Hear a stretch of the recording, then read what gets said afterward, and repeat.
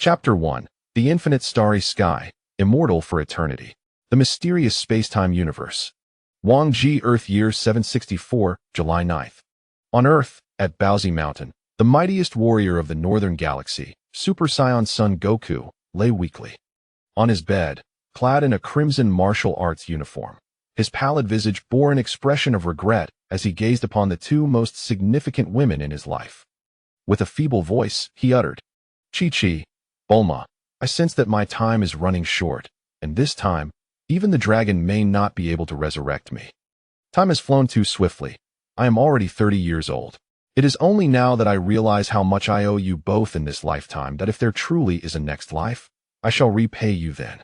Chi-Chi gently nestled her delicate face against his chest, her long black hair cascading down as silent tears streamed down her cheeks. In a dreamy, almost ethereal whisper, she murmured, "Goku, this is not your fault. I have always been so happy, so very happy. I have obtained everything I have ever desired. In the vastness of the starry sky, I take great pride and joy in being your wife. If you leave, how shall I carry on with my days? Please, do not abandon me." Chi-Chi. The chill of her tears pierced his heart, and as he looked at his wife, a profound guilt surged within him that he struggled to lift his right hand, only for it to weakly fall back onto the bed. The perfect muscles forged through arduous training could no longer muster any strength. With tender care, Chi-Chi lifted his hand and gently placed it upon her head, resting quietly against him. If only Goten were not so young.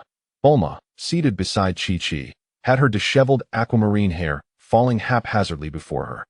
Upon hearing Chi-Chi's news that morning, she had hastily grabbed the dragon radar and rushed over. Her normally vibrant blue eyes, now swollen, gazed at the weary Goku, her right hand trembling as it covered her quivering lips. "Wah, Goku, please do not say any more. Just rest. We still have the Dragon Balls, don't we? We can ask the dragon to revive you. You will be fine. You must be fine at T31 and still unmarried." She reflected on their past, tears cascading like precious pearls on a Goku's arm. She felt as though she could hardly breathe. She had always harbored feelings for him, yet by the time she realized it, it was far too late. As long as he lived, there was hope, but now fate seemed to mock her, piercing her heart with anguish. Her 8-year-old son, Gohan, cried out in panic, "Dad, I don't want you to die. Chi-Chi, Bulma, and Gohan, I long to walk alongside you for eternity. It's so unfair. I haven't even had the chance to grow old with you. I haven't seen Gohan grow up. I desire to encounter even more formidable opponents and engage in thrilling battles. It is truly a pity." Goku's eyes were filled with a sense of injustice, and after a heavy sigh, he turned to his friends beside Gohan, pleading, "Krillin, Piccolo, and everyone, I will be counting on you in the days to come. Goku, you will surely be all right. You are so strong. How could you fall so easily? I refuse to believe it. I haven't even gotten married yet. You cannot leave us like this." Krillin's eyes glistened with tears as he looked at his best friend. Piccolo, his green skin taut with tension, rarely displayed such emotional turmoil, solemnly vowed, "Don't worry, son. I will take good care of Gohan. Then I can rest easy, haha."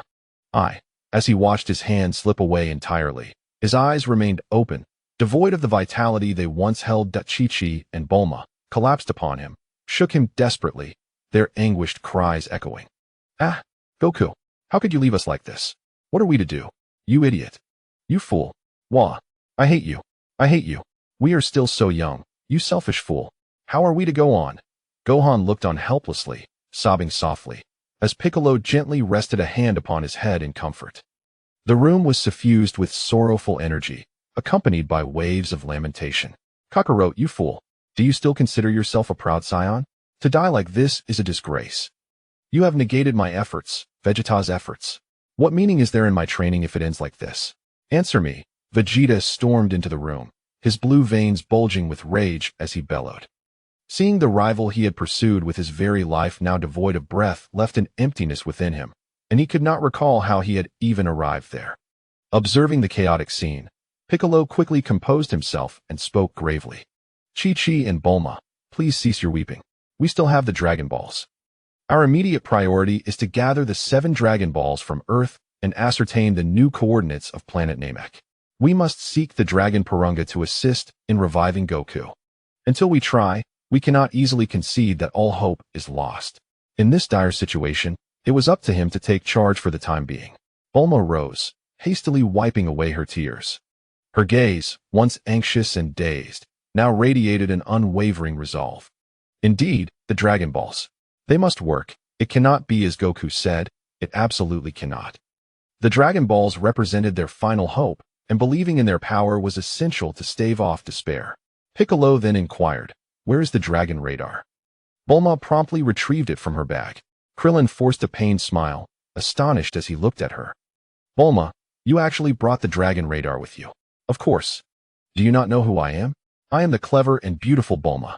After regaining her composure, Bulma casually tied her aquamarine hair back, a charming smile gracing her features. As long as there remained even a glimmer of hope, anything was possible. Thus, Bulma, Gohan, and Krillin set forth to gather the 7 Dragon Balls of Earth. Meanwhile, the spirit of Son Goku, upon his demise, did not drift towards the afterlife, but rather flowed into a mysterious and unknown realm. The following day, Bulma gathered the 7 Dragon Balls she had collected and placed them together. Her blue eyes sparkled with anticipation as she called out to the dragon. "Come forth, dragon, grant my wish." The Dragon Balls emanated a brilliant light, coalescing into a beam that shot skyward. Emerging was a dragon, akin to Piccolo in hue, adorned with antlers, fierce claws, and a length that could encircle several basketball courts. "State your wish. No matter what it is, I can fulfill it, but only one wish. Please tell me the coordinates of the planet where the Namekians have relocated," the dragon replied in a booming voice. "Simple enough. The current coordinates of planet Namek are YSX 9756. Your wish has been granted. Farewell." The dragon transformed into 7 beams of light, scattering in all directions. A week later, at Bulma's residence in West City. Dr. Brief, attired in a white lab coat and donning polygonal glasses, a cigar clenched between his teeth, took a puff and called out to Bulma, who was adjusting something in another room. "Bulma, the spaceship's energy has been fully replenished. When shall you depart for planet Namek?" "All right, father, I understand. I will go downstairs and call for Chi-Chi and the others. We shall depart shortly." She hurried down the stairs, her voice tinged with urgency. "Chi-Chi, Klin, and Gohan, the spaceship is ready. Gohan, please summon your Uncle Piccolo. In their quest to revive Goku, Bulma and her companions set forth from Earth, heading towards the new Namek in the vast cosmos. Upon arriving at the new Namek, Bulma and the others eagerly gazed at the 7 Dragon Balls gathered by Dandy. "Dandy, let us begin." "Understood, Brother Piccolo." Dandy, standing at a height of 130 centimeters with green skin and 2 long antennae atop his head, performed the ritual before the 7 Namekian Dragon Balls and uttered the Namekian incantation. The dragon Purunga materialized, its green form towering in the sky like a genie from Aladdin's lamp, addressing the small gathering with a booming voice. "To the one who has gathered the 7 Dragon Balls, state your wishes. You may have 3. Please, grant the wish to revive Goku from Earth." Dandy articulated the desire to resurrect Goku in the Namekian tongue. The dragon closed its eyes, harnessing its powers as all present observed it with bated breath. After a tense moment, it finally opened its eyes, gazing at the assembly, rendered speechless.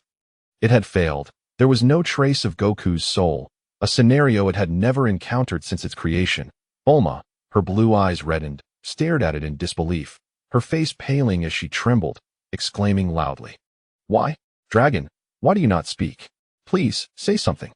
A wave of heart-wrenching pain surged through Bulma, her heart aching as if torn apart, yearning to cry, yet tears would not fall. Beholding the pleading humans before him, the dragon spoke softly in the Earth language. "I am sorry, I cannot." Chi-Chi, unable to bear the weight of despair, fainted on the spot, while Gohan stood helplessly by her side. Bulma, forcing herself to regain composure, gazed at the dragon with a pale, rigid expression. "Why? Are you not the dragon? Goku's soul is not in the afterlife. Without a soul, even I cannot resurrect him." Refusing to accept such a fate, Bulma clenched her fists, crimson blood trickling to the ground, gritting her teeth as she posed her final question. "Then can you locate Goku's soul?" The dragon firmly replied. "I am sorry, I cannot. My powers are limited." Bulma could no longer hold on, collapsing to the ground, her blood-stained hands clutching her vibrant green hair as she wailed in agony. "Huh? Why? Hey, Dandy, let the dragon take us back to Earth. This situation is extraordinary. Please help me bid farewell to my companions. Piccolo's emotions were equally tumultuous. Goku, the strongest in the cosmos, had truly perished? Understood, Brother Piccolo. Gohan, you must be strong. Upon uttering the Namekian phrase, Dandy instantly transported Bulma and the others back to Earth. That night on Earth, Bulma, with her long hair disheveled and her eyes swollen, quietly gazed at the night sky. Goku, are you really gone? I never imagined you were right. Must I truly accept such a fate? No, I refuse to concede. I will not surrender. What Dr. Briefs could not achieve does not signify that I cannot. I am Bulma, and I shall certainly invent a time machine to bring you back to my side. You cannot leave me like this. I shall never forgive you. Never, you scoundrel. As time flowed amidst Bulma's tumultuous thoughts, her expression shifted constantly until she could no longer suppress her emotions. With a face wrought with fury, she proclaimed to the heavens, Fate, you shall not compel me, Bulma, to submit so easily, absolutely not. I vow to tear you apart and bring Goku back to my side, even if it takes an eternity. I shall never relent. If I cannot achieve it, I shall pass it down through generations, never ceasing. The following morning, with a touch of makeup to conceal her swollen eyes, Bulma found Chi-Chi, who appeared utterly exhausted and lost. With a firm voice, she declared, Chi-Chi, it is not yet time to despair. You still have Gohan. We still have hope to bring Goku back. As long as we develop a time machine, we can surely retrieve him. Chi-Chi, her hair unkempt, sprang to her feet, gripping Bulma's hands tightly as her dim eyes flickered with a hint of light. Really? Bulma, you are not deceiving me. Indeed, I promise, no matter how long it takes, I will create a time machine and bring Goku back. Upon hearing Bulma's resolute assurance, hope and anticipation gradually returned to Chi-Chi's world. Yes, I believe in you, Bulma. You have never let anyone down. I have always known your feelings for Goku. Chi-Chi's eyes, still red, displayed a flicker of uncertainty. Bulma interrupted her. Do not say any more, Chi-Chi. For now, we must focus on living well and striving forward. Everything else is secondary. Yes, you are right. Let us work together to live better. I will raise Gohan to be an outstanding young man, and when Goku returns, he will surely be delighted. Chi-Chi nodded firmly. Chapter 2. The beginning. In a mysterious realm nestled within the seams of time and space, a faint silvery substance permeated the air, with nothing else in sight. No day, no night, and no sense of time's passage. In a state of disembodied existence, Sun Wukong opened his eyes to find himself in this enigmatic space. Muttering to himself in confusion, is this the underworld? But where is King Yama? I wonder how Chi-Chi and Bulma are faring. Never mind. I shall explore for now. Just as he prepared to venture further, a radiant beam of multicolored light pierced through the void. Descending gracefully before him was the ethereal angel. Badass, her hair tied in a refreshing high ponytail, tall and slender, with eyes reminiscent of a dreamlike starry sky. Clad in an unusual attire dominated by black and green. A red belt adorned her waist, while a peculiar blue halo floated around her neck. In her hand, she held a magical staff, and she stood poised in the ephemeral air, wearing white shoes.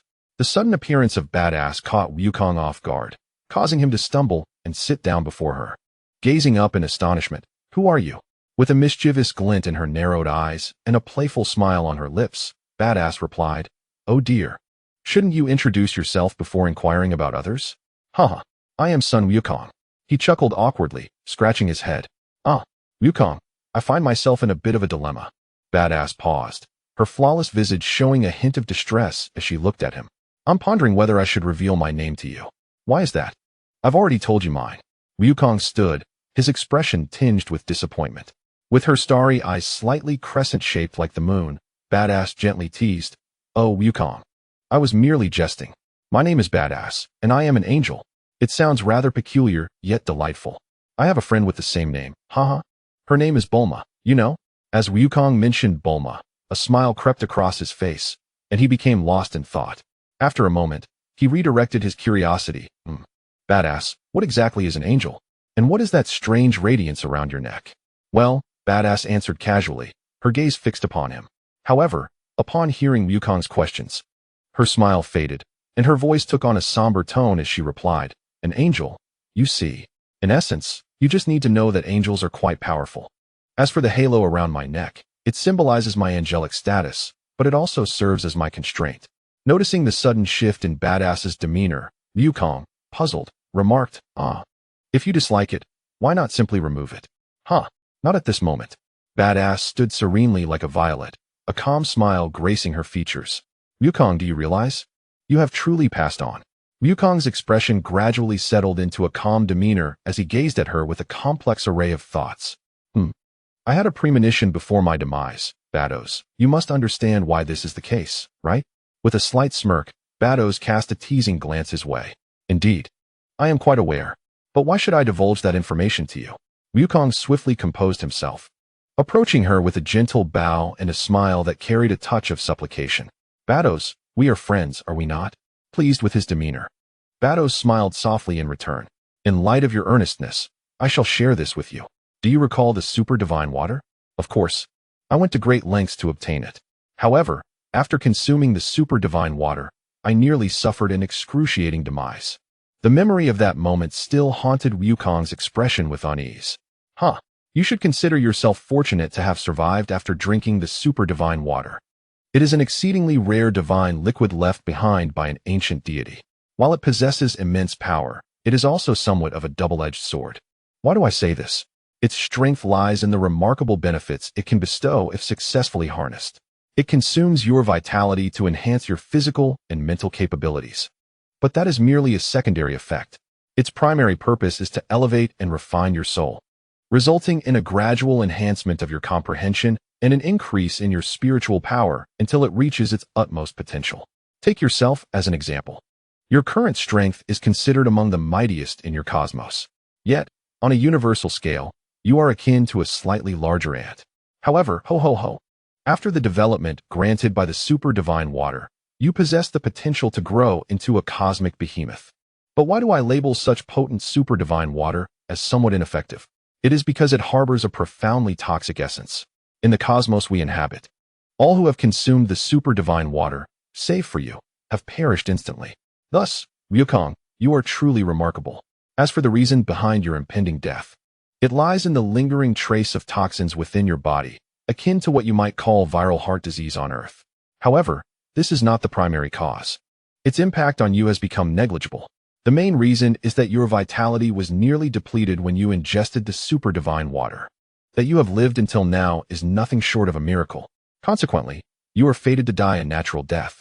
And those who pass away naturally cannot be resurrected through the Dragon Balls. Your soul will swiftly dissipate, leaving behind a primal imprint before reincarnating, potentially as a blade of grass or a tree. Bados elucidated the entire process of Wukong's demise with clarity and detail. Is that so? Wukong mused for a moment, reflecting on her words. Becoming a tree might not be so bad after all. It would spare me from the tumult of human joys and sorrows. Bardos chuckled softly, offering him a gentle reminder. Indeed, it is quite remarkable, considering the numerous fragmented trees you possess. Perhaps the next one to be shattered will be you. Recalling the life of a lumberjack, Wukong shook his head in astonishment, exclaiming, never mind, it's better to be human. With her goal achieved, Bardos gazed at him and spoke slowly. I have a method that can allow you to be reborn, to experience the journey of life anew. Wukong bowed his head, lost in contemplation, and after a moment, his voice turned somewhat despondent. What use is that? Will I still be myself? I will never see Bulma and Chi-Chi again. Bardos looked at him and laughed heartily, her demeanor calm. Wukong, you underestimate me. I am Bardos, the Angel of Time. I can ensure that you retain your essence in your rebirth and allow you to reunite with them. Wukong's eyes widened in surprise, and he eagerly asked, is that true? Bardos glanced at him, affirming, indeed, but...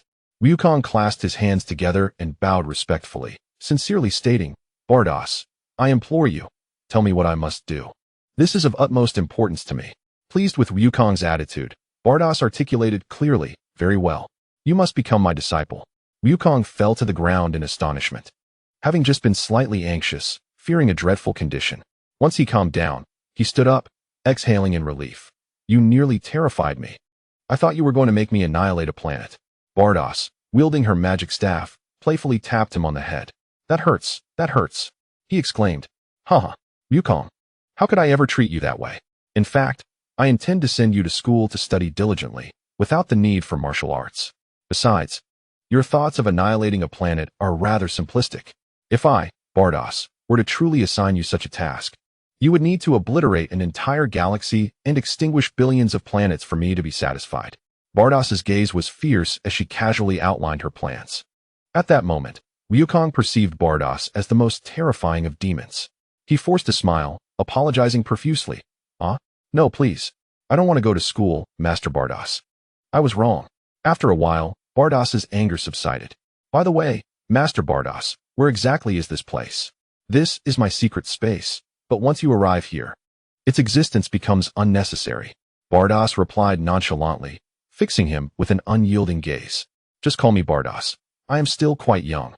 You don't look so young. Hearing you called master gives me goosebumps. He retorted. Simply remember in your heart that I am your master. I see. Very well, Bardos, how can I be revived? After Wukong responded. He gazed at her in confusion. Given the current circumstances, I can only guide your soul through the passage of time, back to the moment of your birth in this cosmic realm. It is only through the fusion of your present soul with the pure spirit you possessed at the time of your inception that you can be reborn as a new entity. Only a completely untainted version of your soul can merge with your current essence, ensuring that your true nature remains unchanged. Additionally, due to certain peculiar reasons, I must extract your present memories and confine them within my possession. When you attain a sufficient level of understanding in the future, I shall return them to you, preventing any unforeseen complications.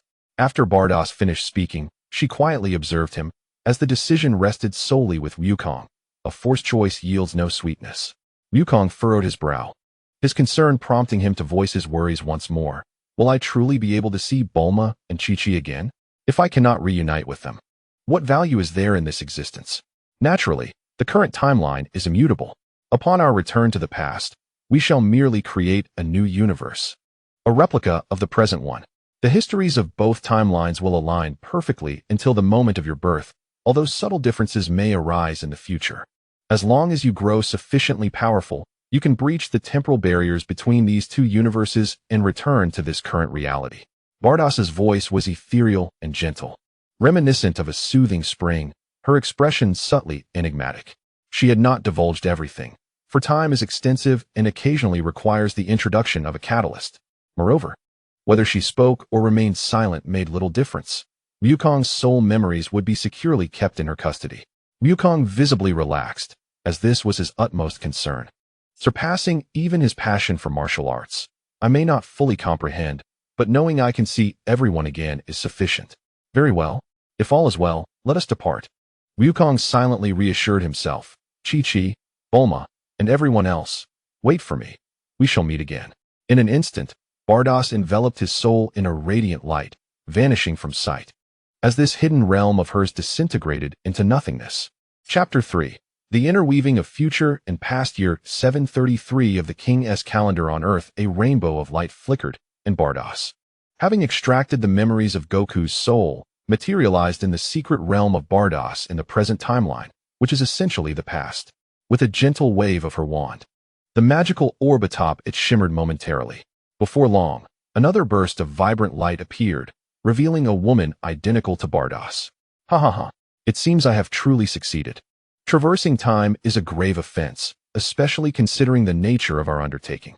I find myself at a crossroads, uncertain whether to await with joyous anticipation or with a sense of trepidation.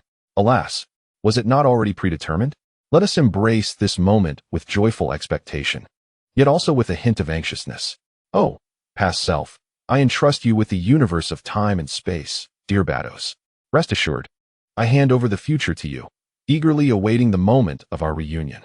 I, Bardos, fate, I shall not yield to you. Let us deviate from the established path and manifest the new future I yearn for. The voices of the two Bardos resonated in unison, solemn and profound, akin to a symphony being woven, enveloped in a mysterious and serious atmosphere. They clasped each other's hands, their collective strength converging into one. A spectrum of vibrant energy was born, swirling around them, lifting them in a continuous spiral, until they transformed into a radiant light and vanished, along with the secret space of Bardos at this moment. On the planet Vegeta of the 7th universe, In an unknown dimension, Bados, accompanied by the pure soul of Sun Wukong, explored the surface conditions of the Vegeta planet. Ah, I have found you. Following the gaze of Bado's starry eyes, there stood a petite and charming woman, approximately 155 centimeters tall, with her black, medium-length hair cascading naturally around her delicate features, clad in a blue, homey combat outfit, busily preparing lunch within her room. Strikingly, unlike ordinary beings, she possessed an additional tail behind her. A silvery gleam flickered in Bado's dreamlike eyes as her vision transcended the barriers of space and matter, witnessing the imminent birth of a new life. With hopeful eyes, she directed the pure soul of Sun Wukong toward this forthcoming being. Ah, the next step is merely to wait. The joyous sounds gradually faded into the dimensional space as Bados departed. As time flowed slowly by, 3 years later, within Bardock's household, Bardock donned a brown combat suit. His angular face framed by casually draped black hair, his gaze imbued with a hint of mischief. His left cheek bore an indelible mark of battle, a cross-shaped scar, while the right was marred by a burn the size of a fingernail. The petite and charming woman whom Bados had observed in the dimensional space 3 years prior nestled beside him. Before them stood a small incubation pod, nurturing a tiny being. Seemingly just a few decimeters in length, its eyes tightly shut, hands instinctively clenched. Bardock gazed at his son, furrowing his brow as he softly remarked, "So small. It hasn't changed at all since I left." At his age, Raditz was much larger. He must belong to the type of scion that grows very slowly. Truly adorable. A maternal warmth instinctively blossomed in Chi-Chi's eyes as she beamed with a foolish smile. After a moment of contemplation, Bardock said, "Tonight, dismantle the monitors on my spaceship. We shall evade the surveillance on the streets and transport him to a remote planet." Jean's eyes widened in disbelief, and she exclaimed angrily, "Are you joking? He is merely 3 years old. Since his birth, he has been confined to the incubation chamber. He hasn't even had the chance to open his eyes and see us. I have yet to teach him how to speak, let alone hear him call me mother." Observing his wife's furious expression, he gently explained, "As scions, once we emerge from the incubation chamber, we are destined to be sent to other planets for battle. If that is the case, it would be better for us to personally escort him to a safe planet, increasing his chances of growing up healthy." Jean furrowed her adorable brows and questioned her husband. "Be honest with me. Are you concealing something? You cannot possibly send Kakarot away so soon. After all, Bardock, your combat power exceeds 10,000. You are among the most elite warriors of our entire scion race." Bardock gazed at his wife with a bitter smile, walked over to embrace her, his expression grave, his voice tinged with weight. "Huh? Indeed, I cannot hide anything from you. Perhaps we are out of time. Almost all of our warriors have been summoned back to planet Vegeta by King Vegeta III. When I returned, I saw Frisia's massive spaceship traversing the cosmos outside planet Vegeta. I have long sensed Frisia's disdain for our kind. King Vegeta III is plotting a rebellion. I have an ominous feeling. I can smell death approaching. Therefore, let us escape with Kakarot, regardless of other scions or King Vegeta III." Jean gazed at her husband and softly suggested. Bardock laughed heartily, speaking with a touch of contentment. "Haha, I would love to run away with you, but it seems that is no longer possible. Since Frisia's spaceship is hovering in the cosmos, it must have deployed the latest combat power detectors, continuously monitoring planet Vegeta. If my predictions hold true, our combat power is too high. Should we board a spaceship, we would be obliterated the moment we enter space. Engaging on the ground might offer a sliver of hope." Tears streamed down Jean's face as she tightly embraced her husband, resting her head against his chest, quietly sobbing and softly cursing, "You fool. Knowing all this, why did you come back? You could have saved yourself. What kind of cold-blooded scion are you, you jerk?" Bardock gently stroked her soft hair, unfazed, and said, "You know I could never abandon you. Though I am a notorious scion, we are human first and foremost. How could a human ever be entirely devoid of emotion? After all these years together, we are inseparable. For others, I can be ruthless and strike them down. But for you I find myself at a loss. At times, I cannot help but ponder. Perhaps we scions are merely a misstep in the grand tapestry of history, and it ought not to be this way." As he spoke, Bardock let out a faint sigh, tinged with melancholy. "Oh, Bardock, I believe in you. Our family shall surely be safe. Indeed, I will protect you, kind.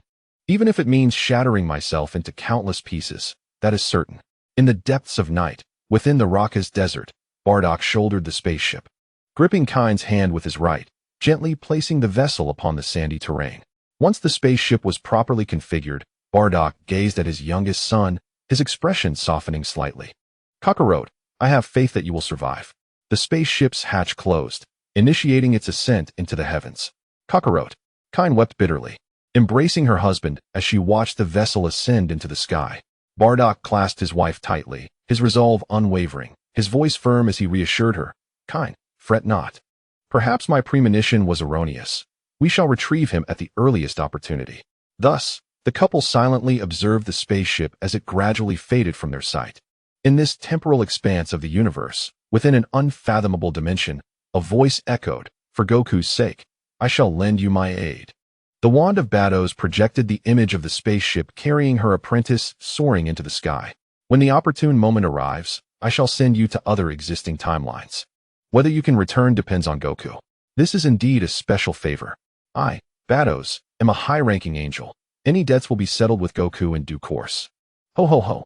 With a gentle flick of her wand, a mysterious force permeated Bardock and Kine's bodies, unbeknownst to them.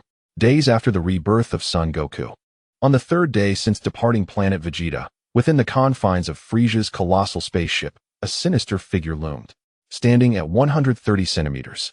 With two 20-centimeter-long purple horns adorning his head, and a robust tail rhythmically striking the ground, Frisia's skin, a peculiar blend of purple and white, was encased in an unusual shell.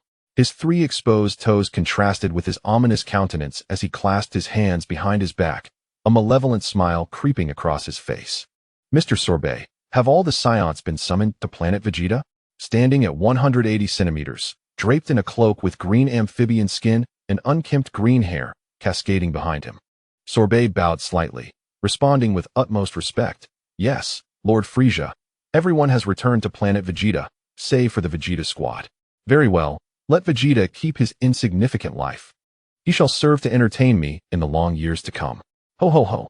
The time has come, let us go. Together, we shall marvel at this celestial spectacle. The exquisite devastation of a planet, no matter how many times one beholds it, remains eternally captivating. After Frisia finished speaking, the hatch of his spaceship above him retracted to the sides. He gently floated upwards, slowly ascending to the starry sky over planet Vegeta. Gazing down at the vast planet, 50 hella in diameter, a shadowy expression crossed his face, tinged with a hint of regret. How tiresome these Scions are.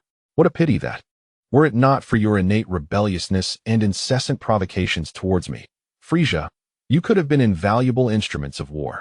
Ha ha. Today, I shall reduce you all to cosmic dust. The history of the Scions will end at my hands. Frisia raised his right index finger, and a small, lava-colored energy sphere materialized at its tip, rapidly expanding. Once fully formed, it reached an astonishing diameter of 50 meters, harboring an energy potent enough to obliterate stars. He let out a shrill laugh, and with a slight motion of his finger directed the immense lava energy sphere towards planet Vegeta, sending it hurtling downwards. Meanwhile, on planet Vegeta, in Bardock's home, he was sipping the purple juice prepared by Jine, gently placing the glass bottle on the table, lost in thought.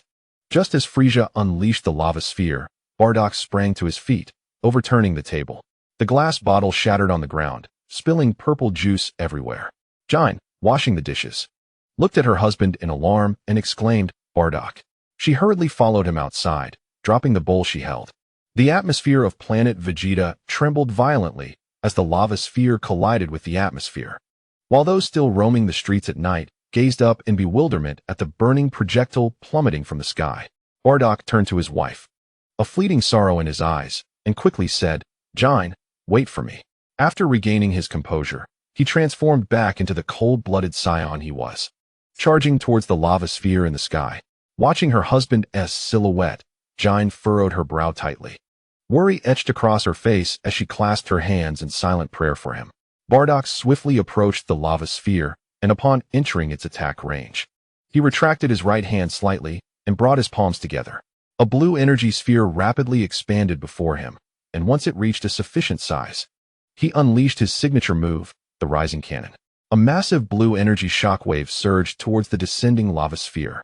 Upon collision, the surface of the lava sphere rippled slightly, But despite Bardock pouring all his energy into the attack, the disparity in energy levels was too great to inflict any significant damage. The lava sphere bore down on Bardock, and soon, his energy was utterly depleted, leaving him powerless as he fell freely from the sky. Keenly praying for Bardock, Chilai lost her composure upon witnessing the scene unfolding before her. She extended her right hand in a desperate cry toward her husband, Bardock. With all her strength, she reached out, yearning to grasp him tightly, her eyes fixated solely on the husband about to be engulfed by the molten blast. As Bardock plummeted, remnants of consciousness lingered within him. He heard his wife's voice. Struggling, he turned his head and offered a faint smile, extending his own right hand toward her. Just as the terrifying lava blast was about to consume Bardock, Chilai finally arrived. Their hands met, and they embraced each other tightly. Gazing at Bardock, tears still glistening on her cheeks, Chilai smiled knowingly, her despair dissipated. Bardock, we shall be together forever. Indeed, together, they coalesced into a radiant light, and, with Bardock's assistance, departed from this temporal universe.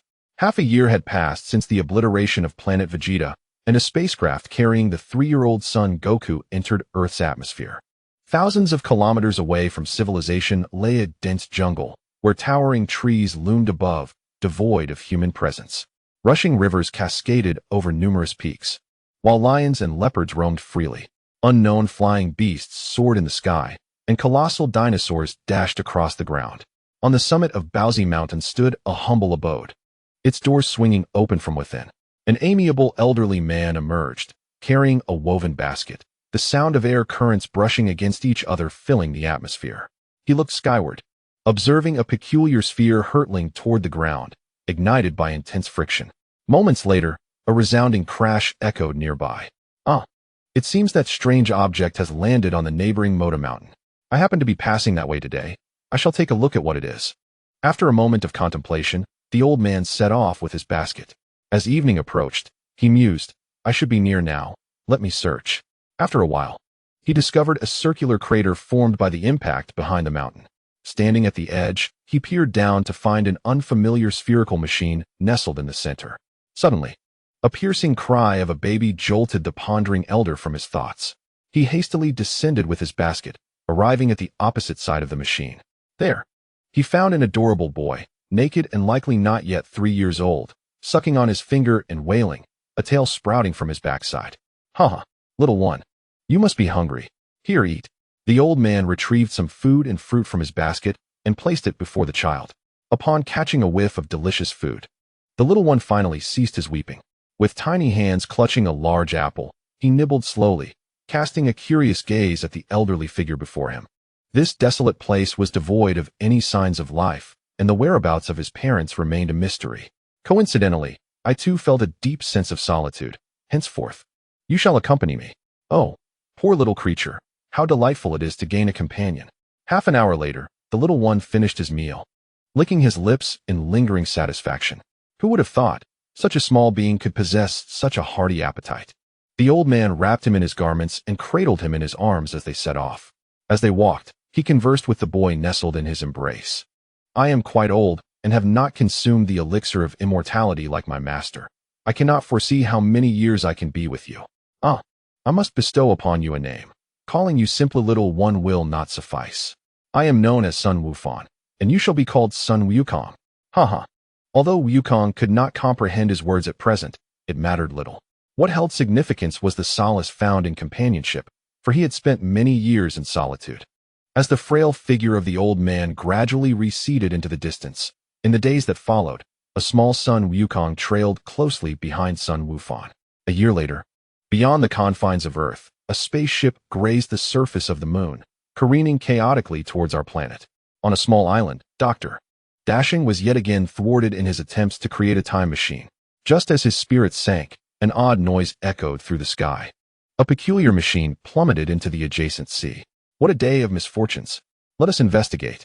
Upon reaching the shore, he beheld a bizarre creature resembling an Ultraman, standing beside the strange machine, wiping the water from his form. Regardless of his identity, this was my territory. He must depart post-haste. With his white hair billowing, Dr. Dashing approached with a scowl, furrowing his brow at the peculiar being. Hey, I do not care who you are. This is my domain. so kindly vacate the premises. Or else. Gak, with an impassive expression, flexed his muscles and retorted, or else what? You must be a human of Earth. Let me inform you. My spaceship is broken, and I cannot go anywhere. Even if you were to point a gun at my head, it would be of no consequence. Doctor. Dashing stared at him, speechless. Typically, when someone falls from the sky, they would be in a state of heightened anxiety, yet this fellow remained remarkably calm, his nerves seemingly unyielding. Indeed, I am quite impressed. To maintain such composure in this predicament, your fortitude is commendable, Gak replied, his expression devoid of emotion. His gaze tinged with disdain. Of course, I am a super elite. I can lose my head or bleed, but I must never panic in a crisis. This earthling truly seemed unacquainted with the world. I am tempted to strike him with a brick, just to see him bleed. Where do you hail from? You resemble an Ultraman. What must be done for you to leave? The disdainful gaze from the other party caused Dashing's blood pressure to rise swiftly. However, being an elder, he chose not to stoop to the level of a mere ruffian. He took a deep breath, striving for calmness. Ultraman, what is that? I am the extraterrestrial Gak. My spaceship is broken. Unless it is repaired, I cannot leave. You might as well resign yourself to this fate. From today onward, I shall reside with you. By the way, what is your name? I still do not know who you are. Observing the expressionless individual before him, who was indeed a rogue at heart, Dashing gazed at him in silence. You little rascal, let me take a look at it. Once it's fixed, you can quickly be on your way. Do not disturb the tranquil life of this elderly man nearing his final days. Gak, you actually understand this. I implore you. For the sake of my future happiness. I recently found a girlfriend, and we have yet to hold hands. If I linger on Earth too long, I fear I shall lose her forever. Upon realizing that this individual could indeed assist him in repairing his spaceship, Gak promptly adjusted his demeanor, clasping his hands together in a respectful bow. After all, when compared to his happiness, humbling himself for a moment was of little consequence. In the southern city, Dashing's aged visage bore a frown, his expression heavy with concern as he earnestly advised, Gak, I will go procure some food supplies. You may wander about on your own. However, be cautious not to stir up trouble. This era is far from idyllic. Robbers lurk everywhere, and those in power often collude with them, while warlords abound. Gak, stroking his chin in contemplation, mused, given your dire description, perhaps upon my return, I should petition the Galactic King to eradicate humanity on Earth as a token of my gratitude. You scoundrel! Is this how you repay your benefactor? Dashing exclaimed, his voice rising in protest. What I just described is merely a fraction of the reality. There are still more good people in this world, and I am one of them. Otherwise, who would assist you in repairing your spacecraft? Dashing roared in frustration, hastily correcting Gak's erroneous thoughts. If humanity were to perish due to your actions, how much guilt would I bear? I have yet to successfully develop a time machine. He glared fiercely at Gak. Being in the company of this rogue cosmic officer was straining his elderly heart. Destroying a planet's inhabitants is quite a laborious task. Nevertheless, you do have a point. I shall meander about on my own. As he watched Gak's retreating figure, Dashing harbored a deep-seated worry that this fellow might indeed attract trouble. Alas, let me attend to my business first. Wandering through the city, Gak was met with a cacophony of sounds. As he approached a corner, he beheld 4 delinquent youths with multicolored hair surrounding a young girl with golden locks. Delinquent youth 1 brandished a small knife, threateningly declaring, Little sister, we do not wish to resort to violence. Kindly hand over your money. Never. I advise you to leave immediately, or I shall call the police.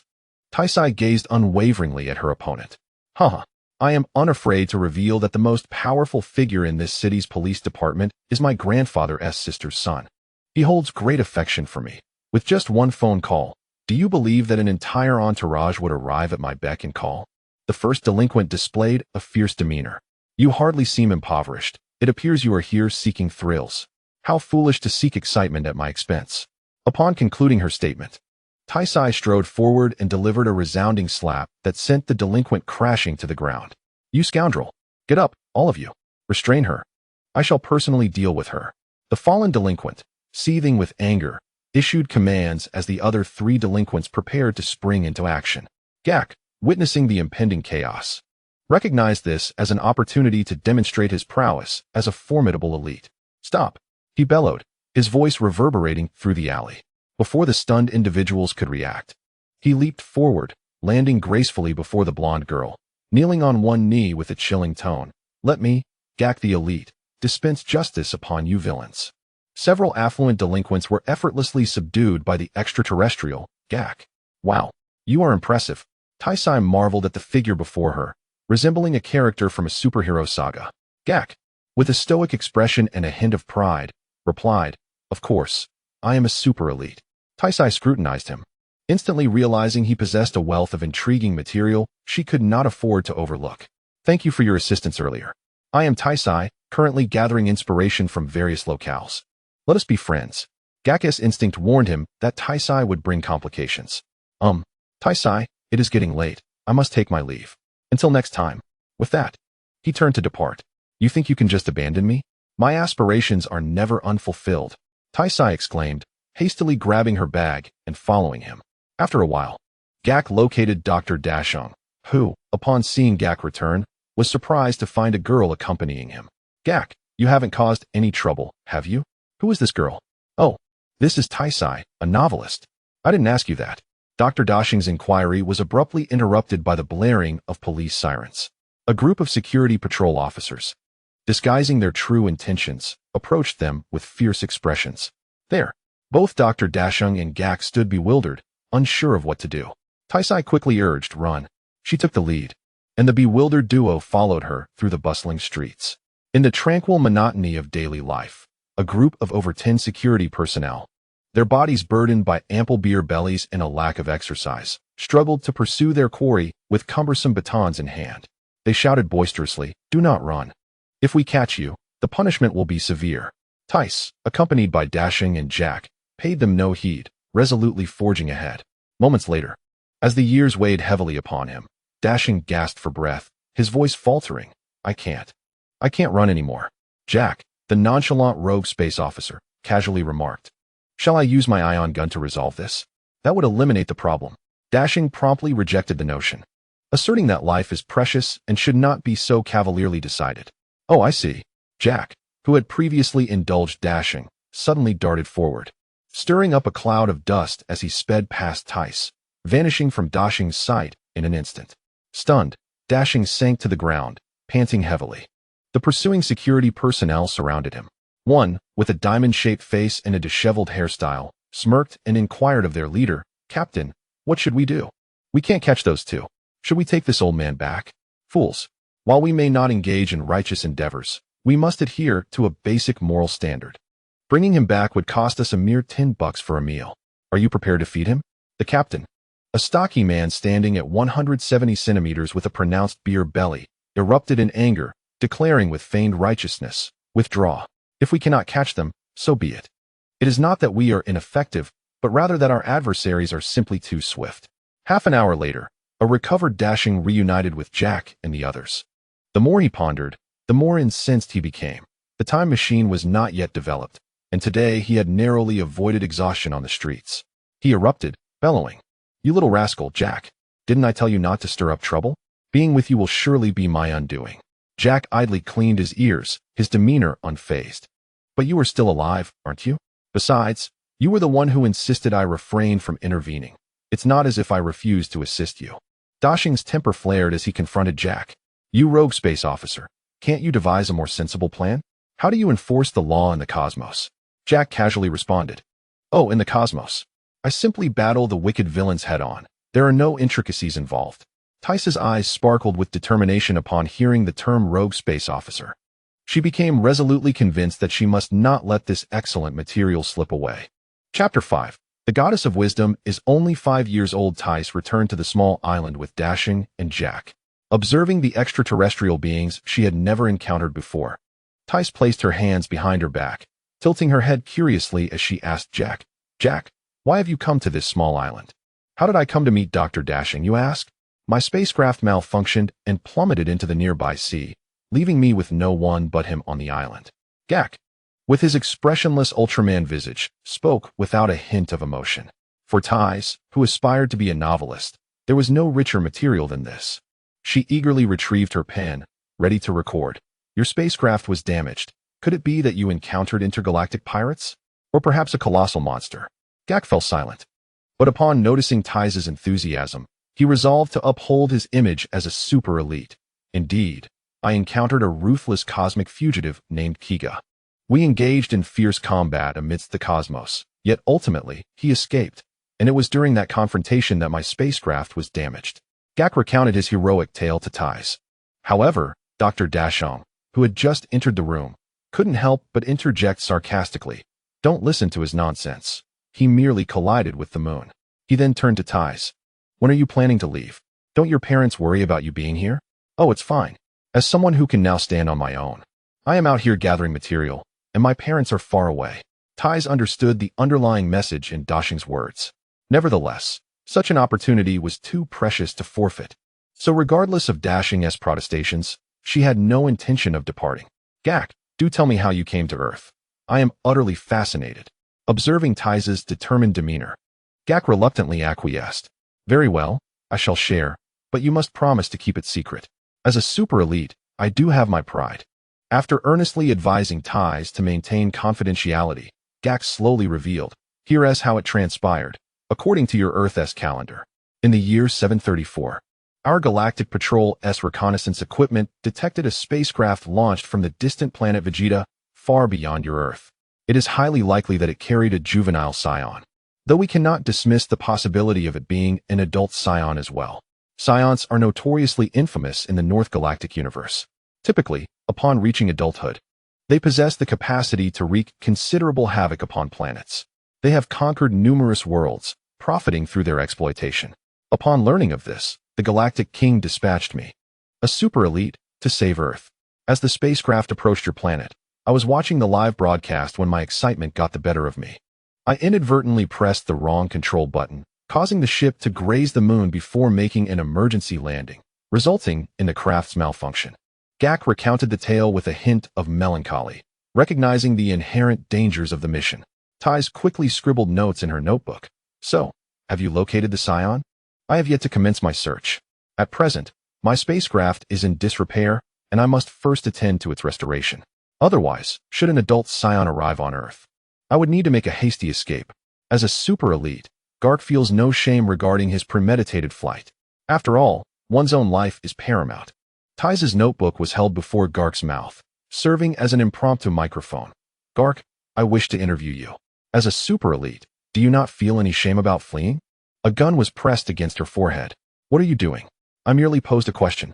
Is it necessary to kill me? The icy sensation on her forehead made Thais involuntarily tense. That is the answer. Do you comprehend?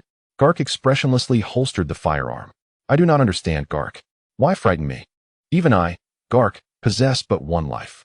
When are there ever moments devoid of choices? Who would aspire to be a lone hero? I, too, am no exception. Upon hearing Gark's words, Thais thoughtfully stroked her delicate chin. Is your spacecraft nearly repaired? Gark, feeling defeated, lowered his head. The super elite's pride diminished. No, I require a rare and expensive metal, but I lack the funds. Thais smiled gently. Hey, Gark, I can assist in repairing your spacecraft. However, you must agree to certain conditions. Please state your conditions, and I shall ascertain their suitability. I cannot accept terms that are inappropriate, as I have just begun a relationship. At this stage, I must avoid complications, Gark replied, regarding Thais with a wary expression. What are you imagining? Your peculiar appearance does not align with my aesthetic preferences. A remarkable novelist requires a wealth of captivating material, and your cosmic experiences are splendid. Thais, with an exasperated gaze, spoke her terms to Gark, who resembled Ultraman. Gark confidently patted his chest, assuring her, that sounds agreeable. No problem. Then please share the state of the universe with me. Thais said, her curiosity piqued as she prepared to take notes. Our universe is divided into 4 galaxies: East, West, South, and North. The most esteemed among them is the Galactic King. The Galactic Patrol serves under the command of the Galactic King, and I, Super Elite Gark, am among the finest of the Galactic Patrol. In that case, your organization is quite formidable, with a vast sphere of influence, Thais remarked, astonished. Upon hearing her words, Gark wilted, resembling a frostbitten eggplant. Indeed, there are far too many nefarious villains in the universe. Take your northern galaxy, for example. A significant portion lies within the dominion of a tyrant known as Frisia. In the vast expanse of our galaxy, the existence of the Galactic Patrol seems precariously tenuous.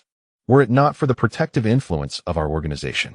It is conceivable that we might have already fallen victim to those merciless fiends. Nevertheless, I, as a distinguished elite, firmly believe that evil shall never triumph over justice. For a fleeting moment, Superman's despondent demeanor was invigorated as Gak regained his composure. Ties paced back and forth, her excitement bubbling over as she mused aloud. This is utterly fascinating. I envision a novel chronicling the heroic struggle against evil, inspired by you and this Frisia character. It is bound to be a sensation. She foresaw a luminous future as a novelist. Please no. I am not ready to meet my demise at such a young age. You cannot fathom the terror of Frisia. Just recently, planet Vegeta was annihilated by him. I am acutely aware of his formidable power. With but a mere flick of his finger, he could extinguish my life. For heaven's sake, do not drag me into your peril. Gak's face turned pale, and he clasped his hands together in a pleading gesture towards Ties. Very well, I shall contemplate your words. Hearing such formidable tales makes me hesitant to embrace an early departure from this world. Let us conclude our discussion for today. I will arrange for the repair of your spaceship, Ties declared. After turning away, she activated her communication device to contact her father, relaying the events that had transpired before ending the call. That evening, Ties, Gak, and Dr. Dashi were engaged in conversation. Dr. Dashi, my family may visit tomorrow to assist Gak in repairing his spaceship. I hope this will not cause you any inconvenience. Ties sought to ensure that her rapport with Dr.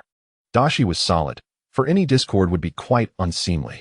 Dr. Dashi's brow furrowed deeper. Who is your father? Gak is an extraterrestrial. I hope this will not escalate into a larger issue. With unwavering confidence, Ties replied, You are acquainted with my father. He is Dr. Briefs of Capsule Corporation. Oh, it is he. In that case, there will be no problem. His reputation is well established worldwide. With this reassurance, Dr. Dashi relaxed. The following day, a thunderous roar of aircraft filled the air as Ties' parents, accompanied by her 5-year-old sister, Bulma, descended upon the island. After an exchange of polite greetings, they commenced the repairs on the spaceship. Hey, are you an alien? What brings you to Earth? Gak, standing idly by, was approached by Ties' sister, Bulma, her 2 pigtails bobbing as she regarded him with a mix of curiosity and caution. Indeed, I am Gak, the super elite among aliens. As for my purpose on Earth, brace yourself for the revelation. I have come to rescue this planet from the Psiots. Impressive, isn't it? Gak crossed his arms proudly, gazing at the 5-year-old Bulma. Idiot. What are Psiots? Bulma inquired flatly, her expression devoid of emotion. You are not adorable at all. The Psiots resemble you to some extent, the only distinction being an additional tail. Gak felt a sense of failure, lacking the motivation to engage in conversation. At that moment, Bulma was capturing his image with a camera, prompting Gak to gaze at her with curiosity, inquiring, What are you doing? Silly, I'm taking pictures. Bulma retorted with an exasperated look. Upon understanding, Gak excitedly struck his signature pose, frequently altering his stance. After a while, he asked, Is it all right now? Bulma put away the camera and replied earnestly, Yes, that will suffice. Thank you for your enthusiastic cooperation. Although I am quite clever, there are times when assistance is necessary. With these photos, I will call upon you when needed. Should you fail to appear, I shall cover the universe with your posters. The 5-year-old Bulma turned gracefully and departed. Gak, taken aback, stumbled to the ground, the gentle breeze carrying a bittersweet sensation. Due to the advanced technology aboard Gak's spaceship, which surpassed Earth's technological capabilities, Dr. Brief and his family expressed keen interest, hoping Gak would permit them to utilize it. In return, they promised to provide him with appropriate compensation. Gak readily agreed, deeming the technology not worthy of secrecy in the vast cosmos. However, he transferred the compensation to Dajing, as Earth's currency held no value for him. On the 3rd day following the arrival of the Tai family, the issues with the spaceship were resolved. During this time, Gak continuously monitored individuals with high combat power on Earth using a power detector. Subsequently, he sought out potential Psion targets with his enhanced vision. Hey, have you found the Psion? The 5-year-old Bulma approached. No, perhaps he has already departed. Gak responded, relief washing over his face. How fortunate. I can return to report without worry. Yes, if you wish to avoid having your posters plastered across the universe, remember to be readily available, Bulma reiterated earnestly. Understood. Gak replied, his voice weak, his expression turning somber as excitement faded like a fleeting breeze. Joy was not meant for him. By evening, Gak's spaceship was filled with Earth's specialties, all of which he cherished. Amidst the farewells from the gathered crowd, he departed with a mix of happiness and sorrow. For this experience fostered a profound friendship between the brief family and Dr. Dajing. 2 years after Gak's departure from Earth, in the humble Baozi mountain cottage, 6-year-old son Goku stood by the wooden bed, his clear gaze fixed upon his grandfather. Goku, I did not expect your grandfather's time to come so swiftly. These past 3 years have brought joy with your companionship. The only regret I carry is leaving you behind. However, I take comfort in your remarkable talent and robust physique from a young age. In this desolate expanse, devoid of human presence, mountains, forests, and lakes abound, and there are no rivals to be found. Alas, there remains much that your grandfather has yet to impart. You have not systematically studied human knowledge, yet your innate purity assures me that you will be just fine. Observing his grandson, who has scarcely grown over the past 3 years, son Wufan gazes upon him with affection. Grandfather, what is the end of life? Goku inquired, puzzled. The end of life is death. Your grandfather is nearing his demise. Oh, but what does death mean? How shall I explain? Death means that you will no longer see your grandfather. Son Wufan, his face etched with wrinkles, pondered for a moment before elucidating this to Goku. I see, but I do not wish to be without grandfather. Upon hearing that he might not see his grandfather again, the adorable Goku furrowed his brow. Haha, Goku, do not frown. Here, take this orange glass bead. If you miss your grandfather in the future, consider it a token of me. Son Wufan presented a beautiful, radiant bead, roughly the size of a peach, to Goku. All right, I understand, grandfather. Goku, cradling the orange bead adorned with 4 stars, accepted it with care. Son Wufan, lost in thought, spoke with an air of mystery. Moreover, I have made arrangements with Lady Anning to serve her after my passing, tending to her fire. Perhaps we shall meet again in the future. Not quite understanding. Who is Lady Anning? Do not worry if you do not comprehend now. You will come to know in due time. By the way, remember, during the full moon, do not gaze at the moon, lest a colossal monster appears. It will compete with you for food. And here is a secret from grandfather. When you truly miss me, simply speak sincerely to the orange glass bead I have given you, and I shall hear you. Do you understand?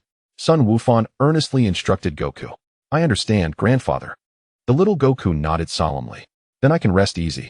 I am departing now. With those words, son Wufan vanished from the bed.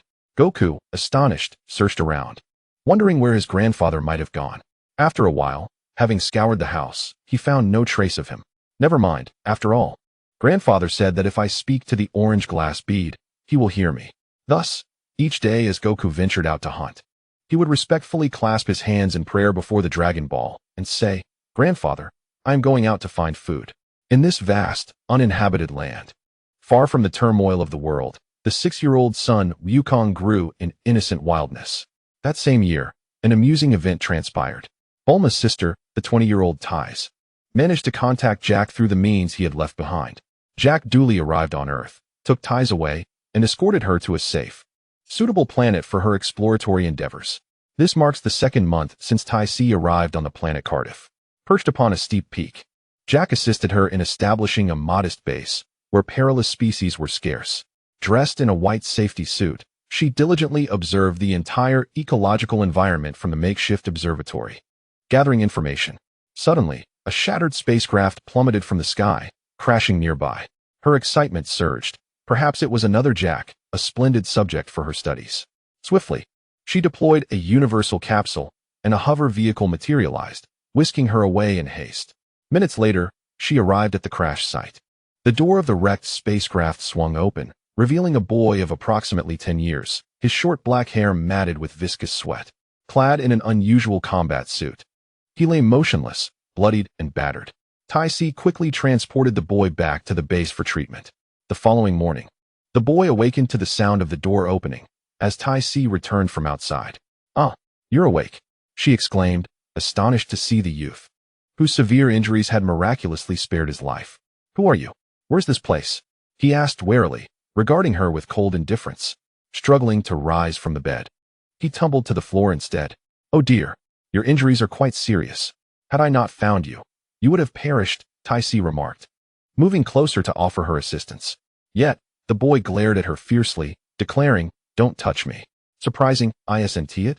You may be young, But your temperament is quite formidable, reminiscent of the science Jack spoke of, particularly with that tail of yours, she teased, tucking a strand of her golden hair behind her ear. Ignoring the boy's protests, she approached and effortlessly lifted him in a princess carry back to the bed. His face flushed a deep purple, his eyes radiating fury. How could the proud Prince Vegeta of the Scions endure such humiliation, reduced to this state? Oh my! It seems you have yet to grasp the gravity of your situation, showing such disrespect to your savior. I shall teach you a lesson, Taisi said, turning to retrieve a marker. In a swift motion, she drew 2 circles around his eyes, lightly tapped his nose, and adorned his face with a mustache. Capturing the moment with her camera, presenting him with a mirror, she displayed her handiwork with a triumphant smile. Upon witnessing his transformed visage, the proud warrior, unaccustomed to such mockery, was rendered utterly flabbergasted. Coupled with his weakened state, he promptly fainted. Taisi covered her fair face with her hands in astonishment, exclaiming, "Surely not. I did nothing at all." As night descended, the 10-year-old Vegeta finally awoke. "I apologize. I had no idea your emotional resilience was so fragile."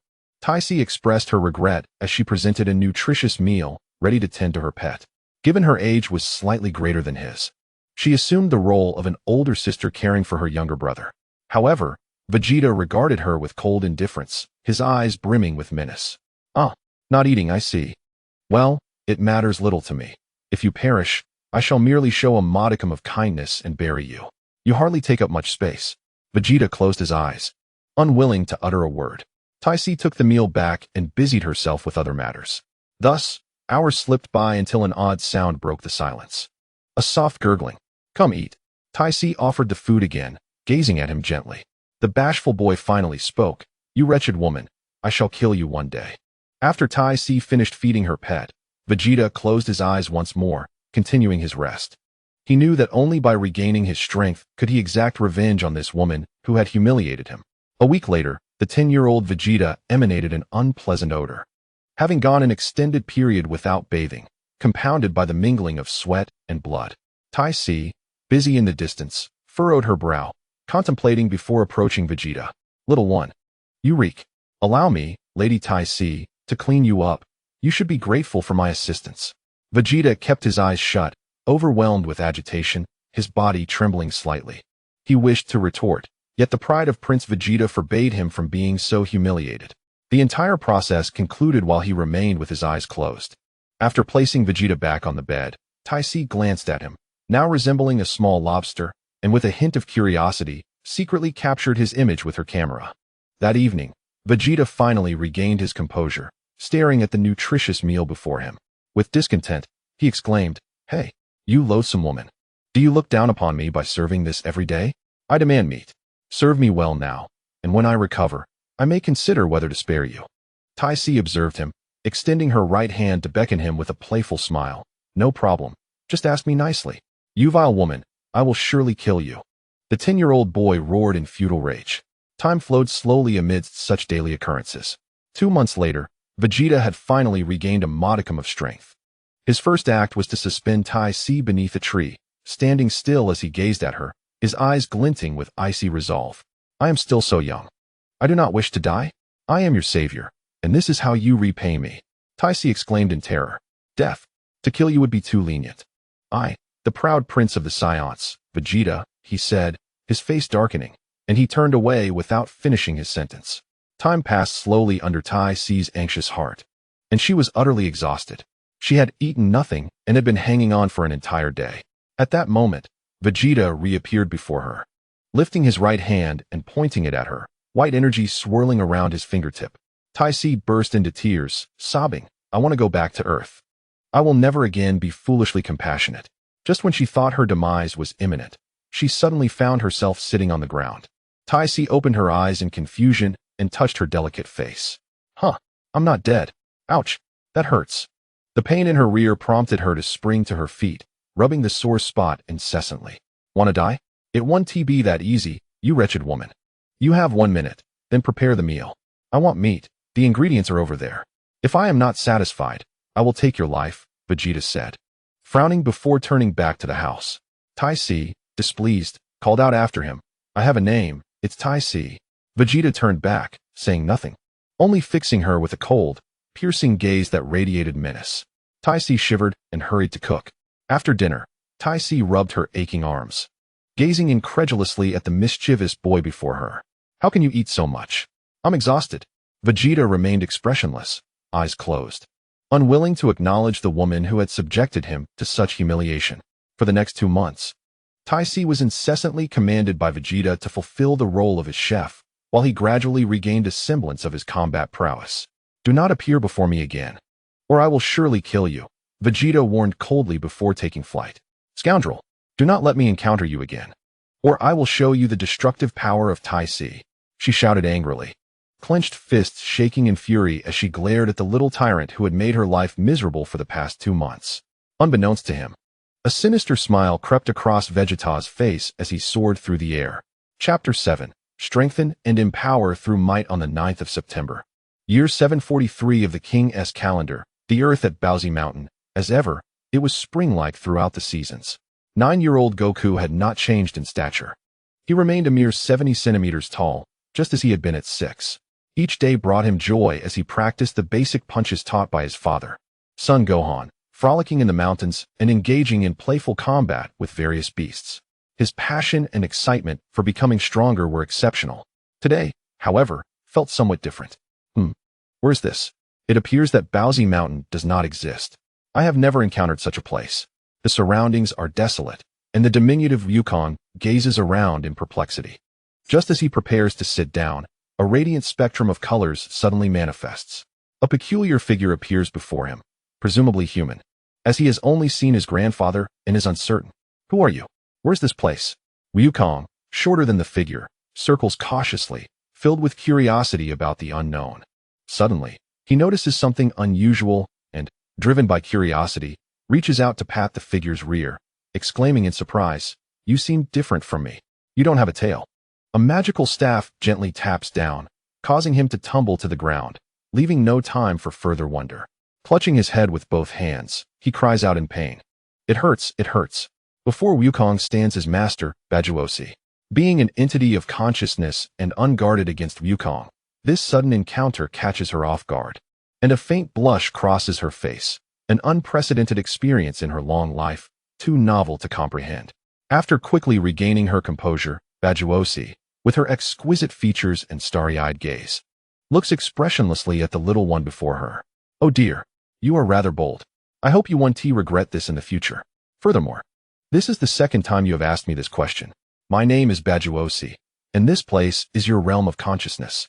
Both you and I are merely entities of thought at this moment. How impressive. I must be quite strong to have caused you such pain, Wukong, at 9 years old, replies, still cradling his head, entirely oblivious to Bajuosi's words. A slight smirk curves Bajuosi's delicate lips as she expresses a sense of delight. Indeed, I am quite formidable.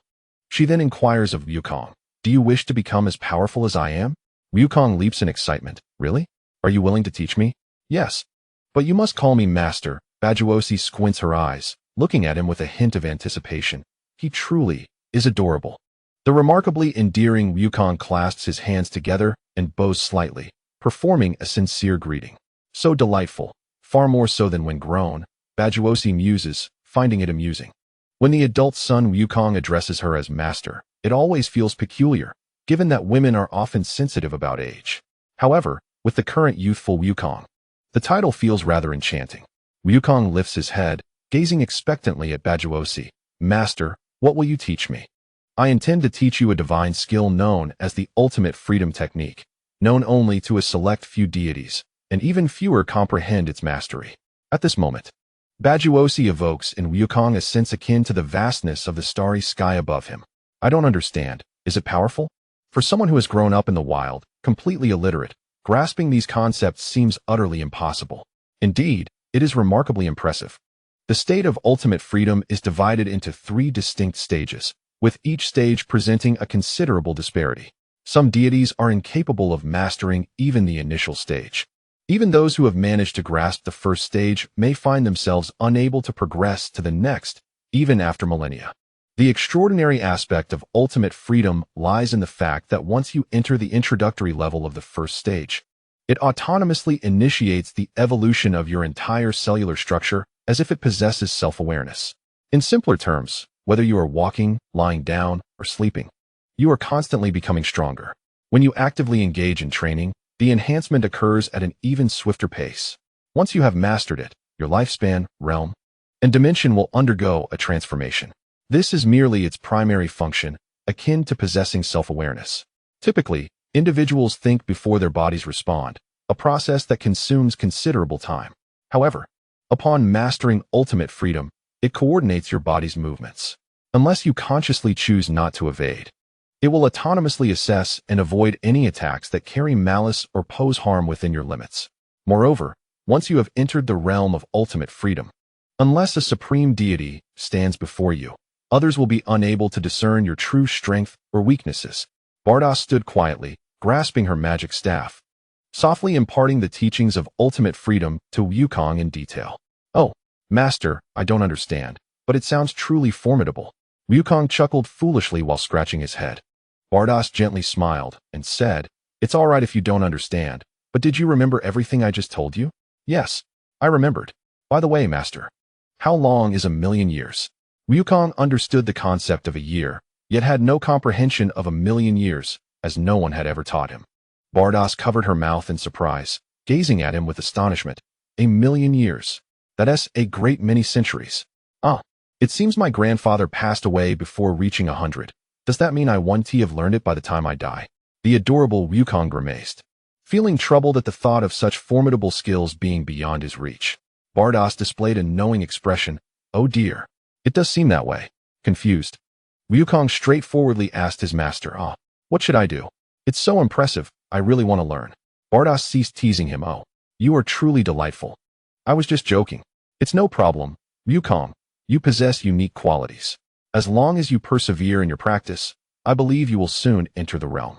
Upon hearing this, Wukong relaxed. "Oh, in that case, there is no problem." With a voice tinged with allure, Bados spoke. "Wukong, today you have just turned 9. If you diligently practice, in the future, Master can help you reunite with your grandfather." "Really? I can see Grandpa again. That's wonderful." Upon expressing his joy, Wukong thoughtfully counted on his fingers, saying, "Grandpa mentioned that when he found me, he didn't know how old I was. Since that day, it should be counted from then. If that's the case, I must be 6 years old." "But Master, how do you know I am 9? Bados chose to disregard this trivial inquiry, responding, "You will understand in due time." Wukong shrugged it off, saying, "Never mind, 9 it is." Bados gazed at her adorable disciple, speaking earnestly, "Wukong, I must remind you of one important thing. In your future endeavors, when engaging in combat, you may only utilize energy levels equivalent to or lower than that of your opponent. This will aid you in honing your combat experience and skills. Even among those with the same energy level, there can be significant disparities in combat prowess.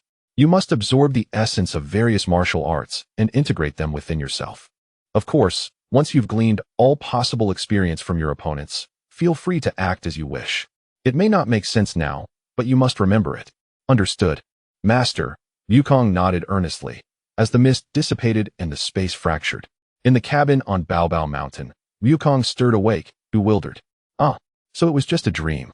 The dawn light streamed through the window, and after a while, Wukong was fully awake, exclaiming in astonishment, "My mind has accumulated quite a bit of knowledge. Well, never mind, I can't make sense of it all, but it seems interesting. I'll practice according to it." As time passed, Wukong's stature remained unchanged. The only addition to his daily routine was the practice inspired by the newfound knowledge in his mind. Bados never reappeared, and Wukong forgot that he even had a master, considering it merely a dream. Chapter 8. Related concepts of this book. The past, present, and future cannot traverse from the past and present to the future. The future has not yet occurred, thus, it cannot be traversed. Meanwhile, the past and present are inherently linked, with the present belonging to what is to come. The past consists of events that have already transpired, and it is improbable for individuals from the past to actively traverse to the present. Only individuals from the present can travel to the past, creating such an occurrence. This narrative revolves around Bados in the present, who travels back in time. Once the Bados of the past becomes aware of this phenomenon, she will then traverse back to the present. The past has been established, and the present exists unaltered. Traveling to the past, and altering fate merely births a new future. Consequently, this results in the emergence of a new temporal universe, akin to the concept of parallel timelines. In realms such as these, two universes may share an initial history, yet from the moment they diverge, their futures inevitably unfold in entirely disparate directions. The concept of parallel universes is not boundless. It is only through traversing time and returning to the past that new temporal universes can be birthed. However, this journey through time is not as straightforward as portrayed in the original Dragon Ball narrative. For instance, Bardock, Goku's father, navigated the past in the original tale. Yet in this narrative, such a feat would be impossible without the aid of Bardock's companion. Goku's parents, even if they were to breach the temporal rift, would be instantaneously crushed into nothingness due to their inherent frailty. Within the tapestry of time and space, various dimensional realms exist: low-dimensional, mid-dimensional, and high-dimensional spaces. The planets of Earth reside within the confines of low-dimensional space, while the realm of the gods occupies a region between low and mid-dimensions. These dimensional realms vary in scale. Some are akin to miniature worlds, existing solely as flat planes, while others, comparable to galaxies, may host numerous celestial bodies, each differing in mass, gravity, and density. The realm of the Kais exemplifies such a scenario, with its most substantial celestial body being the Kaioshin planet. Furthermore, there exist two unique dimensional spaces, the Netherworld and the Demon Realm. The Netherworld serves as the final resting place for departed souls, with all spirits, barring exceptional circumstances, flowing towards it upon death. The supreme ruler of the Netherworld is King Enma, whose dominion includes the deities of death. Conversely, the Demon Realm is tasked with purifying the universe of negative energy, and its inhabitants are generally more malevolent compared to those in the outer world. This particular temporal universe, inclusive of the Milky Way galaxy, comprises a total of 12 vast galaxies. The Milky Way itself is further divided into 4 regions: the Eastern Galaxy, the Western Galaxy, the Northern Galaxy, and the Southern Galaxy. In terms of astronomical measurements, 1 Hela equals 10,000 kilometers. 1 Aura equals 1,000,000 kilometers. 1 Ura equals 100,000 kilometers. 1 Bura equals 10,000 kilometers. And 1 light year equals 90 trillion kilometers. Once a vessel achieves a certain velocity, it can enter a spatial tunnel, which is isolated and prevents any collision of vessels. Upon decelerating, the spatial tunnel dissipates, allowing the vessel to re-emerge within the cosmos. In this narrative, Earth is designated with a diameter of 6 Hela, ensuring it is not overly diminutive, albeit only slightly larger, for the stars of the Sun are truly colossal. The Milky Way's expanse is measured at approximately 100,000 light-years, with each of the 4 regions encompassing around 20,000 light-years, not exceeding 30,000 light-years. Unlike the original Dragon Ball series, where the god of destruction, Beerus, and Goku engage in battle with the potential to obliterate the universe, such scenarios do not exist here. Only the supreme deities possess the power to annihilate the universe. Others are incapable of such feats, lest they forfeit their status as supreme beings. In this shared temporal universe, the existence of additional temporal realms gives rise to the notion that kings do not meet kings, for even among identical beings, thoughts and intentions are ever-changing. In a fleeting moment, one may contemplate the annihilation of the world, only to reconsider the impulse in the next. Chapter 9. The Successful Initiation, the Arrival of Bulma. Since Bardoss imparted the technique of Ultra Instinct to Goku, he has diligently practiced for an uninterrupted 6 years. Today marks yet another occasion for earnest training. Within the confines of the Baozi Mountain, a river, 100 meters wide, cascades down from towering cliffs that soar hundreds of meters into the sky, forming a magnificent and resplendent waterfall. The thunderous roar of the water crashing at the base is deafening. At the foot of the waterfall lies a pool approximately the size of a basketball court, with a depth of around 2 meters, its crystal clear waters revealing the bottom beneath. Standing before this familiar training ground, the 15-year-old Goku gently propels himself with the tip of his right foot, leaping across several dozen meters to the center of the pool. There he stands serenely upon the water's surface, settling into a meditative posture with his eyes closed, ready to commence today's practice. Before long, he opens his eyes, sensing that today feels distinctly different. Since mastering Ultra Instinct, He has never encountered such a sensation. Goku ponders quietly. Could it be that I am on the verge of truly grasping Ultra Instinct? How wonderful. After such an extensive period of training, I had thought it would take considerable more time to reach this stage. Having calmed his mind, Goku embarks on his practice, eagerly anticipating this breakthrough he has long awaited. Over the past 6 years, aside from brief moments dedicated to physical conditioning, he has devoted the majority of his time to the mastery of Ultra Instinct. Meanwhile, in a newly formed higher-dimensional space, Bardos's magical staff projects the images of Goku's training. Throughout these years, she has not encountered Goku, diligently searching the cosmos for a suitable higher-dimensional realm where he could transcend without attracting the attention of the divine. The space she now inhabits, possessing a breadth of 10 hertz, is the high-dimensional environment she has prepared for Goku's breakthrough. Locating this place was no simple feat. Most dimensional spaces in the universe have been cataloged, and only such nascent dimensional realms remain undetected for a considerable duration. Goku's breakthrough will undoubtedly create quite a stir. Indeed, it resonates with the adage that when quantity is lacking, quality must compensate. This space is not vast. Were it merely a typical low or mid-dimensional realm, it would surely be unable to completely conceal the commotion of Goku's breakthrough. Alas, after Goku utilizes it, it will succumb to destruction. It is imperative to transfer Goku here at once. Otherwise, should he truly break through and attract notice, it may lead to complications.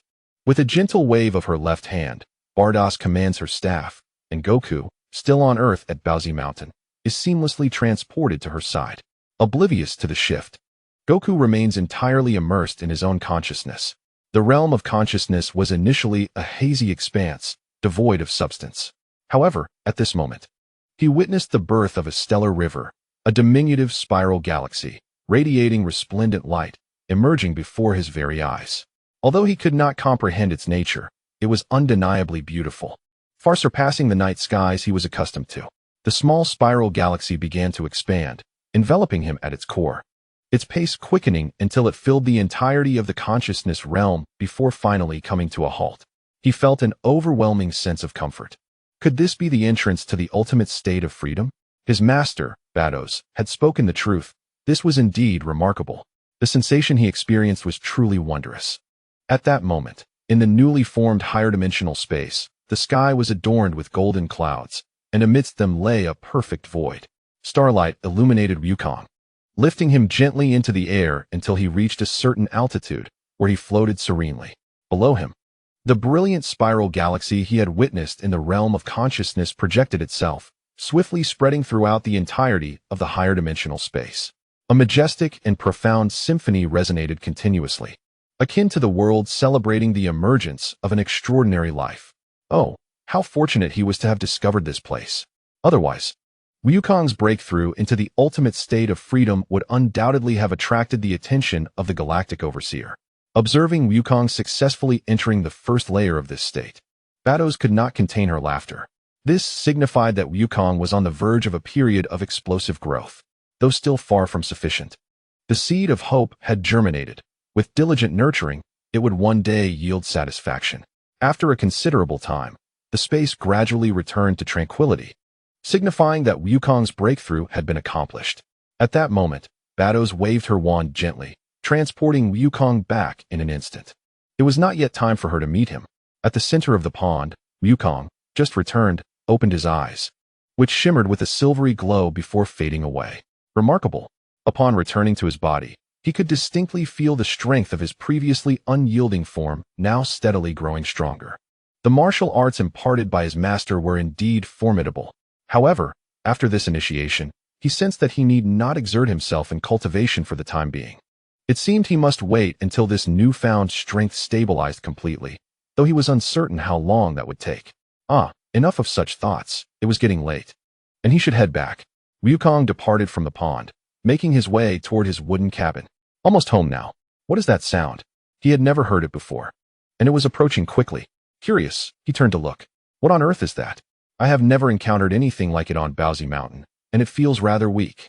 There is no danger at all, so I shall stand still and observe its intentions.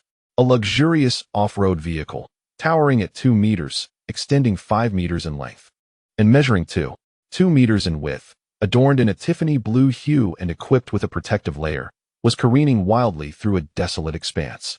In this forsaken realm, the driver, unrestrained and exhilarated, reveled in the thrill of speed. The driver was none other than our 16-year-old Bulma. "What a dreadful place," she exclaimed. "Not a soul in sight after traversing this area for 2,000 miles. There are plenty of beasts, but fortunately, I brought a gun. Otherwise, before I even find the Dragon Balls, I would be left stranded here." As she drove, her thoughts scattered. Bulma remained oblivious to the presence of a small figure clad in blue, with black hair, standing in the road ahead. By the time she regained her focus, it was too late. There's a person ahead. I'm going too fast. I can't stop." The off-road vehicle collided violently with Goku, producing a loud crash. The rear of the vehicle lifted off the ground, landing with a thud. Gripping the steering wheel tightly, Bulma, shielded by safety mechanisms, regained her composure after the vehicle settled. I hit someone," she gasped, her blue eyes wide with panic. After a brief moment, she frantically scanned her surroundings. "Where are they? The view here is quite open. It's impossible not to see. What is this strange creature? Is it challenging me?" The front of the vehicle was crumpled, bearing the imprint of Goku, who had become ensnared within the wreckage. "I've never encountered anything like this. Could it be the monster my grandfather spoke of? One that might steal my food? But he said those creatures only appear on a full moon, and isn't even close to that. Well, usually, bears and tigers flee at the sight of me. Yet today, a bold one dares to provoke me. I shall have some fun." Taking a few steps back, she called out, "Hey, monster, are you planning to eat me?" Perfect timing, as I haven't had dinner yet. Just as Bulma was feeling anxious, a boy's voice emerged from the front of the vehicle. She quickly clutched the steering wheel and leaned forward to see a tiny figure, approximately 70 centimeters tall, speaking. Bulma exclaimed in astonishment, "You're not dead." The fact that this little one remained unharmed after such a high-speed collision astonished her. Upon hearing the provocation, Goku responded loudly, "Monster, you're the one who is going to die? Watch me show you my strength." He assessed that this opponent did not seem formidable and decided against using excessive force. Goku extended his hand and grasped the chassis of the off-road vehicle, effortlessly tossing it into the air, where it spun wildly. "How about that? Monster, do you recognize my prowess now?" Inside the vehicle, Bulma was tossed about, terrified. What on earth is happening? Ultimately, the vehicle crashed into a massive tree, 2 meters in diameter, and Bulma lost consciousness. "Hey, are you coming back for more?" Wukong exclaimed loudly, yet Bulma had already fainted, leaving her unable to respond. After waiting for a while without any reaction, Wukong trotted over to examine her closely. Muttering to himself, "How strange, how can this creature's aura be inside? This external entity is completely imperceptible." He scrutinized the massive off-road vehicle and ultimately forcefully opened the door. Bulma, adorned in a pink mid-length dress with a charming little bag at her waist and sporting purple sneakers, had her greenish-blue hair styled into a single ponytail, lying unconscious in the driver's seat. "How peculiar. This creature resembles me quite closely. Well, let's take her back." After his self-talk, Wukong adeptly lifted Bulma and hoisted her onto his shoulder, making his way back. A cool breeze wafted through the window, stirring Bulma from her slumber. Upon awakening, she beheld the little creature attempting to lift her skirt to gaze at her pink pudding bear. Startled, she cried out, pervert!" In a swift motion, she pushed Wukong to the ground and hurriedly stood, lowering her skirt and blushing fiercely as she shouted, "You scoundrel! What are you doing? That's illegal. Even if you are small, the law may forgive you, but I certainly will not." Wukong rose, brushing off the dust, and replied, "I noticed you look somewhat like me, though not exactly the same. I was curious, so I wanted to take a look. Aren't you a monster? Why do we resemble each other?" Bulma took a moment to calm down, carefully surveying her surroundings, an exceedingly primitive wooden cabin devoid of modern conveniences, furnished only with a simple bed and a wooden frame that held the Dragon Ball she sought. She gazed quizzically at the small creature, who barely reached her thigh, and spoke with a clear voice. "Firstly, I am not a monster. I am a human. Secondly, did you bring me back here? Have you never seen a human before?" Wukong mimicked her with exaggerated seriousness. "Firstly, I brought you back. Secondly, you are the first human I have ever seen, and you seem rather weak." Bulma couldn't help but chuckle at the adorably quaint creature before her. "Of course, I am not as strong as you. I am merely a girl with no strength to spare. You seem quite formidable, able to toss that off-road vehicle with ease." Then, She looked at Wukong apologetically. I'm sorry. I was distracted while driving and accidentally bumped into you. I'm relieved you're all right. Otherwise, I would carry this guilt for the rest of my life. Wukong waved his hand dismissively. You are a girl. My grandfather used to tell me to be gentle with girls. Was it the vehicle that hit me? It's nothing. I am quite strong. Bulma felt a wave of relief wash over her, and setting aside her earlier unease, she smiled. Thank you. What about your family? Wukong replied candidly. I have no one. I live here alone. My grandfather is no longer with me. Bulma stared at him in disbelief. What? You are all alone? Yes, that's right. After Wukong's affirmative response, he curiously inquired, by the way, my name is Wukong. What is yours? Blushing slightly, Bulma shyly replied, I am Bulma. Wukong laughed heartily. Haha. What an interesting name. Bulma shot him an annoyed glare. Please don't laugh. I don't particularly like this name either. With a puzzled look in his innocent eyes, Wukong asked, why? I think it's a lovely name. Gazing into Wukong's crystal-clear eyes, Bulma realized he spoke the truth. And she murmured, slightly flushed, is that so? With a softened gaze, Bulma observed Wukong, sensing that this little one seemed remarkably strong. After all, he had no family and was so endearing. Perhaps she could devise a way to take him with her as her future personal bodyguard, making her quest for the Dragon Balls safer. Having made up her mind, she pointed to the Dragon Ball and asked, little brother, could you give me your Dragon Ball? I am currently searching for it. If I gather all 7, I can summon the eternal dragon to grant my wishes. Without a moment's hesitation, Wukong replied, no way. That was a keepsake from my grandfather. He told me that whenever I miss him, I just need to talk to it. Chapter 10, The Gourmet. His grandfather must have feared he would be too lonely here, thus speaking to him in that manner. I am not trying to make him my bodyguard. I want him to experience a whole new world. He shouldn't have to endure solitude. Otherwise, he might never find a family of his own. With this clarity, Bulma felt no guilt about taking the child away. Hey, Wukong, how about joining me in the search for the Dragon Balls? Join you in searching for the Dragon Balls? But I have never left the Baozi Mountain. Wukong said hesitantly. Come on, Wukong. The world is vast and filled with all sorts of extraordinary things and events. Would you like to know? Bulma's voice was laced with temptation, revealing her cunning intention like a wolf awaiting Little Red Riding Hood. Hee. After enduring quite a bit under your hands, I've been anxious for a long time. Now let me show you the might of Bulma. Wukong looked at her curiously and replied, as usual, I would like to know. Your voice is too soft. Speak louder, and I shall tell you, Bulma said, crossing her arms and wearing an expectant expression. I want to know. Wukong's thunderous voice erupted, startling her. And she laughed. All right, listen closely. Our world is called Earth. There are intelligent races beyond just us humans. There are many mystical creatures as well. The ones you refer to as monsters, but there are no real monsters. Monsters are merely fables concocted by adults to frighten children. Any race that does not belong to humanity is classified as a mystical creature. There are numerous types of mystical races, aside from their appearances differing from ours. They are fundamentally the same as us in every other aspect. As long as you accompany me in the quest for the Dragon Balls, you shall witness extraordinary creatures. I have yet to behold them myself, having only read about them in books, as I usually stay at home. Let us see if you are intrigued. It is impossible to escape the grasp of the illustrious Bulma. Whatever I set my mind to, I shall achieve. It turns out that the monsters are mere fabrications. Nonetheless, the notion of extraordinary beings sounds quite captivating. A hint of anticipation flickered across Goku's face. What do you say?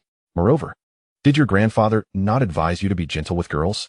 I am indeed a girl, and you ought to show me some tenderness. Simply heed my words, and all will be well. Bulma decisively launched her second wave of persuasion. Indeed, one must be gentle with girls. Goku's resolve visibly wavered. Furthermore, you dwell in the mountains daily, and surely you have never tasted truly delectable food. Even a simple roast lacks the exquisite seasonings that would elevate it. If you accompany me and ensure my safety, I shall treat you to delightful delicacies. They are truly delicious. Bulma initiated her final attempt to sway him. I refuse to believe you can resist this, haha. Not only will I secure a bodyguard, but I will also obtain his Dragon Balls. What a splendid deal. Although he appears to be no more than 3 feet tall, but that matters not. His prowess far exceeds that of an ordinary child. Very well. I shall accompany you for a stroll. However, do not forget to treat me to a meal. Goku, indeed enticed, drooled, and readily agreed. Precisely.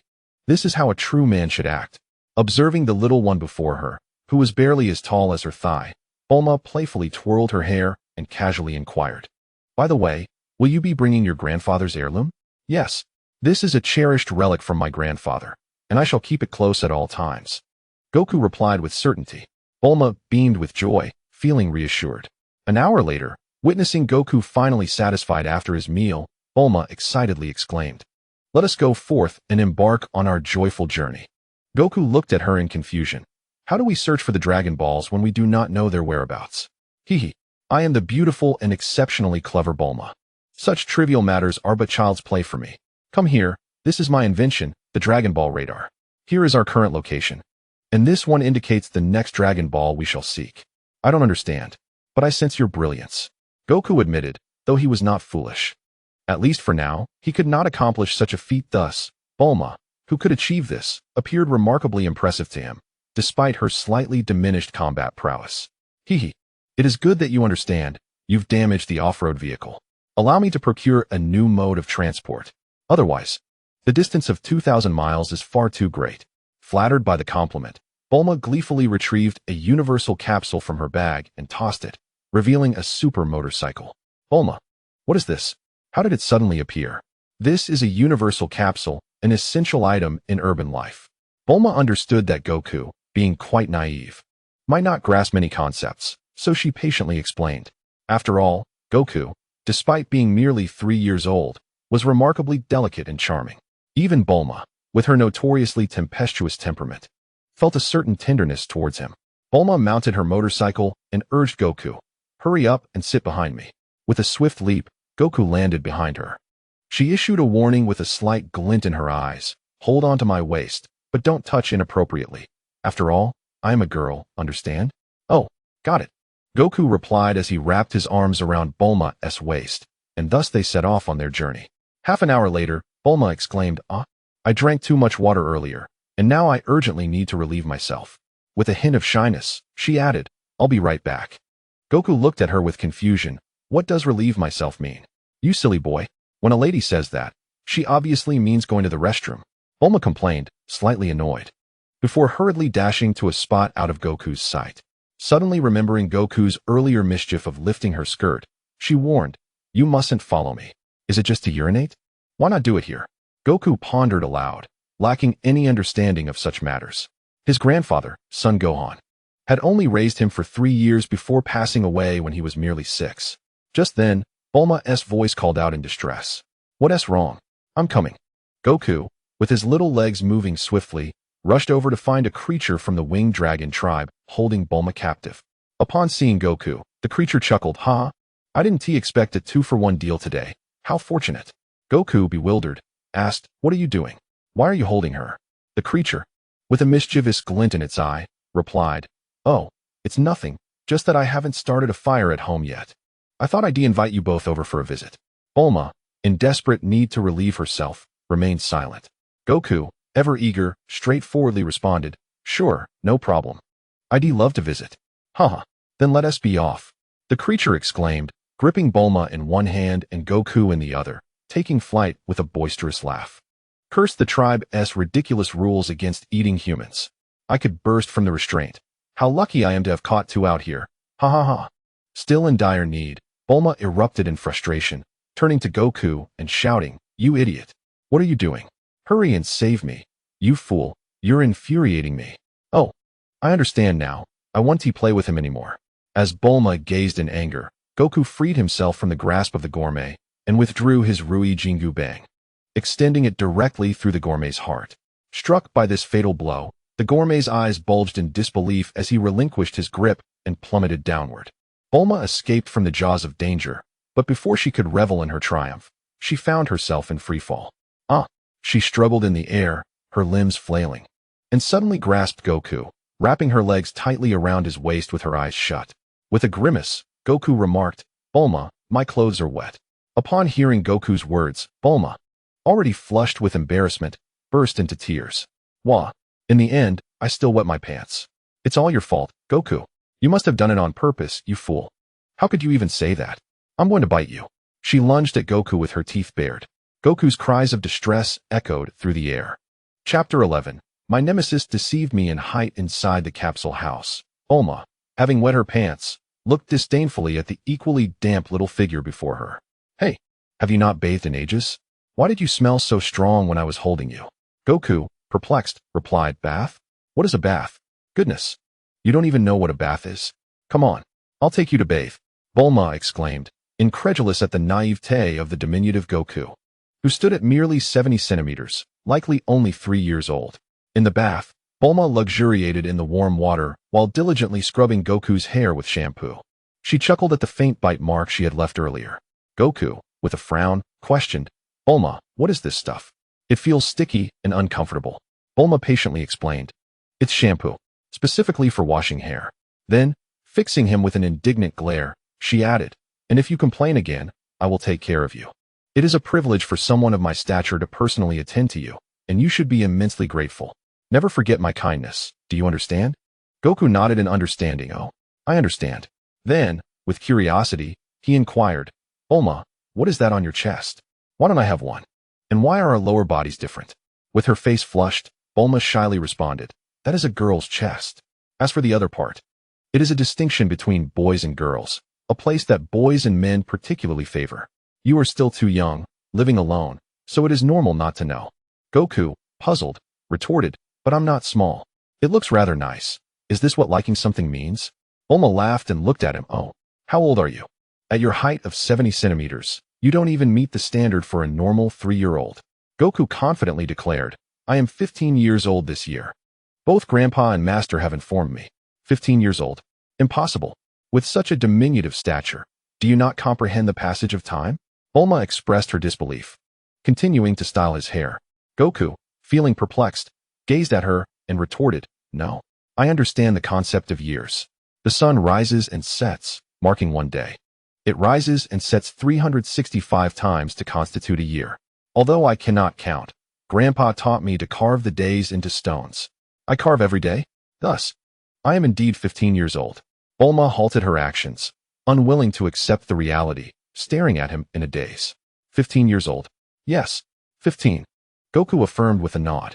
Ah, you rascal. Why did you not mention this sooner? Bulma exclaimed, suddenly pushing him into the water and hurriedly retreating to her bedroom. Goku emerged from the water, feeling dejected, and began to dry himself. Inside the bedroom, Bulma sat on the bed, hugging her legs, her mind reeling from the day's surreal events. Since encountering this fool, everything had spiraled out of control. Moments later, Goku entered, towel in hand, drying his hair. Bulma regained her senses slightly and glared at the audacious little imp before her, who was clearly lying about his age. Goku's tail, swaying unconsciously, caught her attention, prompting her to ask, hey, why haven't you removed that fake tail? Goku approached her, turning his back and presenting his tail. This is not a fake tail. It is my real tail. Skeptical, Bulma grasped the tail and squeezed it, discovering its surprisingly pleasant texture. She examined it further, ultimately confirming its authenticity. I feel like I have heard of someone with a tail before. Let me think. Think hard. My memory cannot fail me. After a moment, she exclaimed, I know. That foolish alien sought a scion, and it must be this insufferable little fool, my destined nemesis. Goku looked at her, puzzled. What is a scion? I do not know. Bulma scrutinized him closely, and after a moment, she replied, Scions are a fierce race, yet you appear anything but ferocious. It's rather pleasant to be near you. Really? Haha. Goku laughed joyfully. Bulma gradually rose to her feet, warning the cheeky fellow before her, I am not finished bathing yet. You are forbidden from peeking while I bathe. Otherwise, I shall bite you to death. Do you understand? Goku nodded vigorously. The painful lesson of the day etched firmly in his mind. Understood. I promise not to peek. Satisfied with the little imp's response, Bulma slowly made her way to the bathroom, accepting reality at last. As she luxuriated in the warm bath, her thoughts wandered. This fool must undoubtedly be a scion. The timeline aligns perfectly, just as Goku had been sought after. How infuriating that he is 15, yet stands not taller than a 3-year-old. Yet, he is undeniably adorable. Sigh. Since encountering him, my life has been thrown into disarray. I must confess my overabundance of confidence. Fortunately, he is not a nefarious character, otherwise I would find myself in dire straits today. I even found myself immersed in a pool with him, dutifully assisting him with his bath. It was my first experience witnessing the male anatomy, and never before had a boy seen me bathe. To my astonishment, he even lifted my skirt in broad daylight, revealing my pudding bear. This time, he has not aided me in locating the Dragon Balls. I, Bulma, vow that I shall not let him off the hook. After her bath, Bulma sat gracefully at her vanity, blow-drying her hair. Goku, who stood at the same height as her vanity, rubbed his belly and gazed at her with a frown, expressing his hunger. "Didn't you promise to feed me?" he complained. How infuriating it is that he is so adorably charming. Even my anger towards him requires some accumulation of fury. Bulma rose to retrieve food, and together they commenced their dinner. The bread was acceptable, though far too scant, and the soup bore an unpleasant bitterness. After finishing, Goku shared his culinary critique. "This is coffee." Bulma elegantly sipped her coffee before rising to fetch more bread, which Goku quickly devoured, though he still felt unsatisfied. Since mastering the Ultra Instinct, the energy generated automatically sustains his bodily needs, allowing him to endure long periods without food or water. However, a person accustomed to eating cannot quell the inner cravings for sustenance. Training and relishing delectable dishes are currently Goku's approach to enjoying life. As he spoke, he stood and moved towards the door. "I'll go find something to eat. Wait here." "What? At this hour? You must return quickly, or I shall not spare you." Though Bulma felt a tinge of fear being alone, her pride prevented her from openly admitting it. "I will be back shortly." A quarter of an hour later, Goku's voice echoed from outside. "I'm back." Returning so slowly, Bulma complained as she rose to open the door. "You fool. You have no idea how frightening it is to be alone." Upon opening the door, she was met not with Goku, but a massive black bear, its dark eyes glaring menacingly at her. She immediately turned and slammed the door shut, leaning heavily against it as she gasped for breath. Observing Bulma's peculiar reaction, Goku called out from the doorway, "Hey, what is going on?" Bulma turned to the door, perplexed. "Goku, where are you?" "I'm right here at the door." Clenching her fists in frustration, Bulma retorted, "Don't deceive me. Isn't there a gigantic black bear at the door?" "Oh, I'm beneath the bear." The door gradually opened a crack, and through the gap, Bulma scrutinized intently, finally catching sight of Goku's figure. Being of diminutive stature, she was entirely overshadowed by the bear's enormous paws. After regaining her composure, Bulma hastily opened the door and, in a fit of anger, delivered a swift blow to Goku's head. "Haha, Bulma, you are far more formidable than the bear, managing to strike me so effortlessly," Goku chuckled, grinning broadly with his eyes narrowed in mirth as he gazed at the adorable little figure before him. Bulma, unable to maintain her irritation, crossed her arms triumphantly and declared, "Humph, I am the clever and beautiful Bulma. Here, Bulma, you can roast this and have a meal," Goku said, nonchalantly tossing the black bear aside. "No way. You expect a delicate girl like me to do that? How could you even suggest such a thing? The bear is enormous, and I can barely lift one of its paws." Rolling her eyes at Goku, Bulma turned and retreated into the house. Outside, Goku swiftly kindled a fire and began to prepare the bear by skinning and roasting it. An hour later, Goku called out loudly, "Hey, it's almost done. Are you really not going to eat?" "No, it's too late. I've already brushed my teeth," Bulma's voice echoed back. Chapter 12. I will not let you escape. As night deepened, after Goku had finished his meal, Bulma personally supervised his toothbrushing before leading him to the bedroom. Goku leaped onto the bed, bouncing slightly. "This comforter is so soft, it feels wonderful. I haven't shared a bed with anyone in ages." "What? You actually want to sleep with me?" Bulma gazed at him in disbelief, then, slightly flattered, responded, "But that is only natural, given my beauty. However, you're already 15. "Absolutely not. I'll prepare a bed for you. I'll sleep on the main bed." With that, she swiftly retrieved a fresh blanket, pillow, and quilt, setting up another bed right next to hers, ensuring she wouldn't feel afraid while camping in the wilderness. Goku reminisced about his past with his grandfather and sighed. "Can't we sleep together? It was so comfortable resting my head on Grandpa's thigh. Don't even think about it. If you were 3 years old, I might consider it, but you're just a pretender. You infuriate me," Bulma exclaimed, grabbing the insufferable boy and tossing him onto his bed. With a warning glare, she added, "I'll tell you this. Don't even think about climbing over here. Otherwise, I'll bite you to death by morning." "Oh no, no, I promise to behave." Like a chick pecking at grains, the two settled into their respective beds, and Bulma softly inquired, "So, Goku, have you always lived with your grandfather? What about your parents?" Goku pondered for a moment before cheerfully responding, I lived with Grandpa for 3 years. He found and raised me. I don't know anything about my parents. How remarkable.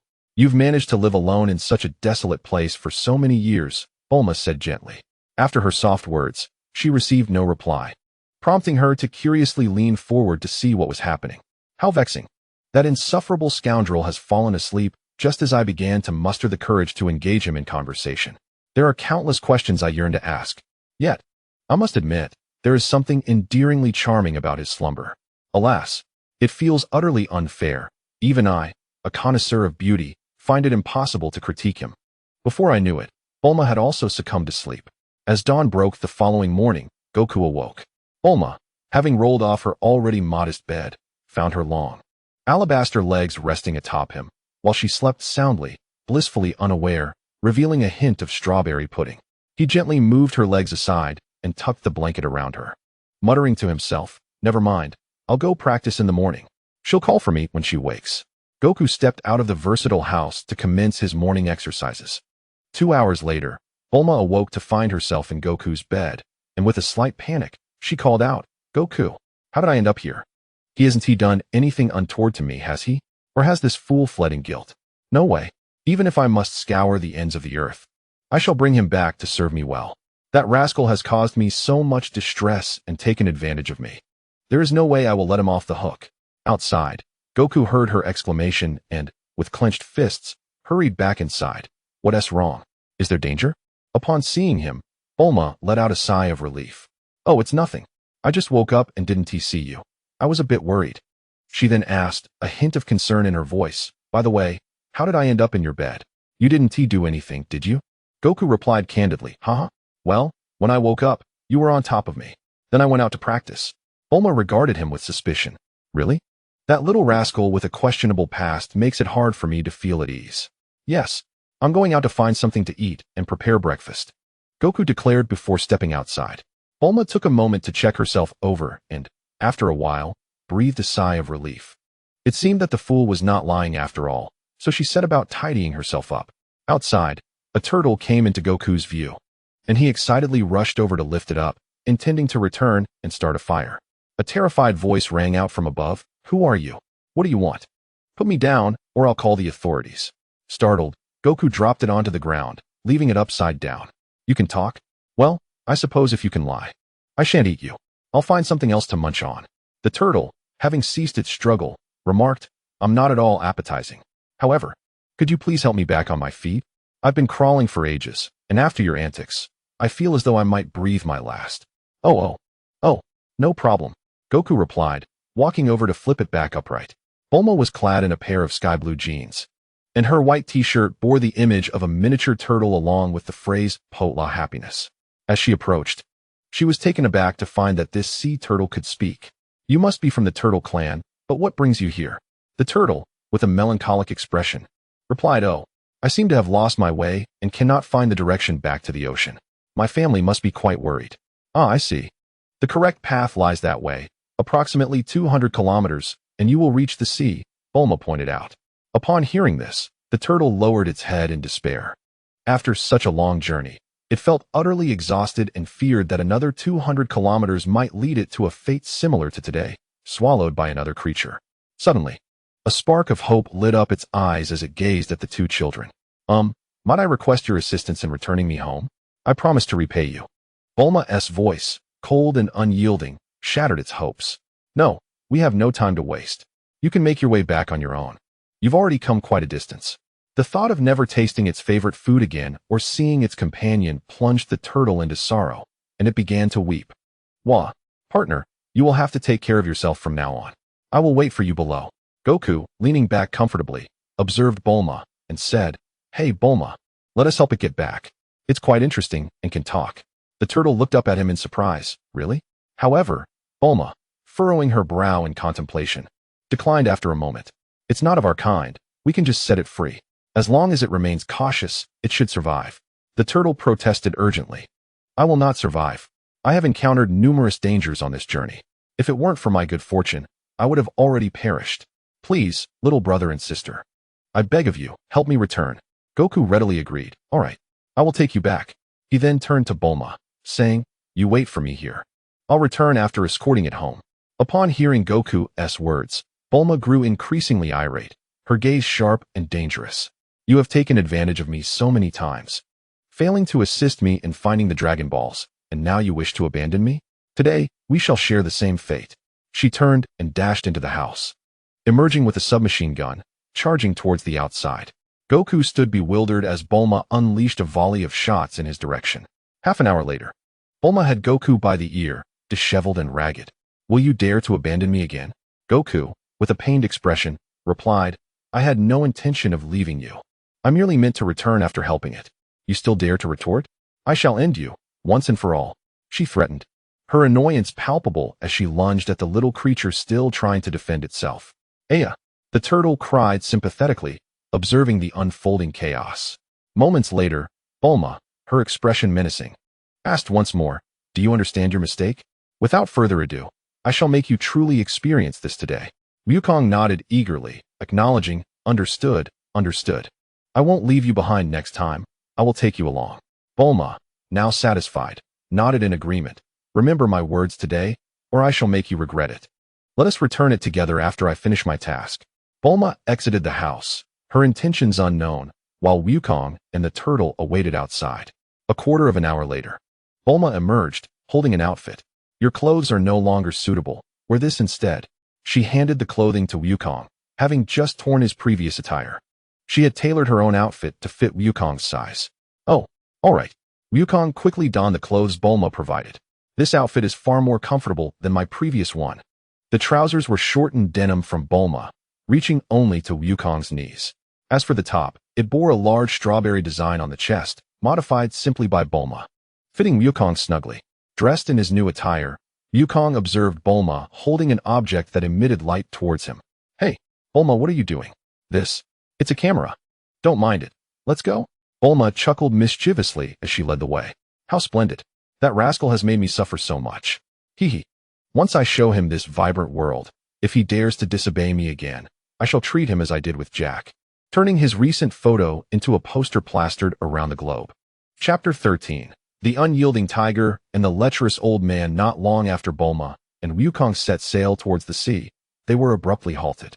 A humanoid creature, resembling a tiger with skin of a similar hue, clad in armor and towering at 5 meters, wielding a 3-meter-long blade, stood in their path, blocking their way. Eyeing the turtle Wukong carried, it drooled with anticipation and spoke in a deep, gruff voice. "This is my territory. I can. Wait, let me count. Listen well. Each day I can water 1 tree, 3 blades of grass, and fertilize a patch of land the size of my palm. Just look at how splendid this tree has grown and how lush the grass is. For decades, there has not been a spot here that I have not irrigated. This path was forged by my own feet. Just a moment, I shall organize my words."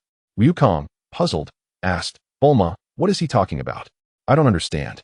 "He's referring to urination," Bulma whispered, her cheeks flushed. The burly humanoid pondered for a moment, then inquired, "Are you visiting my home without a gift?" "Today, I shall not make it difficult for you. Simply give me that turtle. I have a fondness for turtle meat.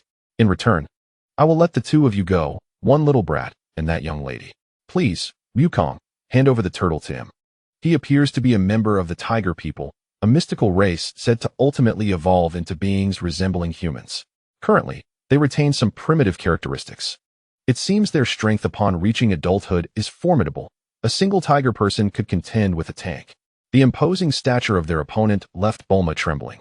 She felt immense gratitude for being spared, though she lamented her inability to protect the turtle. The young girl was indeed correct.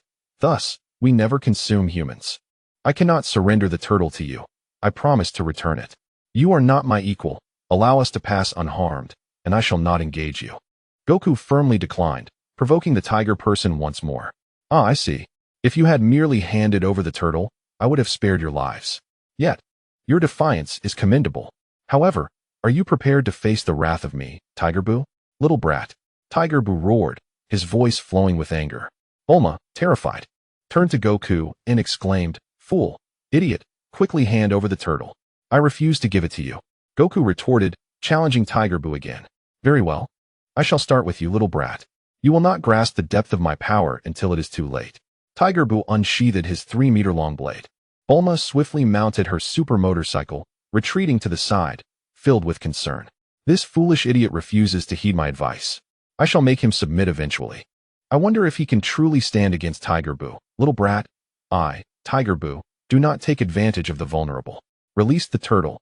Tiger Boo's scarred eyes gleamed with arrogance. Goku addressed the turtle. I am setting you down now. He stepped aside and gently placed the turtle on the ground. Trembling in terror, the turtle scurried away at an unnatural speed, seeking refuge near Bulma. Seeing that Goku had created some distance, Bulma shouted, Goku, now's your chance. Run. Ignoring her plea, Goku approached Tiger Boo. You despicable scoundrel. When you fall, I shall collect your remains. You infuriate me. Tiger Boo gazed seriously at the diminutive figure before him and stated, Little brat, today, either I, Tiger Boo, will fall, or you shall. The sword knows no mercy. Do not blame me for your demise, for you have brought this upon yourself. Should you be defeated, I will bury you, and as for that young lady, I shall let her be. Even a small opponent who dares to challenge him earns his respect. Goku readily accepted. All right. Understood, bring it on. A 3-meter-long broadsword scraped against the ground, dragged forward by the relentless Tiger Boo, as it charged towards Wukong. Just as Wukong entered the range of attack, Tiger Boo executed a fierce upward slash. With a slight sidestep to the left, Wukong narrowly evaded the blade's arc. Little brat, it seems fortune favors you. But your luck shall soon run out, Tiger Boo declared. Following his words, he swung his sword in relentless downward strikes and sweeping motions, yet Wukong deftly sidestepped each assault. Hey, do you have any other moves? Hurry and show them, or I shall strike. Wukong taunted. How dare you, insolent brat? You repeatedly underestimate me, Tiger Boo. Behold my ultimate technique, the Dragon Slaughter. Enraged, Tiger Boo leapt high into the air, swinging his sword horizontally, spinning like a whirlwind as he descended towards Wukong. Bulma and the turtle watched the fierce confrontation with bated breath. Well, it appears you are done for. Let's move on, shall we? Since you are not so bad, I shall let this slide. Wukong thought ahead, leaping gracefully to the side, appearing beside Tiger Boo's head. With the swiftness of the wind, he executed a horizontal sweep with his left foot, sending Tiger Boo's massive form crashing into the mountainside, unconscious. Wukong, while I knew of your strength, I never anticipated you were this formidable. Bulma and the turtle approached Wukong.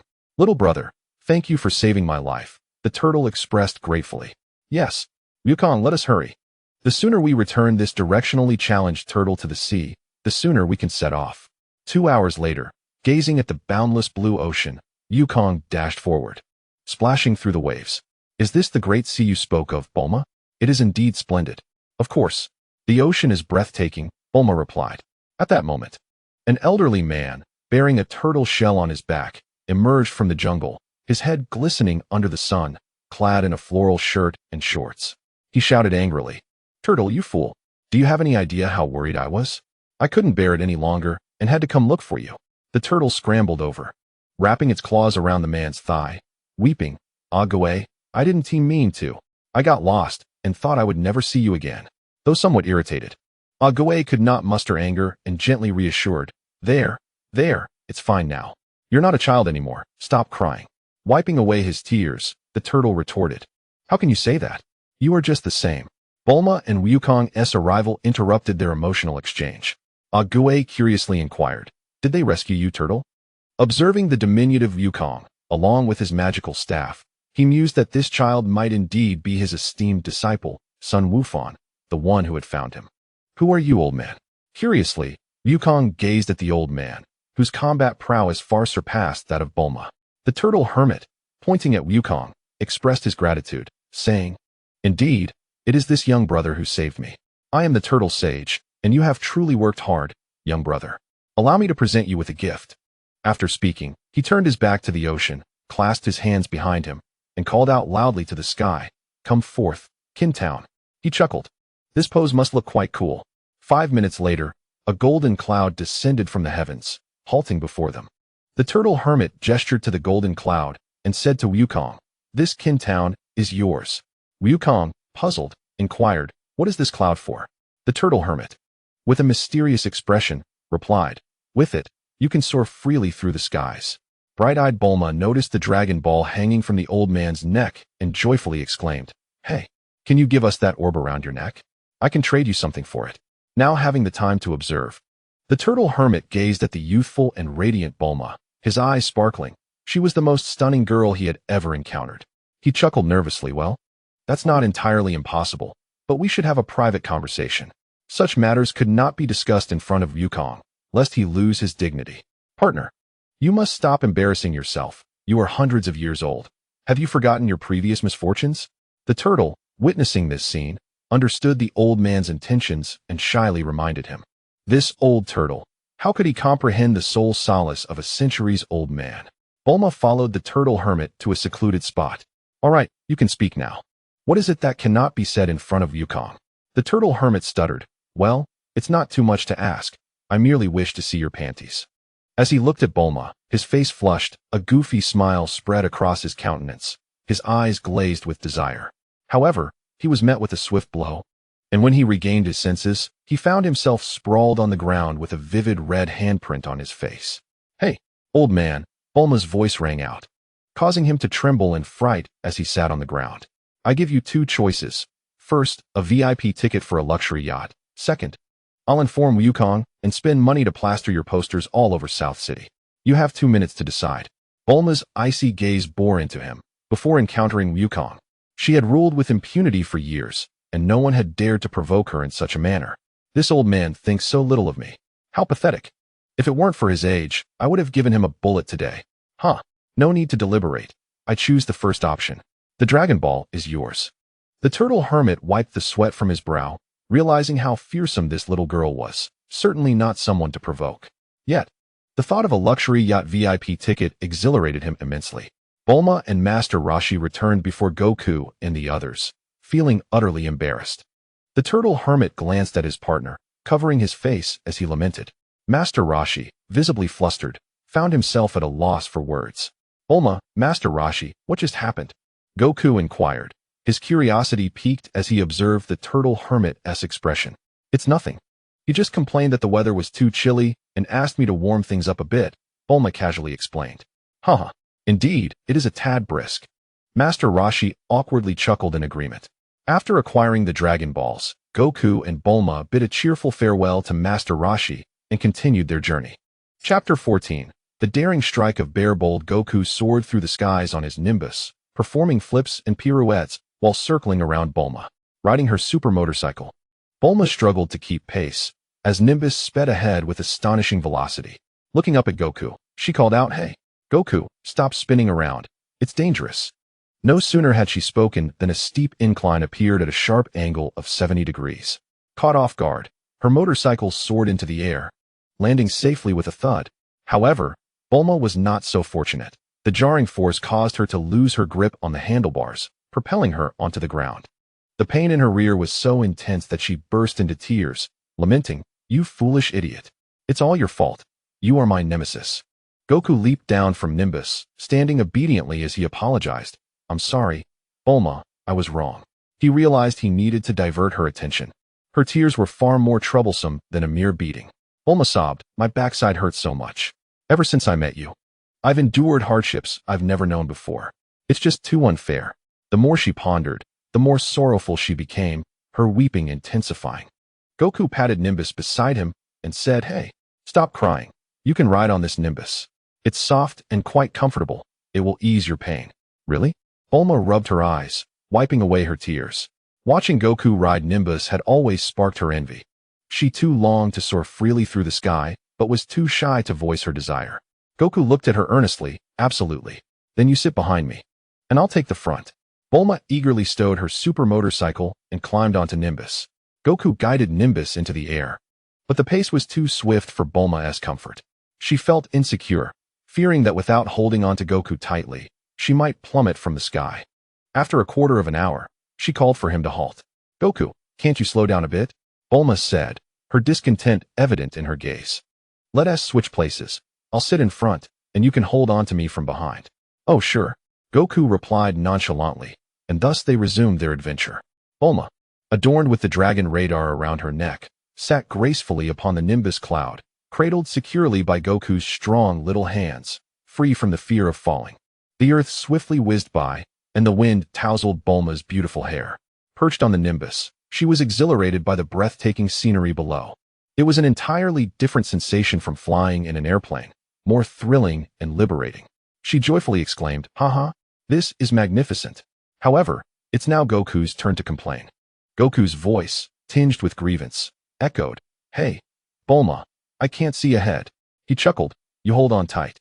Once we reach the town, I'll treat you to a feast. Whole roasted lamb, whole roasted beef, roast duck, clay-baked chicken, steamed abalone, braised bear paw, crispy century eggs, playful jumping eggs, whatever you desire. I shall order for you." Bulma enthusiastically listed numerous dishes, many of which Goku had never even heard of. His usual fare consisted of bears, tigers, and fish. He had never encountered lamb, beef, or even chicken, and his mouth watered at the thought. "Really? Bulma, you're not deceiving me, are you? Last time, you promised to treat me, and all I got was bread, coffee, milk, and vegetables," Goku said skeptically, his gaze fixed on her, clearly not one to be easily fooled. "Indeed, it was only because we hadn't yet reached a town. I could only offer you bread," Bulma replied with unwavering conviction. "All right, I shall trust you.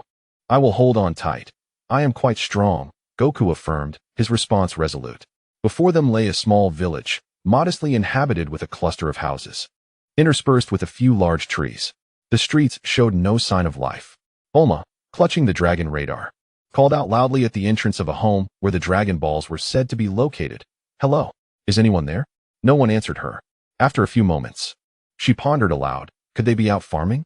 "No one appears to be home," Goku assured her. "There is someone inside. Just step aside and watch me." He then advanced and forcefully smashed the door lock with a punch, stepping boldly inside. "You are far too reckless," Bulma remarked, following him, when suddenly, a glint caught her eye. A gleaming axe descended from above, striking Goku squarely on the head. "Ah!" Bulma squeezed her eyes shut, screaming in terror, utterly horrified by the scene. Unable to fathom Goku's condition, axe shards scattered across the floor, yet Goku remained unscathed. He stared at the middle-aged man who had attacked him and queried, "What are you doing?" "Hey, Goku isn't dead." Bulma heard the voice and began to calm down, cautiously opening her eyes. The audacious man, wielding the wooden axe handle, bellowed, "If you wish to kill me, go ahead. I have no intention of living. My daughter is only 6 years old. If she were to marry you, what future would she have? Come at me. Today, I shall stride forth, crossing over the body of the old man. If I furrow my brow today, I shall not be called Xiongdabin." Ever since Wulong took a fancy to his own daughter, he has been living in constant trepidation. However, his daughter is his precious treasure, and it is utterly inconceivable for him to marry her off to Wulong. As long as Wulong lives, Xiongdabin cannot. Wukong, perplexed, inquired, "Who is Wulong?" "Oh, aren't you Wulong?" Xiongdabin gazed at them in confusion. "You imbecile, do you even know who Wulong is? If you had struck not Wukong, but me, I would have already met my end." Even Wukong himself was nearly frightened to death just now. Bulma's furious roar echoed around them. Xiongdabin stumbled and fell to the ground, quickly rising to bow and apologize. I'm sorry. I did not know you were not Wulong." "Is saying sorry of any use? What do we need the police for then? Would you prefer I hand you an axe instead?" Bulma's fury remained palpable, her chest heaving with intensity. She had indeed been terrified moments ago, as the axe had swung perilously close to her. Xiongdabin acknowledged his grave mistake, repeatedly apologizing.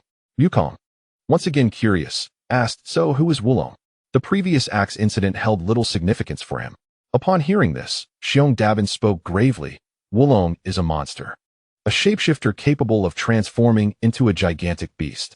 Several nearby villages have been stripped of their wealth by him. Moreover, he is exceedingly lecherous, having already abducted several young girls. Just a few days ago, he reappeared and set his sights on my 6-year-old daughter. Today, he intends to marry her. And I mistook you for Wulong." Bulma gradually calmed down. Although this man had been reckless, his intentions were ultimately for the sake of his daughter. So she decided to let it go. She gazed at him quizzically. "Then why don't you flee?" Xiongdabin replied with indignation, "I had contemplated escaping with my family. But he issued a dire warning. If we dare to run, he would slaughter everyone in our village." Bulma produced the Dragon Ball and showed it to him. "Hey, you must possess this item. If you hand it over to me, I shall overlook the fright you caused me earlier, and I can also assist you in dealing with Wulong." Without hesitation, Xiongdabin responded, "Indeed, I have it. It serves little purpose here. If giving it to you can atone for my previous misdeeds, take it." However, he shook his head, rejecting Bulma's offer. As for Wulong, he is quite formidable. You all appear rather inexperienced. It would be wise not to take unnecessary risks. Rest assured, Bulma replied confidently. You witnessed Wukong's prowess just moments ago, and I have a comprehensive strategy in place. No matter how formidable he may be, a blade of desire shall carve his fate. Bulma broke into a mischievous grin and borrowed the dress of Bear Daring's 6-year-old daughter without affording Goku a chance to protest. She immediately set about assisting him in putting it on. Goku, take this, it's a charm potion. You will pretend to be this little girl. And when Oolong comes to marry you and takes you back to his lair, you'll find an opportunity to administer it to him. Thus resolving the situation effortlessly and ensuring the girl's safety, Bulma explained her plan meticulously. Goku grimaced, saying, Bulma, I am quite intrigued by your scheme. However, must I wear this dress? It's rather cumbersome. This is for the safety of those girls, so you must wear it properly, understand? Bulma insisted, casually retrieving a camera and snapping a few pictures. Goku resignedly accepted the arrangement, saying, understood. Chapter 15.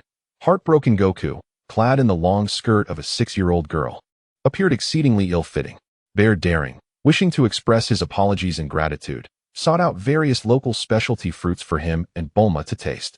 Suddenly, Oolong arrived, and the villagers responsible for delivering the news came rushing in, their voices frantic. Everyone quickly concealed themselves, and Bulma hurriedly pushed the faux girl out. Curious about Bulma's intentions, Goku asked, Bulma, are you going to fight alongside me? Fool, I am merely a delicate girl. Fighting is your task. I've come out because it is inconvenient to speak in front of them. Remember, if things go awry, come back immediately and help me escape, Bulma instructed earnestly, bending down to whisper in his ear. Understanding her directive, Goku replied, all right. If anything unexpected happens, I'll rush in and take you away. Good luck, Goku. I will be praying for you from the sidelines. Remember to follow the plan. If it succeeds, I shall come to find you using the locator. Bulma reassured him as she retreated into the house, peering through a gap in the door to observe the unfolding situation. In accordance with Bulma's instructions, Goku stood still in the long skirt. Minutes passed before the ground trembled with the sound of heavy footsteps approaching. A towering creature, standing 4 meters tall and 2.5 meters wide, with red skin and 2 horns protruding from its head, approached. Its gaze fixated on the charming silhouette of the girl in the lovely dress. Overwhelmed with excitement, Oolong opened his mouth wide and softly exclaimed, little darling, I've come to fetch you. Your hair seems much shorter than yesterday. Turn around and let me have a proper look at you. The faux girl Goku, upon hearing this, turned to face Oolong. Standing before him was a girl adorned with lipstick, eyeshadow, and a delicate ornament affixed to her forehead. Oolong's face instantly flushed crimson, his tone becoming increasingly urgent. You are not the same girl from yesterday. However, you are simply too adorable. Truly remarkable. You are nothing short of an angel. Oolong, let us return home swiftly. The girl, Goku, awkwardly recited the script arranged by Bulma. Inside, Bulma, observing the situation outside, overheard and exclaimed, fool, your acting is woefully inadequate. Thankfully, your innate beauty and pleasant voice save you from being discovered. Do not fret, darling. What of your parents? I must express my heartfelt gratitude to them. Oh, I am utterly blissful. Oolong's heart raced. I am finally about to realize my wish. Next door? Bulma stifled a laugh. Goku candidly informed him, I do not have parents. Oolong felt as though his heart might shatter. Rest assured, my dear. From now on, I shall take good care of you. You are my precious one, my everything. Come, let us return home. Oolong extended his enormous hand, and Goku stepped up, ultimately being placed upon his shoulder as they swiftly departed. Shortly thereafter, Bulma, armed with a locator and accompanied by the brave bear, stealthily followed them. Oolong had scarcely begun to run with Goku when he reverted to his original form, a cute, pink piglet, even shorter than Goku, and clad in a sleeveless outfit. He quickly summoned a lavish floating vehicle, taking the driver's seat. Darling, hop on. This is a limited edition, quite expensive. Goku, with his silver eyes gleaming, had already discerned Oolong's true nature and was not the least bit surprised. Nevertheless, he resolved to adhere to Bulma's plan, finding it rather amusing. Half an hour later, they arrived at Oolong's opulent palace nestled in the deep mountains. Goku settled onto the sofa while Oolong gazed dreamily at the angel before him, affectionately asking, my dear, what would you like to drink? I have everything here. Goku replied with a slightly stiff tone. How about a jug of wine? I wish to feed you personally. Haha, no problem. What a splendid idea. I shall fetch the wine at once, Oolong responded, swiftly producing a jug and eagerly sitting beside Goku, filling a glass to the brim. The disguised girl smiled brightly, saying, Now, close your eyes. I will feed you. Very well, I shall close my eyes now, Goku agreed. Oolong, his cheeks flushed, shut his eyes. Goku retrieved the potion Bulma had given him, pouring it entirely into the wine glass. Then pinching Oolong's nose to pour it all down. Cough, cough, cough. Oolong sputtered, attempting to speak but collapsing onto the sofa. 20 minutes later, Bulma gazed at the small pink pig in confusion, asking, Is this truly Oolong, the enormous creature from before? Goku, sitting confidently, affirmed, Indeed. This is just how he looks. At last, the bold bear returned, awkwardly smiling. Well, I've located all those lost girls. This little pig did not treat them poorly. They simply grew too comfortable and didn't wish to return home. After pondering for a moment, Bulma replied, I see. It appears this pig isn't entirely malevolent. Goku, tie it up with some rope. We shall take it along on our journey. Its shape-shifting ability may prove useful. Turning to the bold bear, she added, Take the remaining treasures from the palace back to the villagers. Goku and I will set off shortly. The bear, visibly excited, looked at them and said, Let us treat you both well. We didn't have time to prepare properly at home. No need for that. We have matters to attend to and cannot afford to delay. Bulma decisively declined. The village offered little of interest, and now that the Dragon Balls had been found, continuing the adventure with Goku seemed far more appealing. The bear expressed regret. I understand. Thank you both immensely for your assistance. I shudder to think what might have transpired otherwise. No need for gratitude. It's settled then. Goku, bring along that pig. We're off, Bulma declared, leading the way, with Goku following closely behind, carrying Oolong. Outside the palace, Bulma delicately rested her chin in thought for a moment. Goku, can you tie Oolong's rope around yourself? Will you be able to carry him in the air? No problem. That's a trivial task for me, Goku replied, looking at her curiously. But why do we need to do this? Bulma smiled gently. This creature is indeed a rogue. It won't relent unless it's taught a lesson. We'll frighten it a little, and once it's in despair, it will submit. Goku suddenly understood and exclaimed, Ah, I see. Let us go then. The nimbus cloud descended, and Goku set off, carrying Oolong. In the air, Oolong drifted with the wind, jolted awake by the fierce gusts. It opened its eyes, bewildered, and screamed in terror, Ah, who are you? How did I end up like this? It attempted to transform, but found itself devoid of strength. Bulma, pointing at Goku, laughed. Isn't this your treasure? Your beloved has taken an interest in you, and is ready to embark on a journey together. Oolong gazed in shock at Goku. Now devoid of makeup, its heart shattered, mouth trembling with excitement. You. How could you treat me this way? My romance hasn't even begun. And now it's over. I will not let this go unpunished. Growing increasingly agitated, it finally shouted, Ah, you two scoundrels. I will seek my revenge on you for this cruelty. Bulma elegantly tucked her hair behind her ear, looking at it with amusement. Oh, really? I suggest you wish for your own good fortune. And with that, she ignored Oolong. Realizing its predicament, Oolong stubbornly held on, unwilling to concede defeat. 15 minutes had elapsed when Oolong, gripped by terror, realized that if this continued, his fate would be sealed. He cried out in desperation, Help! Someone please! He lamented that a child had been kidnapped. Another quarter of an hour passed, and Oolong's voice had grown hoarse, yet no one responded to his pleas. Despair washed over him, and waves of pain coursed through his body. I can't hold on any longer.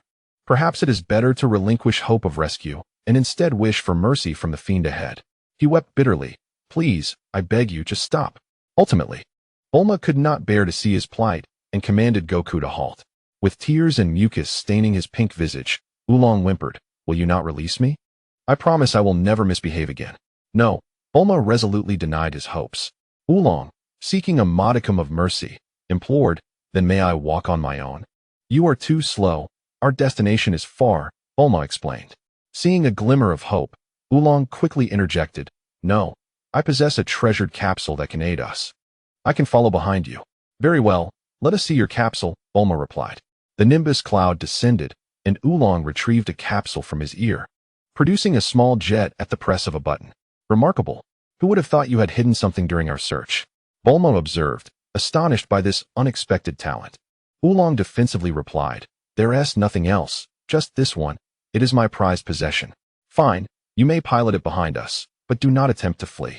You've seen the speed of the Nimbus. Should you dare to escape, I shall have Goku roast you." Bulma warned fiercely against any treachery. Goku glanced at Oolong with a smirk. "Hey, Bulma, he is so small, he wouldn't even suffice for a snack." Oolong's face paled, and he quickly protested, No, I want to run away." Thus, Oolong set off, piloting his miniature jet in their wake. Chapter 16. Resignation. 3 days after his capture, Oolong finally composed himself. Emerging from the shadows of his previous despair, the group now rested by a lakeside, a roaring fire crackling as they roasted a variety of foods. "Oolong, how does your transformation ability work?" Bulma inquired, intrigued by his shape-shifting prowess. "It was invented by a great ancestor of our mystical clan, but alas, humans cannot master it. Transformations deplete my internal energy. At present, I can only morph into a cow. Once my energy is exhausted, I revert to my original form. I can only transform again once I have regained my strength, and I cannot change into things that are too small or too large," Oolong explained, then curiously asked, "But I still do not know where you are headed." "To Frying Bread Mountain, where a dragon ball lies," Bulma casually remarked, nibbling on her food. Upon hearing the news, Oolong stood up in fright. "What? The Bread Mountain? You intend to go there?" Wukong looked at him curiously. "Do you know that place?" Oolong replied with trepidation. "You are unaware? There dwells a terrifying bull demon king, a malevolent tyrant of legend." Oolong expressed his fear, having grown up hearing tales of the bull demon king's notorious deeds. What kind of monster could he be? "Wukong will defeat him," Bulma remarked, her faith in Wukong unwavering. Oolong protested vehemently. "You cannot fathom the bull demon king's dreadfulness. Anyone who approaches him meets a grim fate. Is he truly so formidable?" "Splendid." Wukong's excitement grew. Only by confronting a powerful adversary could he witness fascinating martial arts techniques. Oolong despaired, thinking, "These two are reckless. I cannot accompany these two demons to certain doom." Compared to these newly acquainted fiends, the bull demon king had haunted his childhood as a nightmare. Determined to defy his fate, Oolong stood resolutely. "Had you merely sought a leisurely excursion, I would have joined you as a tourist. But now that you aim for death, I shall not yield. Come, let us settle this once and for all. The victor shall reign, and the vanquished shall serve." The little pig, with its tiny legs, scurried away, keeping a wary eye on Wukong and Bulma. Wukong stood up. "Oolong, since you wish to duel, do not weep like last time." Oolong glared indignantly. "Had you not used cunning to catch me off guard, the outcome would have been uncertain." "Very well, then come forth." Wukong could not deter the little pig's self-destructive tendencies. Oolong immediately transformed, his body swelling and morphing into a blue wild bull with 2 sharp horns. He pawed the ground and charged at the little rascal before him, eager to lift the one who had caused him such distress. In the next moment, 2 small hands grasped his horns, lifting him effortlessly. "What is happening?" he exclaimed, as his forehooves flailed helplessly in midair. Wukong held the wild bull aloft and then crashed him to the ground, creating a shallow crater. The impact left Oolong severely injured, causing him to faint and revert to his original form. Bulma approached and splashed water on him to awaken him. Disoriented, Oolong slowly rose, the intense pain causing him to wail, "Ah, it hurts." Bulma fixed him with a sharp gaze. "If you cry again, I will have Wukong strike you. Open your mouth." Unconsciously, Oolong complied, momentarily halting his sobs. With a snap of her fingers, Bulma sent a carefully calculated projectile directly into Oolong's mouth, which he swallowed. Oolong, in a state of panic, clutched at his throat, attempting to induce vomiting, but to no avail. Frantically, he inquired, "What have you given me? It can't possibly be poison. I do not wish to die." Bulma responded with a gentle smile, one that illuminated the world around her. Oolong, perplexed, gazed at her. "What do you mean by illuminating the world?" "Ah, it is nothing," she replied. "But should you dare to flee again, venturing beyond a 2-kilometer radius from me, this pill will explode within your belly, compelling you to laugh uncontrollably until you collapse like a desiccated corpse, with no antidote in sight. Think wisely before you attempt to escape again. There shall be no second chance for you." Bulma nonchalantly divulged the effects of the vitamin pill she had thrust into Oolong's mouth. In a state of trepidation, Oolong immediately pledged, "I shall never run again. It's just the Ox King, after all. I will risk my life, You need not worry. Yet he implored, please, do not let it explode. I still have much life left to live. Captives, too, deserve leniency. These two scoundrels, one strikes me, the other poisons me. Together, I am doomed. Bulma fixed him with a serious gaze and replied, as long as you do not flee and obey my commands, I shall not mistreat you. Unwilling to accept such a dismal fate, Yulong made a peculiar request. Really? Then I desire a woman's panties. Would that be permissible? Bulma, baffled, retorted, I cannot fathom why a pig like you would desire such a thing. Wouldn't a female pig suffice? Encountering such a situation for the second time, she sighed, covering her face in exasperation. Fortunately, this pig's intellect surpassed that of the previous elderly man. Otherwise, Goku would soon have roasted pig for dinner. Yulong protested softly. Do not equate me with an ordinary pig. I am a pig of wisdom. I have received an education akin to yours. Very well. As long as you perform diligently and meet my satisfaction, I shall reward you and take you to the city to purchase your own. Bulma resigned herself to the task of managing this troublesome pig. Deal. In an instant, the once pallid visage of the pig was miraculously adorned with a blush of pink. Now, come closer and tell us about the explosive bread mountain. Bulma cast a sidelong glance at him before returning to her seat, delicately nibbling on her food. With a heavy heart, Yulong began to recount. I have heard that long ago, Bread Mountain was not its name, but rather Flame Mountain. Periodically, the fires of Flame Mountain would extinguish, only to reignite after a considerable duration. The Ox King only moved there later. Recently, Flame Mountain has caught fire again. Bulma, intrigued, remarked, that sounds rather fascinating. Let us eat, and then continue our journey. We shall soon witness Flame Mountain for ourselves. Yulong resigned himself to his fate, lowering his head in despondency as he earnestly consumed the food before him, contemplating that this might be his final meal in this life. Chapter 17. It is impossible for any girl to like you. The sun still required a while to descend, casting its light over the expansive, flat expanse of the desolate plain, where prickly cacti were sparsely scattered. Lo, earthen mounds rose from the ground, and large boulders lay chaotically strewn about, evoking a profound sense of desolation. Bulma and Goku descended from the nimbus cloud, their versatile capsule landing softly on the earth, while an opulent hovercar floated before them. This was a trophy seized from Oolong, and at Bulma's subtle signal, Oolong willingly took the driver's seat. As the pig driver maneuvered the hovercar forward, their movements caught the attention of some individuals with nefarious intentions. Master Yamcha, a lucrative opportunity has presented itself, and it appears that my former nemesis, Oolong, is among them. I shall seize it and bind him, leaving him utterly exposed, remarked a peculiar flying fox, retracting its binoculars and addressing the figures within a nearby cave. Huh, splendid. A twofold advantage. I have heard much of this Oolong from you. Indeed, an inescapable entanglement. Yet, it is fortuitous, for we have not had an opportunity for quite some time, and if this continues, we shall surely starve, Yamcha exclaimed, joyfully taking the binoculars to peer into the distance. Ah, a child, a girl, and that pig dragon. They likely possess little cash, but their vehicle is rather impressive. Perhaps there are more versatile capsules yet. Oolong mused, his tone revealing a hint of jealousy. The flying fox, visibly excited, added, he is indeed cunning. Although he is a pig, his intellect rivals our own. In school, he tricked me numerous times, only to later turn the tables. I shall ensure he receives his due retribution. Fear not, Puyalu, ignite the engines of our antique, Yamcha commanded. Yes, Master Yamcha. Meanwhile, Bulma and Goku were merrily admiring the scenery, engaging in casual conversation, for this place was vastly different from their usual surroundings. Suddenly, a rudimentary, earth-toned off-road vehicle approached, rattling as it belched black exhaust, enveloping the air in swirling dust. There's someone ahead. They seem to be heading our way. I sense ill intentions. Bulma quickly deduced, recognizing the vehicle's trajectory. 5 minutes later, Oolong found himself cornered, the primitive off-roader blocking their path. The door swung open, revealing a striking young man, clad in unrefined attire with a vibrant red and green palette, a large crimson scarf draped around his neck, and a knife sheathed at his waist, accompanied by a peculiar flying fox. Goku and the others also exited their vehicle, and thus, a standoff ensued. The stranger spoke first. Hey, who are you? Goku inquired, his brow furrowed in confusion. I am Yamchu, a desert bandit reigning over these wilds. This is my partner, Puyalu. If you wish to survive, Surrender your money and versatile capsules, Yamcha declared, brandishing his gleaming blade with a sinister grin.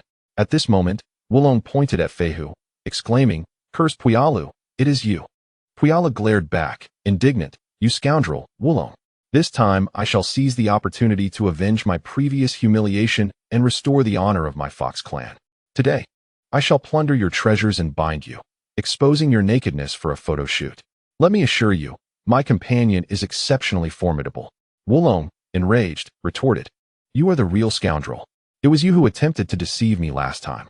Indeed, I find the principal's undergarments appealing, but I lack the audacity to steal them.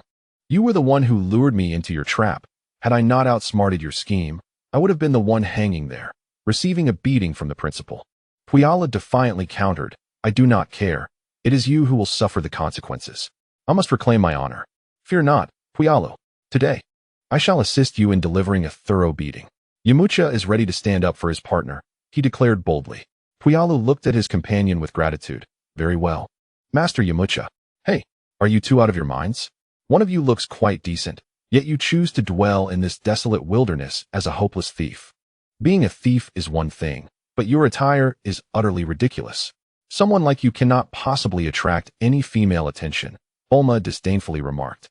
Her gaze filled with scorn as she turned her ire towards Puyalu. "How foolish for the wise Fox clan to squander their intellect on thievery. It is impossible for anyone to like you. It is simply impossible." Yamcha, unable to contemplate anything else, found those words echoing in his mind. With a thud, he fell stiffly to the ground, lying motionless. "Yamcha, Yamcha." Puyalu, disregarding Bulma, anxiously nudged his companion, but there was no response.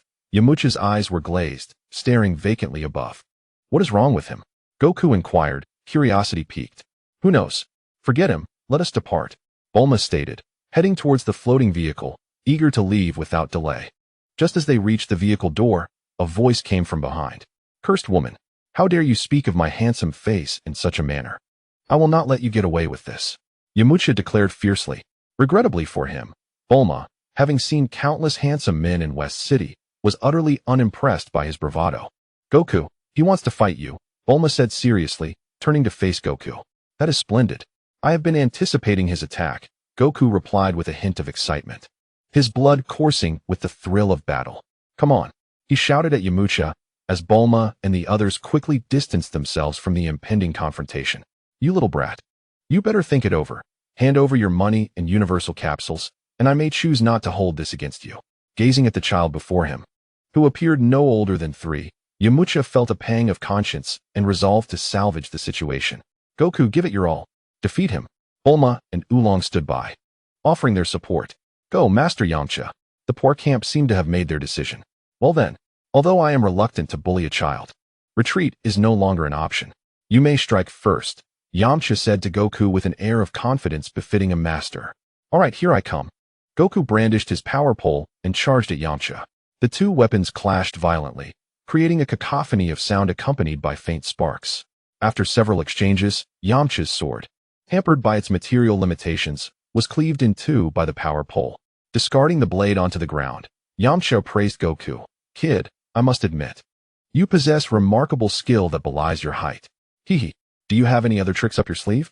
Feel free to unleash them." Goku grinned widely in response. "The sword was merely a decorative toy. My true prowess lies in my martial arts. You'd better be cautious from here on." With that, Yamcha began to rapidly swing his arms, exclaiming, "Behold my wolf-fang fist." 4 wolf-like phantoms appeared and swiftly merged with Yamcha's body. He surged toward Goku with enhanced speed and attack velocity. The wolf-fang fist doubled his attack speed, though at the cost of some power. Nevertheless, Goku, undeterred, increased his own speed, maintaining a flawless defense. Seeing that his signature move had not succeeded, Yamcha quickly distanced himself from Goku. "Hey, that move was somewhat impressive. Do you have any other techniques? If not, I'm coming in for an attack," Goku called out to Yamcha. "Come at me. I can take it," Yamcha thought. Considering the recent exchanges, they seemed evenly matched. Yet, what a formidable little brat. Despite his small stature, he is surprisingly strong. "Take this, floating palm." Goku shouted softly as he attacked, his body transforming into an illusory afterimage, appearing before Yamcha at a speed several times faster than his own. With a resounding slap, He sent Yamcha flying, knocking out several of his teeth and crashing through numerous boulders, leaving him motionless on the ground. After a moment, Yamcha finally climbed to his feet, clutching his face in anger as he glared at Goku. "You wretched little brat. I can't believe you were hiding your true strength. Were you toying with me? You scoundrel." Laughter erupted from Bulma and Oolong, who were doubled over, holding their stomachs in mirth. Goku replied earnestly, "Not at all. I just wanted to see if you had any impressive moves." "Yamcha, your face." Puar rushed to Yamcha's side, anxiously looking at him, uncertain of how to express his concern. What is wrong with my face?" Yamcha queried, looking puzzled at Puar. Puyalu conceived a brilliant idea. He transformed into a mirror, which Yamcha seized to gaze into. "Ah, my handsome visage, my teeth. Just wait, you scoundrel." He stared in horror at his swollen left cheek. Yet, this was of little consequence. The most alarming aspect was the several missing teeth, rendering his speech comically inept. Yamcha hastily grabbed Puyalu and rushed to their off-road vehicle to make their escape. Chapter 18. The altered strategic plan after darkness fell. We shall seize their wealth and the universal capsules. The wind-whistling Yamcha was sipping tea. "But, Master Yamcha, we are no match for that short fellow." Puyalu, holding the teapot, hovered in the air, puzzled. Ho ho ho."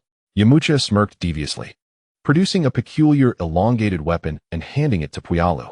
"When night descends, you will blow this hypnotic smoke through their windows." "Ha ha. Then we can do as we please with them." Lost in thought, he couldn't help but chuckle foolishly. "Understood, truly worthy of Master Yamcha," Puyalu said as he filled Yamcha's cup. As night enveloped the world, Yamcha and Puyalu located the universal capsule dwelling where Wukong and the others were residing. They excitedly conversed about the capsule house in the distance. "Master Yamcha, they truly possess a universal capsule. That house must be quite valuable," Puyalu exclaimed joyfully. "Indeed. I didn't expect these little brats to be so well off. They must have other universal capsules." "Puyalu, it's your turn now. Do not falter," Yamcha said, his voice tinged with barely contained excitement as he saw their target's worth increase. "Rest assured, Master Yamcha, watch me." Puyalu transformed into a bat, clutching the hypnotic smoke as he set off toward the nearby house. Wukong and Bulma were seated on the sofa, engaged in play, while Oolong placed the grilled meat before Wukong and then settled down himself. "Hey, Wukong, I'm still curious about what you seek the Dragon Balls for," Oolong inquired, watching Wukong devour the grilled meat with curiosity. "The Dragon Balls. Once all 7 are gathered, one can summon the eternal dragon to grant a wish." Wukong shared a condensed version of what Bulma had told him. "Any wish can be granted?" Oolong asked, continuing his line of inquiry. "That's what the ancient texts say," Bulma replied. Hee hee. Oolong's piggy mouth watered at the thought, fantasizing about the eternal dragon granting him a gentle girl, complete with countless pairs of underwear. Observing Oolong's drooling, Bulma rolled her eyes and remarked, "You're thinking of something inappropriate again, aren't you?" Oolong wiped his mouth and, with a serious expression, retorted, "You may restrict my pig body, but you cannot confine my pig mind." To her surprise, Bulma had yet to finish her sentence when a colorless, transparent smoke wafted in, causing her and Oolong to succumb to slumber, while Goku continued to savor his roasted meat. Puar waited outside for a while before returning to seek out Yamcha. "Hey, Puar, did you succeed?" Yamcha inquired in a hushed tone. "Oolong and that girl have fallen asleep, but that little guy is still eating his barbecue." Puar relayed the information truthfully. "That wretched little brat. What sort of creature is he?" "That was a specially crafted sleeping gas, exceedingly costly," Yamcha lamented, his face contorted with regret. "However, Master Yamcha, I overheard something intriguing." "What is it?" Yamcha asked, his curiosity piqued as he composed himself. "They are in search of something called the Dragon Balls. If one gathers all 7, they can summon the eternal dragon to grant any wish." "Haha, any wish, you say? I could wish to become more handsome, which would surely eliminate the need for a dentist," Yamcha mused, a look of anticipation gracing his features. "So, Master Yamcha, shall we now attempt to seize their money and those miraculous capsules?" Puar queried, a hint of confusion in his gaze. "Fool, that monstrous little brat is still eating. If we confront him, we will only be met with defeat. Haha, we simply need to follow them. Once they collect all 7 Dragon Balls, we shall swoop in with a hover car equipped with a jet propeller, catch them off guard, snatch the Dragon Balls, and make our escape." Yamcha divulged his newly conceived plan to Puar. Sounds good." Yamcha and Puar stealthily approached, then quietly withdrew. Half an hour later, Goku finally finished his meal. Hey, why are you two sleeping here? He patted Bulma, receiving no response. Hey, Oolong. No answer came from Oolong either. Never mind, Goku decided. Lifting Bulma and placing her back in bed, recalling his grandfather's teachings to be gentle with girls. He then returned to the sofa, lifted Oolong, and tossed him onto the bed in another room before heading out to brush his teeth. For the past few days, Oolong had been sleeping alongside him. The following day, when did I fall asleep last night? I don't remember, Bulma murmured, still dazed. Me too, Oolong echoed in agreement. Oh, you two were sleeping on the sofa. And I couldn't wake you, so I moved you to the bed, Goku explained comfortably, resting his head on his hands. You didn't do anything strange to me, did you? Bulma asked anxiously, regarding him with concern. Not at all. I placed you on the bed and then left, Goku replied candidly. Nonetheless, Bulma continued to regard him with suspicion, for he had several past indiscretions. A few hours later, they arrived at the Bread Mountain. A towering inferno ablaze with flames that surged relentlessly, showing no signs of abating. The trees in the vicinity have all withered, devoid of any trace of wildlife. I propose we refrain from proceeding. The Bull Demon King resides nearby. Ever since the recent conflagration at the Bread Mountain, he has relocated to the mountain's base. Guarding the treasure he has usurped from others. Oolong, visibly terrified, attempted to resist, hoping that perhaps Wukong and the others would reconsider their stance. Oolong, you seem rather well informed, Bulma remarked in astonishment. The Bull Demon King has been my childhood nightmare. During my kindergarten years, our teacher recounted numerous tales of his exploits. Thus I have always kept an eye on him. Many have perished in their attempts to steal his treasures. Let us return. We should not venture forth. Oolong, unwilling to concede, made one last plea. I am merely 2 Dragon Balls away from realizing my wish. Returning now is out of the question. Bulma resolutely dismissed his suggestion. Then you go ahead, can you let me go? Oolong implored softly, refusing to relinquish hope even for a slim chance. Oolong, I cannot attest to the Bull Demon King's prowess, but you are well aware of mine, Bulma teased, casting a sidelong glance at Oolong. You two will eventually reap what you sow, Oolong lamented, lowering his pink piglet head in despair. What does that have to do with me? Wukong, who had remained silent until now, queried in confusion. You are her accomplice. Oolong's big pig eyes bulged as he glared at Wukong, his voice resonating with clarity, blaming this detestable little rascal. As the illustrious Oolong, whose reputation is known far and wide, my heart is not only shattered, but my very existence may be at stake. If I perish in battle, I shall haunt him as a ghost. Oh, what is an accomplice? Wukong asked, perplexed. Bulma and Oolong chose to ignore him, prompting him to pose another question of interest. So, Oolong, is the Bull Demon King really that formidable? Indeed, he is exceedingly powerful. Our teacher warned us repeatedly not to seek death at his hands, Oolong replied, his expression grave and sincere. Now I am somewhat excited. I hope he is tougher than that fellow named Yamcha. Wukong laughed heartily, while at a distance, Yamcha, equipped with extensive listening devices, muttered with disdain, that wretched little brat. May they both suffer mutual destruction, then I shall have my chance to deal with him. At the foot of Bread Mountain, a dilapidated village lay in ruins. Devoid of any inhabitants, a wave of intense heat enveloping the area. The fierce flames completely surrounded Bread Mountain, with a hazy palace barely visible at the summit. According to the coordinates from the Dragon Ball radar, the Dragon Balls should be situated within that palace. Wukong, use your flying nimbus to scout the palace. See if you can gain entry, and if not, return here, Bulma instructed. All right, I shall take a look. The nimbus swiftly carried Goku to the peak of the mountain, where the flames raged fiercely, leaving no gap for entry. On the ground, Bulma and Oolong remained unaware of the colossal figure advancing from the distance. Once within the village's confines, it hurled a massive axe from its grasp. The axe soared between Bulma and Oolong, embedding itself in the wall before them. A violent gust of wind swept Bulma's hair forward. Staring at the imposing axe, Bulma and Oolong were rendered speechless, slowly turning to lean against the wall, gazing at the formidable figure that loomed behind them. Bulma stammered, "Why, you are the Ox King, aren't you?" Oolong, on the other hand, had lost all composure, his trousers already dampened. "Are you here to steal my treasure as well? You seem rather weak," the Ox King declared, towering at 3 meters tall, adorned with a helmet fitted with 2 iron horns. His robust physique was clad in simple attire, and his expression was exceedingly fierce. If these two are also here to plunder my treasure, I shall shred them to pieces and feed them to the wolves.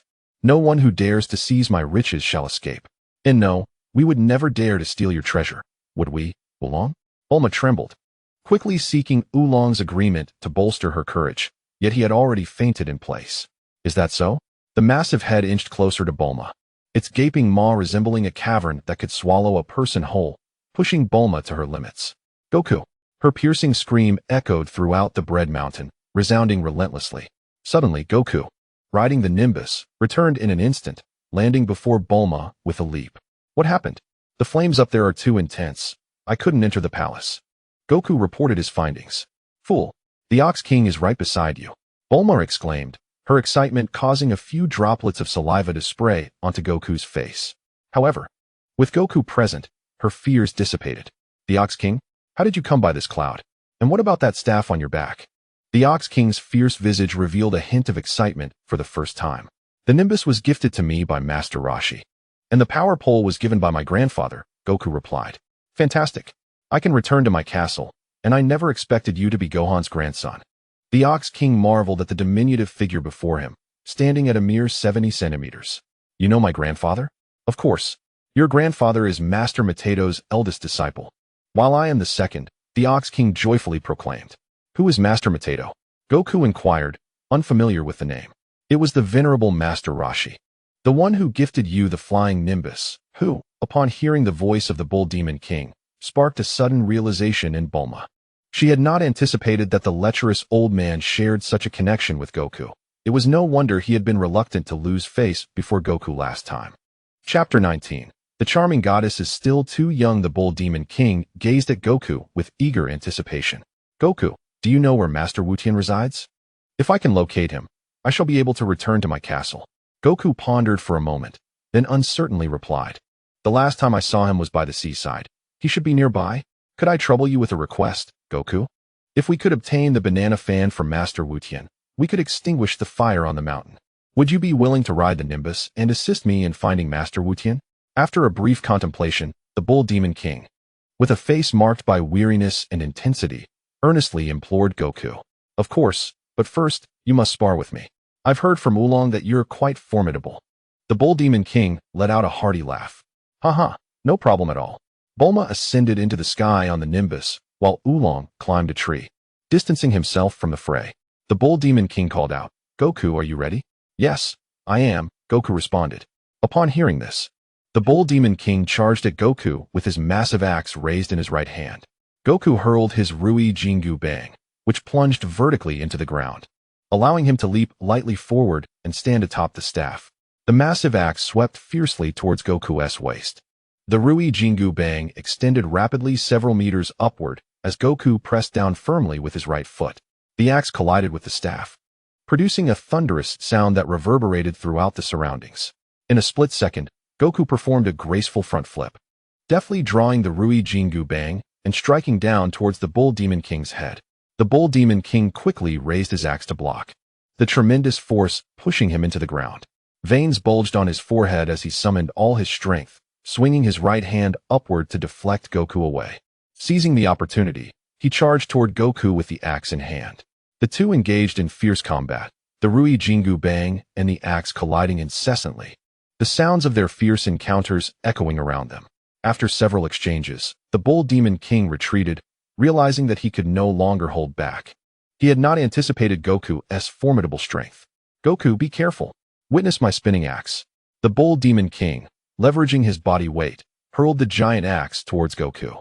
The axe spun rapidly through the air, accelerating with force.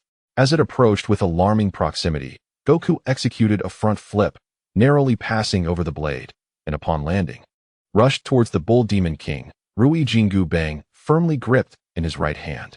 The enormous axe wielded by the Bull Demon King continued to gain momentum, piercing through a house before making a swift turn in midair and hurtling towards Wukong.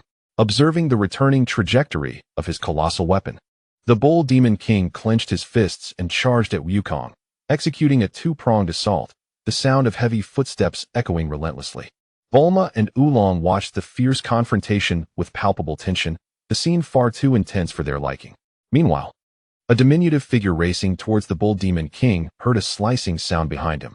Gripping the Rui Bang tightly with his right hand, he plunged it forcefully into the ground, allowing the staff to extend upward and intercept the incoming axe. With his left hand, he quickly swung a punch, colliding with the bull demon king's right fist. Thus, he found himself caught between the axe and the bull demon king, resulting in two powerful impacts that reverberated through the surroundings, causing the nearby houses to tremble. The bull demon king halted the battle, exclaiming, "No more fighting." Wukong, with a hint of disappointment, inquired, "Huh, why not?" The imposing bull demon king leaned closer to Wukong and whispered, "I'm no match for you. And there are others present. As your elder, I ask that you show me some respect." "All right then, I shall go fetch the banana fan for you," Wukong declared, after which the nimbus cloud descended to the ground, allowing Bulma to disembark. "Hey, Bulma, Oolong, wait here for me. I'll be right back with the banana fan," he instructed. Bulma replied, "Okay, hurry back." As Wukong prepared to set off, the bull demon king quickly interjected, Wukong, wait a moment. The truth is, I am in dire need of the banana fan, but I lack a suitable candidate. Therefore, I have sent my only daughter, Chi-Chi, to find Master Wu-Tian. She set off not long ago and should be just ahead. When you see her, please take her along." Wukong looked at him in confusion. "Chi-Chi? She's 11 this year, a very adorable and sensible girl. When she grows up, she could be your bride," the bull demon king remarked. Upon hearing this, Oolong burst into laughter, quickly covering his mouth. Faced with the imposing figure of the bull demon king, he felt that his daughter might not fare much better. Wukong, this rascal finally gets his comeuppance. Look, here is her picture." The bull demon king proudly produced a photograph of his daughter from within his robes and presented it to Wukong for a closer look. Wukong's strength perfectly aligned with the bull demon king's expectations, being the grandchild of his own senior brother. He believed Wukong's pure nature would ensure he could take good care of his daughter, at the very least protecting her from the regrets he himself had endured. Curious, Oolong leaned in closer, exclaiming in astonishment, "Wow, she is so adorable." The girl in the photograph bore little resemblance to the bull demon king. After gaining a clear understanding, Wukong succinctly stated, "In summary, as long as we take her along, everything will be fine, right?" The bull demon king replied with a booming voice, "Exactly. All right then. I shall be on my way." 5 minutes later, Wukong located Chi-Chi. On the ground, a girl slightly taller than Wukong, adorned with a high-tech helmet and clad in exquisite female warrior armor, draped in a resplendent purple and gold cloak, was desperately fleeing. Behind her, a Tyrannosaurus, towering at 4 meters and stretching 9 meters in length, relentlessly pursued her. Both parties, driven by the instinct for survival, exerted every ounce of their strength.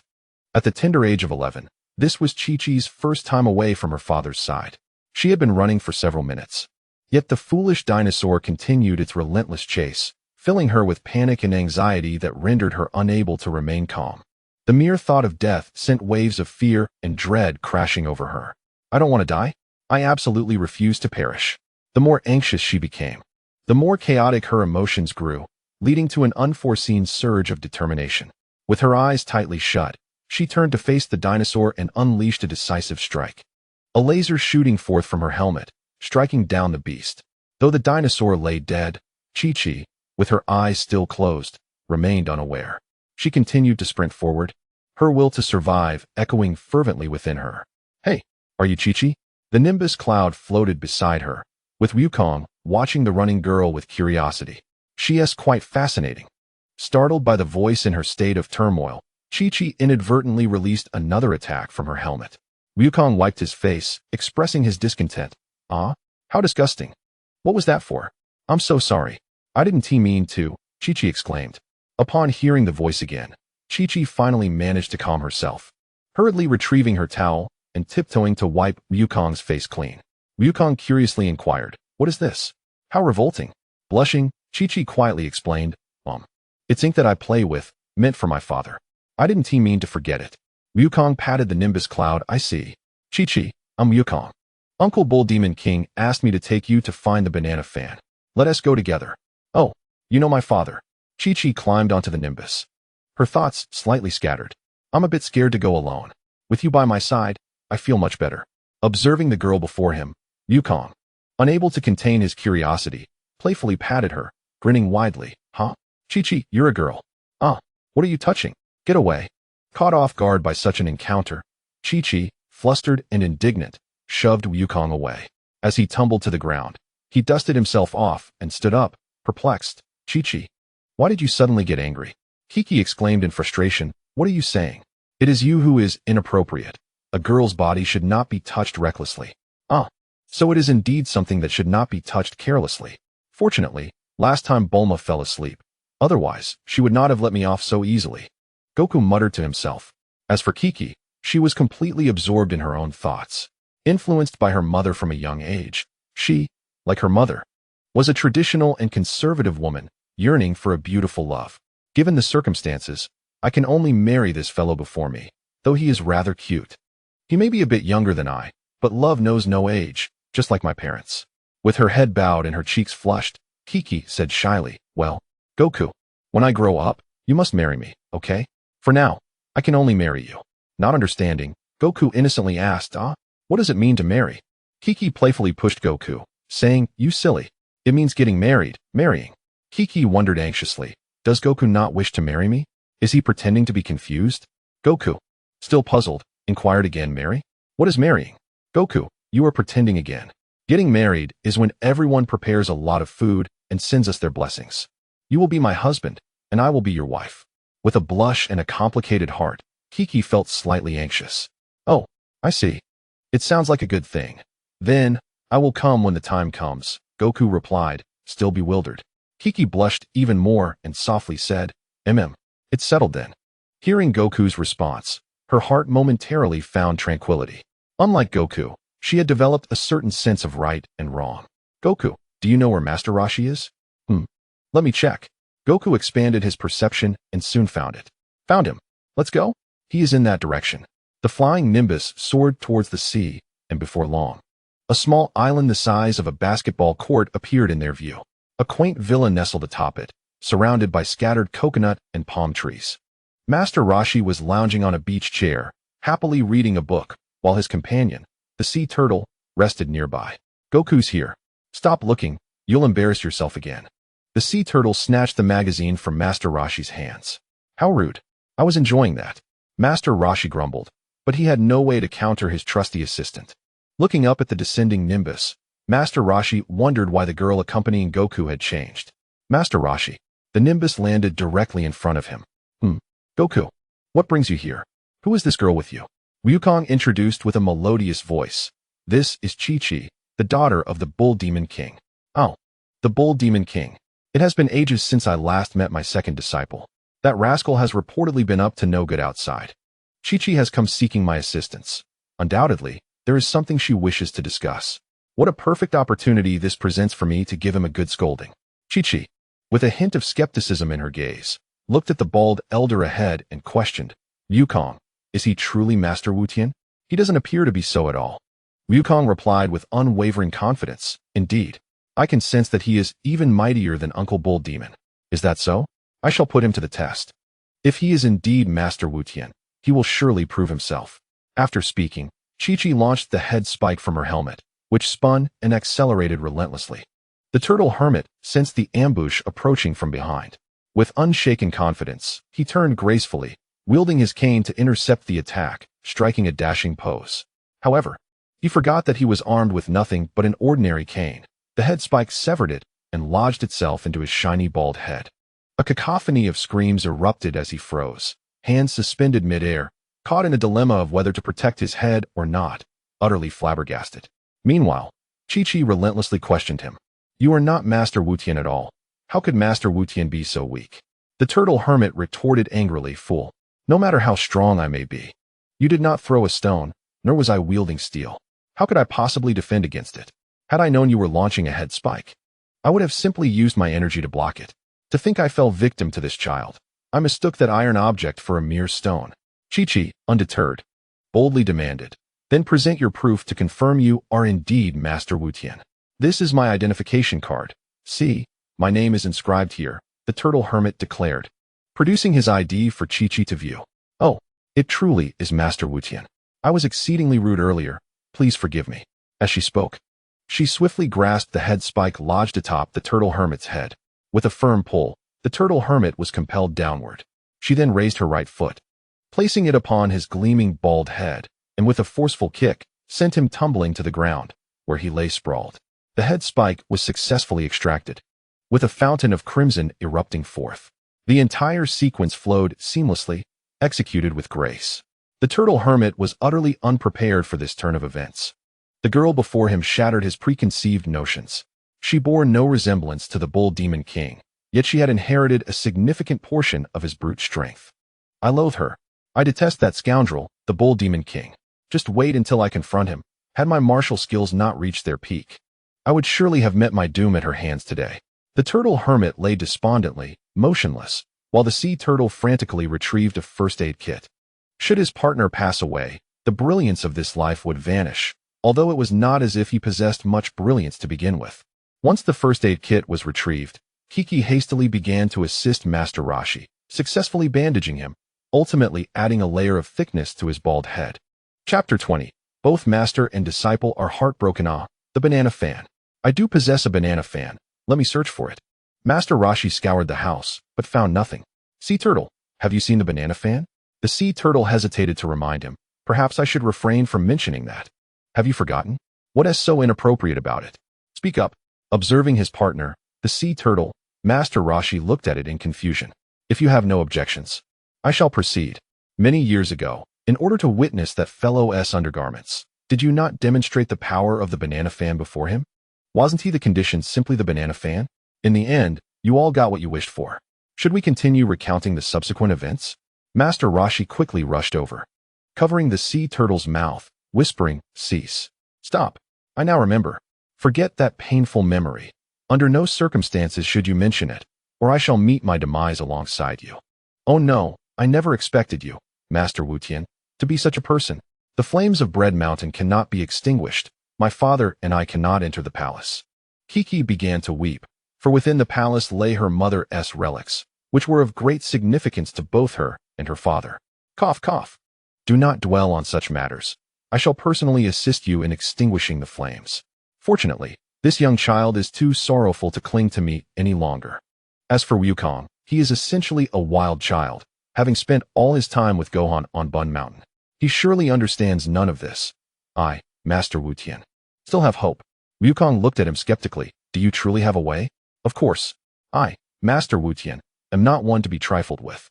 It seems necessary to establish my authority. Just moments ago, it was Kiki who doubted him. Now even Wukong, this little one, held skepticism. Once Master Rashi was prepared, he faced a second wave of doubt. Wukong questioned him, but you cannot ride the flying nimbus. How will you go? I am Master Wutian. There is nothing beyond my capabilities. Establishing authority is of utmost urgency. Master Rashi summoned the spinning flying turtle, embarking on their journey. The speed of the flying nimbus far surpassed that of the flying turtle, as Wukong took Kiki back first. Meanwhile, Master Wutian accompanied the flying turtle in the air, spinning like a top. In the skies, Kiki pondered, can he truly help us extinguish the flames? He seems rather unreliable. Wukong uncertainly replied, well, I suppose if he can be my grandfather's mentor, it should be manageable, right? He too found it difficult to place absolute faith in Master Rashi. As the sun dipped below the horizon and twilight enveloped the land, Wukong and Chi-Chi returned to Fried Bread Mountain, where the gathered crowd awaited them with bated breath. The flames of Fried Bread Mountain still illuminated the night sky, though it was already deep into the evening. At last, Master Rashi made his entrance, gracefully descending from the heavens on his flying tortoise, landing effortlessly a short distance away, standing still and silent. The Bull Demon King, brimming with excitement, hurried to kneel before him. Master Wutian, it has been far too long. Accompanying the Bull Demon King was a gentle breeze that swept through the air. Master Rashi, disoriented, toppled backward, his eyes swirling with stars, as he spun through the air for what felt like hours. Had he not been interrupted, he would soon have regained his composure and maintained his dignified demeanor. Alas, the fates conspired against him, and he felt undermined by the Bull Demon King's antics, causing his reputation to falter. Is he truly all right? Chi-Chi questioned aloud, her voice laced with concern. Silence followed her inquiry, further diminishing Master Rashi's standing. Wukong gazed quizzically at Bulma.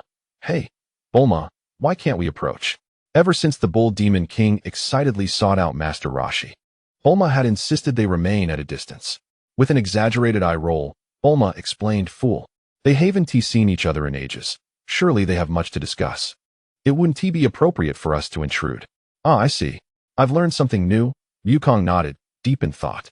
Master Roshi eventually regained his senses, his expression darkening as he regarded his second disciple. "You scoundrel, were it not for the numerous embarrassing tales you know about me, I might have retained some dignity. The recent incident where you caused me trouble, consider it a lesson in the affection of a master. Now, Bull Demon King, I've heard you've taken many lives in pursuit of treasure. Your reputation is rather unsavory." The Bull Demon King, his eyes glistening with unshed tears, lowered his head in submission, his massive frame trembling slightly as he murmured, "Master, it's been so many years since we last met, and you greet me with reproach. Have you not set a poor example yourself? At your age, still so lecherous. When I followed you, your flirtations with young women often led to my humiliation, as we were both scorned by others. My imposing stature only served to amplify their disdain. After leaving your tutelage, I have witnessed much and grasped the harsh truth of survival of the fittest. I became a force to be reckoned with, plundering treasures beyond count. I do not kill without cause, only seizing riches. Yet despite my formidable appearance, I have always yearned for a perfect marriage. Unlike you, master, I do not indulge in debauchery, yet no one seems to value me. In the beginning, I claimed Chi-Chi's mother as my own. She was a gentle, traditional, and conservative beauty destined to be my wife. Rather than fearing me due to my appearance and strength, she dutifully fulfilled her role as a spouse. And those were the happiest days of my life. I ceased to seize what belonged to others, and as time passed, our bond deepened profoundly. However, I possessed only brute force, devoid of the intellect to match it. It was during a seemingly brief errand for supplies with my 5-year-old daughter, Chi-Chi, that I attracted the attention of miscreants coveting my treasures. A mere 10-minute journey turned tragic. Upon our return, I found Chi-Chi's mother lying on the ground, drenched in blood. In my rage, I dispatched the intruding bandits one by one, reducing them to a gruesome pulp before forcing their companions to witness their despair. Yet, could this alter the past? Chi-Chi's mother was gone, leaving an indelible scar on both our hearts. From that moment on, anyone who dared to covet my riches would not leave this land alive. My infamy grew, and I never allowed Chi-Chi to stray far from my side, providing her with ample resources for self-defense. Had it not been for the remnants left by her mother on the mountain, I would never have permitted her to seek you out. These sentiments had long festered within me, and today, with my master present, I found solace in sharing them. The turtle sage, hunched with age, gazed somberly at his second disciple and spoke slowly, "Alas, it is partly my fault. After the accidental death of Xiaofeng, both he and I became wayward souls, indulging in pleasures without restraint. It was only through the encounter with the sea turtle and the gradual passage of time that I learned to temper my impulses. My dear disciple, like you, I have carried my own burdens. Were it not for you and the sea turtle, I might have forsaken the martial path I clung to. I acknowledge my failure as a role model." The Bull Demon King knelt before him, his voice heavy with remorse. "Master, I am sorry for disappointing you. I allowed my wildness and desires to control me. Had it not been for the presence of Chi-Chi's mother, I might have continued my reckless ways, relentlessly plundering treasures. Under her guidance, I refrained from wrongdoing, curbing my savagery and desires. Yet, after her misfortune, I lingered on the brink of despair. Fortunately, Chi-Chi was there, otherwise, I might have erred once more. Disciple, I implore you, assist me in extinguishing this fire. The mountain holds the remnants left by Chi-Chi's mother, which are more precious than my life. As for the other treasures, their loss is inconsequential. It would be a travesty to waste what I have gathered with such effort." After expressing his dissatisfaction, Master Roshi turned towards the bread mountain, his muscles rapidly swelling, transforming from a frail old man into a robust figure, and unleashed his signature technique, the Kamehameha.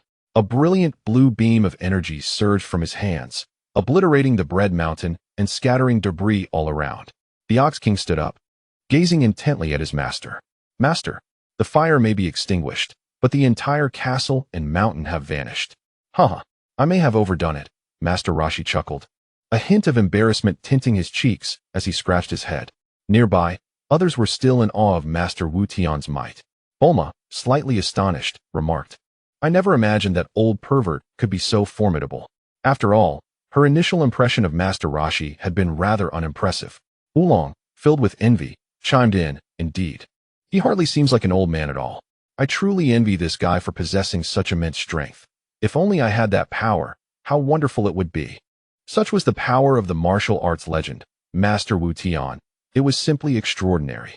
Yamcha, hiding behind a building, was secretly observing the unfolding events. Yes, Master Yamcha. Puar replied, somewhat dazed. Just as everyone was still in shock, another thunderous explosion resounded. Goku conjured another blue energy beam, causing a mountain to vanish even more completely than the last. Yamcha, with a serious demeanor, remarked, that terrifying little brat, Puar. Let us keep our distance once we acquire the Dragon Balls. Puar agreed. Indeed, that seems wise, Master Yamcha. Bulma gazed at Goku with excitement. Goku, you're amazing. She felt a greater sense of security in his presence. Chi-Chi, blushing, thought to herself, he truly is the husband I chose. Master Rashi looked at Goku in disbelief. This child was so young yet possessed such formidable strength.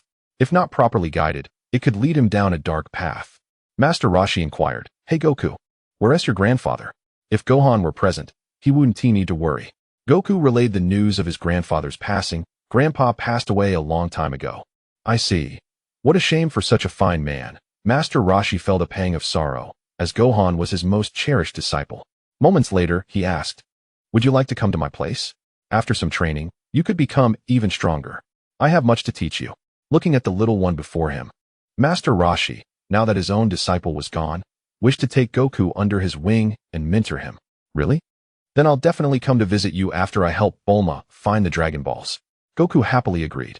An hour later, Bulma and Oolong discovered the sixth Dragon Ball amidst the ruins. Meanwhile, the Ox King had gathered his late wife's belongings, holding them tightly to his chest. Chi-Chi found Wukong sitting in the car and, with a blush gracing her cheeks, earnestly reminded him, Wukong, when I grow up, don't forget, you must come and marry me. Oh, you mean the one with an abundance of food? If you truly wish it, I shall marry you. Wukong readily agreed once more. Embarrassed, Chi-Chi blushed deeper upon hearing Wukong's affirmative response. Thus, the 11-year-old Chi-Chi and the 15-year-old Wukong made their promise. After attending to their respective matters, Wukong, Bulma, and Oolong set off towards the final Dragon Ball. This time, they finally encountered a small town. Bulma's promise to Wukong was on the verge of realization. Upon entering the town, they headed directly to the largest restaurant in the area. Hey, waiter, arrange all the dishes you have for me. Prepare enough for 10 tables. Bulma commanded the waiter, tossing a handful of money towards him, as it was uncertain whether the restaurant would serve her otherwise. Wukong eagerly awaited at the table, and after 20 minutes, the waiter began to bring out the dishes one after another. Wukong started to feast, and soon, empty plates piled up before him, with the waiter coming by periodically to clear them away. As he indulged, Wukong exclaimed, this is delicious, this chicken is quite good, and this duck is roasted to perfection. Bulma watched him with a smile, saying, eat slowly. If you run out, just have them bring more. A steady stream of Wukong's favorite dishes continued to arrive, and after an hour, he finally finished eating. Bulma looked at him and asked, how was it? Are you satisfied? Wukong nodded affirmatively. Absolutely, it was fantastic. I've never had so many of these before. As long as you stay safe, once we reach the town, I promise you will be thoroughly satisfied, Bulma said, her eyes sparkling as she spoke. Of course, no problem. Chapter 21. A tragedy provoked by beauty after lunch. Bulma took Wukong and Oolong for a leisurely stroll around the town. Today, Bulma was dressed in white casual pants, complemented by a light blue t-shirt emblazoned with Happy Ho, perfectly accentuating her figure. Suddenly, a commotion erupted in the street as two middle-aged men, adorned with bunny ears on their hats, appeared, their faces flushed and their stature imposing. The shorter one, Bunny 2, who stood at 160 centimeters, turned to Bunny 3 and exclaimed, hey, Bunny 3, look over there. That girl is so beautiful. I've never seen such a stunning woman. Indeed, Bunny 2. They don't appear to be locals. We know this place well, and we've never encountered anyone so lovely. Let us kidnap her. Bunny 3, tall and lanky at 170 centimeters, gazed in the direction Bunny 2 pointed, drooling in excitement, and readily agreed. Yes, Bunny 3. Let us go. We mustn't let her slip away. Even if it costs me 10 years of my life, I would gladly sacrifice it for just one moment with her. Two nefarious individuals, ensnared by the allure of Bulma's beauty, hastily approached her. Upon reaching her, the first villain, with a lecherous glint in his eye, proclaimed, "Hey there, darling. Come play with us." Bulma retorted with disdain, "And who do you think you are? Take a look in the mirror. You resemble a dung beetle, reeking of a foul stench. Instead of gallivanting about, you should stay home. Begone. Today, I am in a generous mood, so I shall overlook your insolence. Goku, let us depart." As Bulma turned towards the car, she mused with a hint of enchantment. "Ever since I stepped outside, I have encountered the most peculiar situations. Alas, to be such a beautiful woman is indeed a burden." Oolong scoffed. "No matter how lovely she is, to me, she is but a demon." "What does Bulma mean by that?" Goku inquired, puzzled by her words. "Oh, Goku, you need not concern yourself with that." Bulma giggled, her hand delicately covering her lips.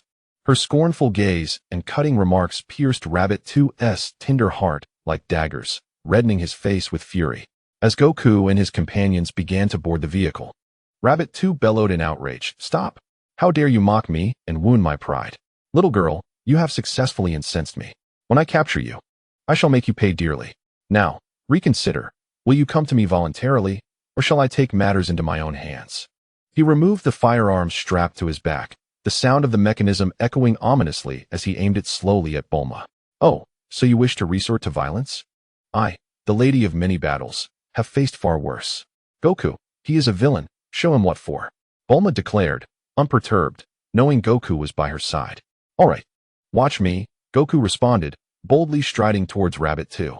"Huh, you want to know what hit you, little brat? Let me baptize you in blood," Rabbit 2 sneered, pulling the trigger with a resounding bang.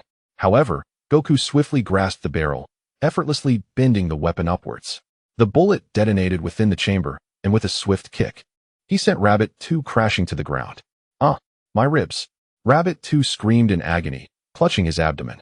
Witnessing this unexpected turn of events, Rabbit 3 was paralyzed with fear, too terrified even to draw his own weapon.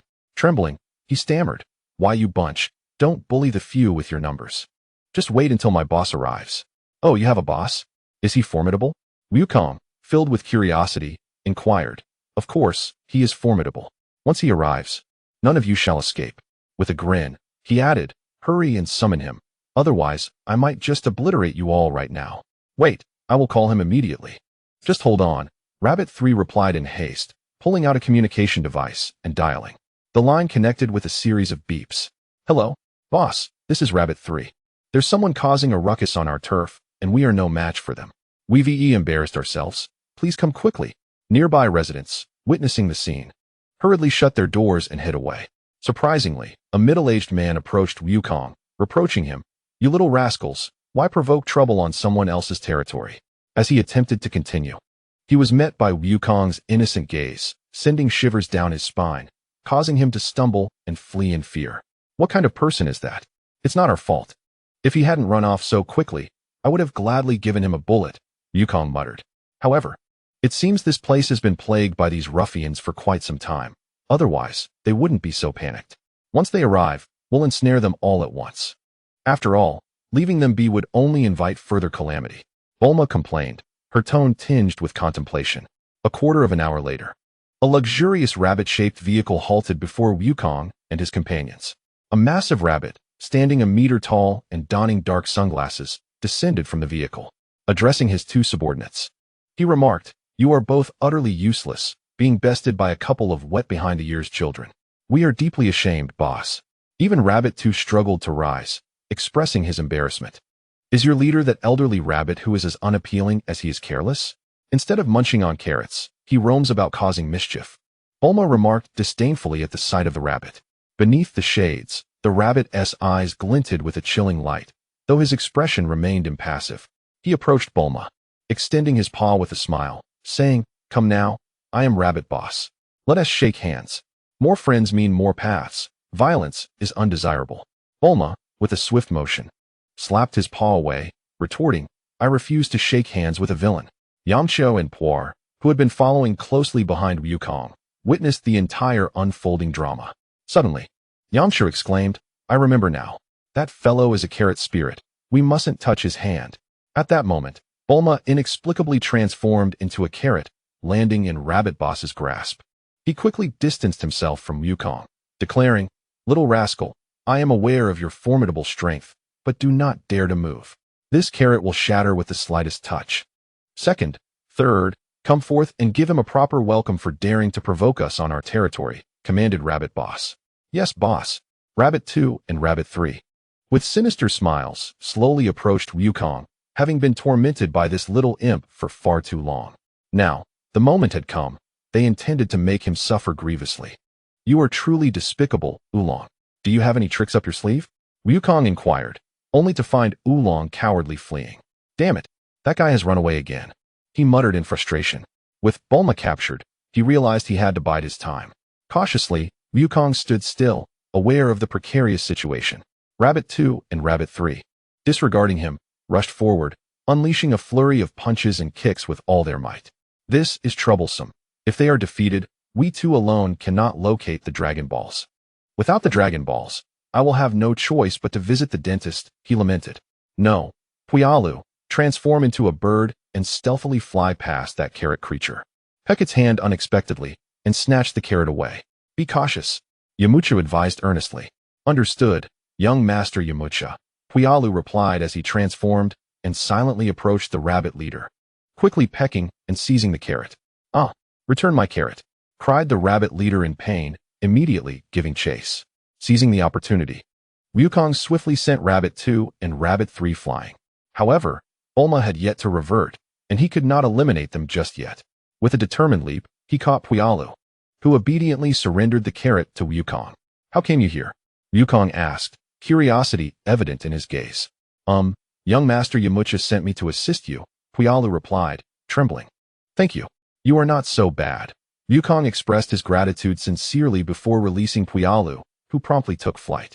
Sensing the tide turning, the rabbit leader fled into the distance, indifferent to the fate of his two subordinates. Yet, just a few steps away, he was struck down by Wukong's staff. "Hey, transform Bulma back," Wukong demanded, his eyes glinting dangerously. "Well, reverting her is not impossible, but you must agree to one condition," the rabbit leader countered, his eyes darting. "What condition?" Wukong questioned. "You must promise not to kill us. Otherwise, I would rather perish alongside her. At least I would have company in the afterlife," the rabbit leader declared passionately. "Not a problem. You are too weak to pose any threat to me, so whether I kill you or not makes no difference," Wukong readily agreed. "Then I thank you." The rabbit leader gritted his teeth in response. "Cursed little imp. Were it not for my inability to defeat you, I would have made a meal of you today." Defeated, the rabbit leader reluctantly transformed Bulma back. As a result, Wukong swiftly retrieved a length of rope, deftly tied a knot, and proceeded to drag it along the path, binding Rabbit 2 and Rabbit 3 together. "Ah, my backside. You mischievous little imp. What do you intend to do? Are you disregarding your promises? Children who lack integrity deserve to swallow 1,000 needles." The leader of the rabbits wailed, desperately seeking a means of escape. "Hee, I won't harm you. A promise is a promise. I'm merely taking you to a place for some fun." The Rui Bang extended deeply into the ground and swiftly ascended. Wukong, pulling all three, leaped, grasping the Rui Bang, which ultimately reached the moon. "From now on, this shall be your new home. Thus, you shall no longer commit misdeeds. Farewell." Wukong waved goodbye and returned to Earth. The leader's furious roar echoed behind him. "Cunning little rascal, may you meet an untimely end." Upon returning to Earth, Oolong had already dashed back and stood beside Bulma. "Wukong, where did you just take them?" Bulma inquired curiously. "Oh, I sent the 3 of them to the moon. After all, I promised not to kill them. One must uphold their word," Wukong replied with a grin. "Ah, Wukong, when did you learn such mischief?" "I had no idea." Bulma gazed at him incredulously, realizing he was just a wild child who had been with her for a short while. "Oh, I learned it from you," Wukong responded. Looking puzzled, "Isn't that what you taught me?" Bulma, blushing, delivered a light smack to his head, exclaiming, "Nonsense. Hey, why did you hit me?" Wukong protested. "Why didn't you fight back just now? What if it could actually crush you?" Bulma insisted. Wukong looked at her in confusion. "Isn't that obvious? From now on, don't do that. Your own safety is paramount," Bulma advised, adjusting his clothing with a serious demeanor. "I don't understand. Aren't we friends?" Wukong queried, puzzled. "Haha. Indeed, we are friends. Let us go buy you some new clothes." This outfit has become soiled by them, Bulma replied, her smile returning. Haha, great, new clothes. By the way, that little bird earlier, the one named Puya Lu, was a great help. Strange, how did they end up here? But never mind. It seems they are not entirely beyond redemption, Bulma thought carelessly as she set off with Wukong and Oolong. They gradually moved farther away, their voices softly fading until they were no longer audible. Oolong, why are you always so timid when facing enemies? If your answer doesn't satisfy me, I'll have Wukong hang you on the Rui Bang to sunbathe. What can I do? I am merely an ordinary creature, possessing at most the strength of a bull. And even a common person wielding a gun could easily overpower me. In the past, I engaged in mischief by exploiting others' misconceptions about me, combined with the deceitful tactics I learned in kindergarten. Can the foes you encounter be dealt with by me? Could a single bull shatter a large boulder? Even a herd of dozens would struggle. You can easily penetrate defenses. I am but a pig, so do not hold expectations too high. Indeed, what you say appears to be true. If it were not for your eventual return to your senses, I would have certainly dealt with you. Humph. After spending this time together, I have long known you would not kill me, but your enemies, they might not show me the same mercy. In the future, should you find yourselves defeated, I will still flee. It is my instinct for survival. Chapter 22. The successful capture of Beauty. Just one more Dragon Ball, and I can make a wish. Bulma sat in the back of the hovering vehicle, grinning foolishly. Speaking of which, Bulma, I have been pondering what wish you intend to make once you gather all 7 Dragon Balls, Oolong inquired, turning curiously to her as he piloted the vehicle. Hee. Since I am in a good mood today, I shall share. Bulma's delicate, fair face flushed slightly as she declared. I wish for the dragon to help me find the best lover in the world. What? A lover? Oolong exclaimed in disbelief. Indeed, Bulma confirmed he had not misheard. We risked our lives to assist you, and you intend to wish for something like that? Oolong complained loudly, dissatisfied. What do you know, you little brat? Let me tell you, my IQ is currently the highest known in the world. As long as I apply my intellect, there is virtually nothing that can stump me. If I do not wish upon the dragon, I fear that this clever, beautiful, and wicked woman may never marry in this lifetime, Bulma said, her gaze filled with disdain directed at Oolong. How infuriating. I am not a brat. I am a little pig, Oolong protested. Very well. Tonight, Goku can have a feast. A tender little pink pig, Bulma remarked nonchalantly, toying with her beautiful starry blue nails. A brat is a brat. I do not want to be a little pig anymore, Oolong quickly retorted, shaking his piggy head. Moreover, what right do you have to complain? Consider the misdeeds you have committed, deceiving honest villagers and robbing treasures in pursuit of a gentle girl. Were it not for your lack of skill, you might very well be competing with me for the Dragon Balls. Bulma launched a second attack on the little pig in front of her. Humph. With his secrets laid bare, Oolong found himself unable to retort, forced to mask his embarrassment. By the way, Bulma, what is IQ? Goku inquired, having never encountered the term before. It stands for intelligence quotient. Bulma casually explained. What is intelligence quotient? Goku asked again, perplexed. There is nothing more to say. You simply need to acknowledge my prowess. Should any issues arise, do not hesitate to seek my assistance, for I am capable of resolving them. Bulma conveyed in a different manner. Oh, I see. Goku fell silent. Humph. In Bulma's presence, the defeated Oolong cast a scornful glance at Goku. It was only in Goku's company that he could regain his sense of intellectual superiority. The hover car sped onward, revealing a grand castle on the desolate plain before them. Yes, this is the place. The final Dragon Ball lies within, Bulma stated, confirming with her Dragon Ball radar as she stood before the castle's iron door. She then turned to Goku. Goku, why don't you see if you can push this door open? All right, Bulma. Oolong, you all step back. Goku approached. Placing his hands against the door and exerting force inward, the heavy door slowly creaked open. Unbeknownst to them, their every move was being closely monitored by the castle's master. Inside the castle, a charming young girl with long, flowing black hair, adorned with several cute hairpins, wore a simple yet delightful denim jumpsuit. Her small face bore a serious expression, indicating that they were indeed another group intent on collecting the Dragon Balls. King Pilaf, your decision was indeed wise. We merely need to wait patiently, and they will assist us in gathering the Dragon Balls, she said. Haha, do they not realize who I am? I am none other than King Pilaf, destined to rule the world. Following the girl's gaze, one could see a diminutive figure, 10 centimeters shorter than Goku. sporting an extravagant cap and clad in a black dragon robe, laughing maniacally. However, King Pilaf, that boy who opened the door seems formidable. After all, that is our specially reinforced steel door. We must rely on cunning rather than brute strength, the girl remarked, appearing slightly taller beside Pilaf. Indeed, Xiaowu, you are correct. Our lives are invaluable. Without them, we cannot aspire to dominate the world. Pilaf, standing at a modest 60 centimeters, concurred. Hey Ashu, initiate the ultimate plan. Success is the only option. Failure is not permissible, lest we find an extra dish of braised dog head on tomorrow's dinner table, Pilaf stated. His expression devoid of emotion as he eyed a canine companion slightly taller than himself.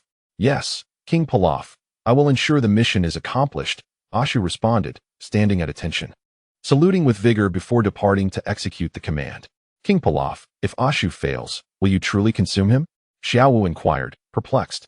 Pilaf descended from his seat, trotting over to Xiaowu and playfully tapping her on the head, his face flushed with indignation as he exclaimed, Fool, if I eat him, who will cook for us? Who will wash my back during baths? And if my clothes get dirty, who will clean them? No, I refuse. Xiaowu quickly shook her head in rejection. What are you still doing here? Hurry up and assist it. If you fail, the next outfit will be entrusted to you, Pilaf questioned loudly. His gaze fixed on the petite figure of Xiaowu. The adorable little girl promptly departed. At the entrance of the castle's iron door, Goku pushed it open, revealing a deep, pitch-black corridor devoid of light. Bulma, gazing into the dark passage, felt an involuntary shiver of fear. Hey, Goku, I can't see a thing. Do you have a plan? Don't worry, I can see clearly. Just follow me along with Oolong, Goku replied comfortably. Hey, Oolong, transform into a torch for Goku to hold. It will be easier for me, Bulma instructed Oolong, who immediately complied by transforming into a torch. Goku led the way, with Bulma trailing behind, gripping Goku's tail. After they had set off for a while, new guests arrived at the castle entrance. Puya, transform into a headlamp. We are setting off, Yamcha commanded. All right, Mr. Yamcha. Oolong's transformation skills are not as refined as mine. He is probably having a headache right now, Puya remarked with a sense of schadenfreude. Hey, Ash, another group has entered. Bulma called out. Understood. My legs are swift. I will lead that terrifying little demon and her group from the left corridor, Ash replied. Xiaowu, you guide the two behind us toward the right corridor, and we will rendezvous at the end. Okay, leave it to me. Xiaowu and Ash set off in their respective directions. Hey, if you want the Dragon Balls, come this way. Ash's voice echoed through the passage. Goku, there are people ahead. Bulma squeezed Goku's tail. Let us go find him. He is just up ahead. Thus, Goku, Bulma, and Oolong swiftly approached the upper part of the castle, following Ash. Meanwhile, Xiaowu underwent a remarkable transformation. She morphed from a charming little girl into a strikingly beautiful and alluring young woman. This change was due to the transformation water she had brought from the tribe alongside Pilaf and his companions. Hey there, handsome. What brings you to my home? The enchanting Xiaowu softly inquired of Yamcha, effortlessly disarming him with her allure. And nothing much. I just got lost, Yamcha stammered, drooling at the sight of the stunning beauty before him, awarding her a score of 9 out of 10, with the missing point attributed to the fact that 10 was unattainable. He quickly whispered to Puya, Puya, what a beautiful girl. Is that so? Would you care to visit my home? The mature and sexy Xiaowu gazed at him with a hint of seduction. Absolutely. Yamcha was utterly disoriented. Puya discreetly flew to his ear and warned, Mr. Yamcha, be cautious. There may be a trick. No worries. She is so beautiful and even calls me a handsome man. The infatuated Yamcha, utterly lost in judgment, drooled and followed her in a daze. Puar, left with no choice, trailed behind his partner. Goku and his companions followed Asu to the pinnacle of the castle, while on the other side, Xiaowu led Yamcha and Puar, swiftly approaching. Ultimately, they converged in a peculiar chamber, where Asu and Xiaowu stood at the center, flanked by Goku's group on one side and Yamcha's on the other. Upon seeing the group that had caused him such embarrassment, Yamcha regained some of his senses. The Dragon Balls are hidden here. Who among you dares to retrieve them? Xiaowu chuckled, pointing at her chest.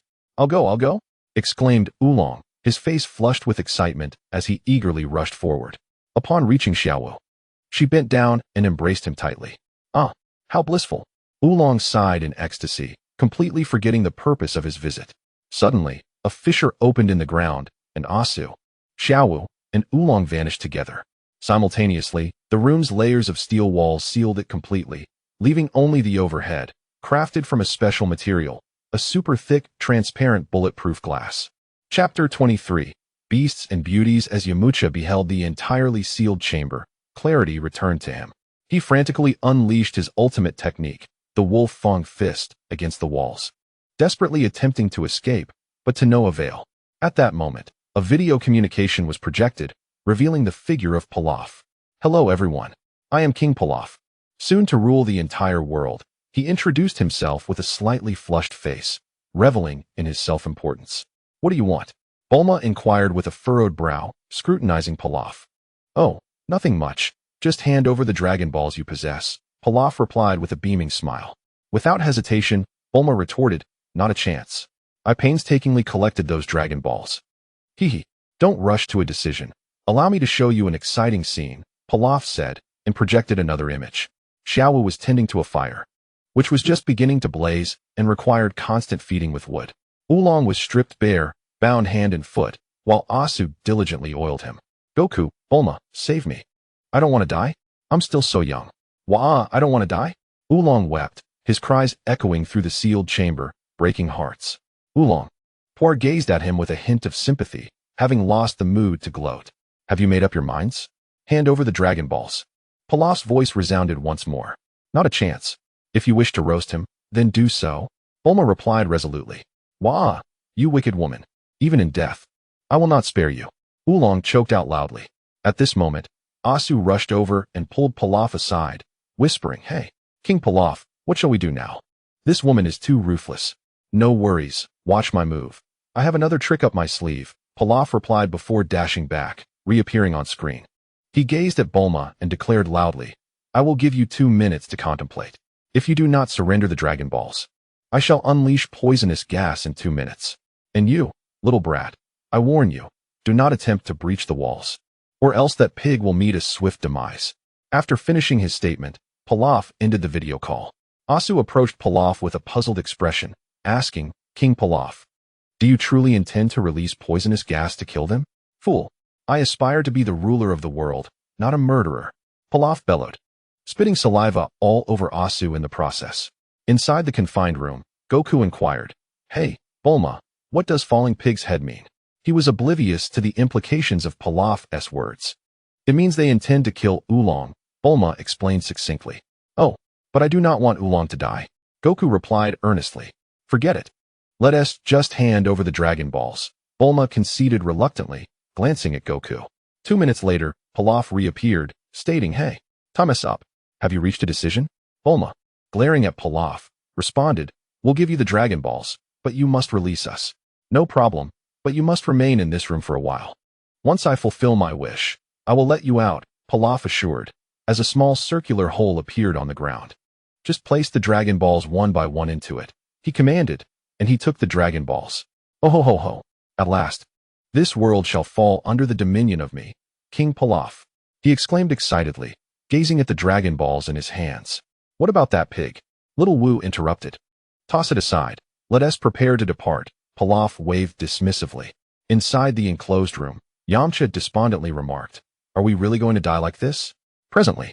He hadn't even seen a dentist and dared to speak only with a slight parting of his lips. He hadn't even held a girl's hand yet. He had no desire to perish at this moment. I detest death.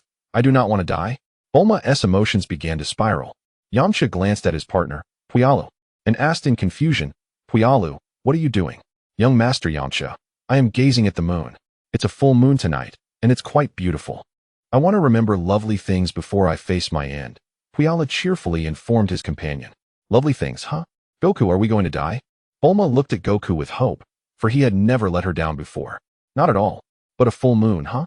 My grandfather once told me that during a full moon, one should refrain from gazing at the moon and retire early to bed, lest a colossal monster appear to snatch away one's food.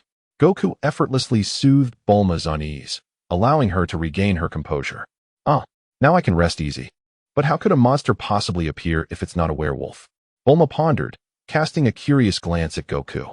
As her eyes fell upon Goku's tail, she muttered to herself, It's not a werewolf, just a tail of fierce scion. Hey, Goku, I have a question for you. Have you ever seen a gigantic monster?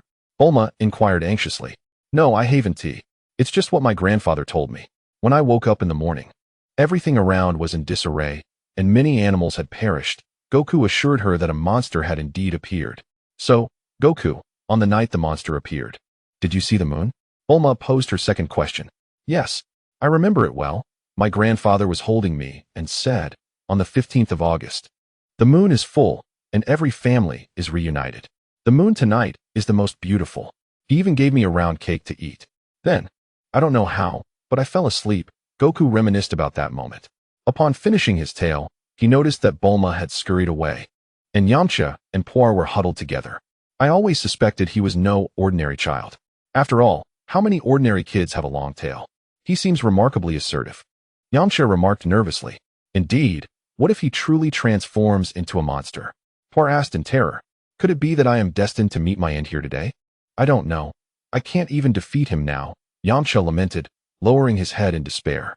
Goku, you mustn't look at the moon tonight, understand? You absolutely mustn't. Bulma pointed at the moon, but her warning came too late. Goku, unable to contain his curiosity, had already turned his gaze towards the moon, which hung round and luminous in the sky. He found it breathtaking and softly murmured, "It's been so long since I last saw the moon. It's just as beautiful as ever. I wonder if the monster my grandfather spoke of is here." Hey, Goku, are you alright? Bulma asked, her brow furrowed in concern.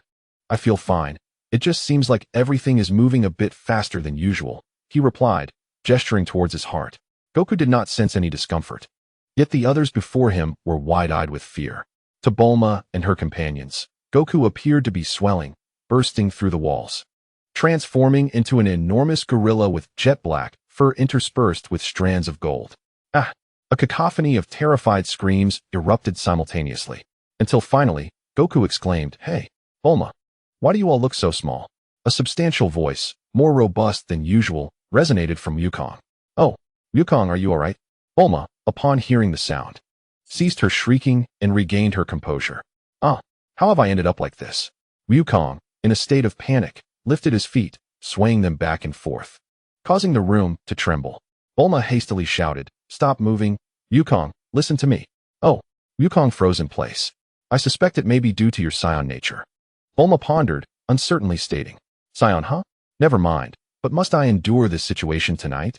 Alas, how am I supposed to sleep?"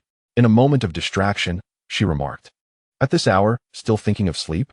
Lower your hand and place me on your shoulder. Let us retrieve the Dragon Balls and search for that wretched pig." Bulma's dissatisfied voice echoed as a colossal hand descended. She climbed onto Wukong's shoulder, and he stood upright before turning to head outside. "Yamcha, what shall we do? Are we still going to seize the Dragon Balls?" Puar inquired, casting a doubtful glance at him. "I'm not even married. Competing for the Dragon Balls against that monstrous brat? I would be doomed. Let us retreat and disregard them." Yamcha revised his plans. "Yamcha, I think the same, hee. Let us depart." Puar cheerfully agreed, and the two promptly left in another direction. Chapter 24. Pilaf's wish fulfilled. Outside Pilaf's grand castle, Pilaf, Sho, and Asu had assembled the 7 Dragon Balls. Standing at a mere 60 centimeters, Pilaf pushed his hands forward and called out to the Dragon Balls, "Come forth. Shenron, grant my wish." Following his words, he broke into a foolish grin.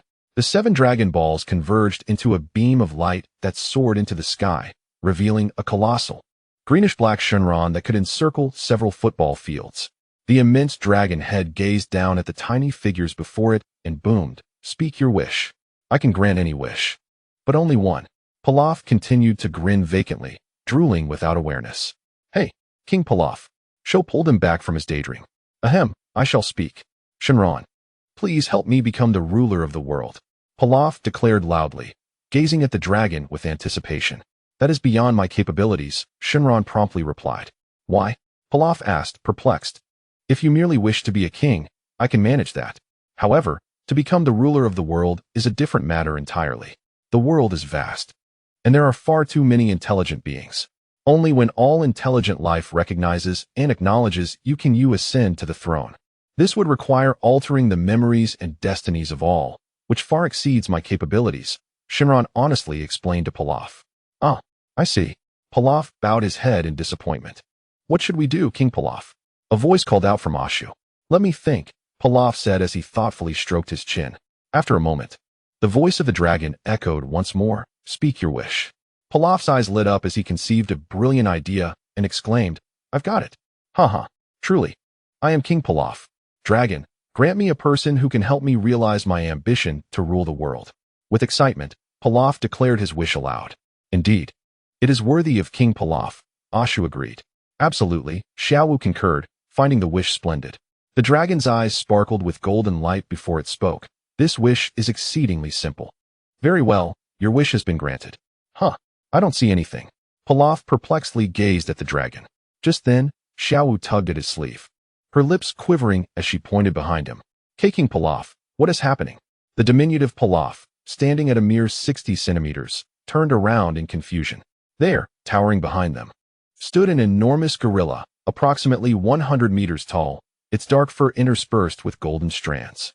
The magnificent dragon and the colossal gorilla complemented each other perfectly. This is the dragon. Quite impressive, Goku marveled at the sight of the dragon.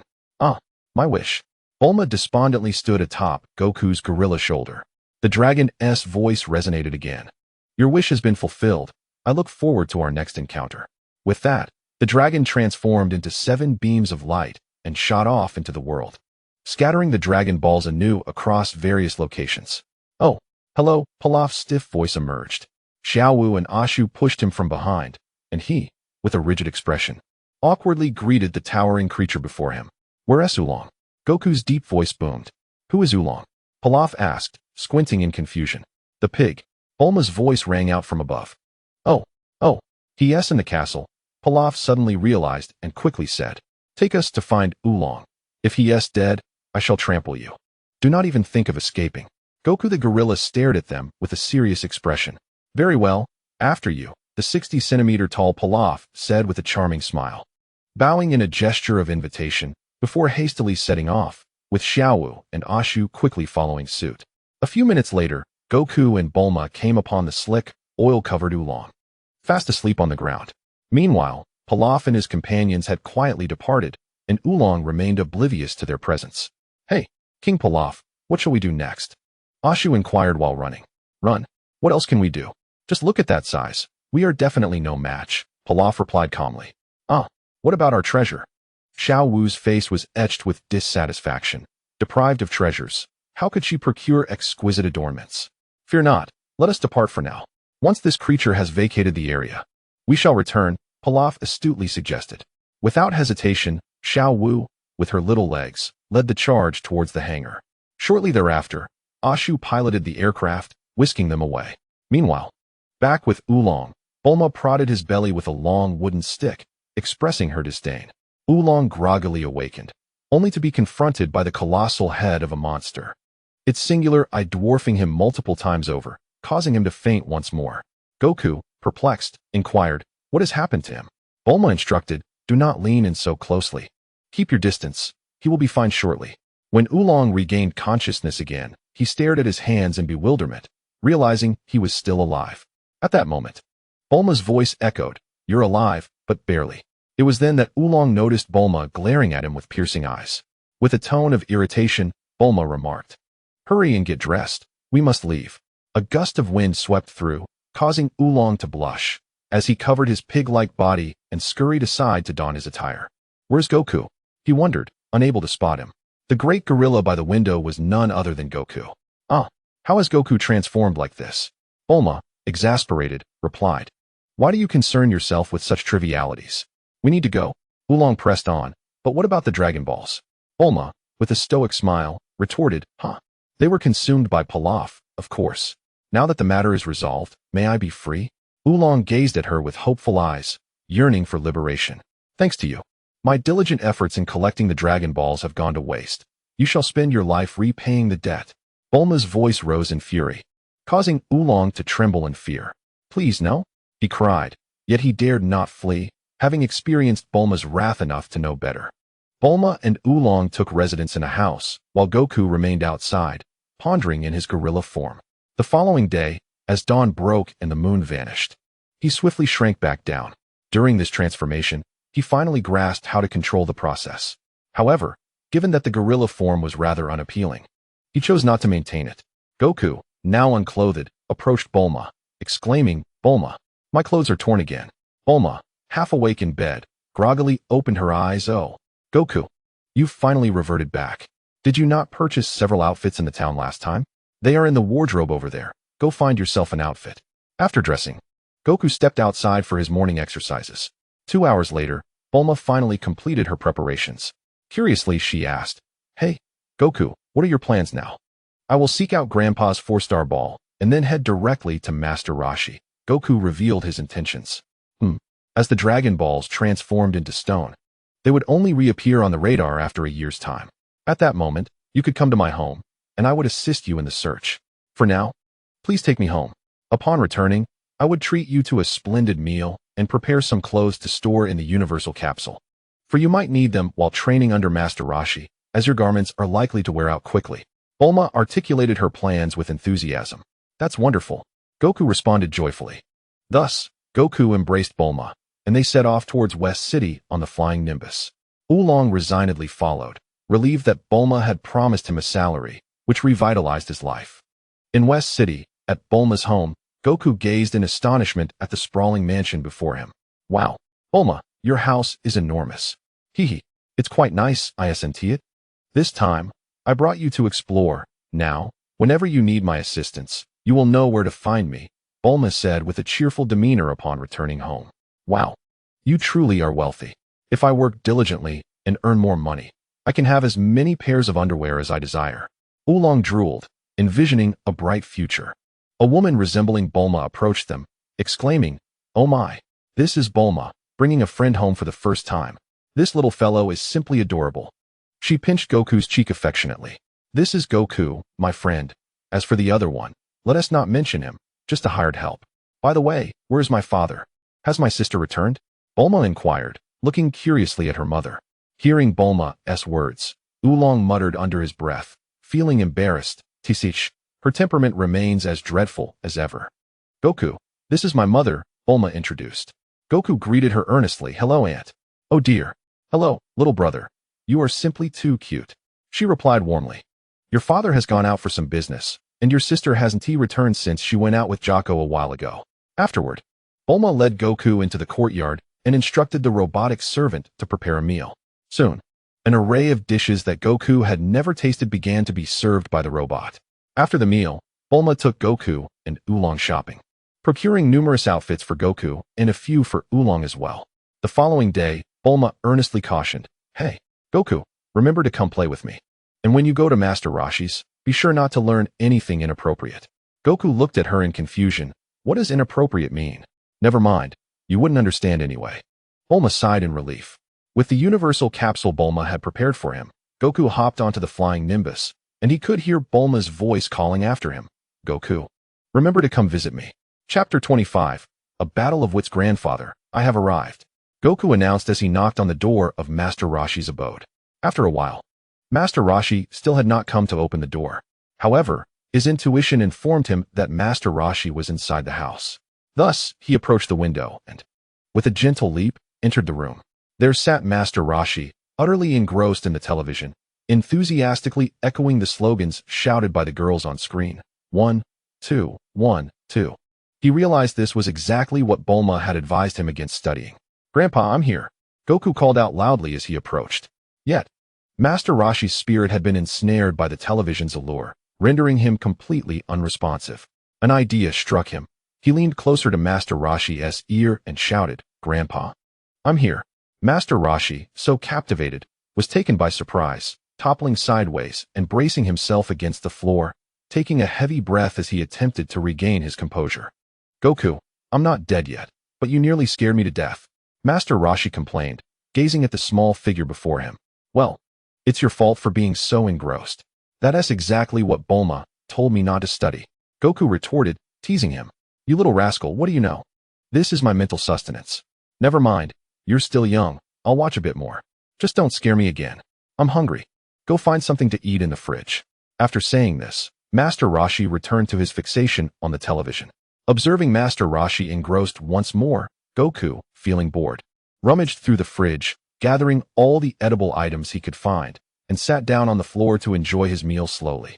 When Master Roshi finished watching television and came over, he was taken aback by the sight of the empty fridge and the littered floor. Goku, you've eaten too much. This is my food for an entire week. If I don't find a way to earn some money, you'll eat me into poverty. Grandpa, when do we start training? Goku inquired curiously. Today, the weather is splendid. Let us take a nap outside first. We can commence our training formally tomorrow. After saying this, Master Roshi led the way outside, and the two of them lay on the beach, with a gentle breeze blowing and the sun obscured by clouds, providing a warm embrace. Before long, both fell asleep. An hour later, Master Roshi was jolted awake. What is happening? Is there an earthquake? With surprising agility for an elder, he sprang up, glancing left and right, but finding nothing amiss. Grandpa, yes, right here. Following Goku's pointing finger, he noticed two small legs struggling at his feet. Goku, pull him out.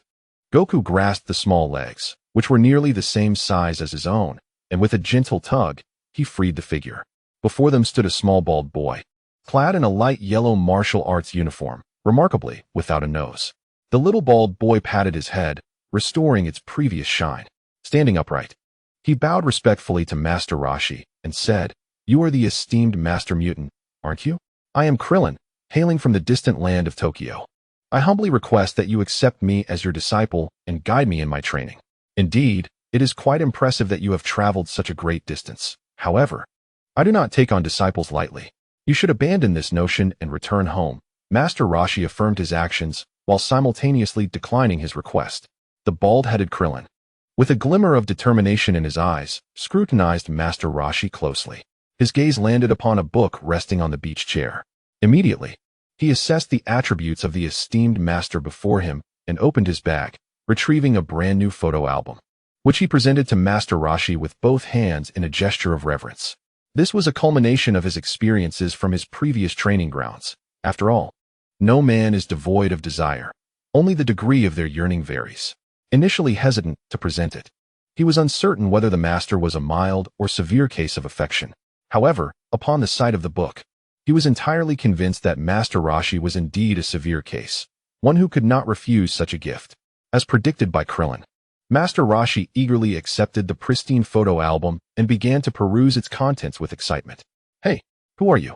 Krillin asked, casting a sidelong glance at the diminutive figure before him, who appeared to be of similar stature. "I am Sun Wukong.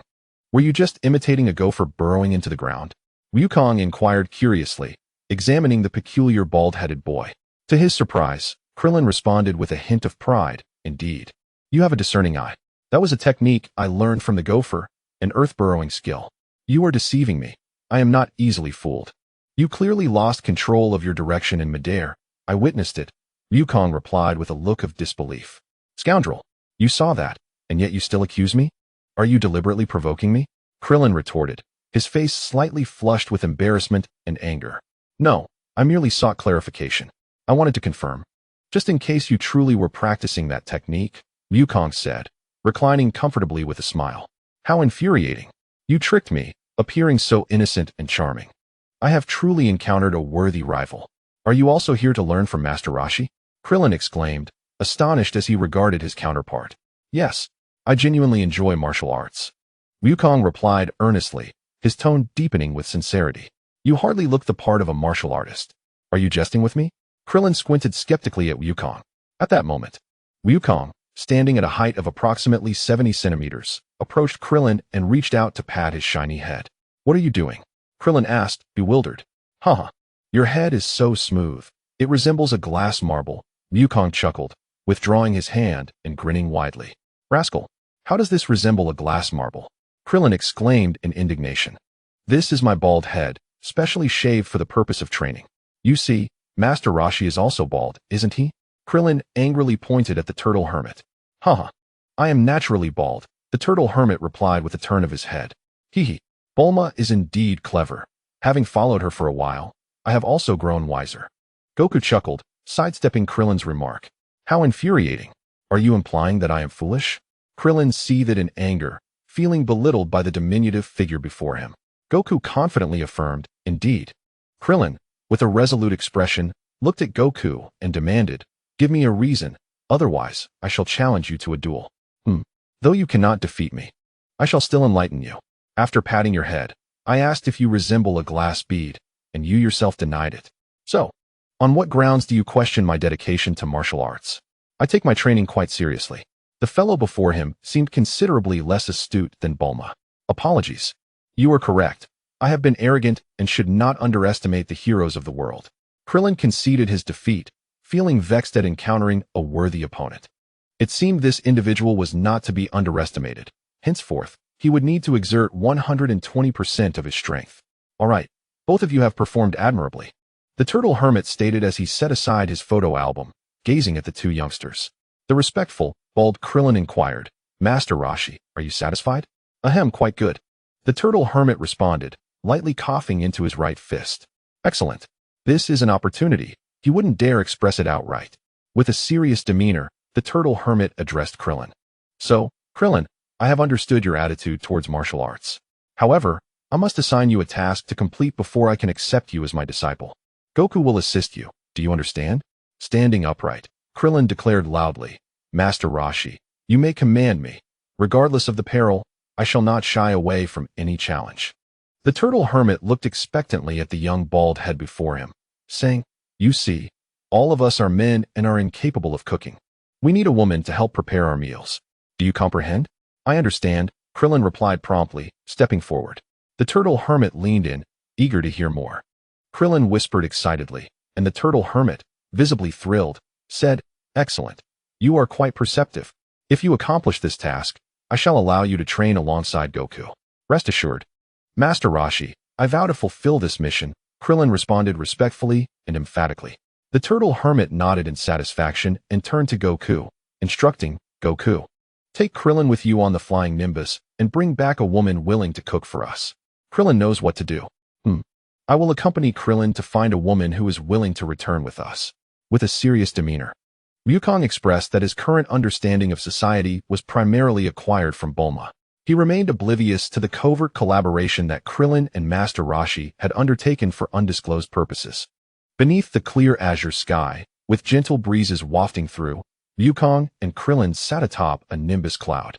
Below, a middle-aged man with a bearded visage was diligently tending to his fields.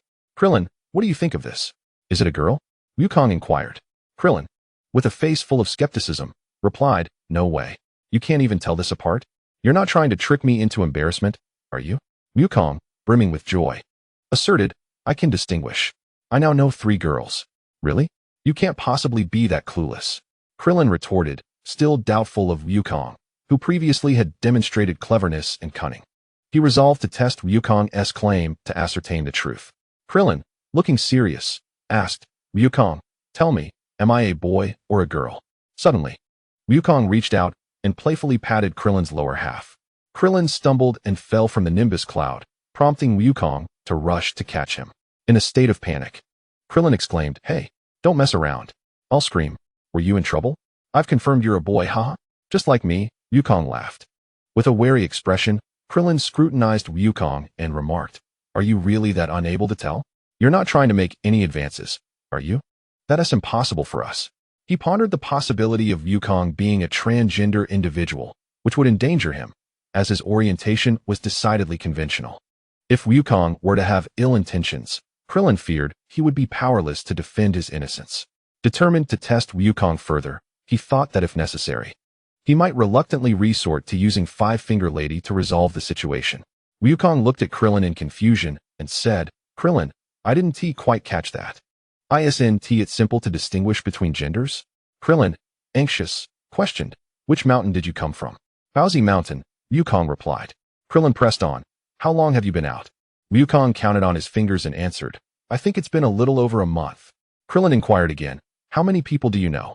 Grandpa, Bulma, Chi-Chi, Uncle Ox King, Bulma's mother, Yamcha, Grandpa Roshi, and you, Wukong recited, counting each person on his fingers. In one final attempt, Krillin asked, Have you ever been to school? Wukong, perplexed, asked, What is going to school? Going to school means studying. All right, Wukong, let us continue our quest to find girls. The next steps are up to me. All you need to do is land the Nimbus when the time comes. Krillin finally felt assured of his safety. This fellow was merely a wild man freshly emerged from the mountains. Krillin approached several young women to inquire, but unfortunately, his endeavors were in vain, resulting in a few more slaps across his face. Your face is quite amusing. Why not allow me to seek it out? I also wish to contribute. If we find it sooner, we can return and commence our training earlier. Wukong grinned while pointing at Krillin's face. You scoundrel. This time, it's your turn to search. Krillin indignantly agreed, cursing under his breath. How infuriating. You can't even tell genders apart. It's not that I doubt your abilities, but I fear you might botch the task. Now, you shall experience my predicament. Chapter 26. Wukong, Lan Shi, and the Little Golden Hare. In the vast expanse of the Gobi Desert, lifeless peaks formed earthen mounds scattered across the land. Massive ravines stood tall, with gusts of wind stirring up a fine layer of dust. Is it truly possible for a woman to exist in such a desolate place? Krillin asked skeptically. He can't even distinguish between male and female. Entrusting this task to him is either a sign of his foolishness or my own. There can't possibly be anyone in such a remote area. Beneath the nimbus cloud, a stunning blonde adorned in light yellow shorts and a pale green crop top, her hair tied with a purple scrunchie, confronted a gang of sand bandits. Lan Shi, hand over the money from that train you recently robbed. In consideration of our shared profession, we shall let you go. Such a pity. If it weren't for those pesky bullets, your beauty and figure are quite remarkable. I would love to tie you up and have you serve us well, threatened a one-eyed bandit, leering at her. You little brats. When I was wreaking havoc across the land, you were still suckling at your mothers. You dare approach me and demand I regurgitate what I've consumed? Aren't you afraid of losing your precious teeth? The only thing you have right is recognizing my beauty. But do you really think a bear like you could covet me? Go to hell. The golden-haired Lan Shi raised her machine gun and unleashed a wild barrage of bullets. The sound of gunfire echoing as several bandits fell to the ground, while the remaining ones scrambled in panic behind the mounds, attempting to retaliate. Lan Shi single-handedly engaged in fierce combat with the adversaries, bullets flying in all directions. Krillin, look, there's a fight below. Is that golden-haired person a girl? Wukong inquired uncertainly, pointing at Lan Shi, whose presence was the only one that caught his eye amidst the chaos. It seems so, but they all have guns. The battle is too intense. Our training isn't complete yet, so let us refrain from intervening. Krillin hesitantly replied.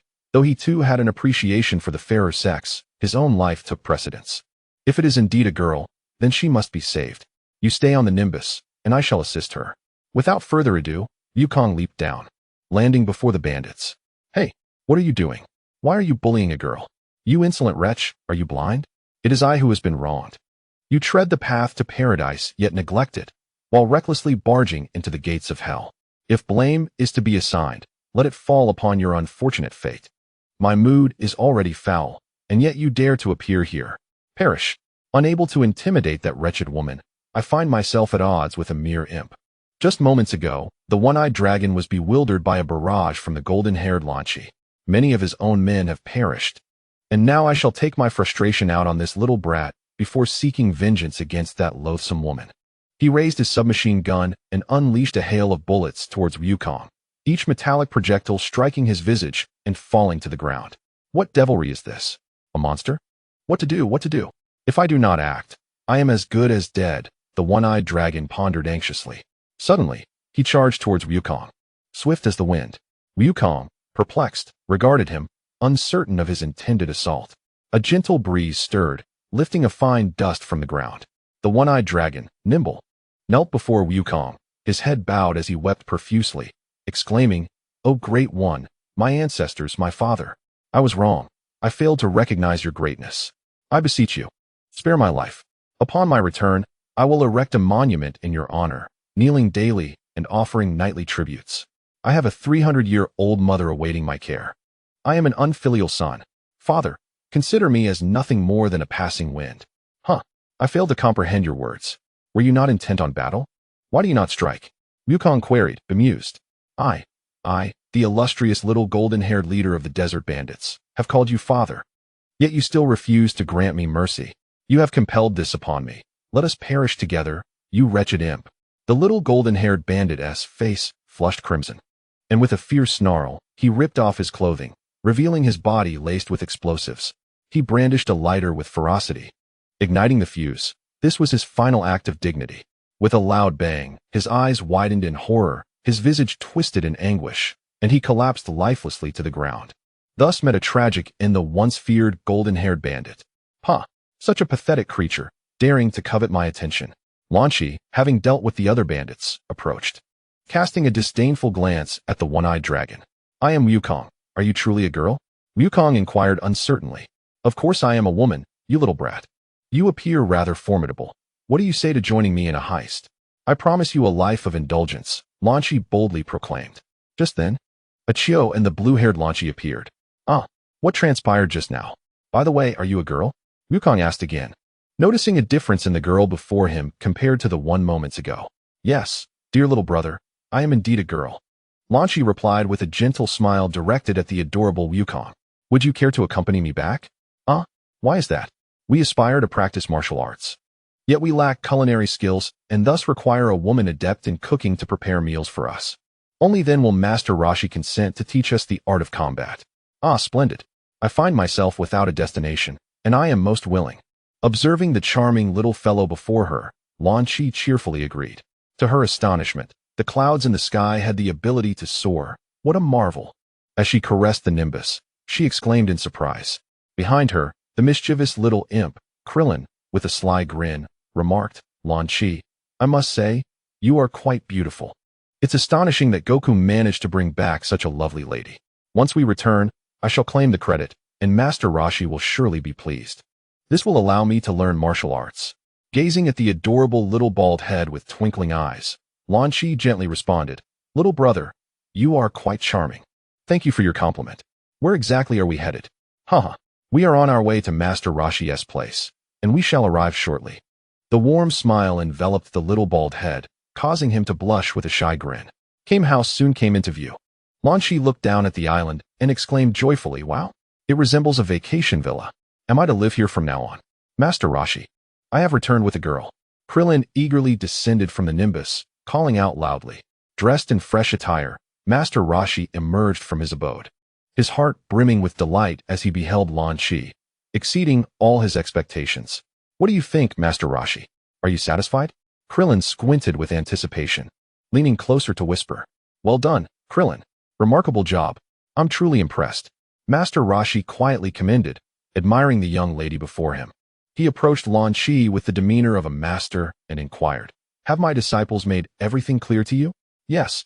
Goku informed me that no one cooks for them, and I am more than willing to assist. Lanchi replied, However, will this not trouble you? For when I sneeze, I transform into a different appearance. Not at all. I welcome you wholeheartedly. Even if it means living here for a lifetime, it would be no issue. Enchanted by the beautiful Lanchi, the old man lost all concern for any repercussions. Oh, how fortunate I am. The future holds such promise.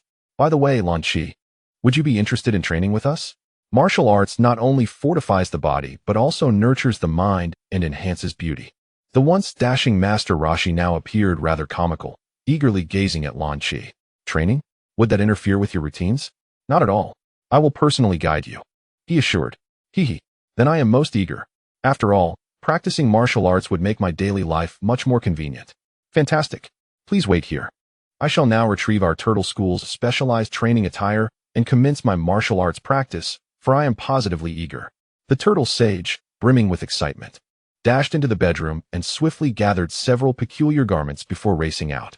Just as he burst through the door, the golden-haired Lanchi appeared. Lanchi quickly surveyed her surroundings, noting two young children, one of whom was the impish rascal I favored, and an eccentric old man clutching several inappropriate outfits. It appeared that the other version of myself had chosen to make this place his temporary abode. In an instant, the cunning Lanchi assessed the entire situation. It seemed imperative to establish who the true authority was here. With determination, she raised her submachine gun, locking onto her target of intimidation, and unleashed a barrage of fire upon the ground before the old man. The turtle sage, frightened, darted about in panic. Once he regained his composure, he found the muzzle of a submachine gun pressed firmly against his forehead. Faced with the fierce gaze of the woman before him, he obediently raised his hands, scattering garments across the floor. Hey, old man, where am I? Lanchi inquired, puzzled. The scenery appeared quite serene and picturesque, suggesting that life here might indeed hold some promise. This is the turtle house, the turtle sage replied. How did I end up here? Lanchi posed her second question. I returned with my two disciples, he explained. The menacing presence of Lanchi was unmistakable, and at this moment, the turtle sage recalled her earlier words, feeling utterly despondent. I see. Where's the flight capsule? Lanchi's sharp gaze fixated on him. She hoped this old fellow would comprehend the gravity of the situation. Otherwise, she would have to teach him a lesson. The apprehensive turtle sage confessed that it was in the first drawer on the left upon entering the room. Upon hearing the answer she sought, Lanchi swiftly followed up. And where are the money and savings book? Already resigned, the turtle sage replied, underneath the turtle shell in the bedroom. Given your cooperation, I shall spare you a bullet. Lanchi declared, giving the turtle sage a swift kick before hastily entering the room to gather her required items. Within the turtle sage's bedroom, she discovered an array of bizarre clothes, which she promptly obliterated. Beneath the garments lay a plethora of risque photo albums, which similarly met a grim fate. A small jet soon appeared outside the turtle house, and the crafty Lanchi prepared to depart victoriously. The jet swiftly took off, leaving the turtle sage in tears as he dashed back into his room, gazing at the remnants scattered across the floor, his lips twitching in distress. A few hours later, the gentle Lanchi returned aboard the jet. Observing the several individuals standing obediently before her, she sheepishly remarked, "It seems I may have done something inappropriate." "Haha, it's nothing. Nothing at all," they responded. As Lanchi returned to her former self, the old man, whose spirit had been completely captivated once again, had long forgotten previous events. Thus began the daily life of Lanchi with Wukong and the others. Chapter 27. The Challenge of Becoming Krillin on the following day. In order to better guide Wukong and Krillin in their training, Master Roshi decided to take them, along with Lanchi, to a large island bustling with inhabitants. After transforming his house into a versatile capsule, he promptly released a small motorboat, nimbly leaping aboard, utterly unrecognizable as a man of several centuries. Once Wukong and the others were comfortably seated, he turned to Lanchi, clasped his hands together in earnest supplication, and said, "Lanchi, I beg you, please do not sneeze later." "Understood. I will be cautious," Lanchi replied, a glimmer of anticipation stirring within her due to the drastically different life she was now leading. 3 hours later, the turtle house was re-established on an island that housed thousands of families, while Lanchi busied herself preparing lunch. "Before we commence your training, I need to ascertain your backgrounds. Krillin, have you ever trained before?" Master Roshi inquired seriously, shedding his usual frivolity as he regarded his two disciples. "Master Wutian, I have trained for 8 years at the Dorian Temple," Krillin respectfully responded. "Given that, it seems both of you possess a foundational understanding. Next, we shall conduct a small test. The distance from this line to that tree measures exactly 100 meters. I want each of you to see how long it takes to cover that distance. Speed alone does not define a master, but a lack of speed guarantees one will never become a master, making velocity of utmost importance." Master Roshi drew a line in the dirt with a stone and addressed his disciples earnestly. "Master Wutian, allow me to go first. Having traveled all the way from Tokyo, I rely solely on these legs, and I have a bit of confidence in my speed," Krillin stated respectfully, having previously been bested by Wukong. He was determined to reclaim his honor. He had already resigned himself to the fact that he was no match in combat, yet running was a different matter altogether. "Very well, you may go first. Prepare and go." Upon hearing the command, Krillin propelled his short legs forward with all his might, racing toward the finish line. 9 seconds. "Indeed, you are quite talented," Master Roshi remarked approvingly upon seeing the time. "Haha, Master Wutian, that is nothing," Krillin replied, feigning humility while casting a triumphant glance at Wukong. "Wukong, are you ready?" Master Roshi asked, turning to the other disciple. Wukong replied loudly, deciding that since this was not a battle, he would only need to exert a fraction of his strength. "Prepare and go." Wukong dashed like the wind, arriving at the finish line in an instant. After a brief silence as Master Roshi checked the stopwatch, he quickly made a decision, adding 2 seconds to the actual time. 6 seconds. "Wukong, it appears your training has been commendable. However, both of you still have a long way to go. You can strive for even greater speed." "Wukong, how did you manage to train so well, surpassing me by 3 seconds?"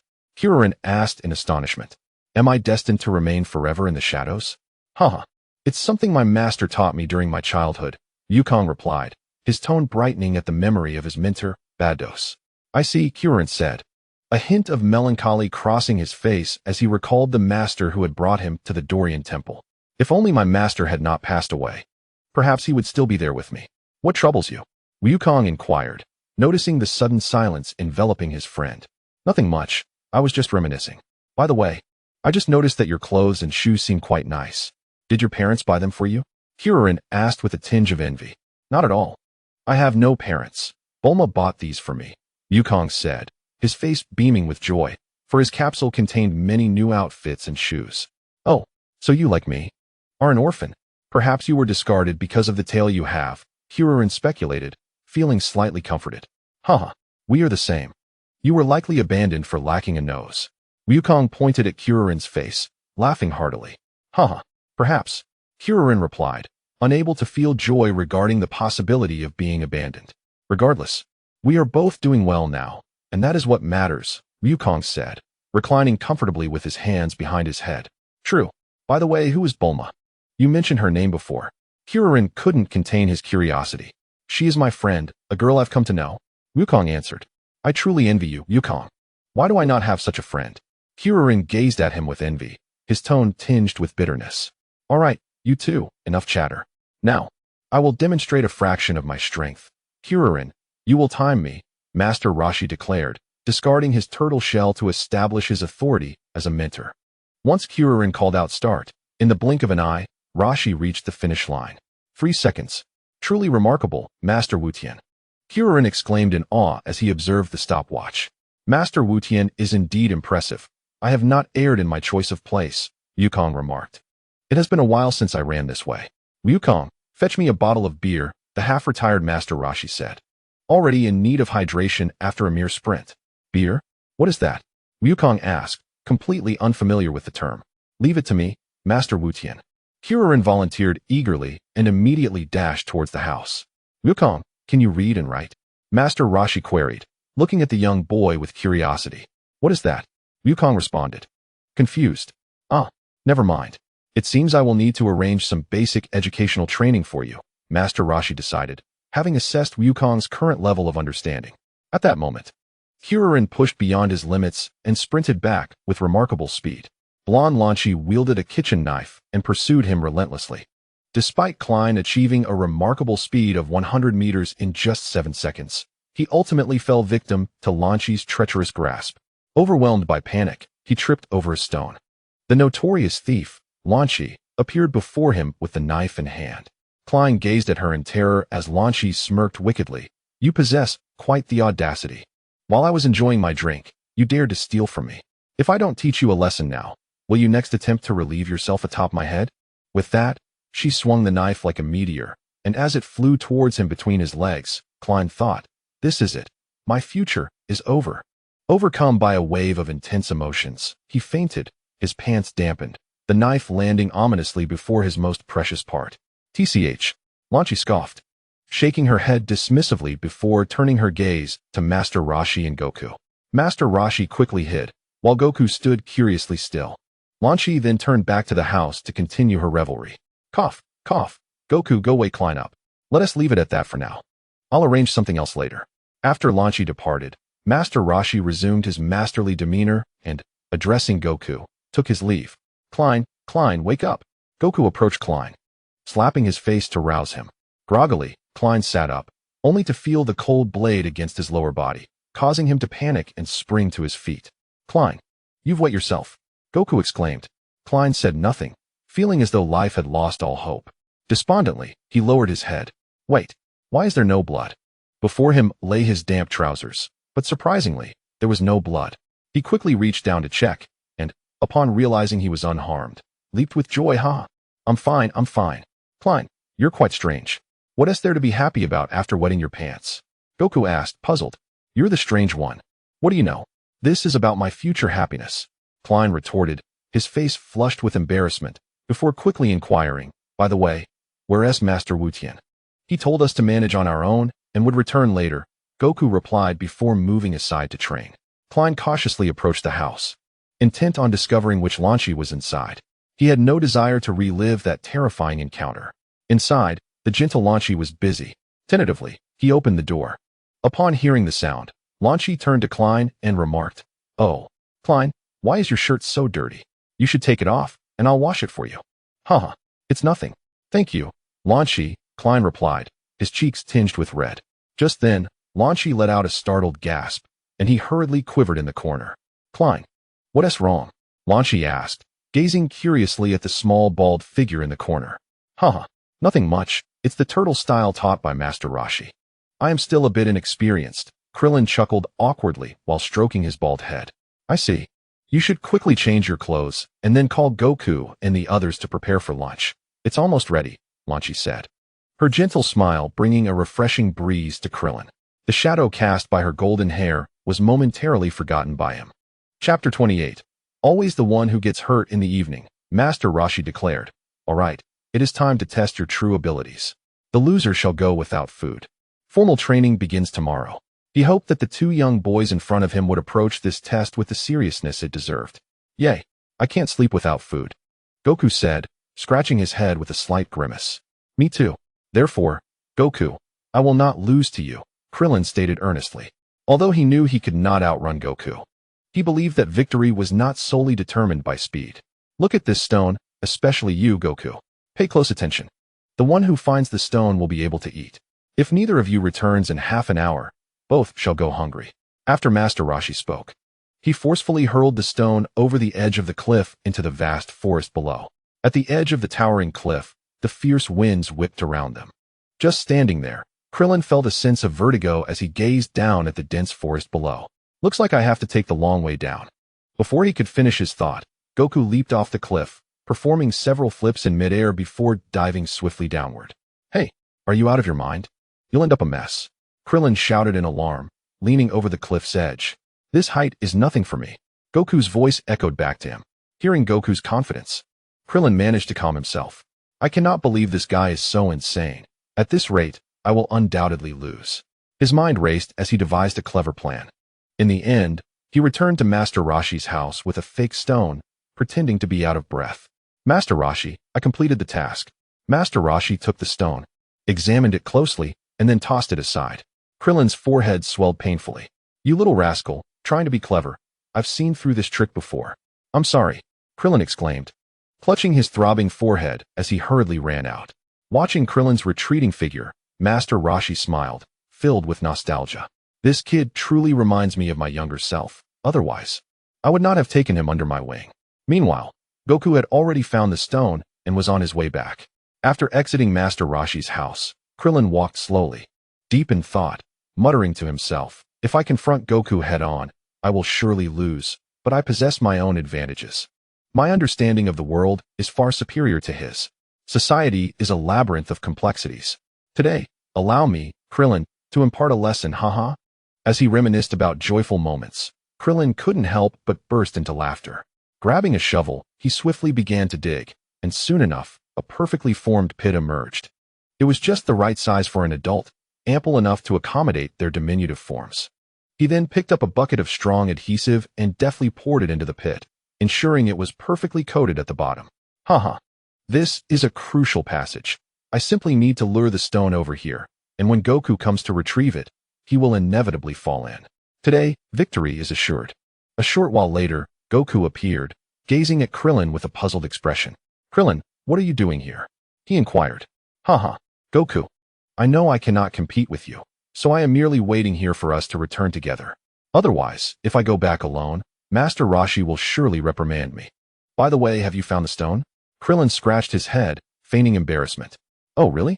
Krillin, you are quite remarkable to forego a meal, Goku remarked, impressed by Krillin's dedication.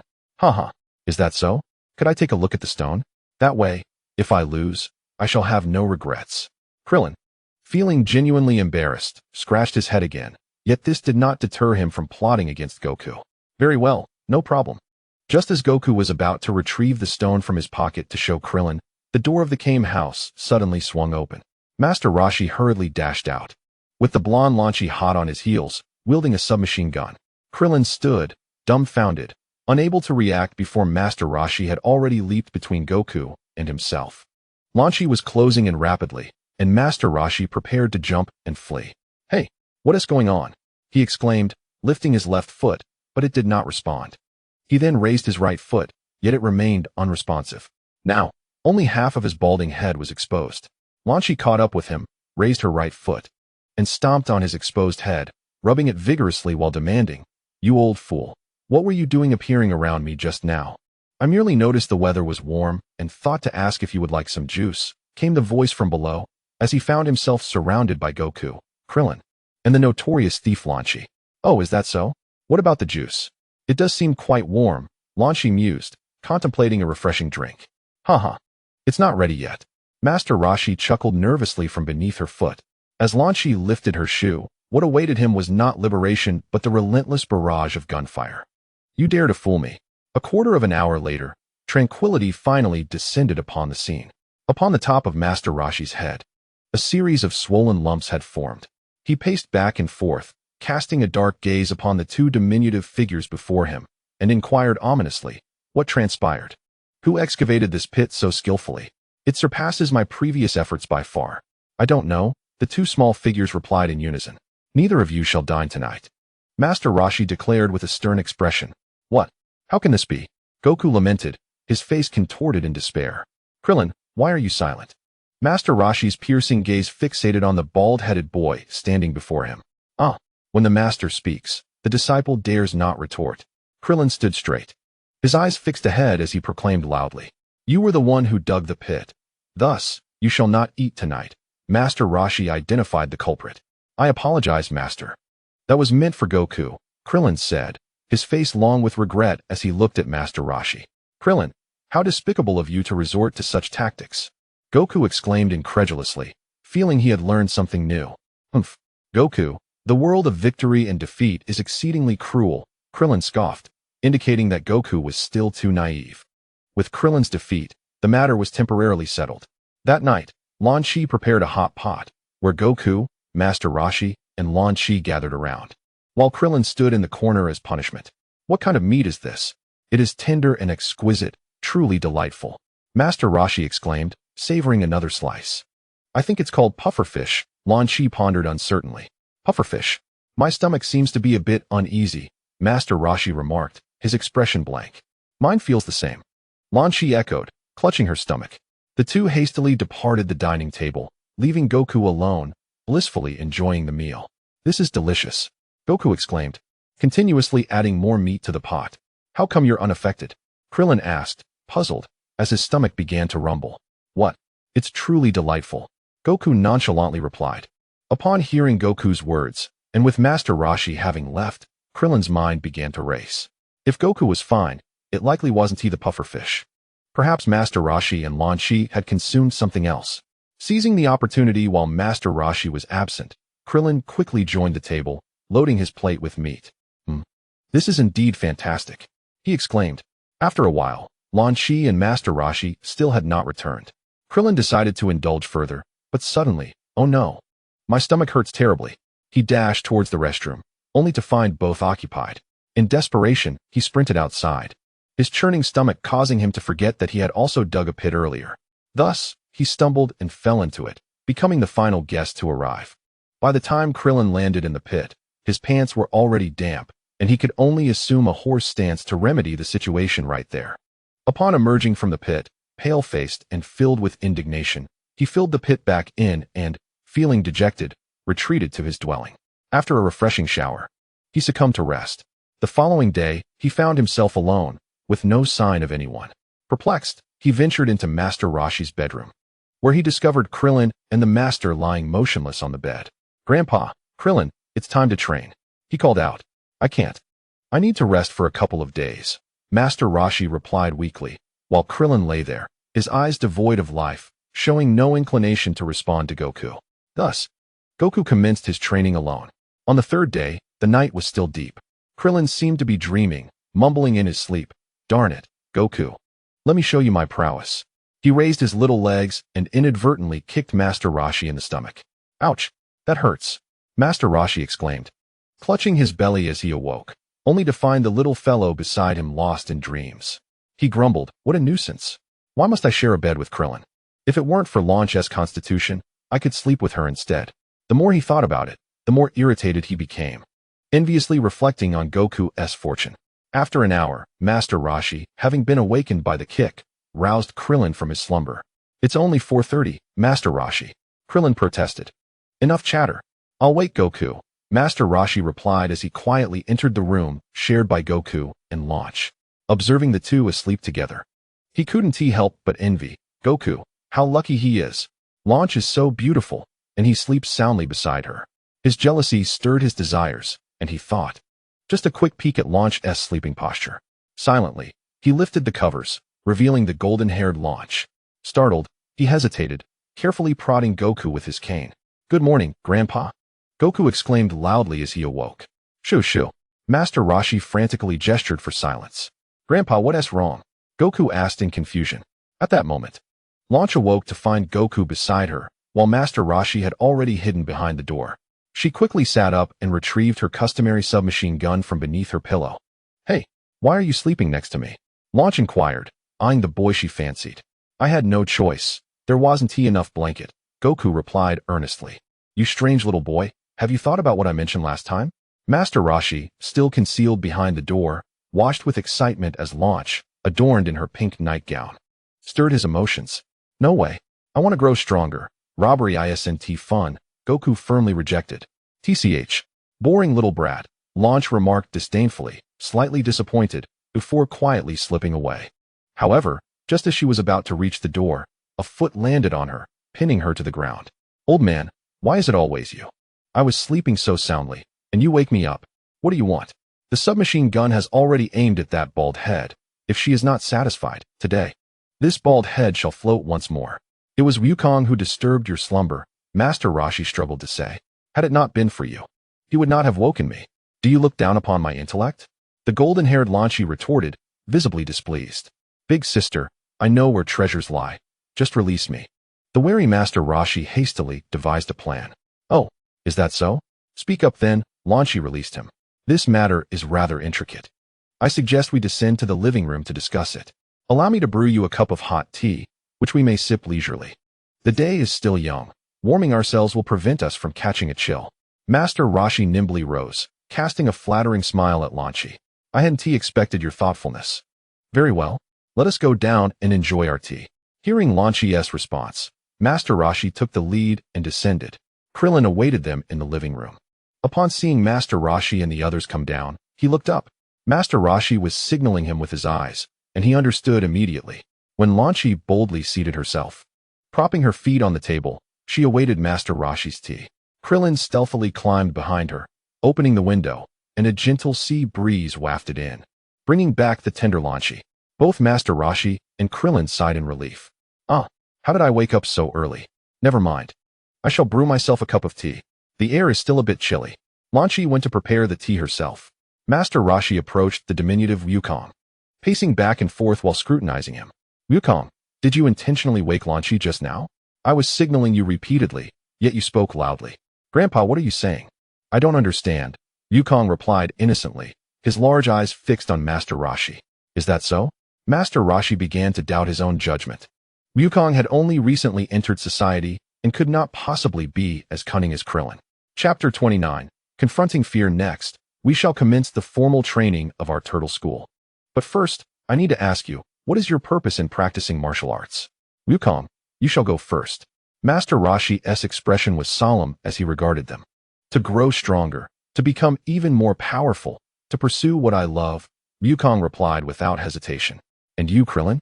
Master Roshi turned to his other disciple. "To grow stronger. So I want to be bullied.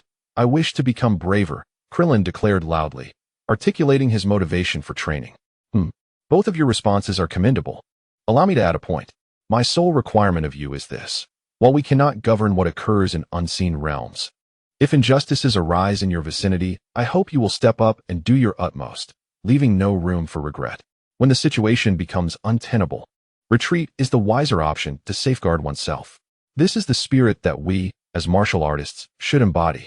Do you understand? The Master Roshi's voice resonated as he imparted wisdom to his two disciples. "Yes, Master Wu Tian," Krillin replied, his voice louder than the Master's. "Grandpa, I don't understand. What constitutes injustice? What is regret? What does it mean to be beyond help?" A barrage of inquiries erupted from Goku, directed at the bald sage, whose head visibly glistened with perspiration. "Well, you need not concern yourself with such complexities. Simply follow your inclinations and engage in what you enjoy. In any case, with your temperament, You are unlikely to commit any wrongdoing, Master Roshi interjected, wiping his brow, eager to redirect Goku's curiosity. Thus commenced the formal training, with Master Roshi outlining the first phase as an immersion into worldly affairs. This approach would not only serve the purpose of cultivation, but also deepen Goku's understanding of human existence. Most importantly, it mitigated the risk of financial ruin. Considering Goku's prodigious appetite, without an influx of funds, he might soon be compelled to fish for sustenance with his two disciples. Their initial destination was a large container warehouse.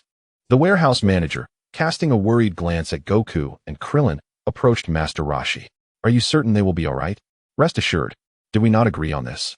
If they are unable to fulfill their tasks, I shall compensate you for any breach of contract, Master Roshi confidently assured him. Very well, I leave it in your hands, the warehouse manager remarked as he turned to depart, leaving only the watchful Master Roshi and his industrious pupils within the vast space. Goku, Krillin, come over here. Those are the stacks of goods. Your objective is to load everything into the containers over there. Remember, handle everything with care. We cannot afford any damage. All items must be loaded today. If something is too cumbersome for one of you, work together. If the task is not completed, neither of you will have a meal today. I will be in the adjacent room watching television. Come find me if you encounter any issues. With that, Master Roshi hurried off to the television, eager for the program that was about to commence. Goku and Krillin set to work, visibly depleting the mountain of goods in the warehouse. After a simple lunch, they resumed their labor. 2 hours later, Krillin exclaimed, Goku, I can't go on. I'm exhausted. The two were struggling to lift a massive item, but Krillin was nearing his limit. Just as he uttered his last words, he collapsed to the ground, the enormous cargo toppling toward him. Upon witnessing the situation, Wukong swiftly slid beneath the cargo. Just as the goods were about to collide with Krillin, he propped himself up and declared, Krillin, take a moment to rest. Allow me to handle this from here. Thus, time gradually passed. Initially, Krillin struggled significantly, but with Wukong's assistance, he slowly began to adapt. A month later, the warehouse supervisor presented a thick stack of banknotes to Master Roshi. You have performed admirably. I hope for future opportunities to collaborate. As for the matter you mentioned, I have already made the necessary arrangements. Haha, no problem. Then we shall take our leave, responded Master Roshi, delighted as he accepted the banknotes and departed with Wukong and Krillin. Finally, we can avoid bankruptcy. Today is a day of rest. Krillin, take Wukong to the market.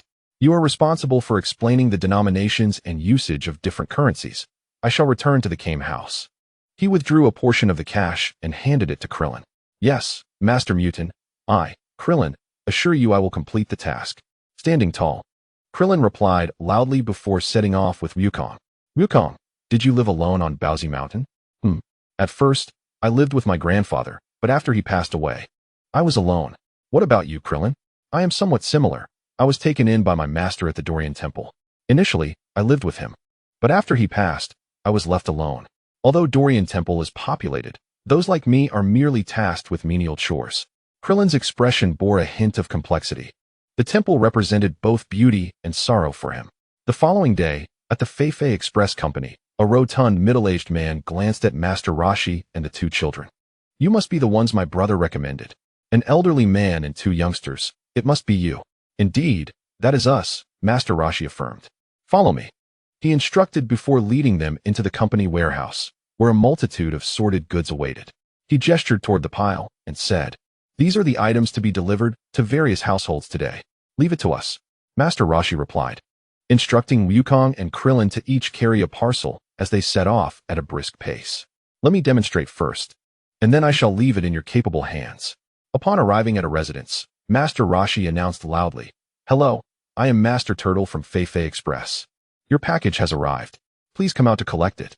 Wukong noticed nothing amiss, while Krillin stared at Master Roshi with a perplexed expression. Thus began their delivery journey. With Wukong's companionship and the flames of determination igniting within Krillin's heart, despite the arduousness of the task, Krillin persevered with unwavering effort. As for Wukong, he felt remarkably at ease, yet he had to wait for Krillin, who was illiterate and unable to complete the task alone. Another month had elapsed, and the task was successfully accomplished at a large construction site, which marked the final stage of their worldly training. Were these two little fellows truly capable? This was a construction site, and I would not take responsibility if anything went awry. The site's supervisor cast a dubious glance at Master Rashi, voicing his concerns. Rest assured, there will be no issues. They will earn wages commensurate with their workload, and should they encounter any unfortunate mishaps, we will bear the consequences ourselves. Master Rashi assured with an expression of complete confidence. Very well. After all, it was my brother who recommended them, and I trust he would not mislead me. The site's supervisor conceded. Over the next month, he was astounded. Wukong earned wages equivalent to 30 workers, while Krillin earned that of 10, effectively doubling the efficiency of his crew. Haha, it has been a delightful collaboration. We must certainly work together again in the future, for due to the two of them, I achieved my construction goals ahead of schedule. My gratitude knows no bounds. Thus, their worldly training reached a temporary conclusion as they arrived at a new training location. A towering, steep peak loomed before them, ascending approximately 20,000 feet, with a moderately narrow primitive path leading to its summit. 2 different weights of turtle shells thudded against the ground. Krillin, you will carry the lighter one. Your objective is to ascend to the peak and return once, gradually increasing the number of trips as you adapt. Wukong, you will carry the heavier shell. Your goal is to make 3 round trips. Despite 2 months of arduous training, Krillin still found it challenging, while for Wukong, the task was considerably less strenuous. After completing his own duties, Wukong idly accompanied Krillin, encouraging him, and gradually Krillin's repetitions increased. They synchronized their efforts, and 2 months passed in earnest training. All right, next, we shall return to Kame House, and the remaining training will be completed there. Master Rashi informed his 2 disciples, who were enjoying dinner. The following day at Kame House, from today onward, our training regimen will differ from before. However, before we commence the official training, Krillin, I have arranged a special exercise for you, Master Rashi explained. Yes, Master Rashi. Krillin's bright voice resonated. Observing the diminutive figure before him, Master Rashi contemplated. Let's see if you can maintain that enthusiasm. Look over there. Do you see anything? Master Rashi pointed towards the distant sea. A great white shark, Krillin exclaimed, his sharp instincts warning him of impending danger as he trembled at the sight of the massive creature, measuring several meters in length.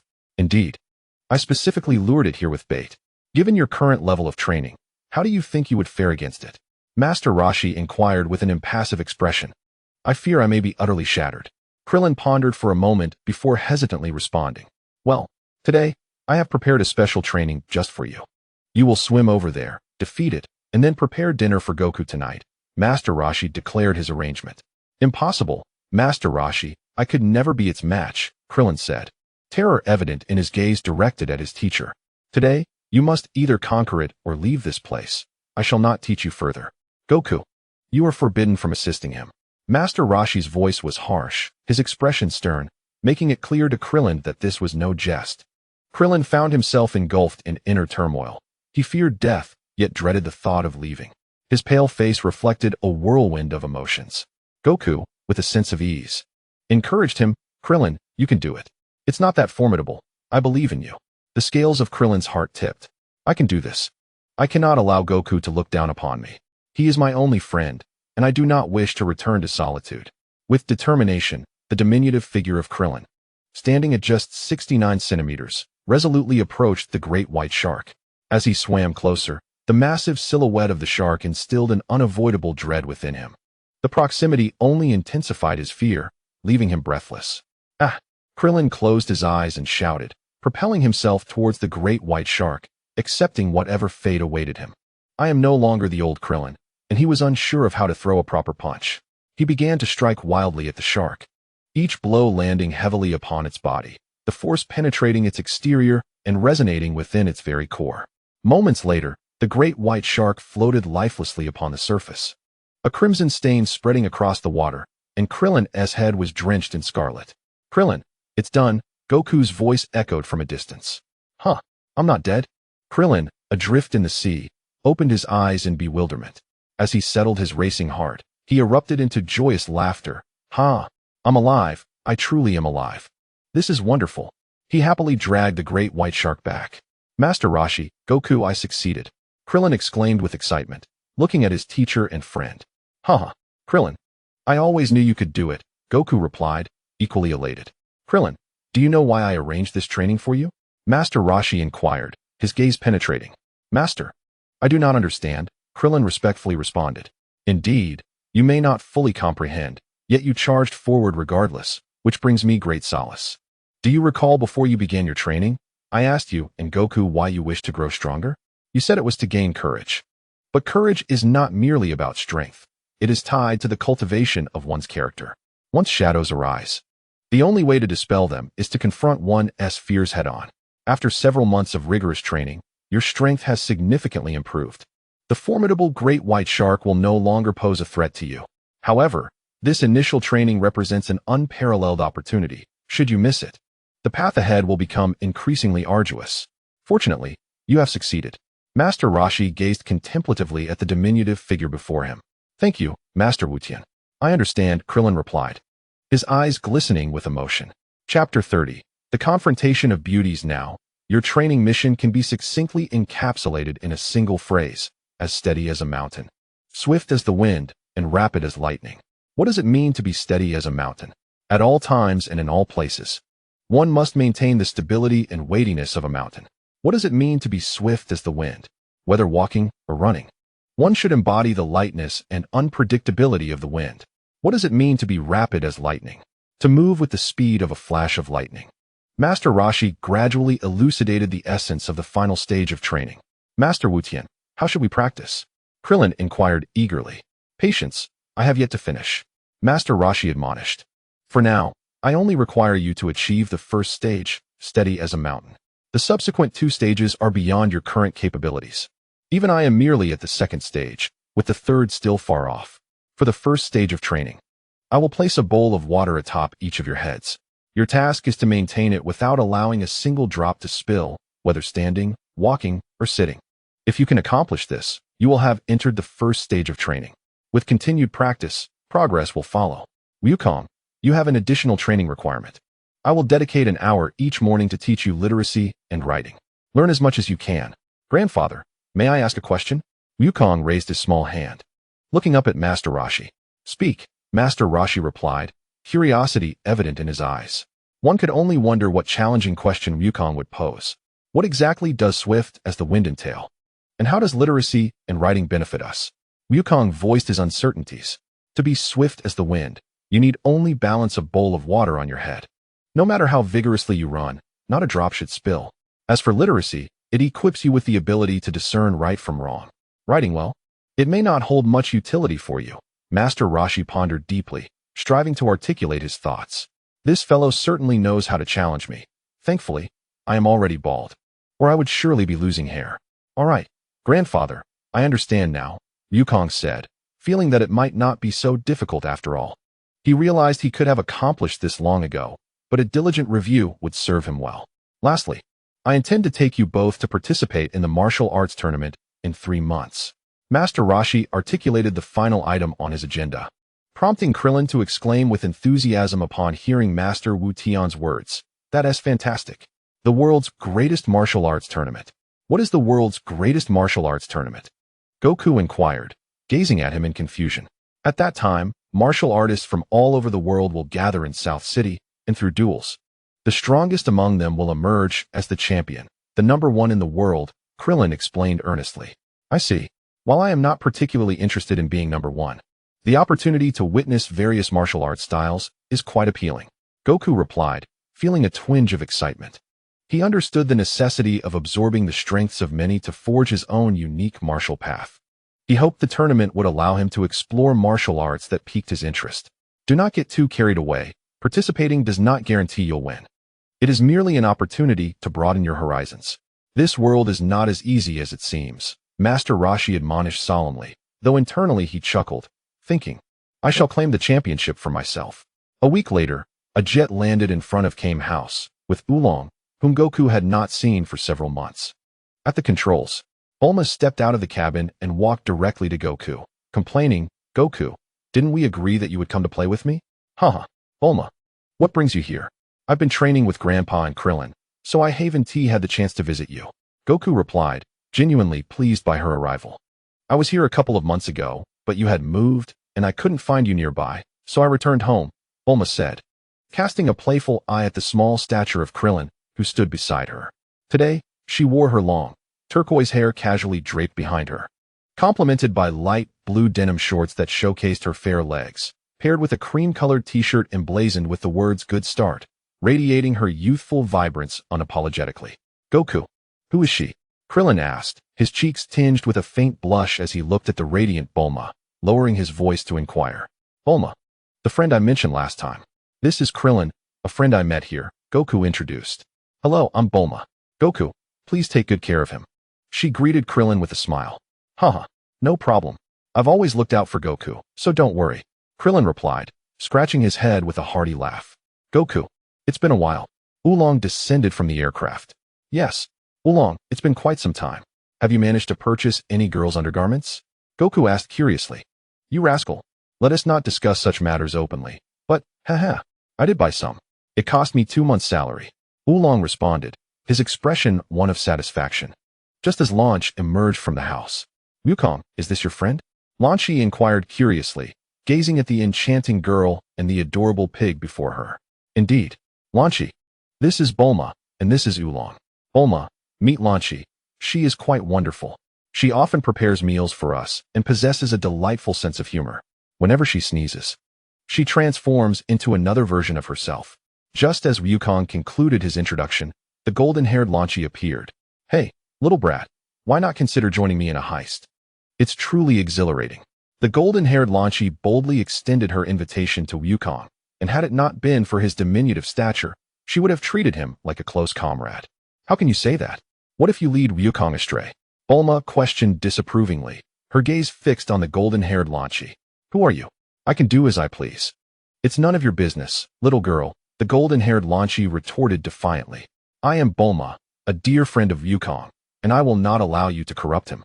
In a swift movement, Bulma positioned herself behind Wukong, recognizing that the imposing figure before her could pose a threat, and she felt safer shielded behind him. What did you say? The golden-haired Launchi rolled up her sleeves, clearly prepared to engage in mischief. Krillin, standing at a mere 69 centimeters, hastily clung to her leg, pleading. Please, don't do that. Upon closer inspection, one could see that Krillin's expression was one of unexpected satisfaction. However, his joy was short-lived, as Launchi effortlessly seized the back of his collar and hurled him toward the distant horizon over the sea. Ah! Krillin's screams echoed as he ultimately splashed into the ocean, becoming a meal for the sharks. Having lost interest in further contention with Bulma due to Krillin's antics, Launchi turned her attention to Master Roshi. Hey, old man. Get moving and prepare my juice. If I don't have it in 10 minutes, I will make you float. Upon hearing Launchi's command, Master Roshi promptly approached, his demeanor obsequious as he replied, Hee, don't worry, boss, it's just a glass of juice. I'll have it ready in no time. Among everyone here, I find you the most satisfactory. Your attitude is commendable, maintain it. In the future, I shall take you along for heists, where you can enjoy the finer things in life. Although you are a bit older and lack intimidation, your martial skills are impressive. The golden-haired Launchi regarded the reverent Master Roshi with rare praise. Yes, haha. Thank you for the compliment, boss. I will continue to uphold my standards. I will prepare the juice right away. Please take a moment to rest in the living room. I will bring it to you shortly. Master Roshi rubbed his hands together, then swiftly turned to attend to his task. On the distant beach, the turtle witnessed this spectacle and, covering his face in embarrassment, lamented, What a disgrace. I am hundreds of years old. The old lecher remains unchanged, and you are no different from him, Bulma remarked disdainfully as she observed Master Roshi's appearance. Upon hearing this, Oolong dared not speak too loudly. Bowing his pink pig head, he muttered softly, Such a vile personality. If he is unhappy, he takes it out on me. Bulma, catching a glimpse of his words, shot him a dangerous look. What did you say, Oolong? Nothing, he quickly replied. I merely meant that old Coot is worse than I am. As one of his kind, I feel ashamed and refuse to associate with him. Oolong straightened his little pink form, boldly asserting his stance. Remember your words. Otherwise, I shall turn you into braised pork and present you to Goku. Bulma threatened before turning her gaze to Goku. Goku, how has your training been lately? Are you in the mood for a feast? I'll treat you. And do you still have the clothes I prepared for you last time? Absolutely. Training is quite enjoyable, and I still have plenty of clothes. When are we going to feast? Goku eagerly inquired. Let us wait a bit. We shall depart once the normal launch appears, Bulma suggested, considering that Goku's friend, the blue-haired launch, seemed quite gentle. Half an hour later, Having savored her juice, the satisfied blonde launch vanished, and Goku and the others set off in their jet. So, Goku, what are your plans next? Bulma asked brightly, her beautiful eyes sparkling as she watched Goku pile more food onto his plate. I plan to continue training with Krillin and participate in the World Martial Arts Tournament in 3 months, Goku replied after swallowing his food. The one in South City? I'll come cheer you on. In that case, Launch, would you like to join us? I can arrange VIP tickets, Bulma inquired of the gentle Launch beside her. Sure, that sounds great. If you could also get me a VIP ticket for a luxury yacht, that would be even better, Launch added. Before she could finish, Master Roshi eagerly approached. For a VIP ticket, such a small sacrifice is entirely worthwhile. Who asked you, you old pervert? Bulma shot him a disdainful look. Thus, they made their plans to meet at the event. That night, at Kame House, Krillin expressed his envy. Goku, I truly envy you. You have such a beautiful girl treating you to dinner and preparing clothes for you. I can treat you to a meal too. I have plenty of clothes. Would you like some? Goku replied nonchalantly. TCH, I want a girl, not you. However, I will gladly accept the clothes. After all, every penny saved allows me to save more. Krillin scoffed, but graciously accepted his friend's offer, knowing he was different from Goku. Wukong is rather naive and lacks an awareness of saving money. He is truly unique. Chapter 31, The Sorrow of a Tough Guy. 3 months passed as Wukong and Krillin diligently trained. It is noteworthy that Krillin had yet to fully embrace the first phase of training arranged by Master Roshi. Yet he had made significant progress compared to 3 months prior. Wukong, Krillin, these garments are handmade by me for you. You are about to participate in the martial arts tournament, and I hope you like them, Launchi announced, presenting 2 red martial arts uniforms to Wukong and Krillin. Thank you, Launchi. The 2 little ones chimed in unison before donning the outfits on the spot. Hee. Wukong, do I look handsome? Krillin squinted his small eyes and asked. Quite nice, Krillin. I really like this outfit, Wukong replied, noting that while it differed slightly from the attire Bulma had prepared for him, it was still quite appealing. Haha, I'm glad you like them. Now, let us set off. It's getting late, Launchi said with a warm smile after hearing the sweet words from the 2 adorable boys. On the plane, Wukong, you are about to participate in the greatest martial arts tournament. Are you nervous? Krillin, feeling somewhat anxious since boarding, sought Wukong's encouragement. Not at all. Why should I be nervous? Wukong replied nonchalantly. I'm feeling a bit anxious. After all, it's my first time participating in such a prestigious competition. Aren't you excited? Krillin questioned, puzzled. Well, it's not quite the time for excitement yet. I would say I am a little expectant. True excitement comes when I encounter someone truly exhilarating. Wukong thoughtfully responded. Haha, you are indeed one of a kind, Krillin laughed, and after chatting with Wukong for a while, his nerves began to dissipate. At that moment, his face flushed as he lifted a newspaper to shield himself, for Master Roshi, seated to his right, was intently staring at the flight attendant's figure, thankfully managing to restrain himself from any inappropriate behavior. 5 hours later, the plane landed. Wukong, over here. Bulma had arrived early and had been waiting at the registration desk with Oolong for half an hour.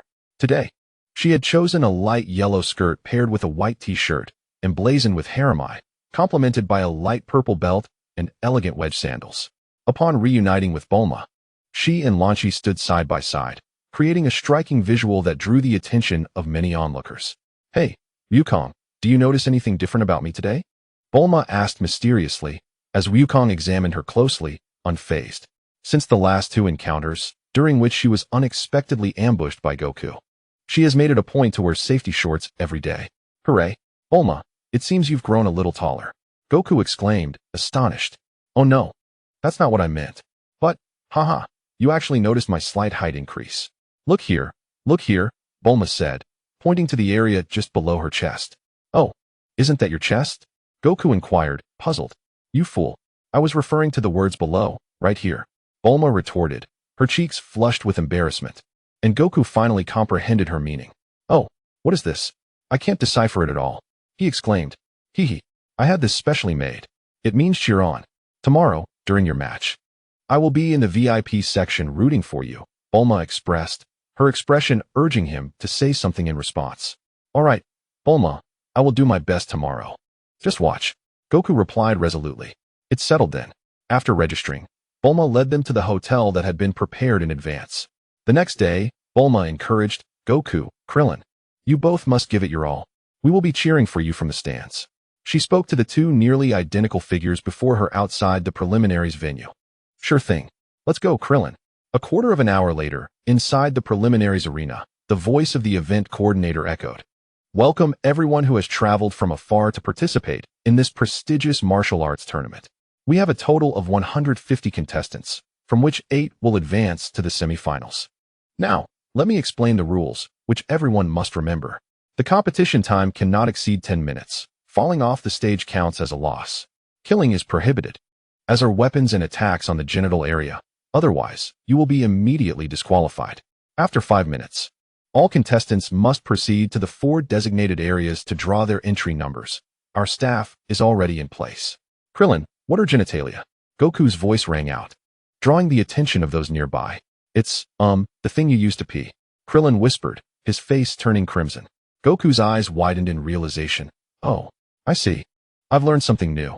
Krillin's face reddened even more, and after calming down, he cheerfully said, Goku, we can draw numbers from all 4 areas, which means we can enter different stages. I feel confident about making it to the semifinals without facing you right away. Yes, let's give it our all, Krillin. Goku responded earnestly. After a while, they had both drawn their numbers. Krillin was assigned to the 3rd area stage, while Goku was in the 2nd area stage. Krillin was the first to enter the arena, with Goku following behind him. Hey, isn't that Krillin? What are you doing here? You're not here to participate in the tournament, are you? A voice resonated behind Krillin, prompting Goku and Krillin to turn around. The speaker was a tall, bald man clad in a yellow martial arts uniform, accompanied by a shorter bald individual. Ah, it's you. Krillin regarded them with a calm gaze. Well, Krillin, I never anticipated that after leaving the dueling temple, you would become so assertive. You no longer even address me as senior brother. Have you forgotten the respect you showed us when you were running errands for us at the temple? The tall bald man taunted Krillin provocatively. I don't recognize any senior brother. I only acknowledge my master. The past is long forgotten, and I am doing quite well now. Krillin replied, his expression unyielding and composed. Standing in Zone 3 indicates you are also a participant here. What number are you? Are you brave enough to reveal it so that I may behold your prowess? The tall bald man regarded Krillin with disdain. Once, the shorter individual had been meek before him, yet now he dared to defy him. Once I extract your number, let us see how I deal with you. What is there to fear? Allow me to enlighten you. I, Krillin, am number 9. Did you catch that? If not, I wouldn't mind repeating it, Krillin retorted scornfully, assessing his former acquaintance. I've long since gauged your worth. Huh. Who would have thought the once meek burden from the dueling temple has turned so formidable? Out of my boundless generosity, I shall inform you that your opponent is none other than our senior brother, Bald Daling. If you possess the capability, do not flee. The tall bald man shouted angrily, employing provocation as his strategy. Stay calm, stay calm. This insufferable brat will soon regret his insolence, he thought, seething with rage. I am Krillin, and I remain steadfast in my name. Krillin, a mere Bald Daling, and you all are undoubtedly doomed, Krillin declared, casting a scornful sidelong glance at the tall man. His tone resolute and emphatic. You won't be boastful for much longer. I shan't stoop to your level. We are leaving. The tall bald man, unable to contain his anger, stormed away in a huff. Krillin, does your name have any significance? Why did it provoke their ire? Goku inquired, puzzled. That tall one is named Zhu Daling, and the short one is Yuan Lin. As for their senior brother, Bald Daling, they all bear the character Lin in their names. My name, Krillin, signifies restraint and conquering the enemy. It is destined that they shall fall before me, Krillin responded with pride. How curious. Why do you all share the Lin character? Goku asked. That is due to our previous place of training, known as the Dueling Temple, founded by a predecessor named Daling. Thus, all disciples who joined thereafter carry the Lin in their names. Ah, I see. Ah, Krillin, I have faith in your victory. You have significantly improved since the past, Goku affirmed with a nod of agreement. So do I. Ever since I battled that enormous white shark, my confidence has soared to unprecedented heights, especially after diligently training for 3 months, Krillin remarked with a beaming smile. His eyes slightly squinted. Outside the preliminaries venue, Bulma utilized a multifunctional capsule to produce an office desk, standing atop it alongside Oolong to observe the happenings within the arena. Although spectators were prohibited from viewing the preliminaries, she had her own means. Oolong, can you see where Goku and the others are? Please summon contestants Krillin and Talden to the stage. The match will commence in 1 minute. The referee announced loudly from the arena. Goku, I'm off now. Just wait for my congratulations. Krillin declared confidently as he ascended the stage, where his former senior, Talden, awaited him. Krillin, I just heard from the younger disciples, and I could hardly believe it. You dare to stand before me. Are you prepared to be utterly defeated? Talden coldly challenged, eyeing the audacious little fighter before him. Return your words. I hope you won't cry when the time comes, as it would be quite unbecoming at your age, Krillin retorted without hesitation. Let me see who has instilled such courage in you. Talden, a towering figure at 175 centimeters, sprinted towards Krillin with remarkable speed. However, to Krillin, it resembled the pace of a snail. In the realm of martial arts, a mere second can make a world of difference. Determined not to grant him any opportunity to showcase his skills, Krillin swiftly launched into action. With a flying kick, he struck Talden squarely in the abdomen, sending him hurtling back and crashing against the wall, where he promptly lost consciousness. The contestant Talden has been utterly defeated. Krillin emerges victorious. The referee's voice resonated through the arena. I did it. I won. Goku, I won. Yes. Krillin, you did it. Goku exclaimed joyfully. Meanwhile, the two previously boastful bald men discreetly carried Talden away, exiting the arena without fanfare. Outside the preliminaries venue, a staff member on patrol noticed Bulma and Oolong peering through the window. Hey, what are you doing? Spectators are not allowed in here. He shouted as he hurried towards them. Oolong, fold up the desk. I have to leave. How frustrating. I haven't seen Goku's match yet. Bulma lamented as she dashed away. What is happening? Oolong exclaimed as he was apprehended by the staff member who approached from behind. What is your name? The robust, 180-centimeter tall staff member interrogated the little pink pig standing before him. Oolong, the little pig responded, rendered speechless. What were you sneaking around for just now? The staff member inquired, meticulously recording the incident. Let us see if there are any women to spy on. I was merely sneaking a peek at the competition, as I have a friend participating. The little pink pig, lost in delightful reverie, inadvertently revealed its true thoughts and hastily attempted to rectify the situation. You need not explain. Hello, is this the duty officer? This is the command center for the world's premier martial arts tournament. We have encountered a peculiar voyeur, and we are uncertain of its intentions and potential dangers. Kindly send someone over to address this matter and administer a strict reprimand. Currently, we are conducting an impromptu interrogation, and we will transfer all pertinent information to you shortly. The staff, unwilling to let this creature go, considered that releasing it would be a dereliction of responsibility towards the safety of women, having never encountered a talking pig before. Hey, I believe there was someone else with you. If you can disclose their identity, we may consider leniency and even commend you. The staff employed deceitful tactics against the little pink pig, hoping to ensnare its accomplice, but sadly, they were up against a seasoned trickster. Really? I desire a lovely woman's undergarment. Is that too much to ask?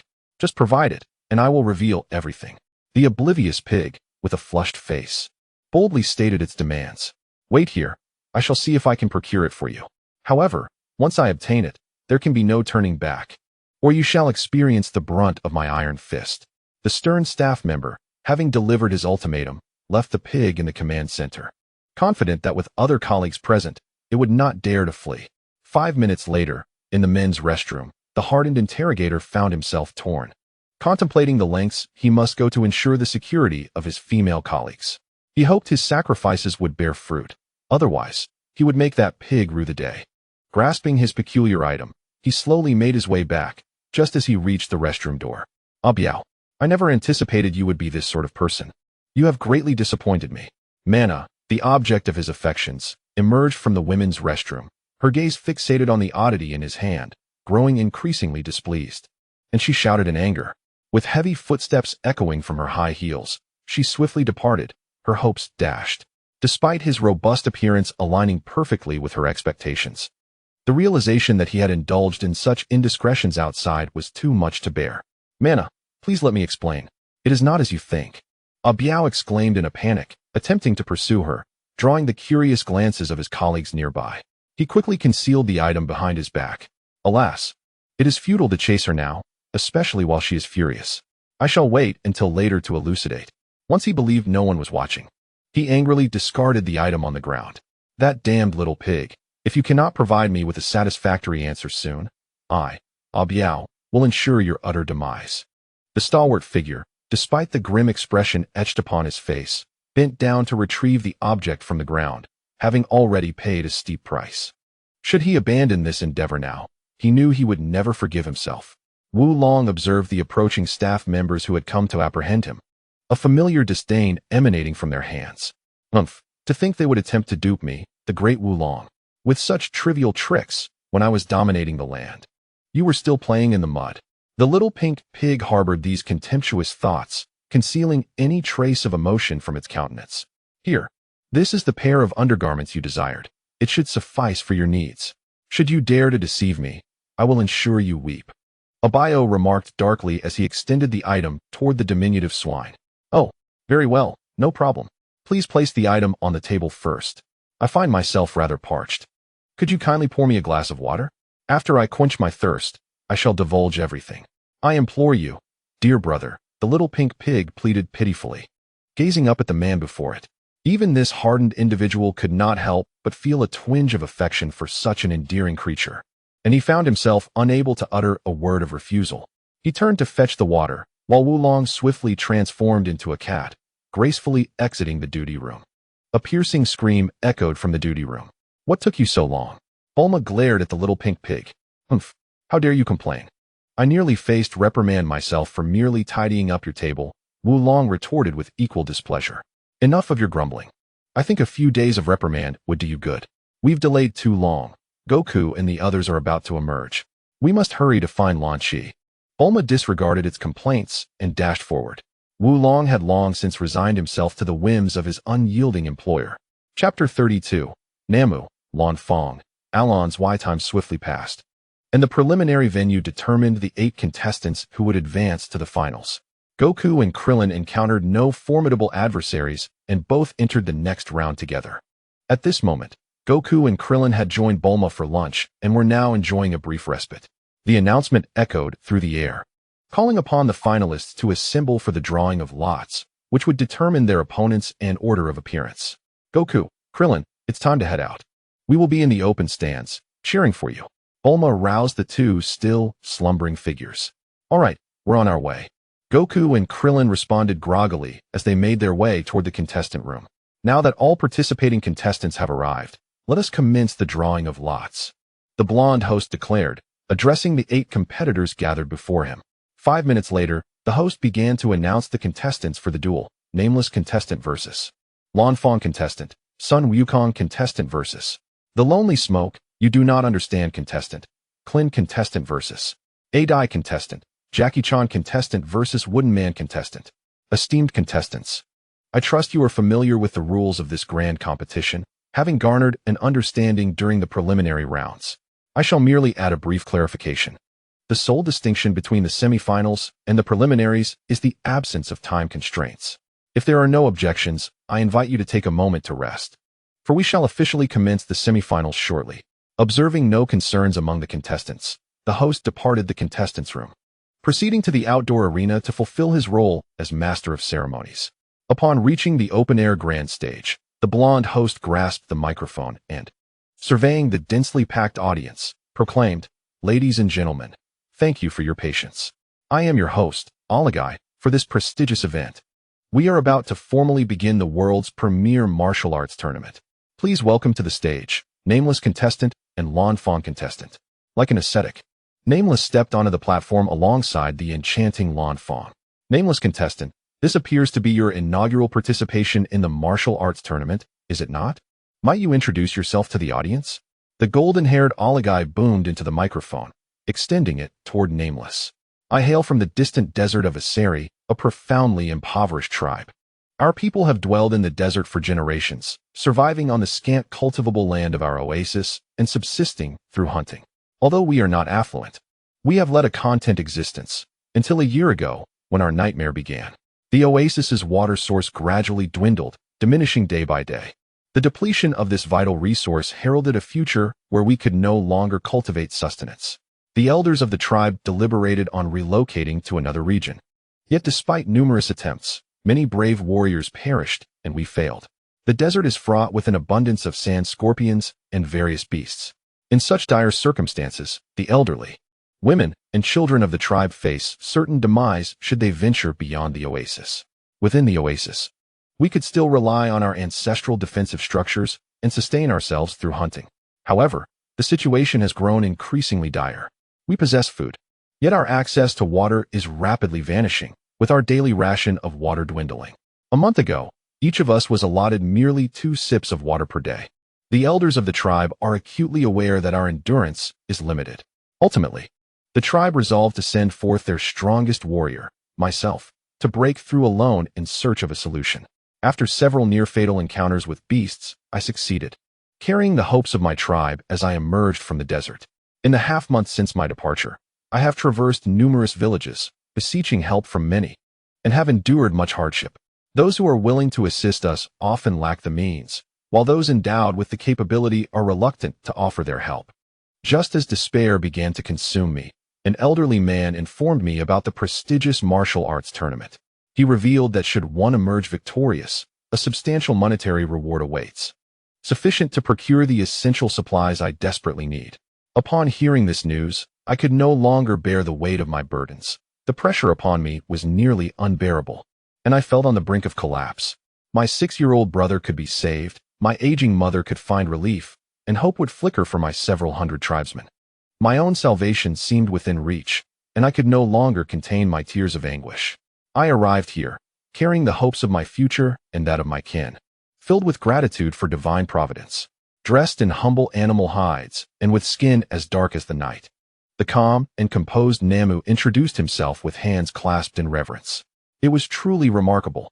I had not anticipated that Namu was such an extraordinary individual. Namu, do you possess confidence in your ability to triumph in this tournament? Inquired the exuberant and boisterous Alligay, who followed up with another question after his exaggerated praise. Upon my arrival, I discovered a world far larger than I had ever imagined. Many competitors eluded my comprehension, yet this place represented my final glimmer of hope. Should this last vestige of hope shatter, I would truly be left without recourse. During my journey here, I had resolved that if the dire moment arrived, I would resort to theft or robbery to secure the necessary supplies. For the sake of my family and my tribe, I could no longer afford to be choosy. Alligay, I cannot accept your flattery. If I were to lose in the competition, you would be the first I would rob. My apologies, Alligay. I have time. Yet my family and tribesmen are out of time. I can no longer afford to be selective. I am aware that the likelihood of a successful robbery is slim, as the city's security forces are plentiful. However, I find myself with no alternatives left. As long as a glimmer of hope remains, I shall make the attempt. Rest assured, Alligay, if I truly fail, I shall spare your life. The calm Namu from Asari boldly proclaimed his declaration. Oh my, it is truly astounding. Namu has audaciously issued a declaration of robbery here, and his target is none other than me, Alligay. It seems being a host carries significant risks. At this moment, should I alert the authorities? Yet, Namu has not yet committed any criminal act, and our city police appear powerless to apprehend him. Must I, Alligay, relinquish my duties at this very moment? That is inconceivable. My entire family awaits my support, just as Namu is a courageous man. Next, I, Alligay, wish to announce a bounty to all the participants and esteemed audience present.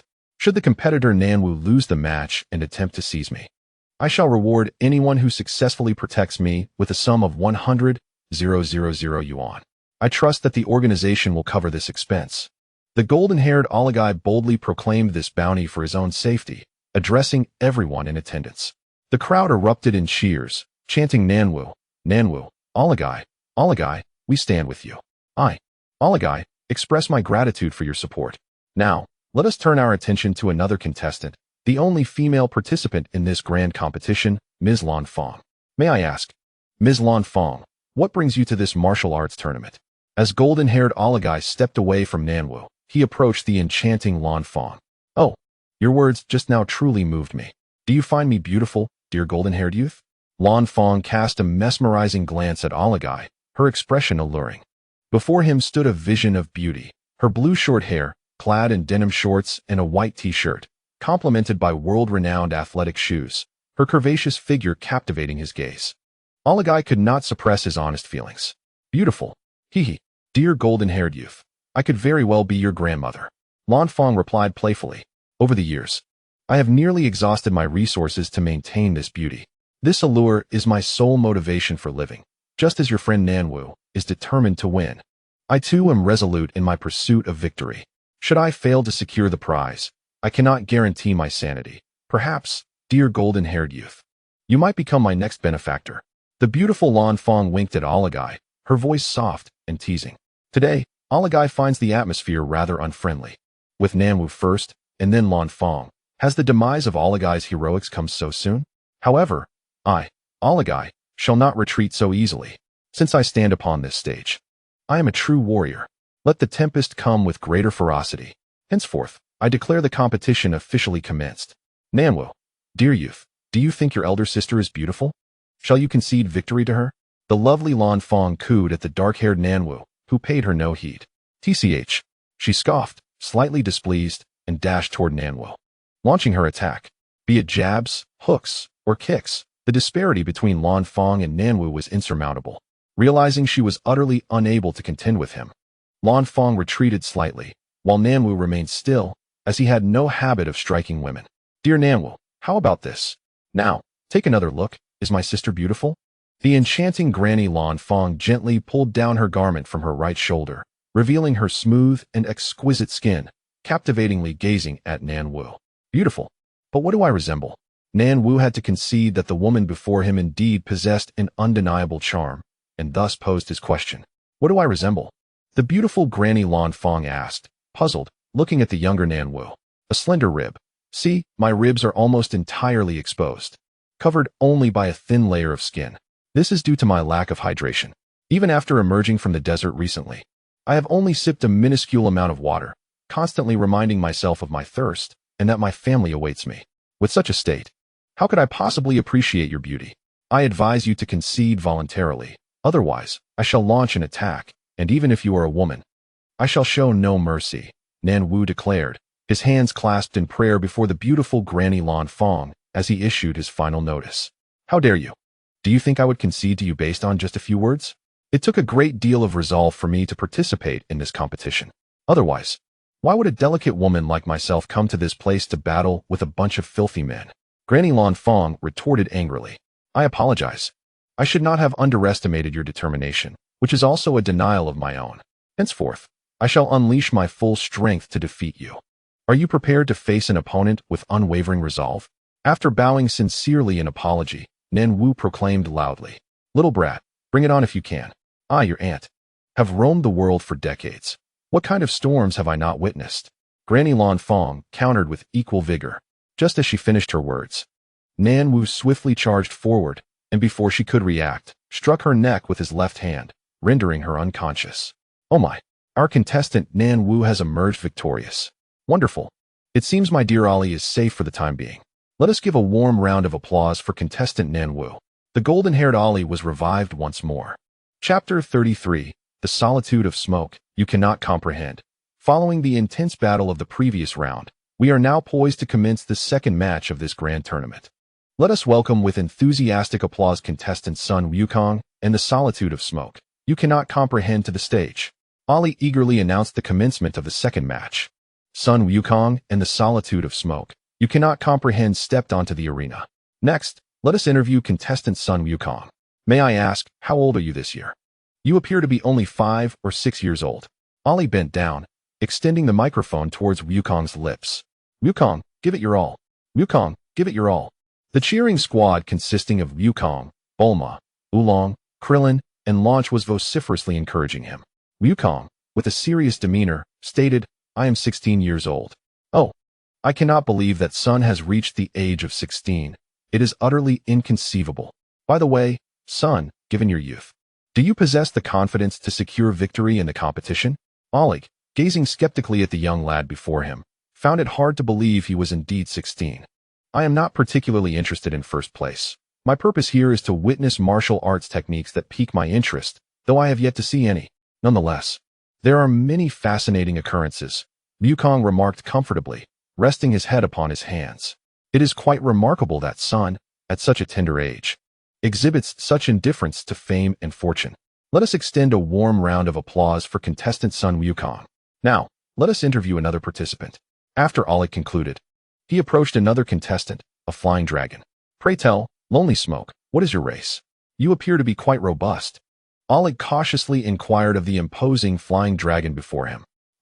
I am the chieftain of the dragon clan among the mystical beings.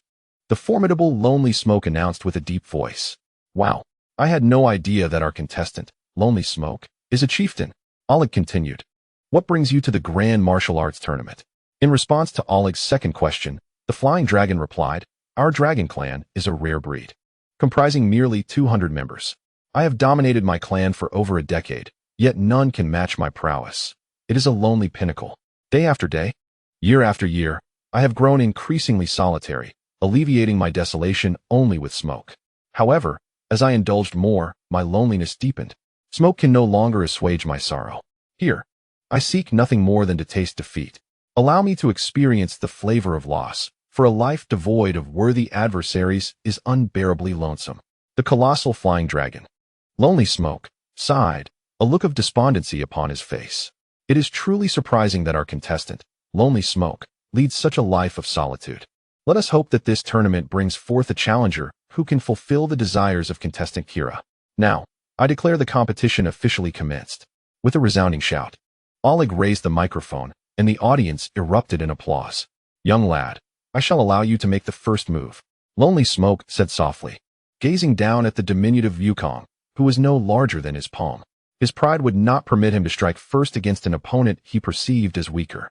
Haha, Uncle Lonely Smoke, your words are truly commendable. However, you should take the initiative. I am indeed the one capable of fulfilling your wish. A 70-centimeter tall Wukong, squinting his large eyes, beamed with a smile and exclaimed, Ha! I never expected you, this little one, to be quite amusing. Very well, since that is the case, I shall take the initiative. I will be mindful of my strength and will endeavor not to harm you. The formidable figure known as Lonely Smoke, you do not understand, proclaimed joyfully. He then moved his massive form towards Wukong, causing the arena to tremble beneath his weight. Upon reaching Wukong, he extended his gigantic finger and flicked it towards him, intending to send Wukong flying off the stage. However, Wukong agilely leaped to the left, easily evading the attack, and realized that this little figure before him was rather extraordinary. Lonely Smoke, you do not understand, gradually quickened his pace of assault, yet he still failed to land a blow on Wukong. Each time, Wukong deftly dodged at the critical moment. After several minutes of futile attempts, he voiced his frustration loudly. Little one, if you possess any skill, do not evade. Face my strike. Wukong replied, All right, no problem, uncle. Show me your techniques. He paused, declaring, I shall not dodge this time. Here comes my attack, rubber ring. Lonely Smoke, you do not understand, shouted as he observed Wukong standing still. He unleashed his innate racial ability, producing a firm and elastic rubber substance from his mouth, which formed a large rubber ring in midair, encircling Wukong and then contracting tightly around him. Hee, how about this? Now you cannot move. The enormous flying dragon grinned widely. Just then, Wukong exerted a force, causing the rubber ring to scatter into the air. Lonely Smoke, you do not understand, declared, I am coming at you now. After saying this, Wukong clenched his right fist and sprinted forward on his short legs. Seeing the rapidly approaching Wukong, Lonely Smoke hastily shouted, Stop! I concede. Hearing his uncle's words, Wukong stumbled and halted before him, exclaiming, Why? I haven't even begun to fight. Wukong looked at him in confusion. Since even the rubber ring could not restrain you, it is evident that I cannot defeat you. I am not foolish enough to endure a beating when it is clear I will lose. Lonely Smoke, you do not understand, remarked, rolling his large eyes at Wukong, indicating that he was no simpleton. Wukong, somewhat enlightened, responded, Oh, so that is how it is. This is the taste of defeat. Truly fascinating, little one. Thank you for allowing me to experience this.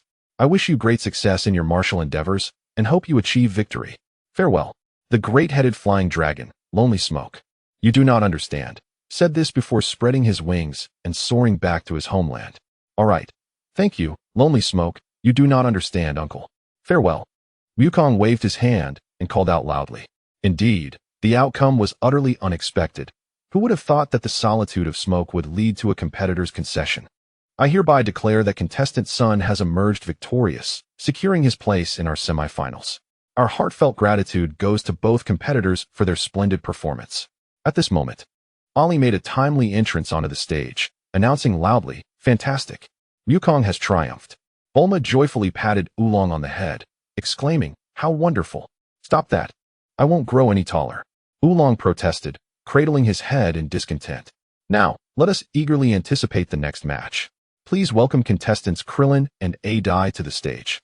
And let us offer them a warm round of applause, Ollie enthusiastically announced, swept up in the excitement of the competition, momentarily forgetting the fear that Nam had instilled in him. "Go, Krillin! Go, Krillin!" The supporters of Wukong raised Krillin's banner, with Wukong joining in their fervent cheers. Krillin and Dai ascended the platform. "Krillin, this must be your first time participating in a grand tournament, correct? May I inquire if you are here alone?" Ollie curiously asked the diminutive figure before him, who was nearly the same height as contestant Sunday. "No, I came with my fellow disciple, Wukong," Krillin replied with a composed expression. "Oh, I had no idea you and Sun are fellow disciples. May I ask who your teacher is?" "It is remarkable that he has trained two such formidable individuals," Ollie continued to inquire. "Our teacher is Master Wutian," Krillin humbly stated, a hint of pride gleaming in his eyes. "Whoa, I can't believe it's Master Wutian, the god of martial arts," Ollie exclaimed in astonishment. "Indeed," Krillin replied with poise, though he could not entirely conceal his pride, for Master Wutian is quite renowned in the martial arts community, much like his well-known fondness for the fairer sex. "Krillin, one last question, if you don't mind. May I ask how old you are?" Ollie inquired, contemplating whether Krillin could possibly be the same age as contestant Sunday. "I am 14, Krillin murmured. "Ah, 14? I am surprised that Krillin is of the same age as Sun, despite the stark contrast in height." Ollie could not help but express his astonishment. "You scoundrel! I'm merely still growing. I will get taller," Krillin retorted, indignantly voicing his displeasure towards Ollie. My apologies, Krillin. Now, let us turn our attention to the other contestant, Dai." Ollie moved away from the offended Krillin and approached a rather simple-minded, burly man beside him. "May I ask, Dai, what prompted you to participate in this grand tournament? Could you please elaborate?" Ollie positioned the microphone in front of the stout man. "Oh, sure. Next door. Ahua told me that if I excel in the competition and give her the prize money, she would marry me in 20 years. The somewhat daft and robust contestant. Dai spoke slowly. "May I inquire about Ahua's age?" Oliki asked curiously.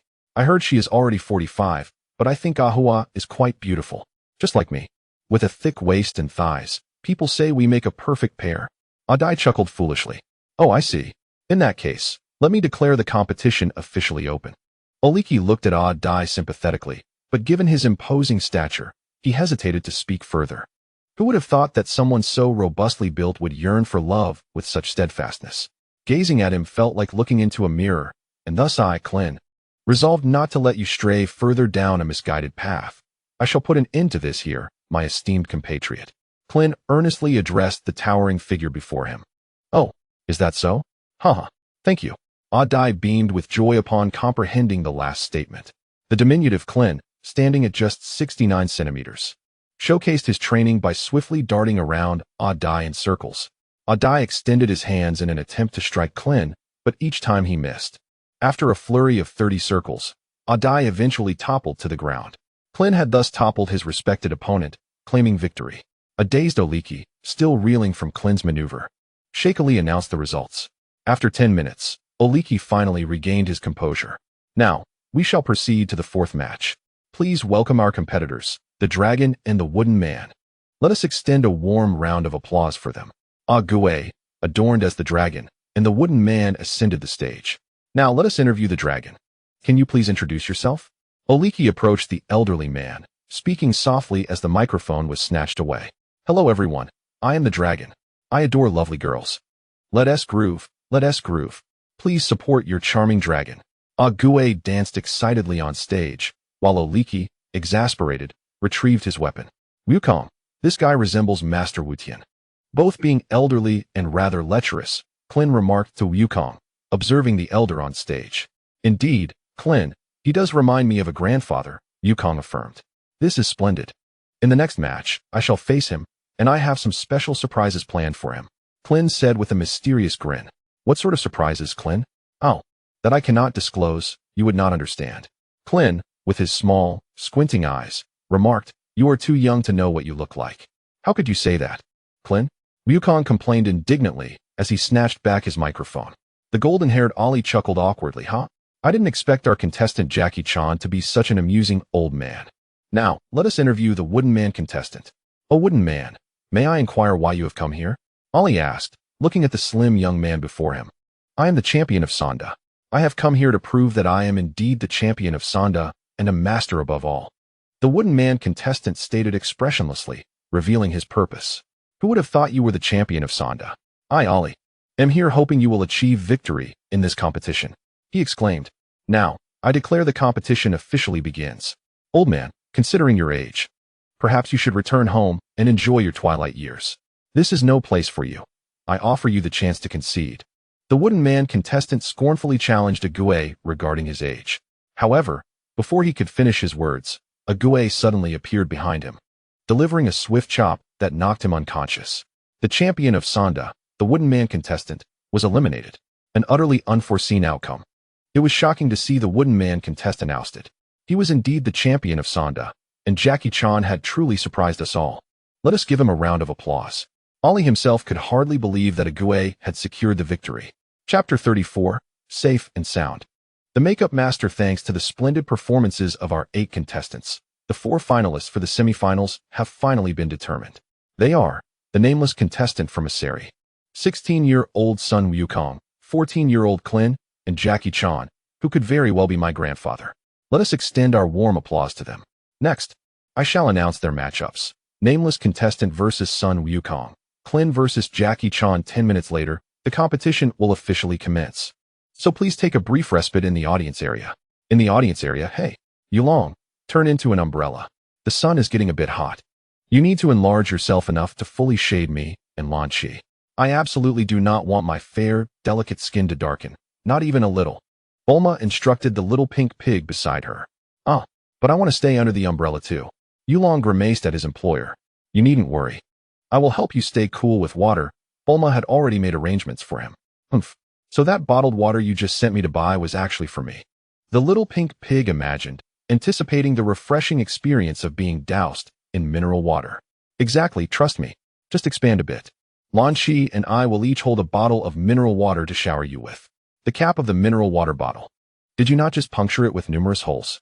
I assure you it will prevent the fierce rays of the sun from harming you. Bulma gazed at her chief subordinate. Making this promise, with no other option, the obedient Oolong transformed into a gigantic umbrella, completely shielding Bulma and Launch from the sunlight above. "Bulma, where do you think Master Roshi has gone?" "We haven't seen him at all," Launch inquired with a gentle face, her expression filled with curiosity. "Who knows? That lecherous old man has probably run off to flirt with some girls. How outrageous it is that he neglects to support his own disciple in the tournament." Bulma scoffed disdainfully, while Launch chuckled softly, choosing not to respond. "Thank you for your patience, everyone. We shall now officially commence the semi-finals of this year's World Martial Arts Tournament. Please welcome the competitors, Nam and Son Goku," the exuberant Oregano announced. Nam and Goku stepped onto the arena. I believe everyone is familiar with both Nam and Son Goku, so I shall refrain from further introductions. I wonder which of them will emerge victorious. This decision not only determines the outcome of their match, but also concerns the safety of my life, Oregano declared. I hereby announce the beginning of the match. In preparation for this, I have meticulously studied the battles of each contestant in the semifinals. Son Goku, you are indeed formidable, and I have no assurance of victory. However, it is not yet time for me to concede. I must fully blossom and reveal my true self to determine my fate. Nam stated earnestly, facing the small figure before him that instilled a great sense of psychological pressure. The battle hasn't even begun, and it seems Nam has already issued a forecast of defeat. Yet to this moment, no brave warrior has come forth to safeguard my life. Is it destined that I, Oregano, shall fall into Nam's clutches?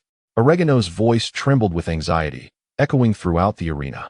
Nam, you absolutely cannot lose. I do not wish to be captured by you. If anything goes awry, I am finished. Cheers erupted from the audience, chanting Oregano, Oregano. Goku, looking at Nam, who held him in high regard, smiled joyfully and said, "Is that so? Hee. Thank you. I find you quite agreeable. Of course, I will not let you win easily. I have my own ambitions. However, If you do happen to be defeated and are willing to trust me, I can assist you after the tournament concludes. I am willing to trust you, Son Goku. Your eyes are as clear as the sky and the sea. If I am defeated, I will await your aid, Nam replied, gazing at the small figure before him with an unwavering hope that inexplicably blossomed within his heart.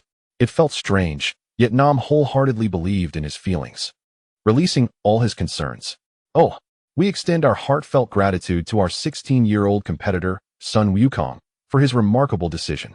Although Namu faced defeat, he did not take me hostage. And thus, I, Aoli, am finally safe. Aoli's voice filled with excitement resonated loudly as he regained his composure. Come on, Namu. Unleash your full strength, and let me witness your prowess. Wukong declared, gazing effortlessly at his opponent, heralding the commencement of their decisive battle. Very well, Son Wukong. I shall hold nothing back, Namu replied, placing his palms together in a gesture of respect before adopting a fighting stance and dashing forward. The 10-meter distance between him and Wukong evaporated in an instant, his palms slicing through the air like blades, aimed swiftly at Wukong. Yet, Wukong remained unmoved, deftly evading every strike. Realizing the futility of his initial onslaught, Namu swiftly altered his approach. He lifted his right foot and unleashed a fierce horizontal sweep. Wukong, with a gentle leap, narrowly escaped the attack. As Wukong found himself momentarily suspended in midair, Namu seized the opportunity, launching a powerful elbow strike toward him.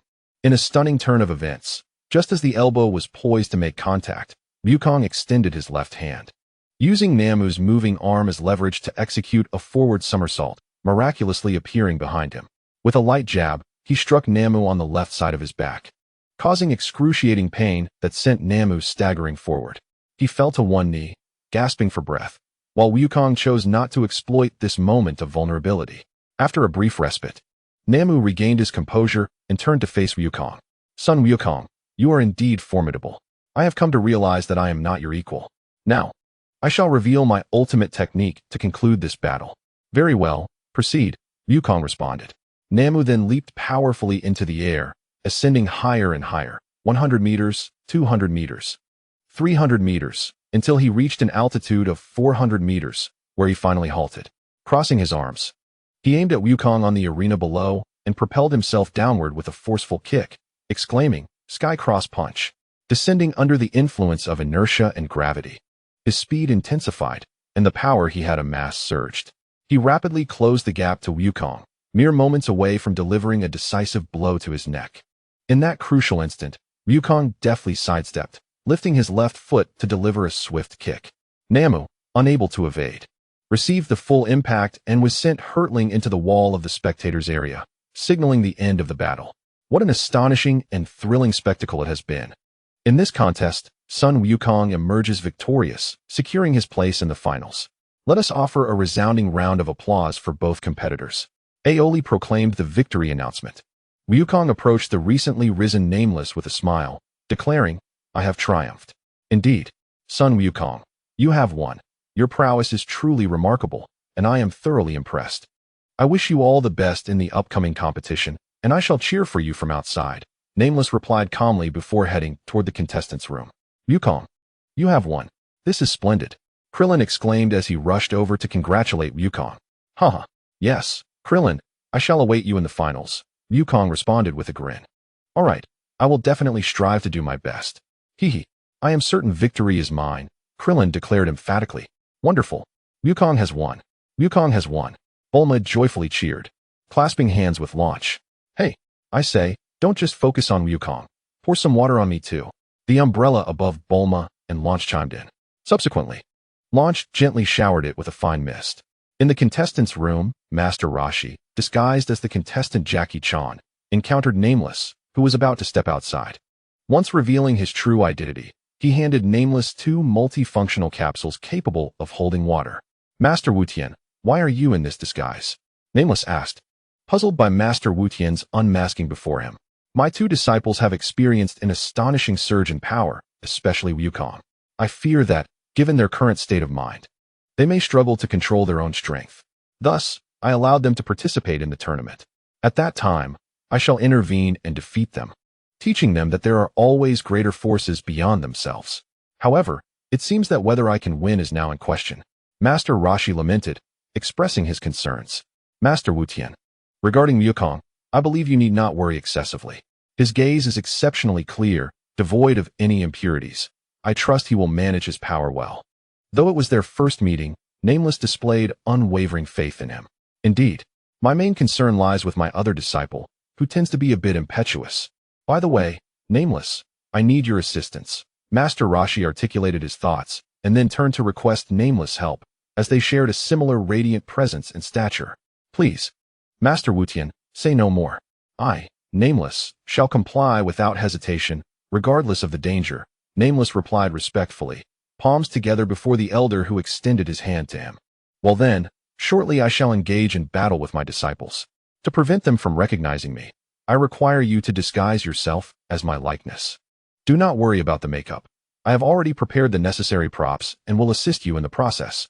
You need only to appear in the more populated areas of the audience, making it less likely for you to be discovered. Master Rashi outlined his plan in full. Not a problem, Master Wutian, leave it to me. Compared to your kindness, this task is but a trifle. Henceforth, whenever you require my assistance, do not hesitate to command me. Namo readily agreed, after which Master Egue took him to a secluded spot to apply his makeup. The resemblance was so striking that they appeared to be twin brothers. It seemed that Master Egue had indeed dedicated an extraordinary amount of effort into his videos. Chapter 35. The Fatal Weakness of Humanity. We are about to commence the final match of our semifinals, which will ultimately determine which two competitors will advance to the finals. Let us await this moment with bated breath. Please welcome contestants Clin and Jackie Chan to the stage. With no further regard for his own safety, Aoli had fully regained his composure. Clin and Jackie Chan, who had been made up by Master Egue, stepped onto the arena. Hey old man, I watched your previous matches, and I must admit, you were quite impressive. However, I am far superior. You stand no chance against me. I have already discerned your weaknesses, Clin declared, extending a finger and gently swaying it side to side. That cheeky brat, as expected, mirrors my former self. Jackie Chan, visibly annoyed, retorted, Kid. Today you shall learn that the small pot is still forged from iron. There are always greater heights beyond the mountains. Master Egue, determined to intimidate Clin, unleashed his full prowess. He dashed towards Clin, leaving behind a flurry of afterimages due to his incredible speed. Before Clin could even react, a powerful uppercut struck his chin, propelling him skyward. After ascending nearly 10 meters, Master Egue leaped after him, fists clenched, and delivered a devastating blow to Clin's gleaming head. With his consciousness already wavering, Clin plummeted to the ground, his bald head embedding itself into the arena, leaving only his short legs flailing helplessly above the surface. Master Egue descended and approached, extracting Clin from the ground and tossing him aside.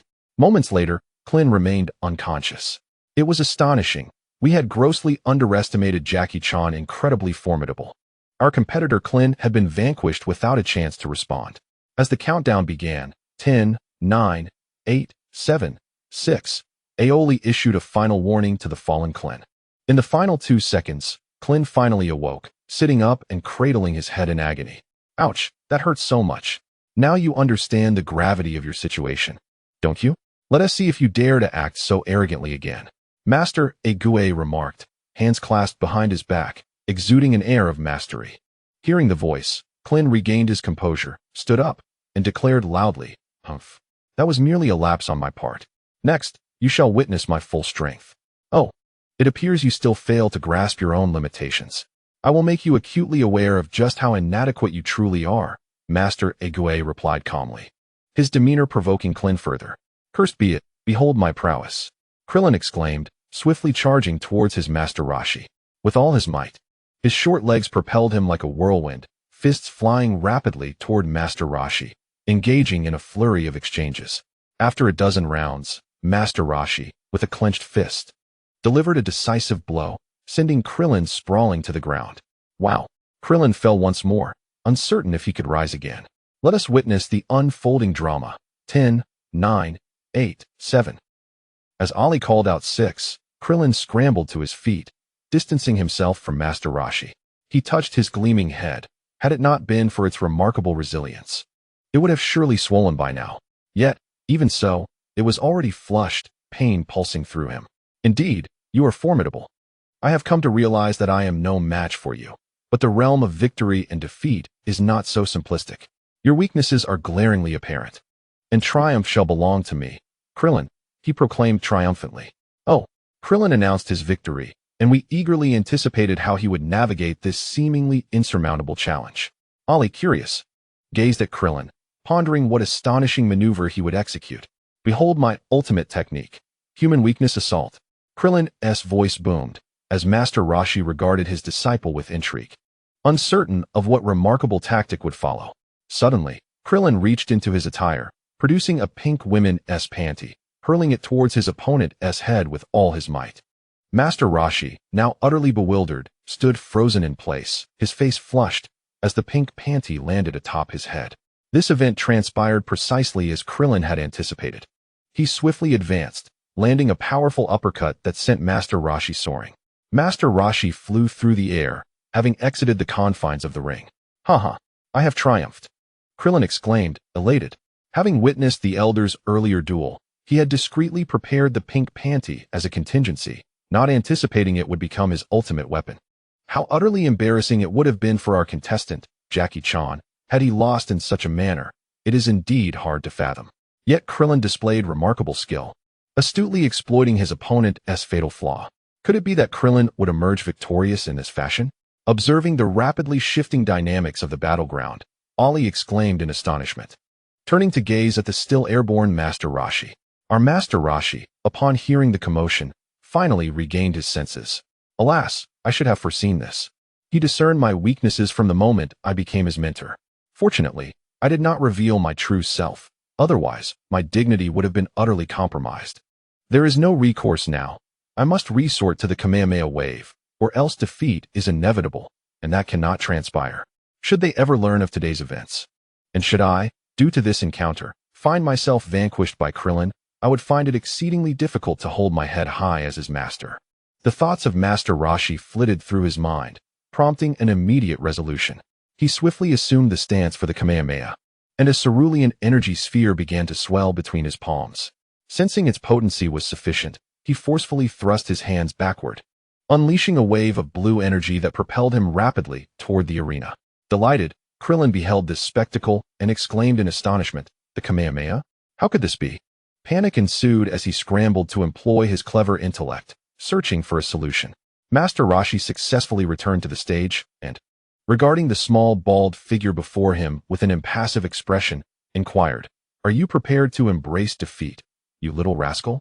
How could you know the Kamehameha? That is the ultimate technique of Master Mateto." Krillin strove to buy himself some time. It is merely because I am an old acquaintance of your Master Mateto. It is hardly surprising that I can perform the Kamehameha. Look, your master is over there. Master Roshi quickly pivoted, pointing toward the side of the stage, where the impeccably transformed Nam showed off. However, his ruse was met with a swift, forceful strike to his neck, sending him crashing to the ground. Our contestant, Dragon, had fallen once more, and Krillin had unexpectedly subdued him again. Would he be able to rise this time? 10, 9, 8. Before 7 could be counted, Master Roshi rubbed his neck and stood up. "Cursed little brat, you are far more cunning than before. I must concentrate, otherwise I might unwittingly fall into your trap once again. You deceive me. That cannot be Master Mateto. Who are you truly? What is your intent? And why impersonate an old friend of Master Mateto?" Krillin continued to activate his astute mind, striving to divert his opponent's attention, and he succeeded. "How could that be? That is indeed Master Mateto. Do you not even recognize your own teacher?" Upon hearing Krillin's doubts, Master Roshi became flustered. What if he were discovered as Master Mateto? Would he be able to leave this arena alive today? "Wow, look, a bikini beauty," exclaimed the clever little brain, pointing excitedly behind Master Roshi. At that moment, his focus wavered, and he instinctively glanced in the direction indicated by Krillin, only to be met with yet another powerful strike. How embarrassing. Our contestant, Dragon, had once again fallen for such a ruse. Would he be able to rise again? Let us commence the countdown. 10, 9. Even the announcer felt a flush of embarrassment. As he reached 4, Master Roshi finally stood up, having endured 3 heavy blows. Even he felt slightly overwhelmed. It is unacceptable. That detestable individual has ensnared me once again. I can no longer bear to listen to his words. Should this continue, I shall surely be defeated. In a bid to preserve his last vestiges of dignity, he resolutely closed himself off from hearing. Master Ague, with a countenance darkened by discontent, gazed at the scoundrel who had repeatedly betrayed his mentor. He resolved to administer a formidable lesson, allowing the impertinent disciple to experience the justice of his master. Alas, it is over. I am out of options. Clin stared at the seemingly indomitable opponent before him, and the shimmering perspiration began to form on his gleaming head, a manifestation of his overexerted intellect, now pushed beyond its limits. Look, this year's most renowned actress, Abilu, Clin exclaimed, gesturing towards a different direction, but Master Ague continued his deliberate approach. It is truly over. He is no longer falling for my tricks. I have no choice but to confront him head-on. With no strategies left, Clin resolved to unleash his ultimate martial arts technique, the Iron Head skill. He gracefully leaped into the air, positioning himself horizontally above the arena, and as his body spun and accelerated, he propelled himself forward with his hardened cranium. Observing the rapidly approaching disciple, Master Ague extended his hands, pressing firmly against the shining head, applying relentless force, until Clin finally ceased his rotation. The champion, Jackie Chan, delivered a decisive strike, rendering his formidable disciple unconscious. Ecstatic, he leapt in triumph, exclaiming, "Victory! Victory!" This battle had not been easy for him either. It was truly remarkable. Who would have thought that our Jackie Chan possessed such resilience? After enduring several heavy blows, he emerged victorious. I hereby declare that Jackie Chan has secured a place in the finals. Let us eagerly await the forthcoming ultimate duel. The audience erupted in applause for Jackie Chan, their beloved champion. Chapter 36. The trials of a master. The moment of truth had finally arrived for all the spectators in attendance. The finals of the Grand Martial Arts Tournament were about to commence. Who, I wonder, shall be crowned champion? Will it be the valiant Sun Wukong or the illustrious Jackie Chan? Let us witness this momentous occasion as we invite both competitors to the stage. Let us shower them with fervent applause. Ali, hosting his inaugural grand event, was equally filled with anticipation. Sun Wukong and Master Ague ascended the arena. Let us have a word with Sun Wukong. Do you possess confidence in securing victory in this competition? Ali inquired eagerly, gazing at the small but spirited figure before him. I cannot say for certain. We shall know only after the match. Sun Wukong replied with unwavering calm. Sun Wukong remains as unpredictable as ever. Perhaps it is precisely this nonchalant demeanor that grants him such formidable prowess. Ali remarked. I wonder what Jackie Chan's thoughts are on this. After expressing his thoughts, Ali approached Master Rashi. The current generation of youth is impressive, which brings great comfort to someone of my age, though I am not yet ready to retire completely. Master Rashi asserted emphatically that while the young are indeed formidable, this is still my domain. It seems that contestant Jackie Chan is quite confident. Let us observe who will ultimately claim victory. I hereby announce the commencement of the finals. Having spoken, the golden-haired Ali swiftly exited the stage. Gazing at the elder before him, Goku inquired curiously, Are you Master Rashi, Grandpa? No, you have mistaken me. I am your grandpa's closest friend. Look, your grandpa is over there. Master Rashi, in a fluster, pointed towards Nam. This terrifying little creature. Even Krillin failed to recognize me as his master, and Goku, upon arrival, directly questioned me. Goku turned to face Nam. Unless necessary, he would not deliberately sense others. Observing Nam, who bore an almost identical resemblance to Master Rashi, he suddenly realized. So Grandpa is over there. Your aura is exactly like Master Rashi's.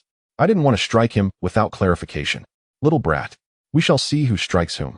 Master Rashi retorted angrily. All right, here I come. Goku declared, his short legs sprinting forward, leaving behind a trail of afterimages as he charged towards Master Rashi.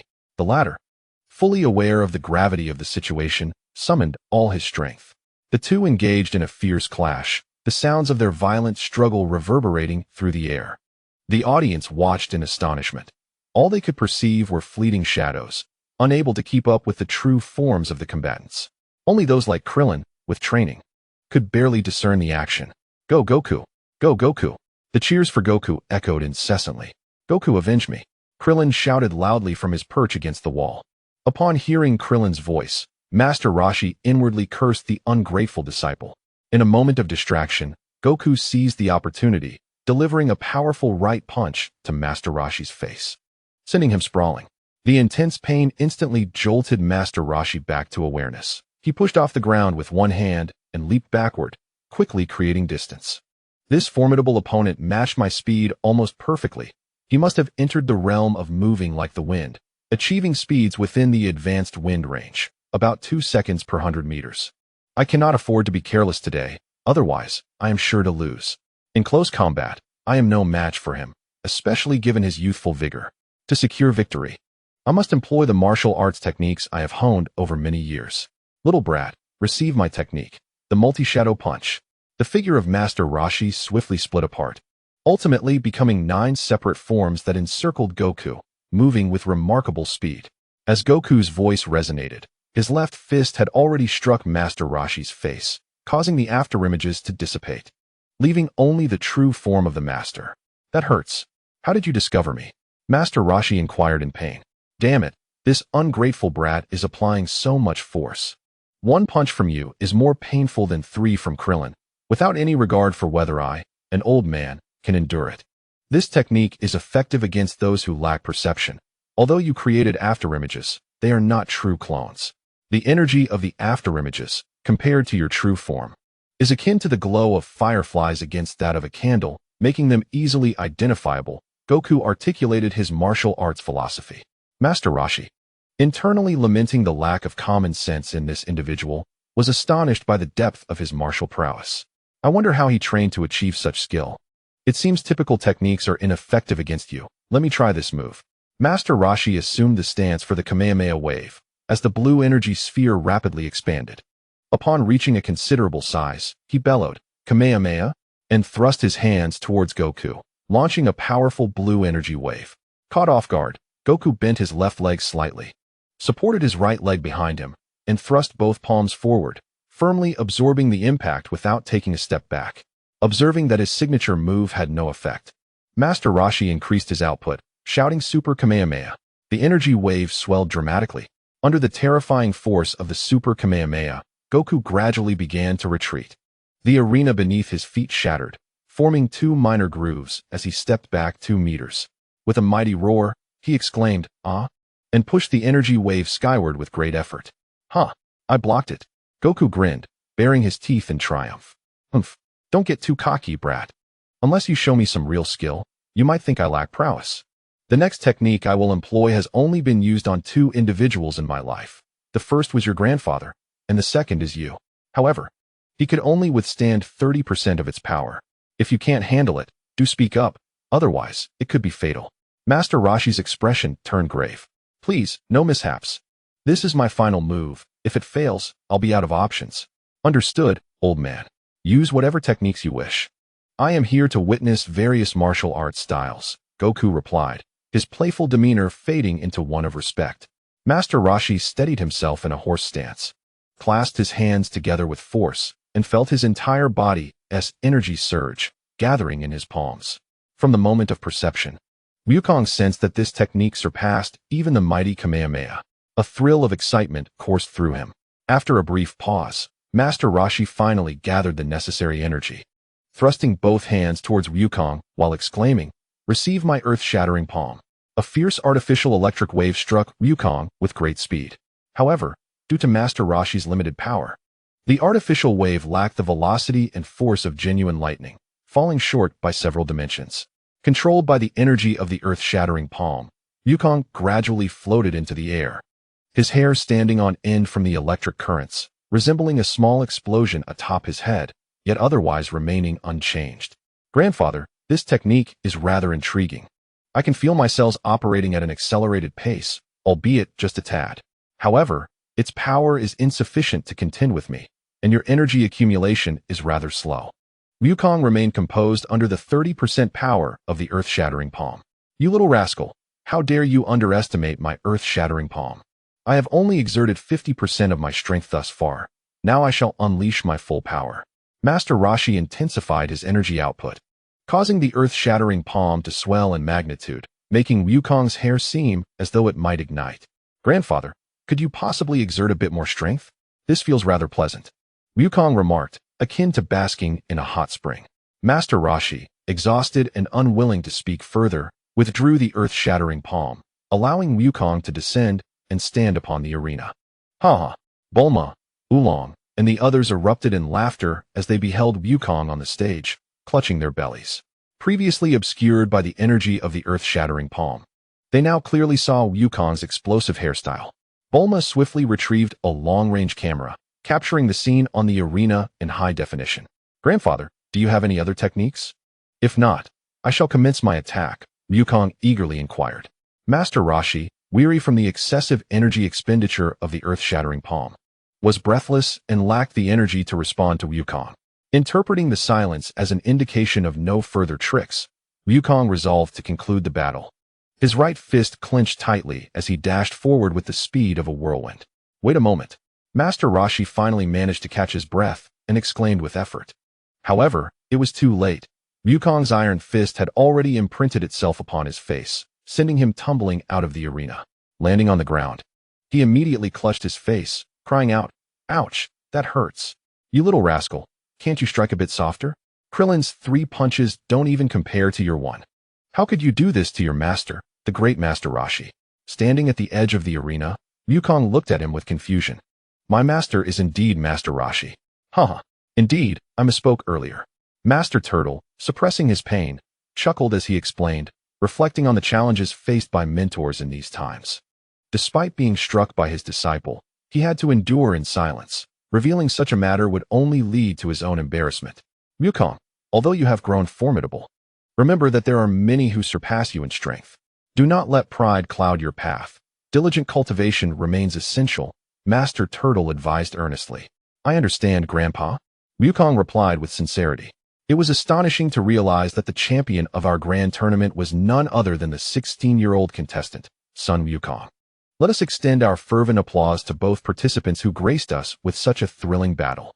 We are now about to enter the award presentation segment. May our award presenters please take the stage. The announcer, Oleg, proclaimed the champion's declaration and award notification with great enthusiasm. Observing the young champion before him, Oleg marveled at the extraordinary individual who not only saved him, but also claimed victory at such a tender age. Wukong, here is your champion's reward, a cash prize of 1 million yuan. I hope to see you again at the next World Martial Arts Tournament.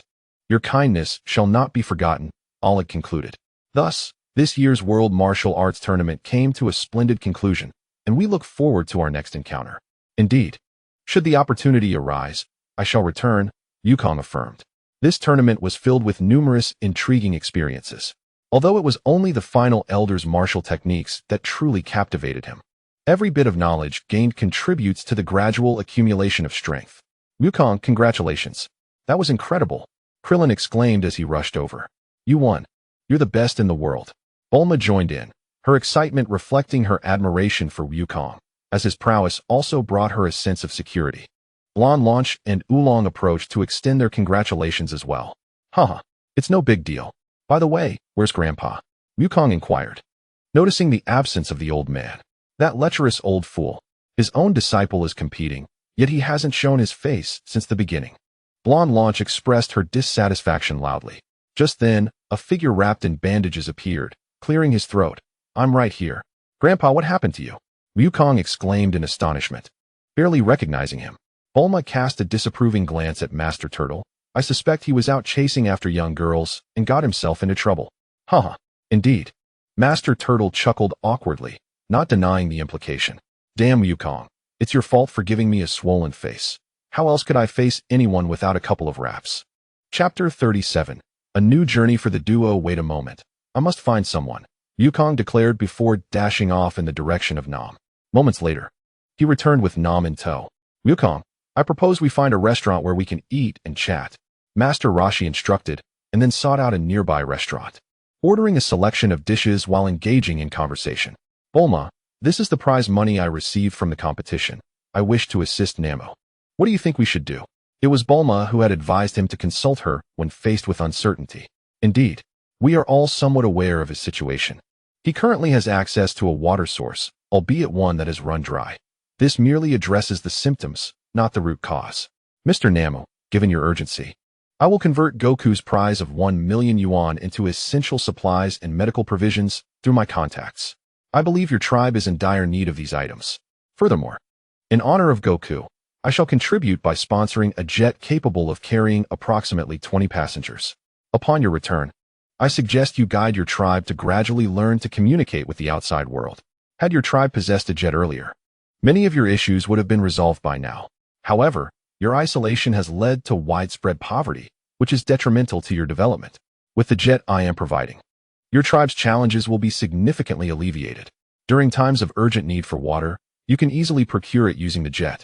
Subsequently, you may address the issue of dwindling water sources at your own pace, whether through relocation or other means. None of these should pose a problem. Bulma expressed her thoughts to Namo. I am profoundly grateful to you, Miss Bulma. Your kindness will be etched in my memory forever. I extend my gratitude to Goku and Master Roshi as well. Should you require anything in the future, please do not hesitate to ask. My tribe and I will be at your service without hesitation. Namu stood up in excitement, bowing repeatedly in gratitude to Bulma and the others, momentarily forgetting his usual decorum. 2 hours later, Goku finally concluded his meal. As they exited the restaurant, Master Roshi, eager to assert his authority as a teacher, decided to cover the bill. Approaching the counter, he watched as a flurry of receipts printed out. Steam began to rise from his bald head. Perhaps he had acted a bit impulsively this time. He was well aware of Goku's appetite and regretted his decision to take the lead, knowing Bulma would have surely covered it. Dear customer, the total comes to 103,000 yuan.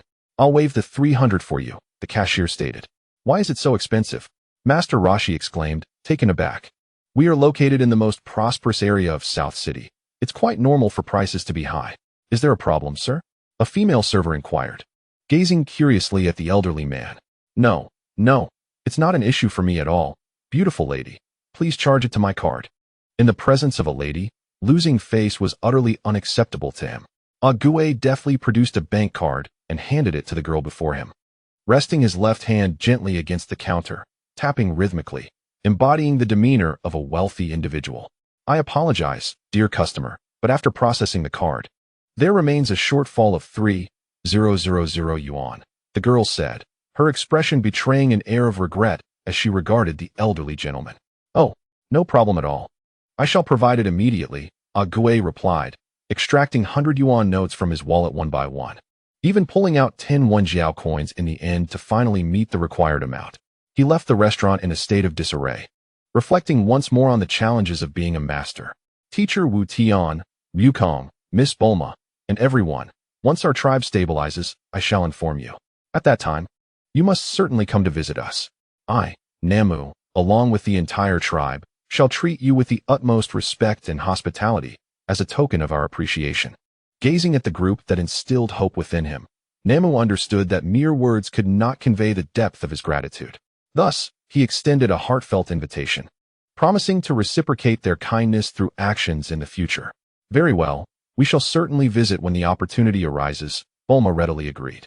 In the future, Wukong can take me to the oasis. I have yet to experience it firsthand. It must possess its own unique charm, she added excitedly. Namu, keep it up. Wukong called out loudly to Namu. Yes, I shall. Farewell everyone. We will surely meet again. Namu bid them goodbye as he embarked on his journey home. Wukong, what are your plans next? Bulma inquired, looking at him.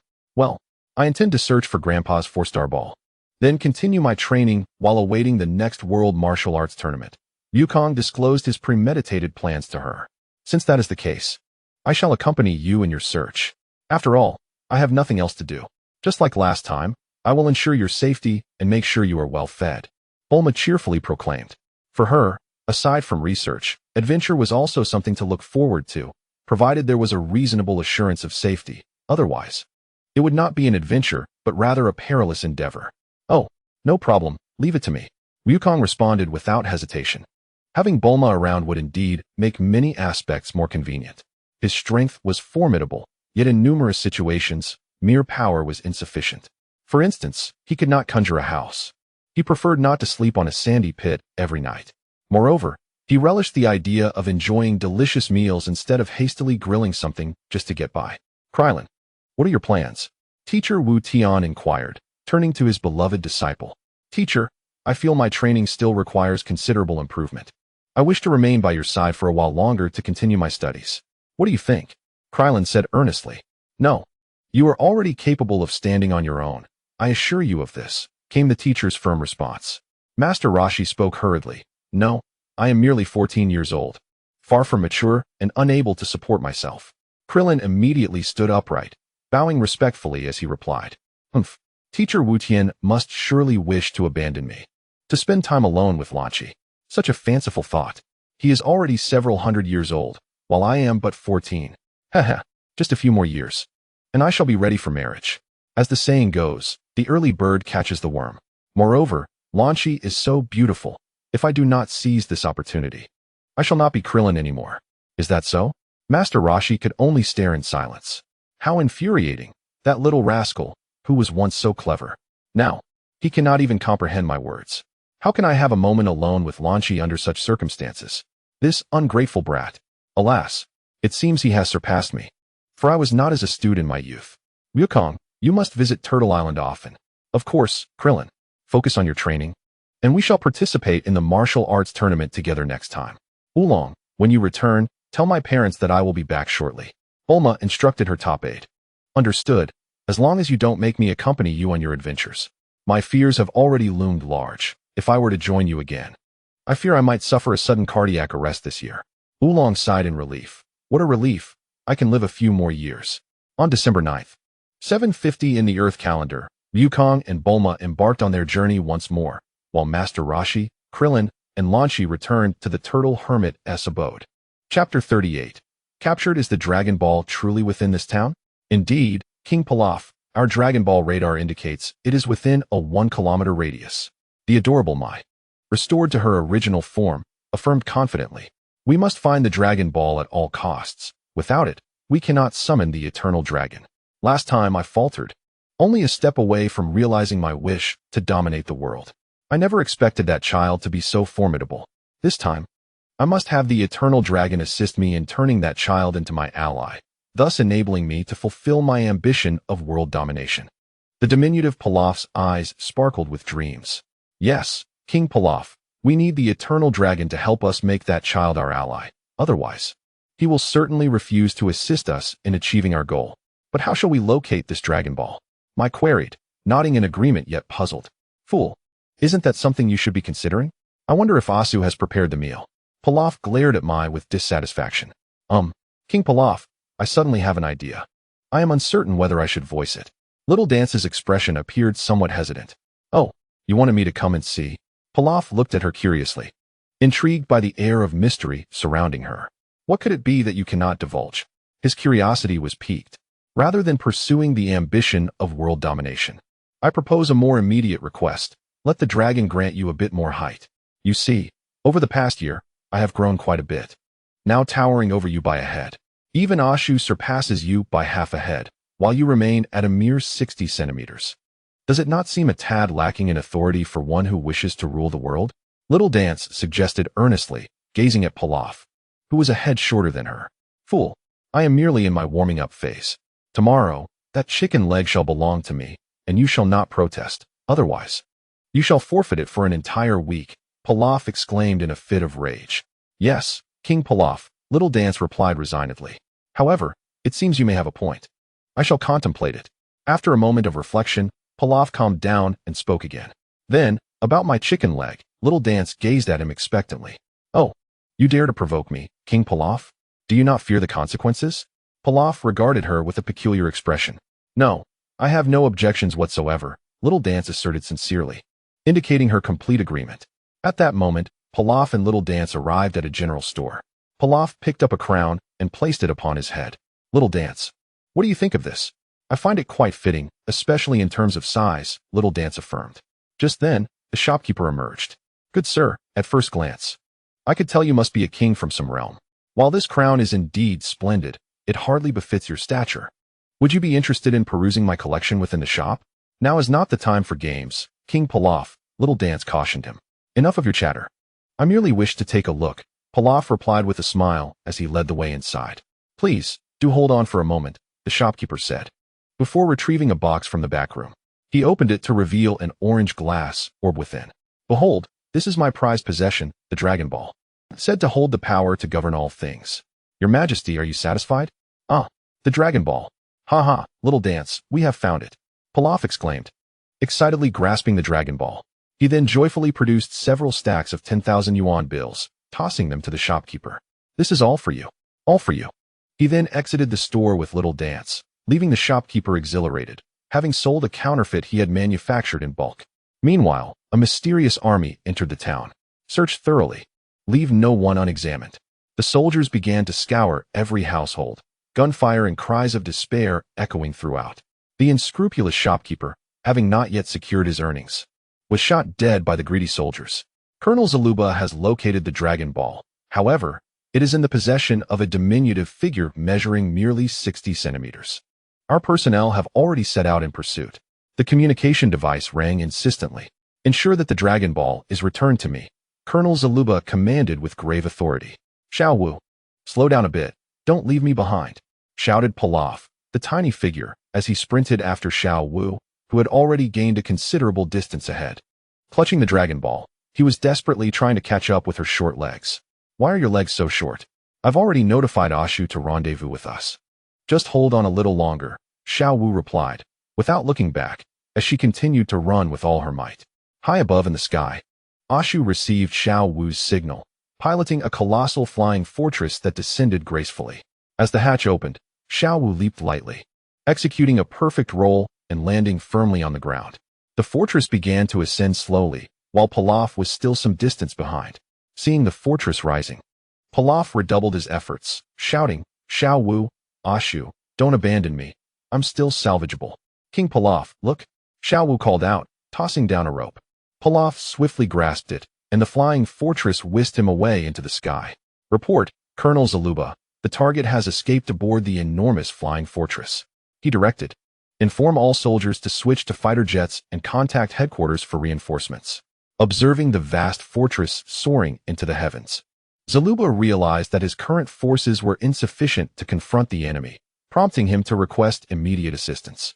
He swiftly boarded a fighter jet to pursue. It is imperative to launch a locator towards that immense flying fortress. Otherwise, if they manage to conceal their movements, we shall encounter significant difficulties. Inside Pilaf's flying fortress, he had regained his composure, seated upon his command throne. King Pilaf, a fighter jet is closing in behind us, Xiao Wu reported, observing the surveillance footage. Indeed. Ashu, show it some color, bring it down, Pilaf commanded. I, Pilaf, have shown mercy by sparing them. Who would have anticipated that they would seek their own demise? My ancestors will surely forgive me. At your command, King Pilaf, Ashu replied, taking his position at the weapon control console. The fortress's surface unfurled numerous cannon ports, targeting the pursuing fighter jet. Noticing the situation deteriorating, Zaluba launched the locator, which adhered to the fortress's exterior, and promptly ejected from the aircraft. Ultimately, the fighter was reduced to debris in the sky. King Pilaf, the target has been destroyed, Ashu reported, rising to salute with a spirited declaration. Well done, Ashu. Tomorrow, I shall reward you with a chicken leg, Pilaf declared, commending his loyal subordinate. Yes, thank you, King Pilaf, Ashu replied excitedly, soon being pulled aside by Xiao Wu. That chicken leg is mine for tomorrow, she whispered with a dangerous glint in her eyes. I understand, Ashu conceded helplessly. The escape pod of Saruba descended. I am Saruba. When will headquarters send support? He inquired. I have successfully launched the locator, but I cannot guarantee it won't be detected by the enemy. Saruba established contact with headquarters. Colonel Saruba, support has been dispatched and is expected to arrive at your location in 1 hour. Please be patient, the communications officer respectfully informed. Very well. An hour should be manageable.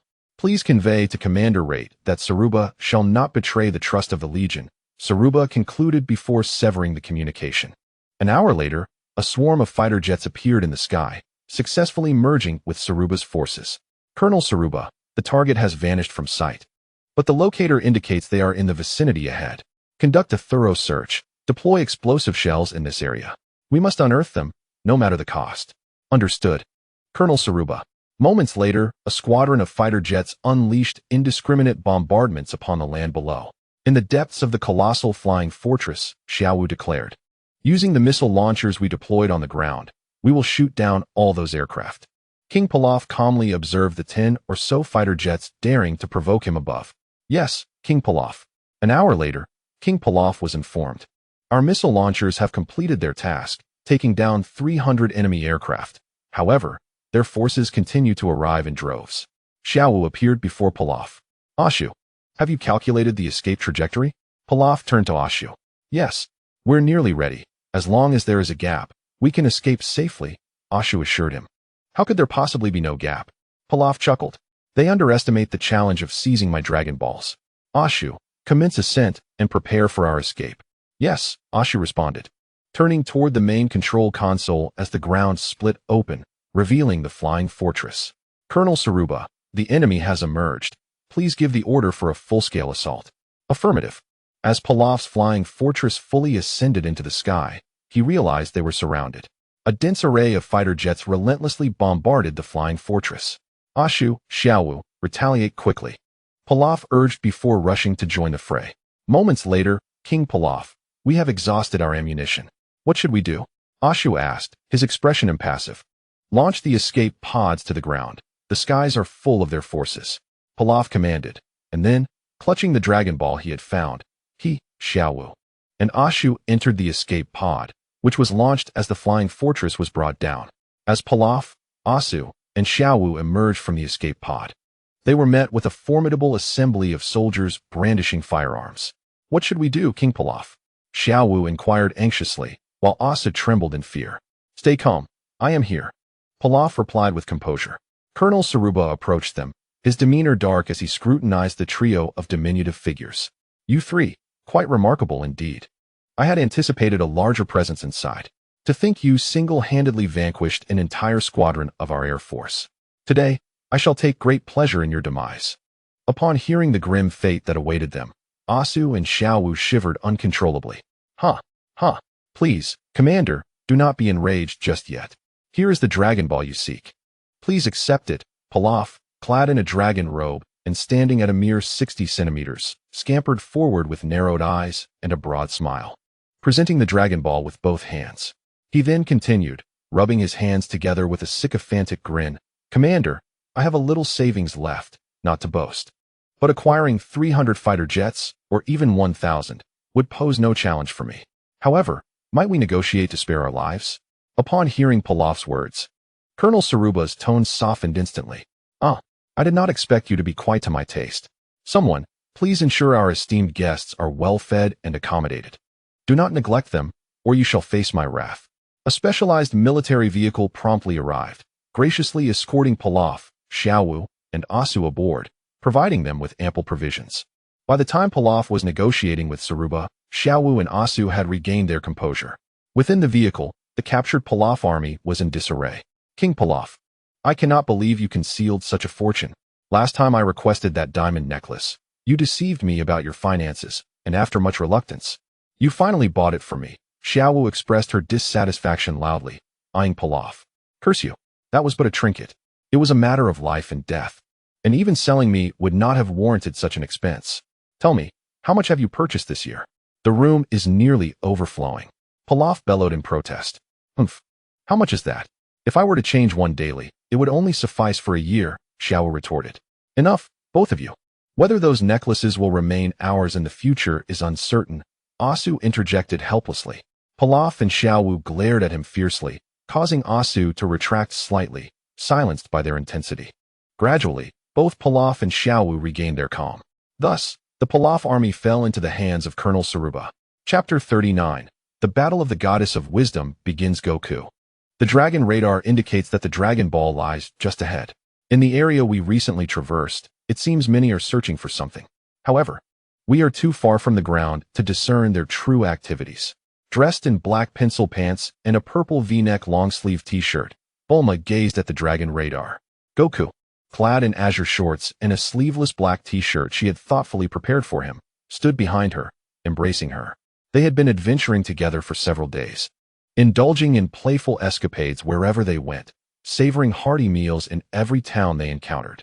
After days of exploration, they stumbled upon their first Dragon Ball, with another glimmering in the distance. We're almost there. It doesn't matter, as long as it doesn't hinder our quest for the Dragon Balls. We can always return later if we're truly curious, Bulma declared, adjusting the Dragon radar with a casual glance below. Let us descend. It appears there are two individuals down there. The flying nimbus swiftly descended. On the ground, a tall, middle-aged man wearing a cowboy hat complained to his short companion clad in a brown jacket. In such a vast area, searching for such tiny orbs is quite the challenge. Indeed, Moji, but if we don't find one soon, we might face execution. The shorter man, Oaf, replied with a hint of fear, aware of the regiment's strict protocols. The nimbus landed beside them, with Bulma perched atop, awaiting Goku's descent. Goku jumped down, clutching the dragon radar, diligently searching for the true location of the Dragon Ball. "Hey, kid, get out of here and don't interfere, or we won't be so courteous," Moji warned Goku. Ignoring him, Goku ventured into a crevice and retrieved the Dragon Ball. "Hey, this isn't the 4-star ball," Goku exclaimed in disappointment upon discovering the 5-star ball. "Oh, look, it's a Dragon Ball. How fortunate." Moji, seizing the opportunity, rushed to Goku's side, brandishing a gun. "Hey, kid, hand over the Dragon Ball." "Why should I give it to you? I found it. Just hand it over. And stop talking nonsense," Moji demanded, lunging at Goku to wrest the ball from him. However, without firing a shot, Goku effortlessly sent him flying, sparing his life. Upon witnessing his companion's defeat, Oaf quickly retrieved his firearm and aimed it at Goku. In a swift motion, Goku charged and landed a punch to Oaf's abdomen. Oaf curled up and collapsed, outwardly unscathed, yet internally, his bones lay shattered. Goku, clutching the Dragon Ball, made his way back to Bulma, and the Nimbus ascended rapidly. Moments later, Moji rose, hastily rushing to Oaf's side, shaking him vigorously while calling out, "Hey, Oaf, what's wrong? Wake up." Receiving no response, he trembled as he placed a hand near Oaf's nose, stumbling back in horror. "He is dead. Oaf is dead." Once he finally calmed his emotions, he hurriedly rushed to his vehicle, retrieved the communication device, and dialed out. "Beep, beep, beep, beep. This is the Zaruba Communication Center. Report, Colonel Zaruba. The Dragon Ball has been seized by a peculiar little imp and a girl. They seem to possess a more precise Dragon Ball radar, and their mode of flight is an odd golden cloud. Our soldier, Alf, has sacrificed himself." The liaison conveyed Moji's report to Colonel Zaruba. "Project all aerial images of this area. I demand to locate those two imps. I shall deal with them personally." Colonel Zaruba calmly issued the command. Moments later, Colonel Zaruba received an update. "The target has been locked. They are advancing towards our position. It appears they are after the Dragon Ball in our possession. They are expected to pass overhead in 2 minutes." Understood. After finishing, Zaruba tossed out a massive shoulder-mounted rocket launcher from a multifunctional capsule. He effortlessly hoisted it up, swiftly aimed at the sky, and waited in silence. 2 minutes passed swiftly, and Goku and Bulma appeared within his line of sight. "Little imps, if you must place blame, blame yourselves for coveting what does not belong to you." He decisively launched the rocket toward Goku and Bulma. Goku, obstructed by Bulma, did not witness this moment. While Bulma was observing the scenery below, she hurriedly nudged Goku, exclaiming, "Hey, Goku, look, someone is attacking us." The Nimbus cloud halted, and Goku stepped forward while Bulma retreated behind him. As the rocket approached rapidly, Goku raised his right hand, and a golden energy sphere, the size of a peach, instantaneously expanded and was launched. The golden energy sphere, trailing a luminous tail, collided with the rocket, resulting in a tremendous explosion that erupted in the sky. The force of the blast created a turbulent airflow, causing Bulma's green hair to dance in the wind. Bulma, fuming, gazed downwards. "Goku, let's descend and see who is so ruthless as to threaten our lives." "All right." The Nimbus cloud descended, revealing a mature man clad in military attire, who had just discarded the shoulder rocket launcher onto the ground. "Hey, who are you, and why did you attack us?" Goku inquired, displeased as he regarded the man before him. To his surprise, the man retorted, "I cannot believe you two little imps are still alive. You truly possess remarkable luck. Had you obediently perished, it would have been a mercy for you. Now, I must take matters into my own hands. However, before that, I hope you can answer a few questions for me." Colonel Zaruba's gaze was icy as he stared at Goku and Bulma. Goku, undaunted, met his gaze. "You still haven't told me who you are. Why should I tell you anything? I am Colonel Zaruba, an elite of the Red Ribbon Army. Now, perhaps you may answer my inquiries." It is no wonder that the infamous warlord, the Red Ribbon, acts with such impunity. Bulma cast a disdainful glance at Zaruba, for she was well aware of the numerous misdeeds committed by the Red Ribbon Army. Over a decade ago, amidst the chaos of warring factions and societal disorder. The establishment of the United Nations brought about severe retribution for the heinous acts of these warlords, leading to the obliteration of many factions. Yet, the Red Ribbon Army, with its formidable military strength, managed to endure, standing as a prominent symbol of malevolence. After several devastating confrontations, which resulted in significant losses for the United Nations, a tacit ceasefire was agreed upon, prompting the Red Ribbon Army to exercise a modicum of restraint. Little brat, now that you are aware of our identity, it would be wise for you to cooperate. This way, I shall grant you a swifter demise, Saluba spoke coldly. We never agreed to divulge anything to you. However, in the spirit of your plea, I shall show mercy today. What questions do you have? Ask away. Bulma replied, her left arm wrapped around her slender waist, her right hand playfully beckoning, as she looked at Saluba with mockery. With a mischievous grin, Bulma exuded an irresistible charm, even causing Goku to momentarily marvel at her allure. I, Saluba, have faced numerous trials. Your trivial provocation cannot sway my resolve. Enjoy your moment of triumph, for soon I shall ensure you experience the terrors of the inferno. Saluba's veins bulged as he coldly inquired, how did you precisely locate the Dragon Balls? What is your purpose in seeking them? That is due to my brilliance. I have invented the Dragon Ball radar. As for our motives, that remains classified, Bulma proclaimed playfully, her spirited demeanor shining through. Given this, your worth has diminished, and I shall send you on your way, you two wretched children, Saluba declared, shrugging off his outer garment to reveal the sculpted muscles formed through rigorous training. Goku, this time, do not interfere. Allow me to demonstrate my strength, Bulma said with a mysterious smile directed at Goku. Bulma, are you certain? Your combat strength seems rather inadequate. Goku expressed his concern. Fool, just trust me, and besides, you are here too. If I falter, you can always come to my rescue.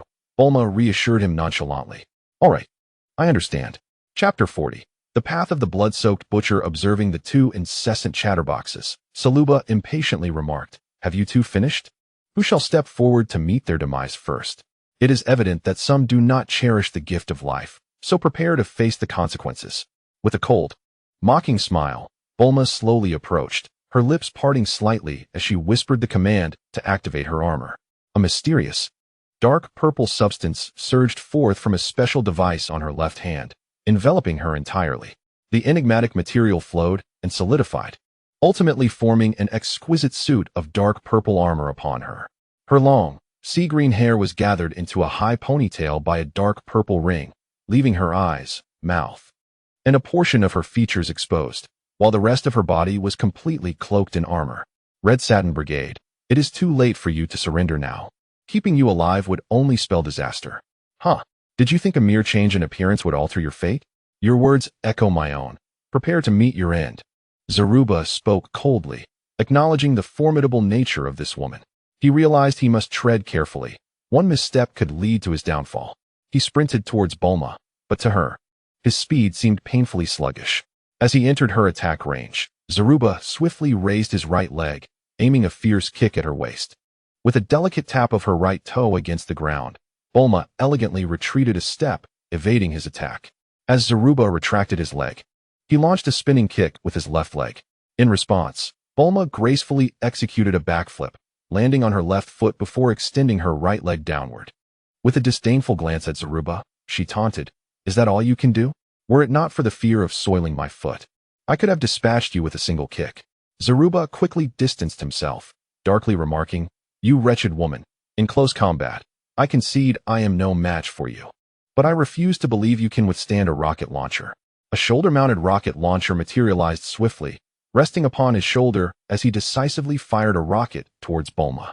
In response, she rapidly deployed a universal capsule, revealing a luxurious, elegantly designed silver handgun, its barrel adorned with intricate patterns, which she gripped firmly in her right hand. She aimed precisely at the rocket launcher, and a silver bullet cut through the air, striking the rocket's tip dead center, resulting in a violent explosion that sent Zaruba sprawling. Witnessing this, Zaruba comprehended that he was utterly outmatched. This woman is far too powerful. I cannot outrun a bullet. What should I do? Am I destined to perish here today? Suddenly, a glimmer of hope sparked in his eyes as he took advantage of the smoke obscuring Bulma's vision. He scrambled to his feet and dashed to Goku's side, pressing a pistol against Goku's temple. At that moment, he felt a wave of relief wash over him. As the smoke cleared, Bulma approached slowly. Huh, you insolent girl, it appears I am indeed no match for you. However, now that this little one is in my grasp, if he wishes to avoid having his brains splattered by my gun, he must surrender without hesitation. Zaluba's eyes glinted fiercely as he laughed maniacally, threatening Bulma. Go ahead and shoot. I have no objections, Bulma retorted playfully, regarding him with a smirk. Are you serious? This is no toy gun. Shouldn't you reconsider? Zaluba, momentarily taken aback, incredulously replied. No need to reconsider. Just shoot. I have no objections. Observing Bulma's unwavering gaze, Zaluba realized she was not jesting. His demeanor faltered, and with a feigned bravado, he said, How about this? I will take a step back. You needn't surrender. Just let me go. And I assure you that this little brat will remain unscathed. If that is not acceptable, I will have no choice but to blow his little head off, taking us both down with me. After Zaluba's declaration, he looked at Bulma with a hint of anticipation. After all, he was still in his prime and had no desire for demise. Bulma, with a teasing smile, instructed, Goku, eliminate him. Understood. Goku responded as he executed a swift elbow strike. In an instant, Zaluba suffered a devastating blow. His bloodshot eyes bulged in shock, the gun slipping weakly from his grasp as he staggered back 2 steps before collapsing to the ground, devoid of further reaction. The elite of the Red Ribbon Army, Zaluba, met his untimely end. Goku jogged over to Bulma, glancing around, his hands roaming curiously. Bulma, her face slightly flushed with embarrassment and irritation, chided, Stop touching. These armors are connected to my nervous system. Touching them is akin to touching me. With that, the armor swiftly transformed into a liquid state, flowing towards a special device in her hand. Bulma, what was that just now? It looks splendid on you, Goku exclaimed, his eyes brimming with curiosity. Hee. This past year has not been in vain. Occasionally, I yearn to fight alongside you. I specifically acquired a rare liquid metal, known as purple gold, that erupts from volcanoes. With my keen intellect, I developed the armor you just witnessed. The armor links to my nervous system. Although my physical capabilities are lacking, my nervous system is remarkably advanced. It makes judgments and issues commands, allowing the armor to operate in sync with my movements. My physique is quite commendable with the armor's assistance. Executing even the most complex maneuvers becomes effortless. Currently, my physical prowess is insufficient to withstand rapid movements. Thus, the armor's augmentation is limited, adjusted according to my physical abilities. However, dodging bullets is a simple task. While battling, it conveniently aids in enhancing my physical prowess. Truly a win-win. So what do you think? Am I impressive, or what? Bulma's eyes shimmered with anticipation as she gazed at Goku, clearly hinting at her excitement. Wow, Bulma, you are truly remarkable. Although I've always known how impressive you are, I never expected you to create something like this. When can I try it? Upon hearing Goku's eager words, Bulma replied cheerfully, No problem. Once we return to West City, I can craft some special equipment for you. Really? That is fantastic. But we have to wait until we get back to West City. Goku, since the Red Ribbon Army has shown up here, the Dragon Ball we're searching for might be located within their stronghold.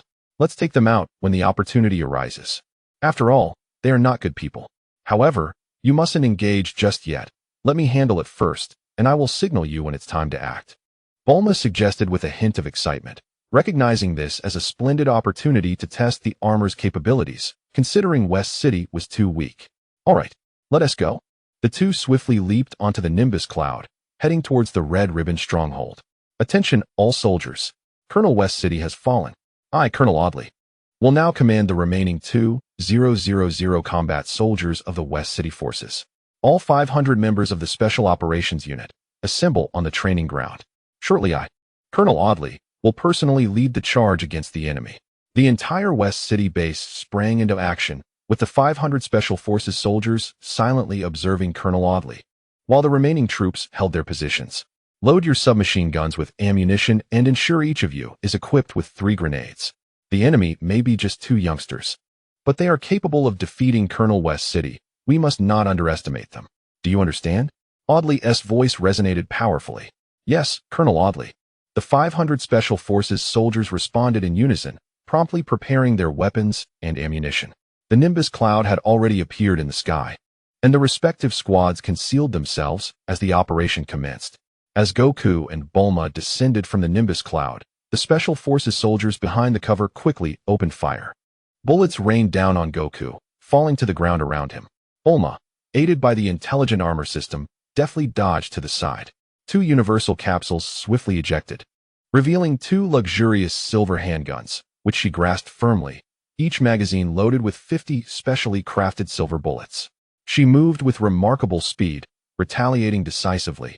Each shot struck true, taking down the enemy with precision. The Special Forces found it increasingly difficult to target Bulma, and their most glorious attempts only grazed her, stirring her flowing hair. After expending 2 magazines, a full 100 Special Forces soldiers had already fallen. As Bulma swiftly maneuvered, she tossed her silver dual pistols into the air, where they spun gracefully upward. The magazines fell away, and 2 fresh ones swiftly clicked into place as she regained her grip on the weapons. Observing the rapidly shifting battlefield, Audrey promptly issued commands. Grenades, attack. A total of 100 grenades were launched towards Bulma from the stronghold. Bulma's armored intelligent combat system swiftly locked onto the positions and trajectories of all the grenades. In less than 5 seconds, she detonated them all, the deafening explosions resonating above the Special Forces, causing soldiers to tumble to the ground. With her magazines reloaded, Bulma glided forth like a graceful breeze, executing indiscriminate kills as soldiers fell one after another, blood seeping into the earth, coalescing like a delicate stream. Fire the rocket artillery, Audrey commanded for the final assault. Bulma gazed at the 10 rocket launchers ahead, firing 10 shots in rapid succession. The bullets collided with the rockets, resulting in a ferocious explosion that sent violent shockwaves, toppling Audrey's group and claiming numerous lives. 3 minutes later, all 500 Special Forces soldiers led by Colonel Audrey were annihilated. Bodies lay scattered, their eyes wide open in horror, amidst the blood-soaked remnants of sandbag fortifications, columns of buildings, and shattered windows. The acrid scent of blood mingled with the smoke and fire of explosions, chaos erupting in the Saruba stronghold. The remaining soldiers, upon hearing the news, panicked and fled for their lives. Bulma and Goku paid no heed to those escaping, calmly surveying the hellish scene before them as they navigated obstacles on their path to the location of the Dragon Balls. Both Goku and Bulma had long since accepted the reality of warfare. It was a matter of either vanquishing the enemy or being vanquished. They were indifferent to the outcome. This was the nature of war. Goku, with his untamed ferocity, embodied this truth even more vividly. Report. Headquarters. Colonel Saruba has been defeated. Colonel Audrey has just perished, and the Saruba stronghold has collapsed. This is headquarters. What? Saruba is dead? The Saruba forces have disbanded? What exactly transpired? How many enemies are there? There are 2 enemies. One is a diminutive figure standing at 70 centimeters, and the other is an unknown armored warrior. A scream pierced the air, and communication was abruptly severed. At the distant headquarters of the Red Ribbon Army, Commander Wright listened intently. A tall, dark-skinned man clad in a tailcoat reported to him, while Commander Wright, puffing on a cigar, responded with a hint of disdain. Saruba was a useless fool.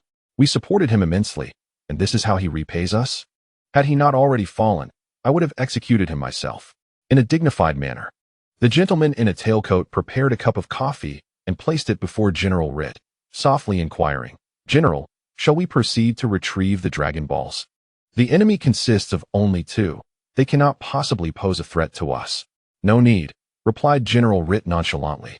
"As long as they are still in pursuit of the Dragon Balls, they will inevitably arrive here in due time. We shall deal with them then." After his indifferent remark, he fell into a deep contemplation. At the Zaluba base, within a prison cell, King Pilaf remarked, "It seems chaos has erupted outside, with explosions echoing everywhere. Even our guards have fled." Little Wu glanced around the cell, then turned to the diminutive Pilaf, who stood a head shorter than her at 60 centimeters. "Oh ho ho! It appears our opportunity has arrived." King Pilaf, with a cold smile on his face, mused over the humiliation of being captured after having reigned with such authority for so long. "But, King Pilaf, we are trapped here without a key," Ashu said, looking at him with confusion. "Haha, this is all thanks to my brilliance. Fortunately, I was well prepared." "Watch this," declared Pilaf, blushing as he unfastened his trousers, which fell in a heap at his shoes. "Ah, you rogue!" exclaimed Little Wu, who had been watching Pilaf, utterly unprepared for such an event. She pushed him away abruptly and quickly covered her eyes. Embarrassed, Pilaf had not anticipated such a reaction, and as his trousers were still tangled around his feet, he stumbled backward, landing heavily on the ground with a thud. Ashu rushed to him, cradling him in concern. King Pilaf, are you all right? After a considerable pause, Pilaf regained his composure and muttered, Hey, Ashu, why do you appear as two? Eventually, Pilaf managed to resecure his trousers and stood up. I apologize, King Pilaf. I had no idea you were fastening a key around your waist. I thought you were merely being mischievous, Little Wu said. Her face flushed as she lowered her gaze to apologize sincerely. Little Wu, ignorance is no fault. It is of no consequence. Do not worry, Pilaf replied with a forced smile. Really? Little Wu exclaimed, her eyes lighting up as she looked at him. You wish. Next month, you will be washing my underwear. Pilaf retorted, his voice rising in indignation. Oh, Little Wu responded, her cheeks reddening. Following this, Pilaf opened the door and dashed out with exuberance. What shall we do next? King Pilaf, Ashu inquired about their next course of action. With such a splendid opportunity, we shall certainly go after the Dragon Balls, haha. Pilaf laughed joyfully. At that moment, Ashu nudged him. What are you doing, Ashu? I'm in high spirits. Ah, King Pilaf, look over there. Is that not that pesky little brat from last time? Ashu exclaimed, pointing ahead. What? Pilaf exclaimed in alarm, glancing in the direction Ashu indicated, only to see Goku and the armored warrior Bulma approaching the chamber where the Dragon Balls were concealed. King Pilaf, are we still going to search for the Dragon Balls? Xiao Wu inquired with curiosity. Ahem, let us leave this to them. Let us seek something else. It's getting late. We should return and prepare dinner. With that, Pilaf clasped his hands behind his back and led the way, followed promptly by Xiao Wu and Ashu. Meanwhile, Goku and Bulma observed, Hey, this is the 2-star ball. Not the 4-star ball, Goku remarked, holding the Dragon Ball in his hand. All right, let us search for the next one. Thus, the Saruba army met its demise at the hands of Bulma and Goku, while the Pilaf gang fortuitously escaped from their confinement. Chapter 41. Suno and Susanna a month later. In the distant north, the landscape stretched out before them, a vast expanse of white, as snowflakes gently drifted down. Bulma had donned her armor, severing her neural link, fully embracing the armor as her attire. The exposed areas of the armor were wrapped in a thick scarf, and she exclaimed with excitement, Goku, look, the Ruga birds. Let us glide among them slowly. It is truly beautiful. Ah, so this is called Ruga birds. The flying nimbus glided gracefully toward the sky, tinged with red. Bulma and Goku found themselves seated upon the golden cloud, traversing slowly through the vibrant flock of Ruga birds, which flitted past them in droves. Both parties curiously gazing at one another. Towering, irregular icebergs stood imposing beneath them. After a few minutes of weaving through the Rugu flock, Bulma expressed a hint of regret. If only it weren't so cold, I would have captured that scene on film. However, the most beautiful moment I have already experienced up close. And it was truly magnificent. Goku leaned over the edge of the nimbus and exclaimed, Look, Bulma, below us, there's a group of white foxes. But it seems they are fleeing. This was the first time he had seen white foxes. Bulma also leaned over beside Goku to take a look. Those are snow foxes. So beautiful. But they are being pursued by snow lions. Yay, they look so pitiful. Should I lend them a hand? Bulma rested her chin on the edge of the nimbus, her long legs gently swaying behind her, her eyes reflecting wisdom as she observed the scene below, softly stating, Goku, have you ever pondered a question? Both the snow foxes and snow lions are living beings. If we help the snow foxes, we cannot assist the snow lions. They, like us, strive for survival. They are not sentient beings. Our best course of action is to let nature take its course. Otherwise, no matter our actions, the outcome will not be favorable. Such is the law of survival in this world. Recalling his life on Bun Mountain, Goku rested his chin on his hand and chuckled. Haha, I didn't fully understand, but I think I get the gist. It's like when I was on Bun Mountain, when I was hungry. I hunted bears and other animals. However, Yukong, we are, after all, human. Humanity is inherently complex. Living occasionally with a touch of selfishness is truly splendid. If we cannot intervene with what we do not see, then do as you wish with what you can. I wholeheartedly support you. Just unleash an energy blast to obliterate the ice between them, ensuring no harm comes to their lives. As Bulma spoke, a delightful smile graced her face. All right, no problem. It seems Master Rashi has uttered similar sentiments before. Wukong reclined on his nimbus, his left hand directed towards the space between the two clans. A minute energy sphere materialized in his palm, trailing a luminous tail as it surged downward. Upon striking the ice surface, it instantaneously created a 100-meter-wide ice hole. The explosive sound startled both the snow lions and snow foxes, causing them to scatter in disarray, thus bringing the conflict between the two clans to an abrupt conclusion. Wukong, aren't you cold? You really should wear more. It's freezing out here. Observing Wukong clad in his usual short-sleeved t-shirt, Bulma nudged him with a hint of concern. I'm perfectly fine. I don't feel cold at all. Your body is remarkably resilient. The next Dragon Ball lies not far ahead. This area is indeed quite remote. After flying for so long without encountering another soul, it was uncertain if anyone lived in this desolate place. If we happen upon someone, we could pay a visit. This locale is entirely different from our own. Bulma's voice carried a note of anticipation, to which Wukong replied with equal enthusiasm. Indeed, this is my first encounter with snow. Had you not informed me, I would have remained oblivious to its existence. Baozi Mountain has never witnessed snow. Hee. I told you to look forward to this experience. Isn't it splendid outside? Baozi Mountain is wonderful, and the outside world is equally enchanting. In a certain military base enveloped by the harsh northern cold, the headquarters received a communication. General White, the individual responsible for the elimination of the dubious Colonel Saluba, has successfully acquired the Dragon Balls and reached your vicinity. Commander Rit has issued orders, hoping for the swift eradication of these individuals and the retrieval of the Dragon Balls. This is White. Understood. Having concluded the communication, he hung up. The ability to dispatch that elite Saluba and his formidable forces raises questions about the identity of their adversaries. Nevertheless, regardless of who they are, their strength cannot be underestimated. Dividing my troops to search for them is impractical. It would merely provide the enemy with an opportunity to diminish my forces. Thus, the most prudent course of action is to deploy a reconnaissance team to establish surveillance near Misruta, awaiting their arrival, and then concentrate our forces to eliminate them. As for the headquarters orders merely instructing me to eliminate the opposition, how I accomplish that is entirely at my discretion. I am not at headquarters. And Commander Rit has little to say. Having ventured out, returning will not be so simple. General White, a middle-aged man with short brown hair, clad in a brown sweater and green military trousers, furrowed his brow in deep contemplation before promptly issuing commands. He instructed the reconnaissance units to establish a vigilant presence throughout Misruta, ensuring that not a single fly could escape their notice. For he demanded to receive accurate reports at all times. Yes, General White. An hour later, on the ground, a diminutive figure, unmistakably human, trudged slowly through the snow, leaving a trail of footprints in a thick white blanket. Look, there's a person. We must descend quickly. The nimbus cloud swiftly carried Goku and Bulma, landing before the stranger. Goku leaped down to find a girl, slightly taller than himself, clad in thick clothing. Hey, hello, I'm Goku. I'm Suna, she replied, astonished by the sudden appearance of the two.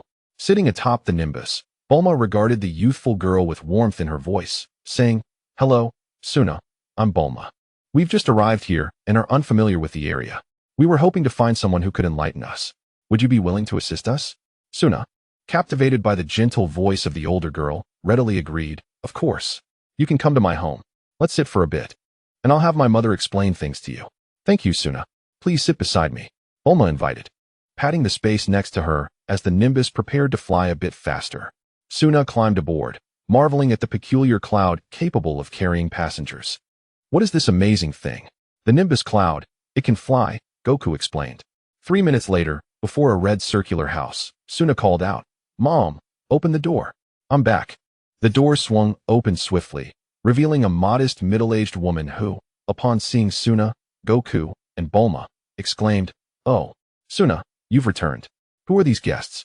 They are Goku and Bulma, who have just arrived and wish to learn about this area, so I brought them home, Suna replied. Welcome, welcome. Please, make yourselves comfortable.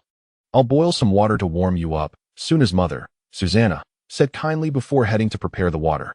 Excuse the intrusion, Bulma said as she and Goku entered the home. Half an hour later, Goku and Bulma sipped hot water, feeling the warmth envelop them inside the house. Bulma removed her coat and set it aside, while Suna quietly sat next to her mother, listening intently to Susanna's narrative. In the far northern region of Gagda, spanning thousands of miles, snow persists year-round, and the sun is a rare sight. Only we, the Orican people, inhabit this land. We are a minority group with a sparse population, residing in our large village of Kolochi, which consists of 200 households. Our lives are sustained through fishing, hunting, and herding, and we generally enjoy a tranquil and harmonious existence. However, recently, the emergence of the Red Ribbon Army has utterly shattered our peaceful way of life. They invaded our tribe, forcing us all into a gathering, where several brave young men attempted to resist but were ruthlessly shot down. Our village elder was also captured, and they resorted to violence to coerce us into searching for Dragon Balls. If you have no pressing matters, I suggest you leave this place swiftly. It is no longer safe here. As Susanna spoke, she covered her mouth and began to sob softly. The current situation is excruciating for her. Her life feels precarious, and the future appears bleak. While she and her husband may manage, what of little Suno, who is only 10 years old? You and Suno have welcomed us. Allow me to eliminate the Red Ribbon Army. After all, we too are in search of the Dragon Balls, Goku declared with a carefree smile. Suno, already upset by his mother's tears, retorted angrily, "What nonsense are you speaking? They are the Red Ribbon Army, all adults armed with guns. You look even smaller than I do. A child who tells lies is not a good child," he insisted. "I am a good child. I never lie. And I am not small. Humph. Stand up." Dressed in a gray sweater with red hair, the 78-centimeter-tall Suno approached Goku. Goku stood up in confusion, as Suno extended his little hand to rest on Goku's head and slid it down to compare their heights. "Humph. You're not taller than me. I may be a bit small, but I am already 10 years old. You look like you are only 5 or 6. To be a good child, one must not tell lies. Do you understand?" Suno declared, taking on an older sister's demeanor as she ruffled Goku's hair and gazed at him earnestly. With a chuckle, Bulma broke the tension, tucking her aquamarine hair behind her ear as she softly said, "Suno, don't be deceived by his appearance. He is already 16 years old. I was fooled by him once too. He belongs to a special race, the Scions.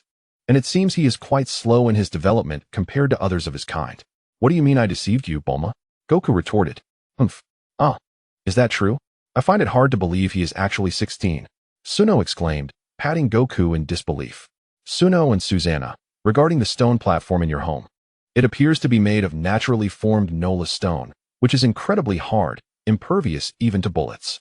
Bulma stood up, pointing to the entire stone slab before them. "Well, we aren't entirely sure about it.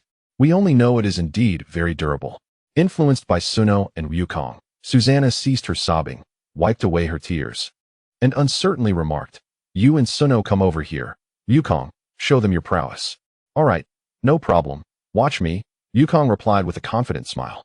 He stepped forward and extended the index finger of his right hand, striking down upon the stone platform that stood slightly shorter than himself. A crisp sound resonated as the entire platform split perfectly in two. Blushing slightly, Bulma approached and poked his forehead with a finger, scolding, "Fool. I meant for you to show off, not to break it. You didn't specify clearly. Never mind, it's fine that it's in 2 pieces. I didn't expect you to be this formidable. Bulma and Wukong, I implore you, save us. If this continues, we have no way out. Suno is still so small. I don't want her to perish." Since the emergence of the Red Ribbon Army, the suppressed Susanna, like a flower awakening to the long-awaited sunlight, collapsed to the ground, covering her face with her hands as she wept uncontrollably. "Mom." Suno mournfully grasped Susanna's arm. After several minutes, as Susanna calmed slightly, Bulma spoke softly with unwavering confidence, "Rest assured, Wukong and I will assist you." Upon learning from Susanna that the Red Ribbon Army's stronghold was 50 kilometers southwest in Misruta, Bulma decisively set off with Wukong. At the doorstep, watching the figures of Bulma and Wukong vanish, Suno softly inquired, "Mom, are they really going to be all right?" "Yes. I believe in them. They are so capable. Even if they are not a match for the Red Ribbon Army, they will surely find a way to return unharmed. If it comes to it, I will ask them to take you away from here as well.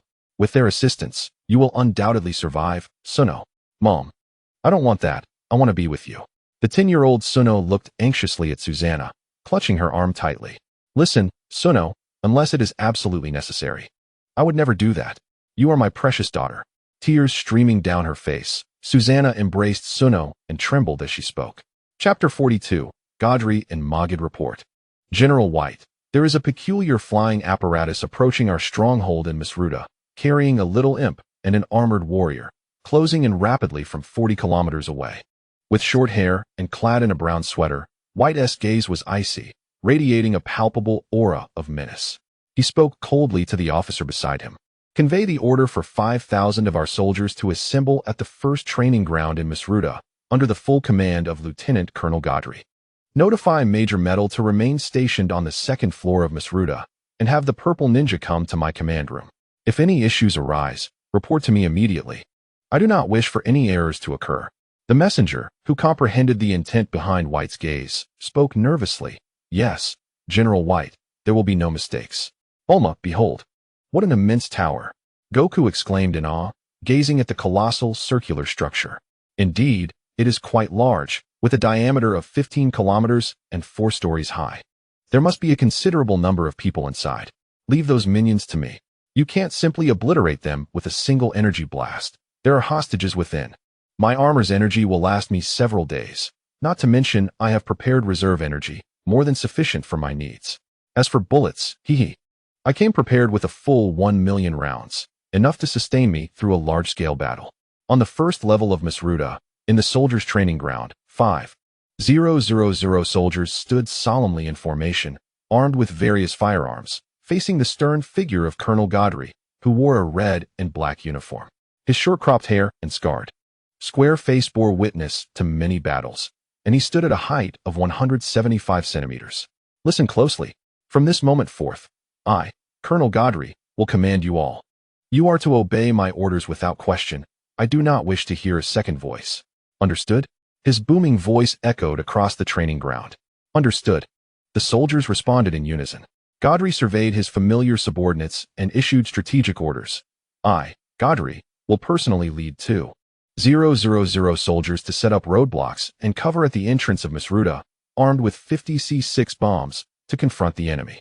Although our adversaries are merely 2 children, they are formidable opponents capable of defeating the Saruba forces.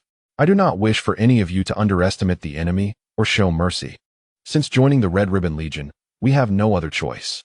Major Mojide, you will personally command the remaining 3,000 soldiers, guarding the passage to the second level of Misruta. Understood. I, Mojide, pledge my life to defend Colonel Godry, the tall and fierce-eyed Mojide, with his tousled hair and clad in a major's uniform, stepped forward, responding loudly. Silence. Your duty is to defend General White. I do not wish to hear such words again, understood? Mojide remained silent. Dismissed.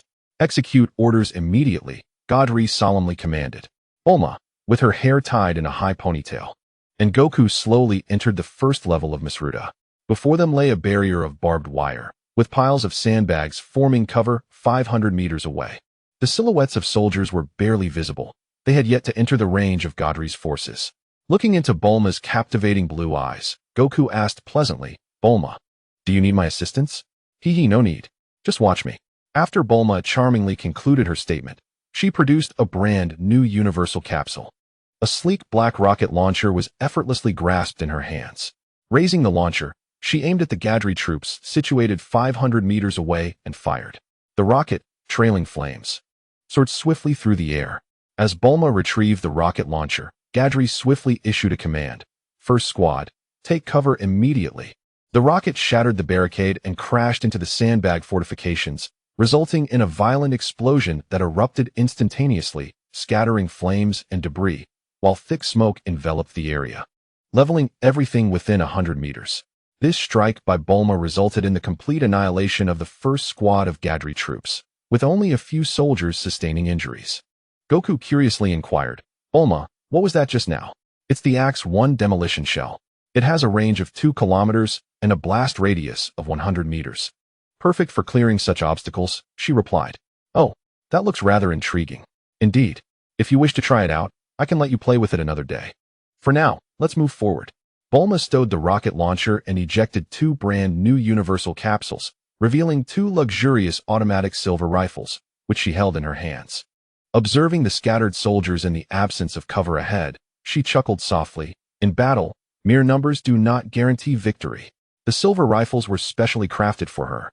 each magazine containing 500 rounds, and she had prepared a total of 100 such magazines. Noticing 2 young boys ahead, Gadri decisively issued an attack order. Recognizing that these peculiar young foes should not be underestimated, 2nd Squad, 3rd Squad, 4th Squad, surround them from the sides, advance in a flanking maneuver, and engage in mobile shooting. The 600 soldiers dispersed rapidly, advancing towards Bulma and Goku while firing their rifles. Bulma, elegantly wielding the automatic rifles, gracefully sprinted, deftly maneuvering left and right as she unleashed a barrage of fire, each shot finding its mark as the Crimson Ribbon soldiers fell one after another. Gadri, his eyes reddened with fury at the sight of his men collapsing, blood flowing freely, solemnly issued another command. Notify Odega to gather 9 men, equipped with C6 explosives, flares, and tear gas. Advance stealthily with me for close-range self-detonation, while an additional 200 soldiers provide cover. Even if it requires our bodies, we must shield against the bullets. His final directive resonated with gravity. If Odega and I fail, inform all soldiers to disband immediately. You shall no longer be part of the Crimson Ribbon. The messenger, reluctant, protested, Commander Gadri, we still have so many left. We can fight on.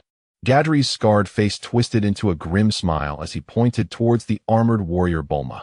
Look at that female armored fighter. Since the beginning of the shooting, she hasn't even changed her magazine. And yet, out of our 600 soldiers, the majority have already fallen, and not once have we managed to hit her. She resembled a fleeting specter, a devil dancing through the shadows, elusive and intangible. Ah, we too are rogues. Yet even the most nefarious cannot withstand the might of a demon. C6 is our final weapon. Should it fail, our defeat is inevitable.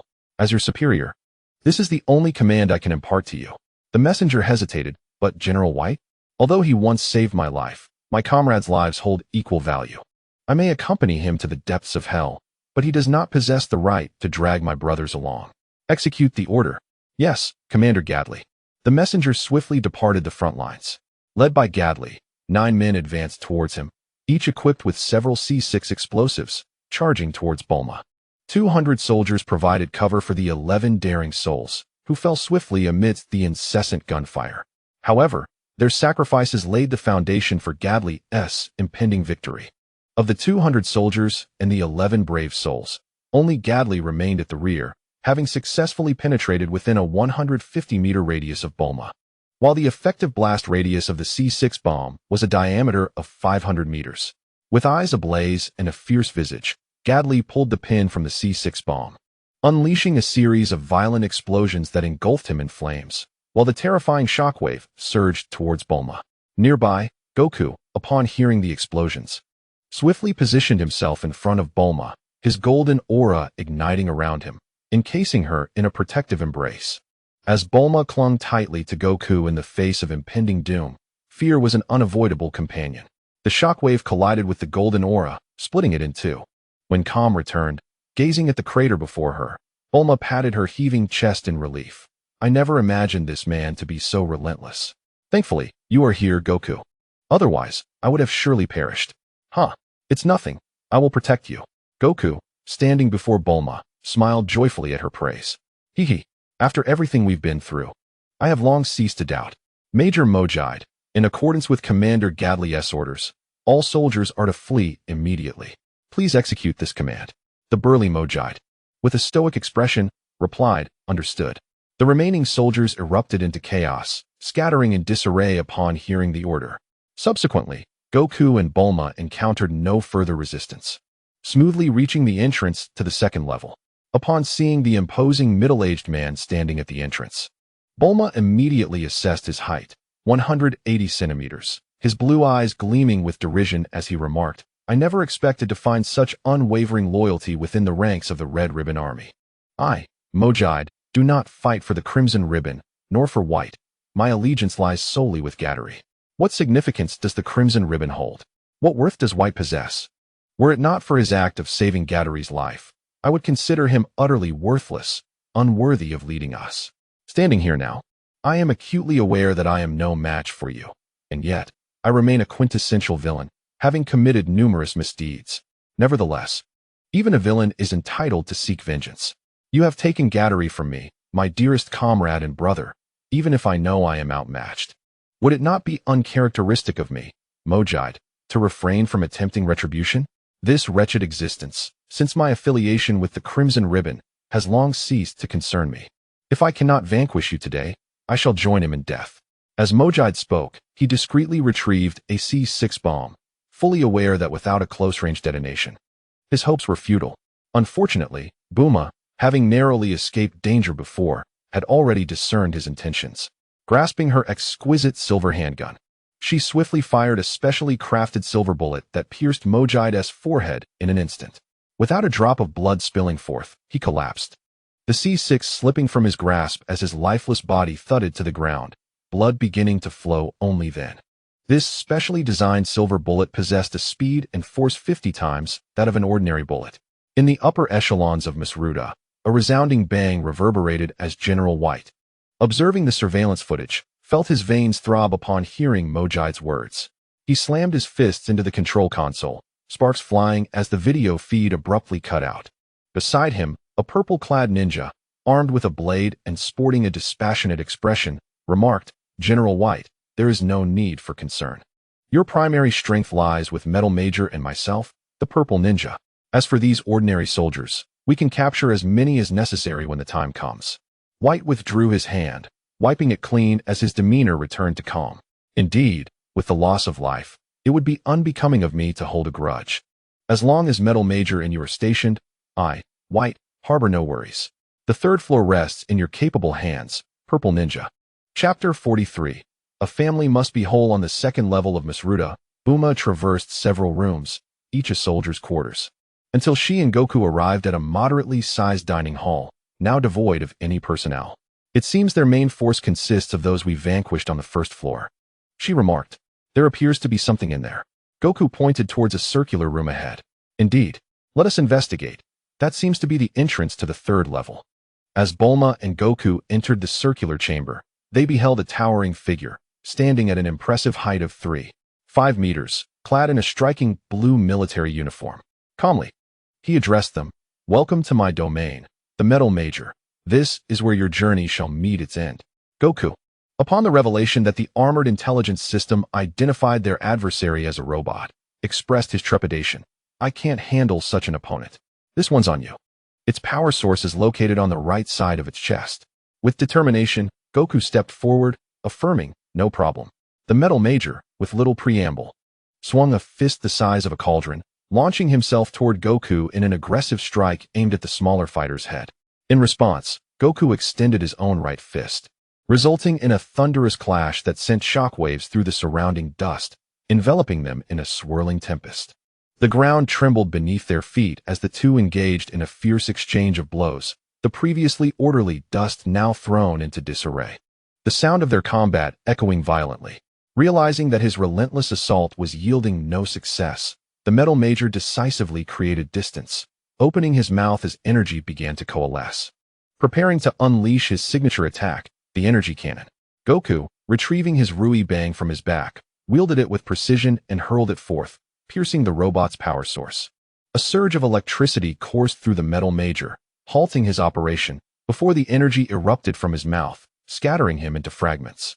Mechanical parts and fluid strewn across the ground. Bulma, brimming with excitement, rushed over and lifted Goku triumphantly, exclaiming, "Goku, you've won. You did it." Goku's victory brought her a joy that eclipsed her own triumph. Her aversion to battle was outweighed by her desire to stand alongside Goku, showcasing her intellect and cleverness. Haha. Goku, lifted high, scratched his head and grinned widely. In one of Earth's 4 major metropolises, East City, within a VIP room, 2 elegantly dressed women sat closely beside a man whose hands roamed freely. The woman on the left lifted a goblet filled with wine, playfully imploring, "Yamcha, take another sip." "One to you?" As she brought the glass to Yamcha's lips, her spirits soared, enchanted by the handsome man beside her. "Haha, as long as it's you, Talia, I'll gladly accept whatever you offer." Yamcha leaned in, savoring a kiss, before indulging in the wine. "Yamcha, don't forget about me," protested the woman on the right, raising her own glass defiantly. "Haha, of course, I wouldn't neglect you, Talia," Yamcha responded, repeating his previous actions. Suddenly, a voice, distinctly not belonging to a woman, interjected, "Yamcha, Didn't you say you would train hard and seek revenge on that little brat? The entire fox was cradled in Talia's arms, her cheeks adorned with a rosy hue. Puyalu, are you not feeling exhilarated at this moment? Yamucha regarded his partner with disdain, his gaze seemingly questioning whether he dared to betray his own heart with falsehoods. Huh, indeed. I feel quite liberated. Let us pretend I said nothing. Young Master Puyalu, let us not dwell on such matters. Come, allow me to feed you. Talia lifted her wine glass gently towards Puyalu, who, blushing profusely, accepted the offering. Haha, Puyalu, precisely. Let us indulge in merriment. As for martial training, we shall address that another time. Haha, very well, young Master Yamucha, Puyalu exclaimed joyfully, already slightly inebriated. On the third level of Misruda, Buma gazed at the small forest spanning 1 square kilometer and remarked curiously, is this truly the third level? How peculiar, there are no lights. However, it does not affect us. My intelligent scanning system has detected 5 heat sources nearby, indicating the presence of 5 individuals. Oh, yet, Buma, I have detected 6. One seems rather unusual, not located here. Is that so? Never mind. Let us proceed. We shall soon discover the truth. Buma and Wukong continued onward, eager to unveil the intentions of those lurking in the shadows. After traversing 500 meters, the hidden adversary spoke, "Welcome, little ones, to my death forest. I, the purple ninja, shall be responsible for your demise." No sooner had the words left his lips than 5 shuriken whirled toward them from different directions, and the lights illuminated the room. Within the circular chamber, spanning 1 kilometer in diameter, trees flourished, while several houses nestled beside a pond. Buma gripped a luxurious silver pistol in her right hand, and with a series of 4 shots, bang, bang, bang, bang, silver bullets struck down 4 shuriken. The final shuriken was seized by Buma's left hand and hurled towards the adversary ahead. With a resounding thud, the man clad in purple, adorned with a tuft of brown feathers, crashed heavily to the ground. Trembling, he rose, extracting the shuriken embedded in him, blood gushing forth. Swiftly, he pressed on his acupoints to staunch the flow and glared at Buma, his voice heavy with menace. How did you discover my presence? Alas, his question would remain unanswered, as Buma fired twice more. 2 specially crafted silver bullets, surpassing the velocity and might of ordinary rounds by over 50 times, tore through the air. The first bullet struck his forehead, followed swiftly by the second, which collided with the first, amplifying its force and piercing through his skull. The purple ninja fell, his visage twisted in agony, as 4 figures emerged from the surrounding shadows, hastening to his side. In unison, they cried out in despair, "Boss!" Gazing at their lifeless leader, they directed their resentful glances towards Bulma with palpable fury. Bulma, astonished, beheld the identical figures before her. "Ah? I never anticipated that your mother possessed such prowess to bear quintuplets." "Bulma, what are quintuplets?" Goku inquired, perplexed. "It refers to a single female giving birth to 5 nearly identical children at once." "How remarkable!" Zisen, with a glare of contempt, fiercely interrogated. "Indeed, we are quintuplets. The one you just killed was our leader, Zitsai. We are Zisen, Zipanipal, Zadubo, and Zayumi. I cannot believe you have forsaken the code of honor. We all wield cold weapons, yet you resorted to firearms. Do you possess no sense of chivalry?"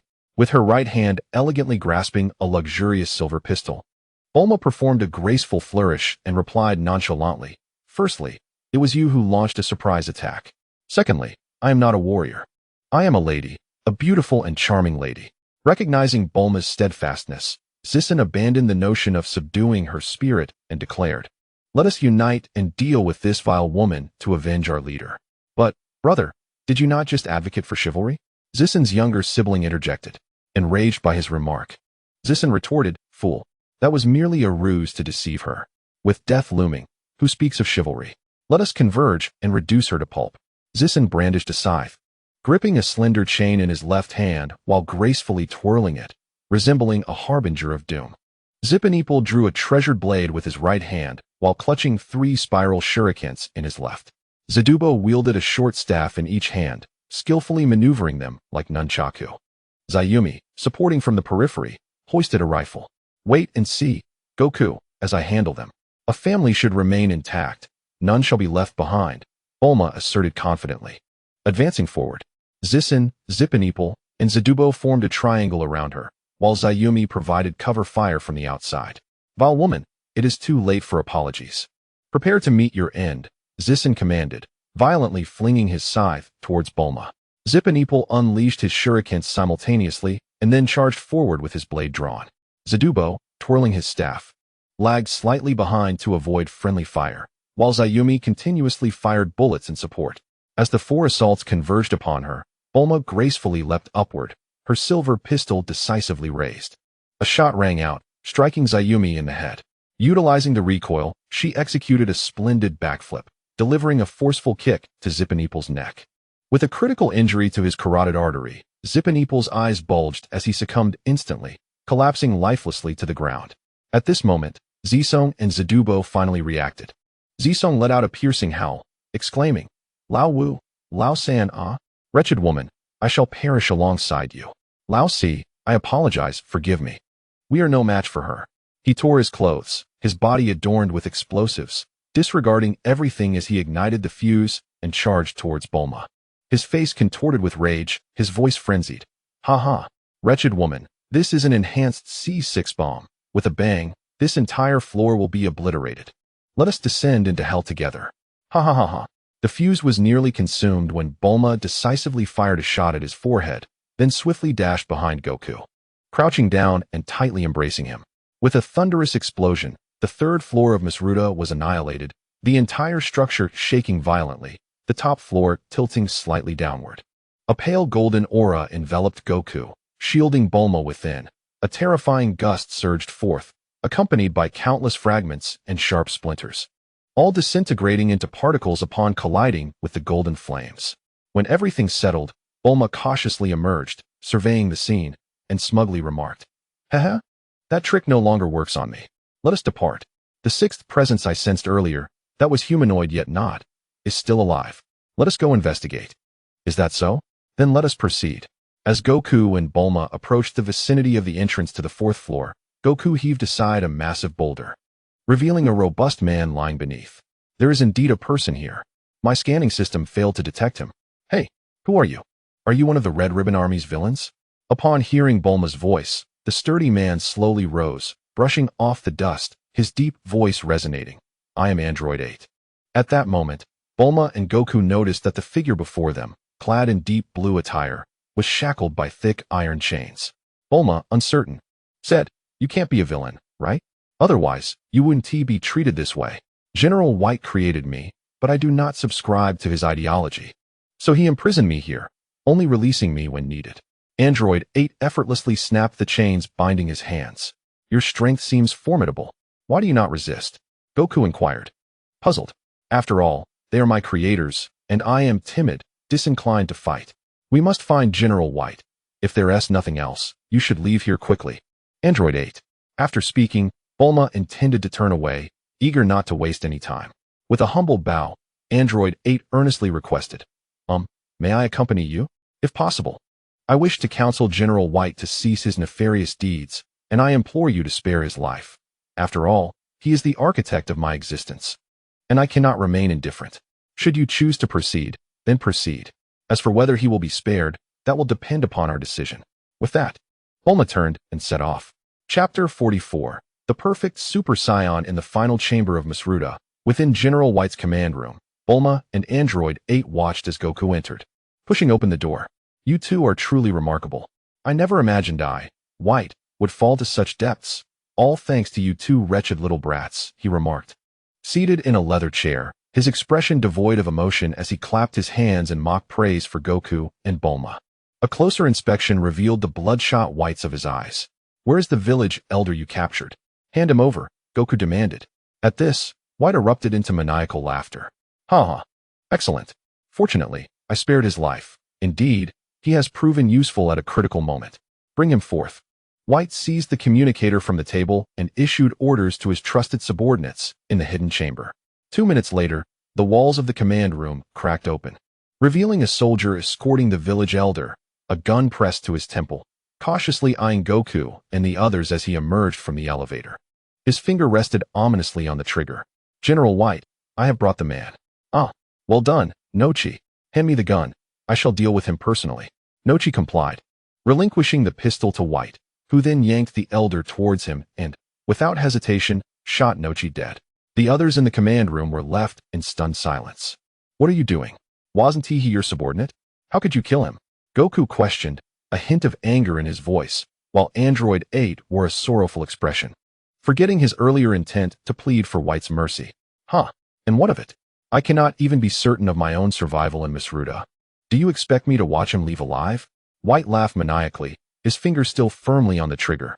Moments later, he turned coldly to Bulma and said, "Little girl, I advise you to lower that gun. Otherwise, a slip of my finger could make this old man's head burst like a watermelon." At that moment, the elder, eyes closed, bellowed, "Do not concern yourselves with me. If sacrificing one can restore peace to our Orican tribe, I shall die without regret. Fire away, village elder. I am about to act. When we return, I will inform Suno and the others. Do you have any last words?" Goku asked earnestly, awaiting the elder's final message. Hearing Goku, the elder's face flushed as he stammered, Well, if you could save me in the process, I would be even happier." Ha ha! The tension that had gripped Rooter dissipated as he burst into laughter. A gunshot rang out abruptly, and the once laughing Rooter fell to the ground, his face frozen in shock, blood splattering onto the village elder. "Ah!" Bulma exclaimed in exasperation, "Stop screaming, you're not dead. Honestly, I was moved by your words." Upon hearing this, the village elder regained his composure, shuddering slightly. What a terrifying girl. She doesn't even announce her intentions before striking. I nearly died from fright. My legs are still trembling. Android 8 approached, lifting General Rooter's lifeless body. "ABA, what are you planning to do?" Goku inquired. After all, he was the one who created me. "The least I can do for him is to give him a proper burial," replied Android 8. "I see. ABA, you are truly commendable." Goku chuckled. Ultimately, Android 8 buried Rooter in Misruda, and Bulma and Goku, accompanied by the village elder and Android 8, returned to Kurochi.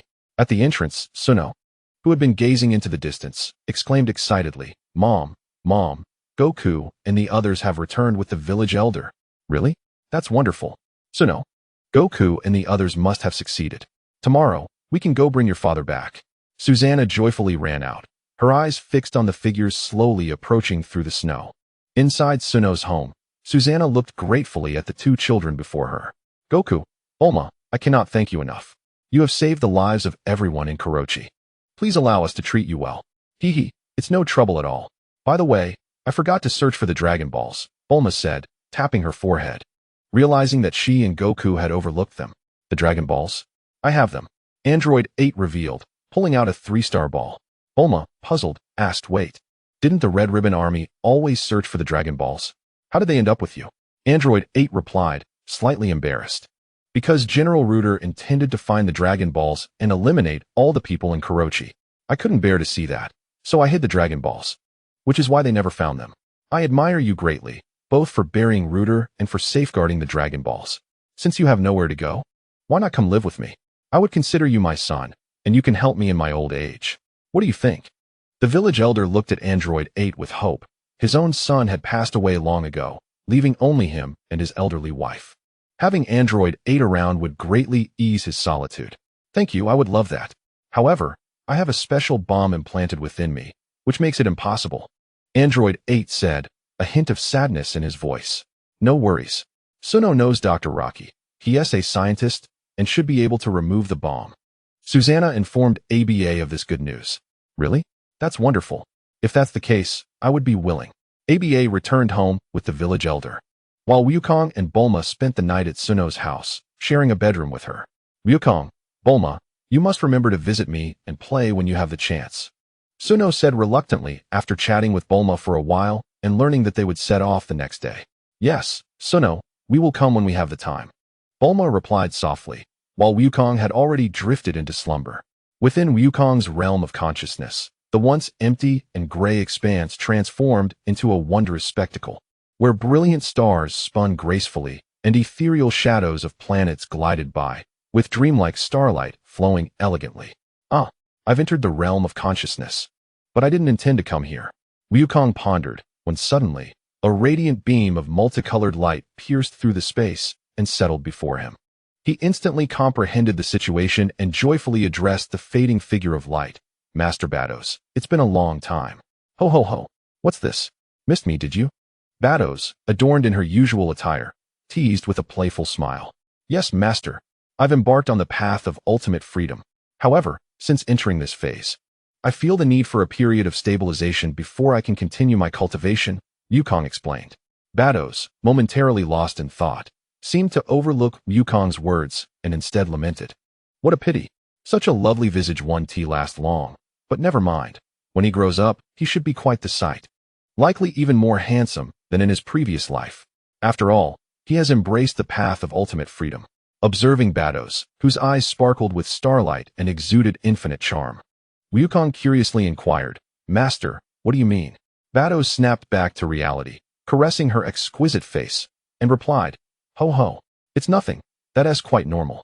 Once it stabilizes, you'll be fine. As for what you need to do, that is up to you. I'm merely responsible for guiding you in. Even I am currently only at the second stage of ultimate freedom. And what does the third stage entail, Master? Yukong's curiosity was insatiable. At your current level, there is no need to know. You have just entered the first stage of divine realization, which is divided into 4 minor stages: initiation, minor success, major success, and perfection.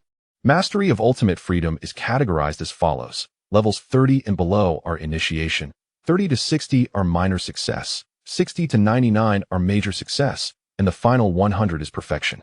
For you, it's merely a matter of time, so maintain a calm mindset and advance steadily, step by step.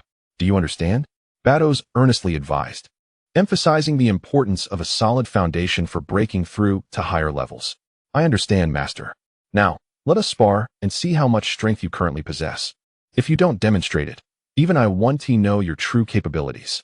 Bardos gazed curiously at her adorable disciple. Very well, my dear disciple. Allow me to witness the fruits of your years of diligent practice. Wukong replied joyfully, reminiscing about his invincible reign over Baozi Mountain. After more than a year of venturing beyond its confines, he had yet to encounter anyone formidable enough to warrant his serious attention. The arrival of Master Bardos presented a rare opportunity for him to validate his training. Since embarking on the path of the ultimate freedom, he felt himself perpetually growing stronger, as if every cell within him had been refined to a pale golden hue. Wukong began to unleash his energy, activating every cell in his body, which erupted with the latent power that had long been concealed deep within. A pale golden aura swirled around him, while his hair billowed like a fluffy flame of the same hue. His eyes, with their pale golden pupils, were encased by iridescent green irises, creating a strikingly mystical appearance. Master, this is my first form, he declared. As soon as he finished speaking, he consciously activated the ultimate freedom technique, seamlessly layering it upon his initial form. His entire being transformed anew. His hair shifted from pale gold to a celestial silver, and his aura took on a silvery tint. His eyes, already captivating with their crystalline green and pale gold, now shimmered with silver light, exuding a divine essence. Master, this is the extent of my current power, my second form. Here I come, Wukong exclaimed, instantly morphing into a streak of silver light, propelling himself toward Bardos at an astonishing speed. Ouch, that hurts, he cried out, clutching his head as he found himself seated in the realm of consciousness, his forehead swollen from the impact. Bardos approached him, her fingers caressing his face in delight. Oh my, it seems I am still the more formidable one. Therefore, you must strive to become stronger, Wukong. Master, you remain as impressive as ever. Despite my significant growth, I am still no match for you. Wukong marveled, standing in awe. Hearing his admiration, Bardos's eyes sparkled even brighter. Ha ha ha. As your master, if I were not superior, how could I guide you? Do not employ that recently acquired layered form again. Its contribution to your combat prowess is negligible. It merely awakened the divine aura concealed within your cells, manifesting your divine essence externally. Since you successfully embarked upon the path of ultimate freedom, you have already entered the divine hierarchy, holding a relatively esteemed position within the realm of gods. Any deity of a certain caliber who perceives your divine form will recognize your mastery of ultimate freedom, which may hinder your current development. Furthermore, your initial form, as the scions refer to it, is known as Super Scion. However, due to the perfection achieved through the cultivation of ultimate ease, your form is now several times stronger than that of an ordinary Super Scion. Your attack and movement speed have reached 3 times the speed of light. and your energy level surpasses that of a typical Super Saiyan by threefold. Since this is a perfect refinement, you shall henceforth be known as the perfect Super Saiyan. What I have just mentioned does not require your immediate comprehension, yet it is imperative that you remember it well, for in due time, you shall come to understand. Do you grasp this? Bardos admonished with a serious demeanor, unwilling to encounter any unforeseen circumstances. Indeed, the perfect Super Saiyan. It sounds quite remarkable. Master, I sense there is still immense potential for further development. The ultimate ease continuously aids in refining every cell in your body, and upon reaching a certain threshold, your cells will undergo evolution. At that juncture, the subsequent stages shall unfold before you. However, as you advance, the difficulty of refinement may gradually increase, thus requiring you to diligently cultivate ultimate ease. This way, your progress in the later stages will not be sluggish, as each subsequent phase presents a significant leap, making it increasingly challenging to attain greater strength. By meticulously treading every step, you shall eventually shatter one limit after another, completely surpassing the confines of what your race can achieve. After Bardos finished speaking, she fell into a momentary contemplation. How extraordinary! The history and future of the Scions may be glorified because of him. In the universe, apart from a few exceptional cases, most beings must undergo extremely rigorous training to gradually evolve their bodily cells piece by piece. Yet Goku is nearly akin to our newly born angels. Our evolutionary journey has been extensive, and even I, as his master, find myself slightly envious of him. Chapter 45. The Commencement of the Culinary Path. By the way, Master, what brings you to seek me? It has been quite some time since I last saw you. Goku's large eyes were filled with curiosity. That is because your master has come to assign you a new training task. How about that? Surprising, isn't it? Bardos said with a mysterious smile. Is it true? That's wonderful, Master. What is the new training task? Goku bounced with excitement and eagerly inquired. Bardos's expression grew slightly serious, and she slowly spoke with a weighty tone. This is indeed a formidable task, Goku. Are you mentally prepared? Yes, Master, I am ready. Goku stood tall and answered loudly. Seeing your determination brings me great comfort. Master believes you shall excel in this training endeavor. So, Master, what exactly is this training task? Cooking. Stir-frying. How does that sound? Isn't it splendid? Do you feel surprised? Bardos chuckled softly, covering her mouth with her hand. I don't understand. Isn't cooking just about placing the meat on the grill? What is so different about it? Observing Wukong's puzzled expression, Bardos retracted her smile and spoke with a hint of seriousness. Of course, it is different. As you continuously grow stronger, mastering your own power becomes imperative. Cooking can greatly assist you in achieving this task. For instance, with rice and noodles, you must manage time, heat, force, and moisture to attain perfection, as only then will the flavor be sublime. Furthermore, with eggs, your current strength, if mishandled, could result in a shattered mess. You need to advance further, controlling your power to find its center. A gentle tap should split it perfectly in half, even the egg white dividing seamlessly, with not a single drop spilled. And fish, how can you slice it into perfectly uniform, melt-in-the-mouth pieces? When you reach the pinnacle of culinary mastery, only then will the celestial dragon be worthy of being prepared. As she spoke, Bardos squinted her eyes, cradling her face in her hands, her delicate lips slightly parted as she reveled in the thought, her expression one of reminiscence. It dawned on Wukong that there existed such profound martial principles behind cooking. With a look of amazement and respect, he exclaimed, I see now. Indeed. In any case, you must practice diligently. I shall inspect your progress later. Should you fail to meet my expectations, the consequences will be dire. Upon hearing Wukong's voice, Bardos snapped back to reality, her expression tightening into a serious warning. Understood, Master. I will strive to become the most formidable chef. I look forward to it. Bardos responded, and with that, her consciousness transformed into a radiant spectrum of colors and vanished. As dawn broke, Wukong awoke, having successfully located Dr. Flabe, who deactivated the bomb within him. Abba and the Suno family gazed at the clouds above and shouted, Wukong and Bulma, you must come to play again. Yes. Farewell.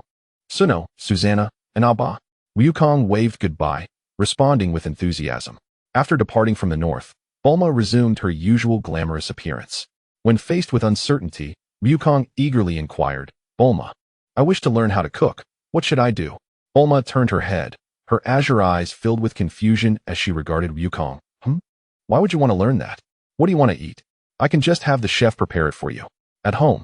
Cooking is done by intelligent robots. If you wish for a change in flavor, you can easily hire a top chef for live cooking. This is a new training task assigned by my master. Your master, isn't that the turtle hermit? He hasn't been around. Bulma inquired, puzzled, as she had been with Wukong during this time. It's another master. Who is it? Do I know them? Wukong said, slightly distressed. She doesn't allow me to disclose her identity. You wouldn't know her. TCH. So mysterious. If you don't want to say, then don't. As for cooking, once we find the Dragon Balls, you can return to West City with me, and I'll find the best top chef to teach you. Bulma slightly pouted. Her dissatisfaction vividly etched upon her face. With a swift turn of her head, her cascade of turquoise hair flew across Goku's face. I truly wish to know. How could you not tell me? It's just one person. So secretive, it's impossible for me not to feel upset. Observing Bulma's retreating figure, Goku, with wide-open eyes and unwavering seriousness, earnestly declared, yes. Thank you. Bulma, you are my best friend. Haha. Indeed. You are also my best friend. As the gloomy clouds dispersed, Bulma turned back, her face brightening with joy, the earlier vexation cast aside. In the former Breadstick Mountain region lay Chi-Chi's new abode. After the destruction of Breadstick Mountain, most of Bull Demon King's treasures had vanished. Without treasures to protect, he resided with his daughter and the villagers. Previously, he had shown no mercy to those who attempted to seize his wealth. However, he took great care of the villagers, earning their deep respect. The Bull Demon King gradually entered his daughter's room, finding Chi-Chi quietly leaning against the window, resting her chin on her hands, softly murmuring to herself, my husband, Goku. I wonder where he is now. The thought of him makes my heart race. Could this be what my mother refers to as love? I truly long to see him. After a moment of contemplation, the Bull Demon King approached and gently asked, Chi-Chi, do you truly wish to see Goku? Daddy, you heard that. Chi-Chi turned, shyly covering her face with her hands, feeling embarrassed. At 12 years old, she had grown a bit taller. Yes, Chi-Chi, since you wish so much to see Goku, let us consult Grandma. We can ask her to divine Goku's whereabouts, and if it's not too far, I will accompany you to play with him. Really? Daddy, let us hurry. It will take some time to reach Grandma. Chi-Chi eagerly pulled the Bull Demon King along. In the Saitama Desert, Chi-Chi piloted a floating vehicle, bringing the Bull Demon King to a halt. Before them lay a small oasis, at the center of which stood several houses imbued with an air of mystery. After disembarking from the vehicle, the Bull Demon King rushed forward, calling out, Grandma, Grandma, stop shouting, I'm not deaf yet. An elderly woman, wearing a pointed witch's hat and a black robe, floated out from a room, perched upon a crystal ball. She looked at the Bull Demon King, whom she had known since childhood, and curiously asked, has the sun risen from the west today? You little rascal, you actually came to visit this old woman. There must be something amiss. Grandma, don't say that. It's just that Chi-Chi is very eager to see Goku and wishes for your help in finding out where he is. The Bull Demon King, with his robust frame, bent down slightly and smiled, attempting to curry favor. For such a trivial matter, you want me to expend the magical energy I painstakingly cultivated. The elderly woman, her face etched with deep wrinkles, spat in displeasure. Dear, this is hardly a trivial matter. It pertains to my future. I intend to marry Wukong. With a huff, she continued, if it weren't for the fact that I've watched you grow up since childhood, I wouldn't bother with such trivialities. After her mild complaint, the old woman leapt from the crystal ball, extending her hands towards it to unleash her magic while reciting an incantation. The crystal ball shimmered with light, and suddenly, a surge of lightning enveloped it, revealing a myriad of cracks on its surface. My crystal ball, she exclaimed. You little rascal, you owe me for this. Furiously, she halted her spellcasting and berated the Bull Demon King. The Bull Demon, feeling guilty, wiped his face and muttered, well, my treasures are all gone. I can't compensate. Scoundrel, in a few days, bring Chi-Chi along to work off your debt. If you don't earn back the money for my crystal ball, I'll peel the skin off your back. Yes, of course, no problem. But, the matter with Chi-Chi hasn't been settled yet, the Bull Demon awkwardly inquired. Inching closer. It seems the days ahead will not be easy, the old woman thought. Now that we are in this predicament, how could we possibly abandon our previous efforts? Besides, The damage to my crystal ball indicates that this little rascal is no ordinary child. Chi-Chi marrying him is far superior to you. Such a promising prospect cannot be overlooked. Wait and see. I shall employ another method for a vague prediction. After speaking, she produced several turtle shells, circling them around Chi-Chi before suddenly scattering them on the ground to examine the patterns. Fortunately, the bond between you two is quite profound. I've calculated that tomorrow afternoon, he will appear in your current vicinity, and you shall naturally encounter one another. Ah, Wukong Isn coming to propose to me. Is he? How embarrassing. Chi-Chi shyly covered her face. You little girl, what are you thinking? You're not even capable of having children yet. And you're already dreaming of marriage. Wake up. In a few days, you'll come with your father to work earnestly. I will arrange for someone to teach you how to be a proper wife, and when you're of age, then you may marry him, understood? The old woman exclaimed loudly at Chi-Chi, her face filled with exasperation. Yes, grandmother, you're right. I can't have children yet. I will study hard. When I grow up, I will let Wukong marry me. Chi-Chi nodded in agreement. Bull demon, take your precious daughter and tidy up my room. Then be off. The bull demon, slightly blushing, replied, Grandmother, could you please refrain from calling me by my childhood nickname? I am quite grown now. Oh, you may be older, but you are not older than me. Enough with this nonsense. I've lost count of how many times I've spanked you. Now hurry up and get to work. The bull demon awkwardly led Chi-Chi towards the house. Chapter 46. Another opportunity to organize your thoughts as night descended. The bull demon king and Chi-Chi returned to their abode atop Bread Mountain. The bull demon king placed a basin of foot-soaking water before Chi-Chi and engaged her in casual conversation. Chi-Chi, since Wukong might visit tomorrow, we should prepare a lavish feast to welcome him. In a few days, we shall relocate to the fortune-telling grandmother's abode. Chi-Chi, her cheeks slightly flushed, replied in a hushed tone, Yes, father, I feel a surge of excitement. Tomorrow, I will finally meet Wukong, and once we arrive at the grandmother's, I will assist her diligently and study earnestly. Haha, your father will always support you. The following day, the bull demon king awoke and, with his imposing physique, raced along the village paths, calling out, Everyone, we are hosting a feast. Come and lend a hand. His voice resonated throughout the village, and the cheerful villagers began preparing to head to the bull demon king's villa. Meanwhile, he ventured into the wilderness to procure the main dish for the day. Ah, you shall be today's main course, he declared, gazing at a dragon soaring in the sky. At that moment, the dragon was devouring a bird that had previously snatched a dragon ball. The bull demon king hefted a massive boulder from the ground and hurled it at the dragon. Struck by the blow, the dragon plummeted into the bull demon king's grasp, who triumphantly carried it home. In the sky, aboard a fighter jet, Xiaowu was meticulously observing the situation on the ground and in the air. Lord Pilaf, the dragon ball was consumed by the dragon and then snatched away. What are we waiting for? Hurry and reclaim it. Use the loudspeaker to amplify our demands. Instruct him to surrender the dragon ball, and we shall let the matter rest. Pilaf, seated upon his command throne, calmly issued the directive. Axie, wearing an expression of consternation, interjected, Lord Pilaf, that is the bull demon king. Our fighter jet is no match for him. What bull demon king? I care not for titles. I only desire the dragon ball. Pilaf declared. Rising to his feet with fervor, Xiaowu tugged at his sleeve, whispering, Lord Pilaf, it is the bull demon king. The very one the village elder warned us about. He is notorious for his malevolence. Finally comprehending the gravity of the situation, Pilaf chuckled awkwardly and retook his seat. Oh, the bull demon king. However, we have yet to engage him in battle, ha. You have all done well. Caution is the key to our survival. While the Dragon Ball is important, our lives take precedence. Axie, Xiaowu, you both have performed admirably. Tomorrow, each of you shall receive an extra chicken leg. Yes, Lord Pilaf. Axie, elated by the praise, responded, then inquired, What shall we do next, Lord Pilaf? Well asked, Axie. The success of our endeavor now hinges upon you. Do you have the confidence to fulfill this task? Indeed. I, Ashu, solemnly pledged to complete the task. Huh, King Pilaf, what are you doing? Ashu inquired, observing King Pilaf, bound and hastily approaching. Pilaf, maintaining his composure, returned to his seat and addressed Xiaowu. Xiaowu, lower Ashu to the ground with the ropes. We are not as swift as he is, so we shall wait for him inside the aircraft.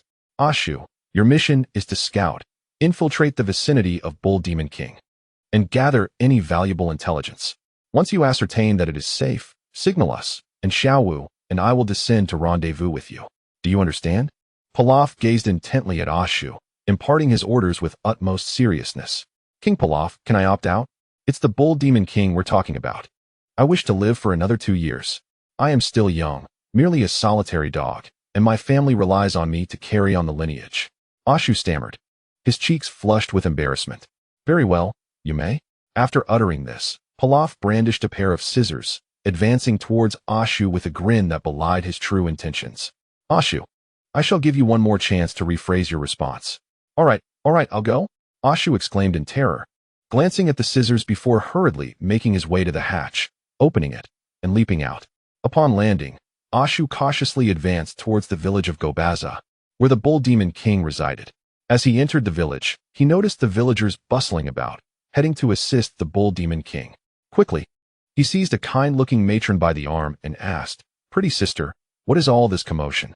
Why is it so festive today, with decorations everywhere?" The stout matron, smiling shyly as she patted Ashu's head, replied, "Little brother, you have quite the discerning eye. Unfortunately, we are not suited for each other.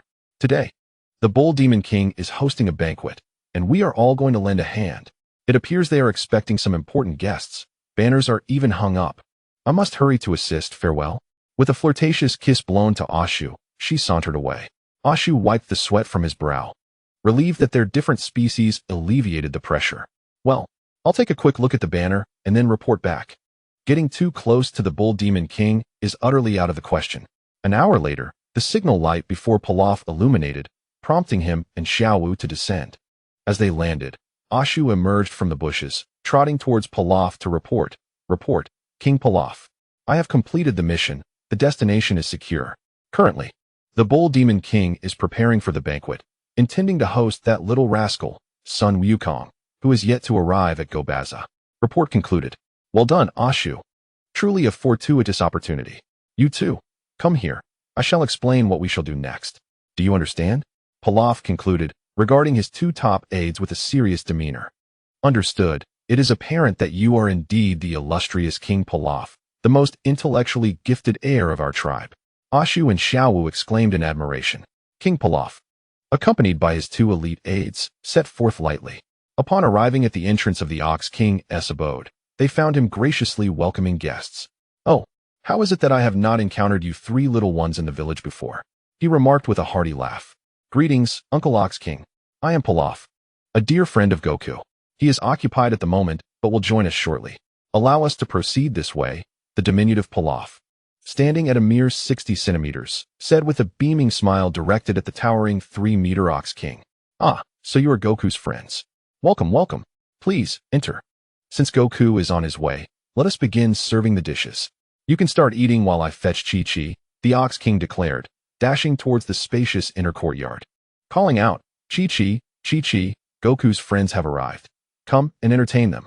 Miss Chi-Chi has gone to gather flowers in the back mountain and is not present right now.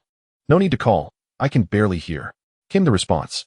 "I see," the Ox King replied, returning to the banquet hall, slightly embarrassed.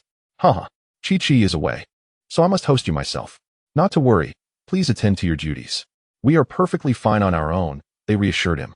In the distance, from the far reaches of Gobaza village, the remnants of Sarurba's forces emerged slowly in their tanks.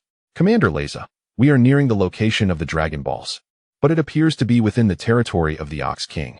Indeed, although the majority of Sarurba's forces have been vanquished, leaving only our small squad. With our 20 tanks, we should be capable of dealing with one Ox King. Headquarters has issued a strict order. We must retrieve the Dragon Balls, or we shall join Sarurba in oblivion. Prepare for attack." Commander Leza, with a military cap and a complexion of dark yellow, coldly issued the command, disregarding the presence of any villagers.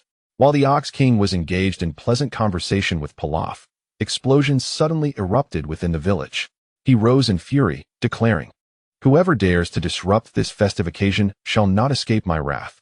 Seizing his massive axe, he sprinted towards the source of the disturbance. "King Pilaf, do not linger over your meal. We have urgent matters at hand," Xiaowu urged, nudging the still-eating Pilaf. Wiping his mouth, Pilaf swiftly delved into the main dish. Retrieving the Dragon Ball, "Ashu, hoist that leg and let us depart." The Pilaf army triumphantly reclaimed a Dragon Ball and made their way back. Meanwhile, on the other side, Commander Leza lamented, "The Ox King is formidable. We are no match for him. He has already destroyed 10 of our tanks. If this continues, we shall face total annihilation." First, fire illumination flares, then launch adhesive shells to obscure his vision. Let us see how he will respond then. Understood. More than 10 illumination flares were launched, forcing the Bull Demon King to shut his eyes against the blinding light, which was soon followed by a barrage of slime projectiles that enveloped his vision. "You think you can defeat me, the Bull Demon King? You underestimate my prowess," he declared, tightening his grip on the massive axe in his hand. Sensing the energies around him, he swung the axe with great force, shouting, "Return, my whirlwind axe." The colossal weapon spun rapidly in the air, piercing through armored tanks before returning to his grasp, resulting in a series of explosive detonations. Thus, the entire Saruba brigade met its demise. Chapter 47. A reminder of my power. Half a month after departing from Kurochi, Bulma gazed at the familiar landscape before her, softly stating while observing the dragon radar, "Goku, we have arrived at Bread Mountain." The Dragon Ball seemed to be just ahead. At that moment, the Nimbus cloud descended swiftly, and Goku stood up, calling out loudly, "Hey, isn't that my wife Chi-Chi?" Bulma stumbled slightly, her right fist colliding with his head as she shouted, "Don't act recklessly." Goku, feeling wronged, rubbed his head and replied, "I wasn't being reckless. This is what Chi-Chi taught me." "Shut up." Bulma's previously calmed emotions erupted once more. It's so nonsensical. It makes me feel unpleasant." Goku, though confused, wisely chose to remain silent, knowing Bulma was upset. The Nimbus cloud landed before Chi-Chi, and Goku leaped down. "Goku, why are you shouting so loudly?" Chi-Chi shyly covered her face. "Chi-Chi, it seems you've grown a little taller. What brings you here?" Goku asked, perplexed. "Really? I came here to pick flowers for you after I learned you were coming," Chi-Chi bashfully replied, presenting the flowers to him. Goku accepted the bouquet and pulled out a rainbow lollipop that Bulma had given him, offering it to Chi-Chi. Bulma, witnessing this scene, scoffed and took the last lollipop from her pocket to nibble on it. "Chi-Chi, how did you know Goku and I would be coming?" Bulma inquired, puzzled, covering her face. Chi-Chi shyly whispered, "Well, I really wanted to see Goku, so my father took me to a fortune teller." "Goku, in a few days, I'll be going to the fortune teller to learn how to be a good bride. When we marry in a few years, I promise to be a wonderful wife." "Oh, I understand," Goku nodded, recalling his previous promise. Bulma shot him a bewildered glance, thinking, "This fool agrees to everything without a second thought. He'll regret it someday. But that is not my concern. I'll just watch the drama unfold." The three of them settled by the clear lake, engaging in leisurely conversation while observing butterflies dancing gracefully upon blooming flowers and tiny fish swimming languidly. Throughout the entire process, Bulma felt as though she had ingested nothing but dog food. Although Chi-Chi was somewhat younger, she exhibited remarkable courage concerning matters she held dear. As time gradually passed, Chi-Chi mused that today would have been even more perfect had it not been for Bulma's presence. Noting that it was getting late, she softly suggested, "Goku, Bulma, let us return. Father has prepared an abundance of food to welcome you." "Wonderful. Let us go," Goku exclaimed. "Father, what is the matter?" Chi-Chi inquired, observing the Ox King washing his eyes at the water basin. "Ah, Chi-Chi, a few little rascals just caused me some trouble, but I dealt with them. However, they managed to shoot some sticky liquid into my eyes, and I've been cleaning them for a while now. I'll be fine shortly," the Ox King replied, a hint of embarrassment in his voice. "I didn't expect Goku to be here with you. My apologies, Goku. Your friends arrived, and I didn't properly attend to them." "Friends? Who are they?" Chi-Chi asked. The Ox King described the appearance of Pilaf and his companions vaguely. "Seems like I don't know them," Goku replied, not recalling them. Bulma rolled her eyes and reminded him, "You fool, it's Pilaf. That little purple imp, shorter than you by a head." "Oh, it's them. What do they want?" Bulma checked her dragon radar and confirmed, "The Dragon Balls. That fellow has a penchant for them. The Dragon Balls that appeared on the radar have vanished. Likely hidden away by him. Well, never mind him. Uncle Ox King, let us commence the feast." "I am famished," Goku said, patting his stomach and gazing at the Ox King with a pained expression. "Haha. All right, Goku, let us head inside. I have prepared a great deal of food for you." After the Ox King and Chi-Chi generously hosted Goku, he and Bulma played a while longer before preparing to set off again. Chi-Chi, blushing as she looked at Goku on the flying Nimbus, called out loudly, Goku, while I would love to travel with you, I have already promised the fortune teller that once I grow up and master my bride lessons, you must come to marry me. I understand, Chi-Chi. We are off now. Goodbye. Goku replied. As the Nimbus took off, it wasn't long before Goku received a sudden punch atop his head. Confused, he looked at Bulma. With her azure eyes blazing with anger, Bulma exclaimed, Don't agree so casually. You fool. You idiot. It drives me mad. What the heck? Goku pouted slightly before wisely falling silent. It was clear that offending Bulma was not an option, and although he did not grasp the reason for her ire, he recognized that she had her reasons. 2 days later, Bulma, adorned with a light yellow sun hat, stood on the beach gazing at the vast sea before her. Goku, it seems the Dragon Balls are in the waters ahead. Wait here while I dive down to search for them. After Wukong finished speaking, he executed a graceful dive and plunged into the depths of the vast ocean. Despite searching for a considerable time, he could not catch even a glimpse of the Dragon Ball, leading him to return in frustration. Bulma, the expanse below is immense, filled with numerous crevices. I cannot locate the Dragon Ball, he lamented. It's too much to expect you to search alone. I didn't bring the submarine this time. The Kame House isn't too far from here. Although I'm not particularly fond of that lecherous old man, he ought to possess a submarine. I could offer him something in return. Bulma clapped her hands, resolutely deciding to seek Master Roshi. Great. We can also check in on Krillin and enlist his help. Riding on the Nimbus, Bulma and Wukong approached Kame Island. From afar, Wukong spotted Master Roshi lounging on the beach, engrossed in his photo album. Hey, stop looking. Wukong and the others are here. Upon hearing the words of his turtle companion, Master Roshi stood up and tucked away the album to prevent his old turtle from snatching it again. Master, where's Krillin? Wukong inquired. Glancing at Bulma, who stood before him, Master Roshi quickly averted his gaze, recognizing the fierce demeanor of this formidable girl. Krillin? He went grocery shopping with Launch. What brings you here, Wukong? We wish to borrow your submarine, Master. Do you have one? A submarine, of course.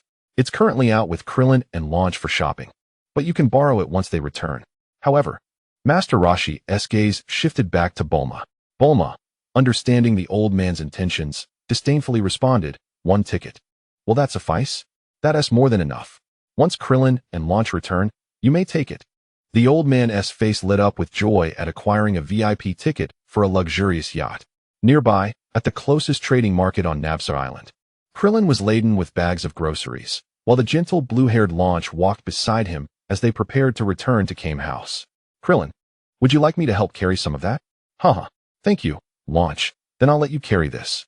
Krillin squinted and smiled. Oh, you bold little bald head, Launch said, her face devoid of expression as she regarded him. Daring enough to ask me for help. Have you forgotten my strength? It seems it's time for you to be reminded. Krillin's eyes widened in alarm as he stared at the golden-haired Launch, beginning to tremble slightly. Launch seized the back of his shirt and lifted him off the ground, causing groceries to scatter everywhere. Off you go. With a swift command, Launch propelled Krillin into the air, where he flailed his limbs in desperate protest. Ultimately, he splashed into the sea. 1 hour later, a drenched Krillin returned alongside the gentle blue-haired Launch. Wukong dashed ahead, exclaiming, Krillin, Launch, why are you so slow? I've been waiting for quite some time. It's nothing. Just the heat made me take a cold shower, Krillin replied, stroking his bald head with a chuckle. Krillin, there's a Dragon Ball that fell into the sea nearby. Will you accompany us to search for it? Of course, no problem. Krillin placed the vegetables inside the house and made his way to Master Roshi's bedroom, where the old master was flipping through his photo album. Master Roshi, I'm going with Wukong to look for a Dragon Ball. I'll be back later. Go ahead. Roshi replied with a grin. With you gone, I finally have the chance to spend some time alone with Launch. Elated, Krillin rushed outside to Wukong's side. Wukong, let us go? I can pilot the submarine. Allow me to be your dedicated driver, and I'll show you my skills. Report. General Blue. Commander Red has relayed that the minions of Saruba and General White, who were obliterated, have appeared in our vicinity with the Dragon Ball, a voice reported. Clad in khaki military attire and exuding a somewhat effeminate demeanor, General Blue sneered, keep a close watch on them. Although White and Saruba are certainly inferior to me, caution is never unwarranted. They must be here to search for the nearby Dragon Ball as well. We merely need to follow behind them and, at the opportune moment, bury them beneath the waves. Inform our soldiers to board the blue submarine and prepare sufficient small submarines as a precaution. Yes, General Blue. Chapter 48. Treasures that stir the heart. Little did we know that this Dragon Ball was hidden so deep. We have descended to a depth of 20,000 fathoms. The pressure here is immense, but you all are quite strong from your training, so it should be manageable. I, on the other hand, must wear armor. Bulma curiously gazed at the whale swimming past the submarine, whispering, "Look, there's a gigantic cavern ahead. Bulma, do you think it's inside there?" Krillin remarked in astonishment, eyeing the immense cave. "Indeed, it must be in there. Let us proceed slowly." Just as Bulma finished speaking, the submarine's alarm system began flashing red, and an ear-piercing siren blared. "We are under attack. Quick, escape." Several torpedoes rapidly pursued from behind. With a calm smile, Krillin declared, "It's time to demonstrate my true skills. Watch this." The small submarine piloted by Krillin darted through the water with the agility of a fish, successfully evading the incoming torpedoes. The explosions nearby created chaos, effectively concealing the small submarine. Seizing the opportunity, Krillin navigated into the grand cavern. Within the confines of the blue submarine, a sudden gunshot reverberated through the air. The operator, who had just launched the B-3 torpedo, fell lifeless upon the control panel, blood splattering across the uniforms of nearby soldiers, staining them crimson. Yet, none dared to move. No one understood the terror of Blue better than they did. Blue holstered his weapon, his androgynous face contorted in fury. "Damnable fools. To miss such a prime opportunity. What use are you to me now?" "General Blue, what shall we do now?" inquired the commander beside him, his voice laced with trepidation. "Let us pursue them, but refrain from launching any more torpedoes. If we destroy the interior passage, none of us will survive. We shall follow and act according to the situation," Blue commanded. "Yes, General Blue. Who were those that just attacked us?" Krillin asked, perplexed. "I have no enemies armed with weaponry." Seated in a leather chair, Bulma propped her pale face on her left hand, while her right toyed with her turquoise locks. After a moment's contemplation, her azure eyes glimmered with realization. "Ah, that must be the Red Ribbon Army. Otherwise, I cannot fathom who would dare contest us for the Dragon Balls, especially with military might." "What? The Red Ribbon Army? The largest black market faction in the world? This is dire. How could you possibly be entangled with them?" Krillin exclaimed in a flurry. Bulma dismissed his concerns nonchalantly. "It's nothing serious. It's merely that Goku and I eliminated a few of their strongholds." "Ah, how could this be?" Krillin lamented. "Goku, you are our strongest hope for survival. Should I meet an untimely demise, remember to unearth my belongings from the sandpit behind Master Roshi's house. It is everything I have painstakingly saved for my future marriage. You can have it then." With a heavy heart, Krillin divulged the location of his possessions. "Why are you in such a panic? I, a delicate young lady, remain unperturbed. But then again, I am Bulma, seasoned in the face of battle. What have I not witnessed?" She scoffed, then added with a hint of admiration, "I must say, I am impressed by your foresight in securing your assets. Rest assured, Krillin, I will not allow you to perish. Bulma is formidable too." Goku's cheerful voice offered comfort. "Haha. Indeed, if Bulma remains calm, then what is there to fear? Alas, Bulma, I am unlike you, with parents to rely on. I must fend for myself and save diligently. If I do not plan ahead, it will be troublesome when the time comes." Krillin expressed with envy. Bulma, with a hint of disdain, retorted, "You underestimate me. I was inventing independently at the age of 5. Now, I have accumulated so many patent royalties that I cannot even count them. I do not rely on my parents to thrive. It is not only you, the little bald head, who can plan ahead. If you wish to envy me, let it be for my enviable intelligence and beauty." "Haha. Indeed, among us, you are the cleverest," Krillin chuckled awkwardly, rubbing his bald head. A quarter of an hour later, the submarine reached the end of the cave and surfaced. "Wow, there's actually air here." This alleviated our concerns about pressure, allowing us to proceed with confidence. "Let us stow the submarine and continue our journey." Bulma gazed in astonishment at the smooth cave before her, where peculiar stones adorned the walls, shimmering as they illuminated the surroundings. Krillin transformed the submarine into a versatile capsule. "Bulma, should we eliminate the people behind us?" "No, Goku, they must be armed with explosives. If we engage in combat and destroy the cave, we would be doomed. Now, lead the way while I follow closely behind you." Bulma gently pushed Goku forward as they set off. Meanwhile, aboard the blue submarine, General Blue noted that the cave ahead had narrowed, rendering the blue submarine unable to proceed. Leave the essential operational crew of 1,000 aboard the blue. The remaining 3,000 shall transfer to the smaller submarines. We'll retain all high-energy explosives on the main vessel and take only the necessary firearms. We must be prepared to adapt. After giving his orders, Blue led the way to the small submarine docking area. At that moment, Bulma, Goku, and Krillin were slowly traversing the narrow cave.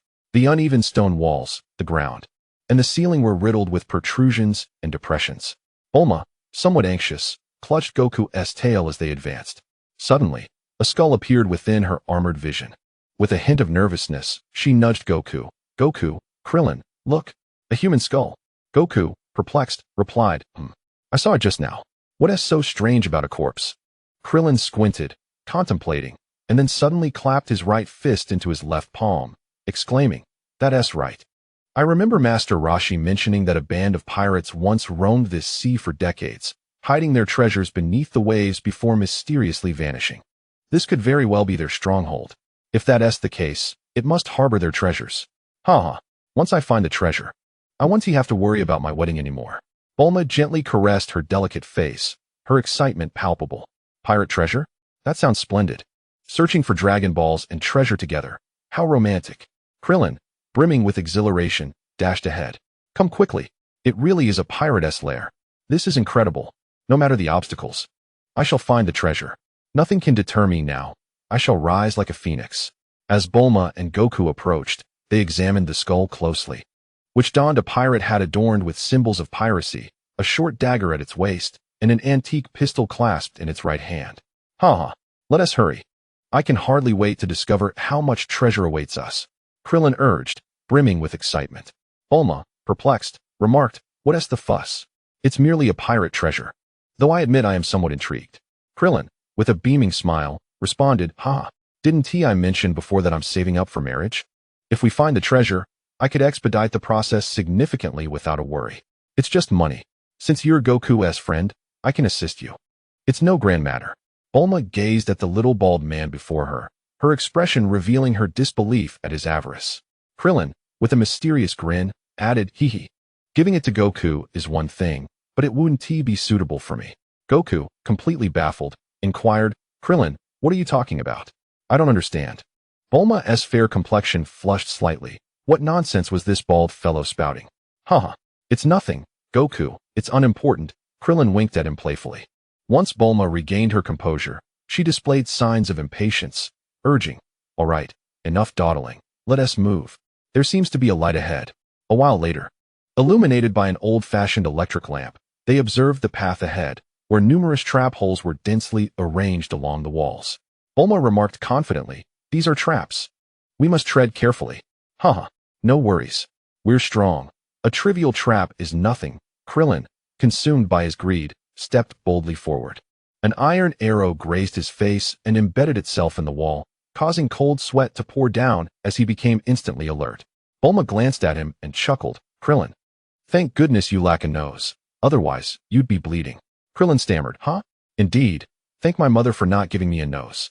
Bulma picked up a stone and gently tossed it across to a spot on the ground free of holes. The iron arrow did not shoot out, and she comprehended the mechanism's workings. Goku, let us not destroy these traps. Let them be for the red ribbons behind us. You should jump over directly. Then use the power pole to bring me across. This passage seems quite long. It's ample enough for the red ribbons to have their share. All right, I'll jump over. This is no challenge, Goku declared, leaping lightly and crossing several meters in the 2-meter-high passage. Krillin, can you make it across? Bulma asked uncertainly, aware that she herself could not leap that height due to her stature. Having narrowly avoided misfortune moments ago, Krillin cautiously replied, I'm not so sure. This height poses a bit of a problem. Perhaps Goku should bring me over.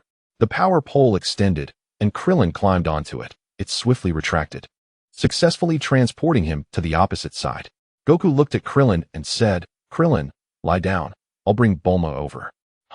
Why should I lie down? Why not you? Krillin squinted at Goku suspiciously. With wide, unblinking eyes, Wukong earnestly declared, I possess considerable strength, ensuring a higher level of safety, so you should lie down. All right. You are indeed correct. I shall lie down. At 69 centimeters, Krillin complied, supporting himself on the ground and achieving the most standard posture. Wukong, at 70 centimeters, stepped onto him, and the Rui Bang swiftly extended, bringing Bulma over. Thus, they successfully navigated this mechanism through a continuous cycle. As Wukong and his companions passed the first trap, General Blue, accompanied by his formidable troops, arrived at the site of the pirate corpses.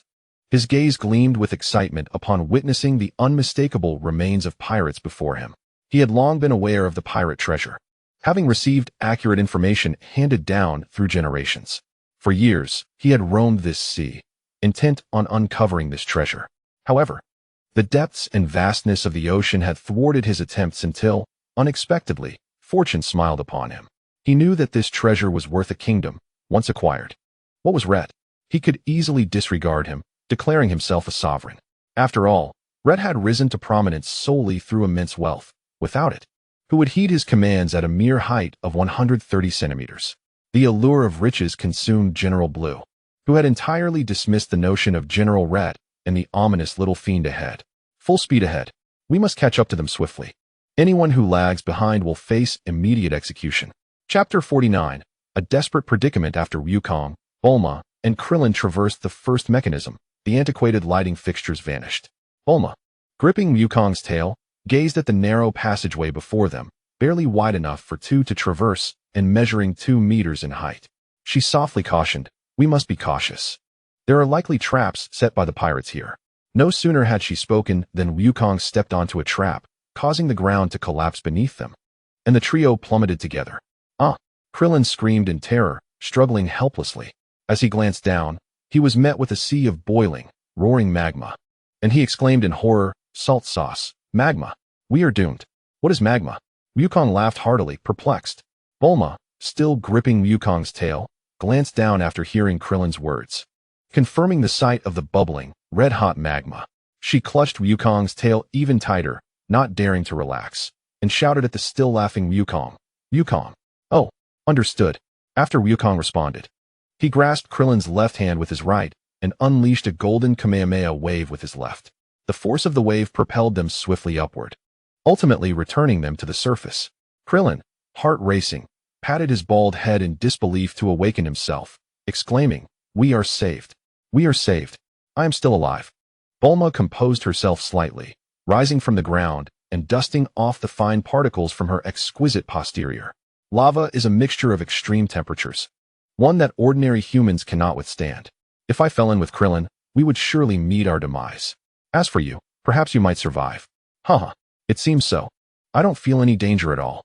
It's not even that hot down here. Krillin, having narrowly escaped disaster, was instantly filled with confidence and enthusiasm. Haha, surviving such a grave peril must surely bring good fortune. Let us be cautious and quickly seek out the treasure. Such minor tribulations could not deter his resolve. General Blue and his troops arrived at the location of the first mechanism.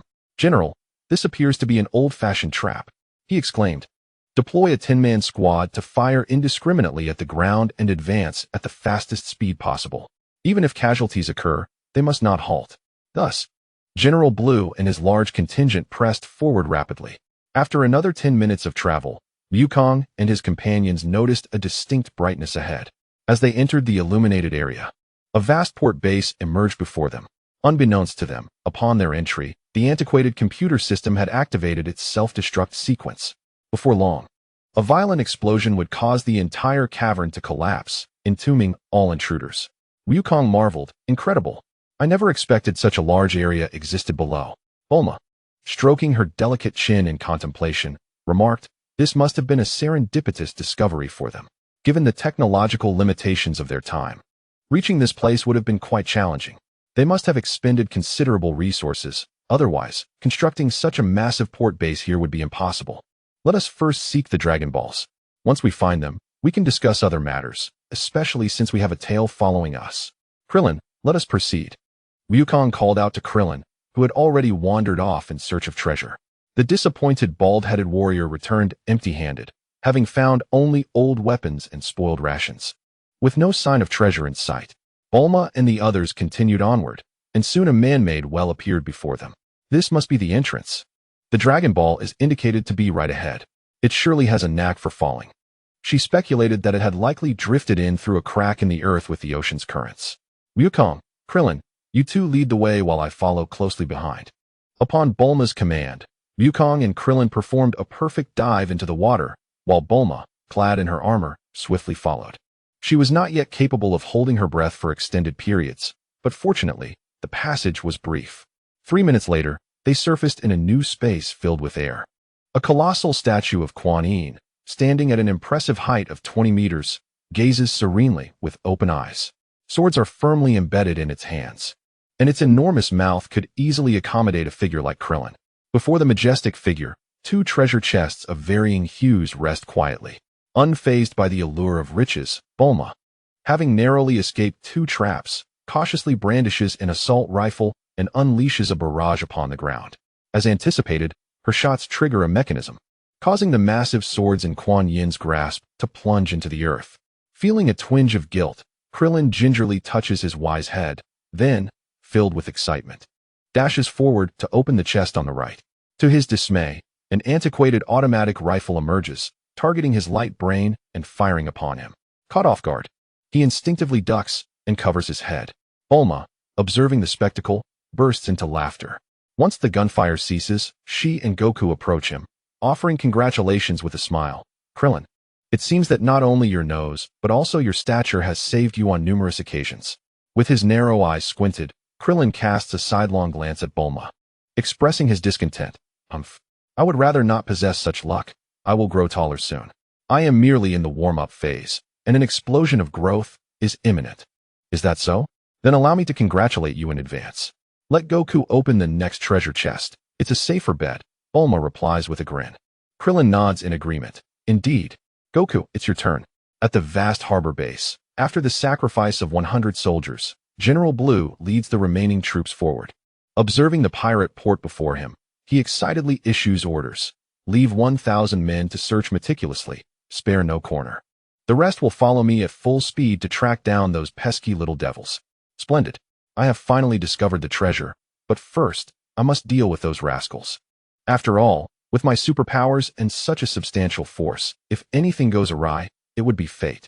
For the sake of treasure, this risk is worth taking. Meanwhile, Goku opens the last treasure chest and retrieves a key. Krillin, who has been keenly focused on the treasure, spots the keyhole in front of the statue. Goku, insert the key here. It must unlock the treasure. Goku tosses the key to him and turns to Bulma. Bulma, where is the Dragon Ball located? Bulma, tossing her long turquoise hair, which dances wildly about her, pauses to retrieve the Dragon Ball radar, pointing towards a nearby pool. It's beneath that pool. You can dive in and search for it while I tidy my hair. All right, I'll be back shortly, Goku replies before plunging into the depths of the pool. Krillin, having inserted the key, watches in awe as an avalanche of treasure erupts from Kuan Yin's colossal mouth, gradually accumulating on the ground. And he rushes forward to embrace it with exhilaration. Bulma had long ceased to concern herself with wealth, prioritizing instead the care of her hair. She decided to wait for Goku to join her before selecting treasures together. At that moment, General Blue, accompanied by a handful of his subordinates, ascended slowly. The well's opening was insufficient for his entire force, compelling him to leave the bulk of his troops outside. As he beheld the treasures before him, he climbed ashore and laughed maniacally, exclaiming, "Ha ha ha! I have finally discovered the treasure of the Pirate King, Genoa. The future of the world belongs to me, Blue." Krillin, regaining his senses, approached Bulma and cast a wary glance at General Blue. "Just because you claim it, does it become yours?" he challenged. "This is the treasure we, Krillin and Bulma, found first. Whether it's a red ribbon or a green one, you would do well to depart quietly, or I won't hesitate to show you the might of my iron fist." As Blue's soldiers began to arrive, Krillin felt a twinge of anxiety at their increasing numbers. "Bulma, what should we do? I can handle myself, but without Goku, I may not be able to protect you." Bulma glanced at him nonchalantly and replied, "Humph. Do you not see this attire I wear? It is not mere decoration. I am quite formidable now, and these foes are hardly a challenge. Fight with abandon. Do not concern yourself with me." "Ah, I hadn't noticed. I thought it was just a pretty outfit," Krillin exclaimed. "In that case, I shall proceed with confidence." He turned with renewed determination towards the throng of adversaries, fully believing he could withstand their gunfire, having endured a hit from Blonde Launch before. unbeknownst to him. She had used weakened bullets. Haha, you scoundrels, allow me, Krillin, to deliver justice upon you. He bellowed as he charged forward. The opposing soldiers raised their submachine guns, unleashing a hail of bullets toward his gleaming bald head. He dashed forward with great speed, but retreated even more swiftly, clutching his now swollen skull and shouting, "Help!" Bulma, in a mix of exasperation and amusement, produced a brand new submachine gun and tossed it to him. "Take cover behind those rocks. I will deal with them, Krillin." Krillin caught the weapon, grinning awkwardly, feeling the heat radiate from his head. He quickly doused himself with seawater to cool off. Haha, all right. If things go awry, we shall hasten to find Goku. Bulma gripped two exquisite silver pistols, moving with agility in the confined space. After dispatching over 10 foes, she took refuge behind a rock for cover and engaged in fierce gunfire with the remaining adversaries. Krillin, too, fired from behind the rock. Under the combined onslaught of Bulma and Krillin, the enemy soldiers fell swiftly, leaving only General Blue standing calmly amidst the chaos. As bullets rained upon him, he remained unfazed, casting a disdainful look at Bulma and Krillin, sneering, "Haha, those useless individuals are here, proving to be nothing but a hindrance. Had I known, I would not have brought them along. It comes as no surprise that your abilities are so limited, and yet you proceed with such caution. Are you prepared to face your demise? Anyone can boast. The outcome remains uncertain. With your meager prowess, I could easily dispatch you with a single shot." Bulma, ever true to her word, swiftly ejected a new magazine filled with specially crafted silver bullets. With a fluid motion, she inserted it into her handgun and aimed directly at Bru's forehead, firing without hesitation. As the bullet approached, its power markedly different from before, Bru, in sheer terror, summoned his superpower just in time, halting the bullet mere inches from his skin, allowing it to drop harmlessly to the ground. Wiping the sweat from his brow, he wasted no time in unleashing his own abilities against Bulma. Bulma quickly discerned the nature of his powers and, intrigued, remarked, "Oh, what an unusual ability you possess. You can actually freeze bullets in midair." Bru, positioning his hands towards Bulma, sneered, "You wretched woman, you nearly frightened me to death. Since you're so curious, allow me to demonstrate it firsthand." With that, Bru's abilities surged forth, as he planned to immobilize her and tear her apart, for he harbored a deep disdain for women. As these thoughts coursed through his mind, beads of cold sweat streamed down his forehead. In a state of panic, he exclaimed, "How is your mental strength so formidable? I cannot budge you at all. This is impossible. Usually, I can immobilize anyone within a second." Bulma, suddenly enlightened, recalled the faint force she had felt clashing against her. Indeed, it was a superpower utilizing mental energy. "Considering your imminent fate, I shall graciously inform you that I am the individual with the highest IQ in the world, and naturally, my mental prowess is unparalleled." With that declaration, Bulma raised her silver handgun and unleashed a rapid succession of 5 shots, each specially crafted silver bullet pursuing the next. General Bru, in horror, gazed at the oncoming projectiles. As he managed to deflect one, it consumed a significant portion of his energy. These specially designed bullets were exponentially more powerful than ordinary ones, each surpassing the speed of the last. The 5th bullet collided with the 4th with the 3rd, and ultimately, all their force converged upon the 1st bullet. Bru's superpower was in full effect, but the bullets might exceeded anything he could withstand. In a state of sheer terror and despair, he felt the bullet pierce through his forehead, propelling him against the wall, where he collapsed. The ever-cautious Bru, lured by the temptation of treasure, met a tragic end. Clint emerged, astonished, exclaiming, "Bulma, I never imagined you had grown this powerful. Indeed, one must consider who I am. I am the astute and beautiful Bulma." Just as Bulma finished her triumphant declaration, the ground trembled slightly beneath her feet. Sensing the imminent danger, she swiftly concluded, "Krillin, we are in grave peril. The cave may collapse." Rocks began to plummet from above, and fissures appeared in the earth. Oh no, how could this happen? The preservation of life took precedence, and even the treasure-obsessed Krillin could no longer concern himself with riches. With a composed demeanor, Bulma quickly assessed the situation and urged, "Fear not. Goku has been down there for a while. He should be emerging shortly. Let us wait for him, and then we shall flee. With him present, our chances of survival increase significantly. Otherwise, in this rain of falling stones, our submarine won't have ventured far before being struck." In such dire circumstances, Every passing moment felt agonizing. Bulma found herself pacing anxiously, muttering to herself, Goku, why are you taking so long? If this continues, we are doomed. Krillin, in a state of panic, clutched his head and exclaimed, What do we do? What do we do? This cannot continue. What could Goku possibly be doing? At this rate, he may escape unharmed, but we are certainly finished. We must make our way out. The port must have an exit for the submarine. Growing impatient from the lengthy wait, Bulma resolutely made her decision. Together, she and Krillin dove down, and upon resurfacing at the well's mouth, they were met with a scene of chaos. The ground was littered with the fallen bodies of Red Ribbon soldiers, blood flowing freely as corpses lay scattered. They could only tread upon the lifeless forms as they advanced with urgency. In the vicinity of the port, a few Red Ribbon soldiers still clung to life. Yet no one had the luxury of attending to them. Each was lost in their own frantic bid for survival. Krillin reached the port and released a small submarine. Bulma hurriedly joined him inside, ready to depart the moment Goku arrived to regroup with them. At that moment, Goku surfaced, clutching a Dragon Ball. Observing the chaos of falling rocks, he nonchalantly expanded his sensory perception. I've found them. Bulma and Krillin have returned to the port. I must hurry to join them.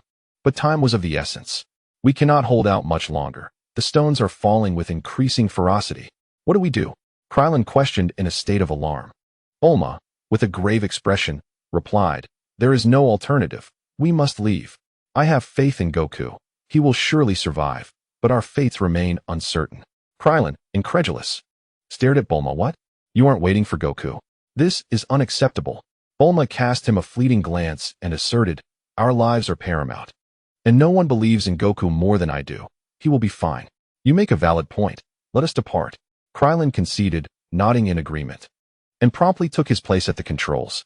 The submarine swiftly descended, as Krillin showcased his remarkable driving skills, skillfully maneuvering to evade the falling boulders and debris, which were becoming ever more densely scattered.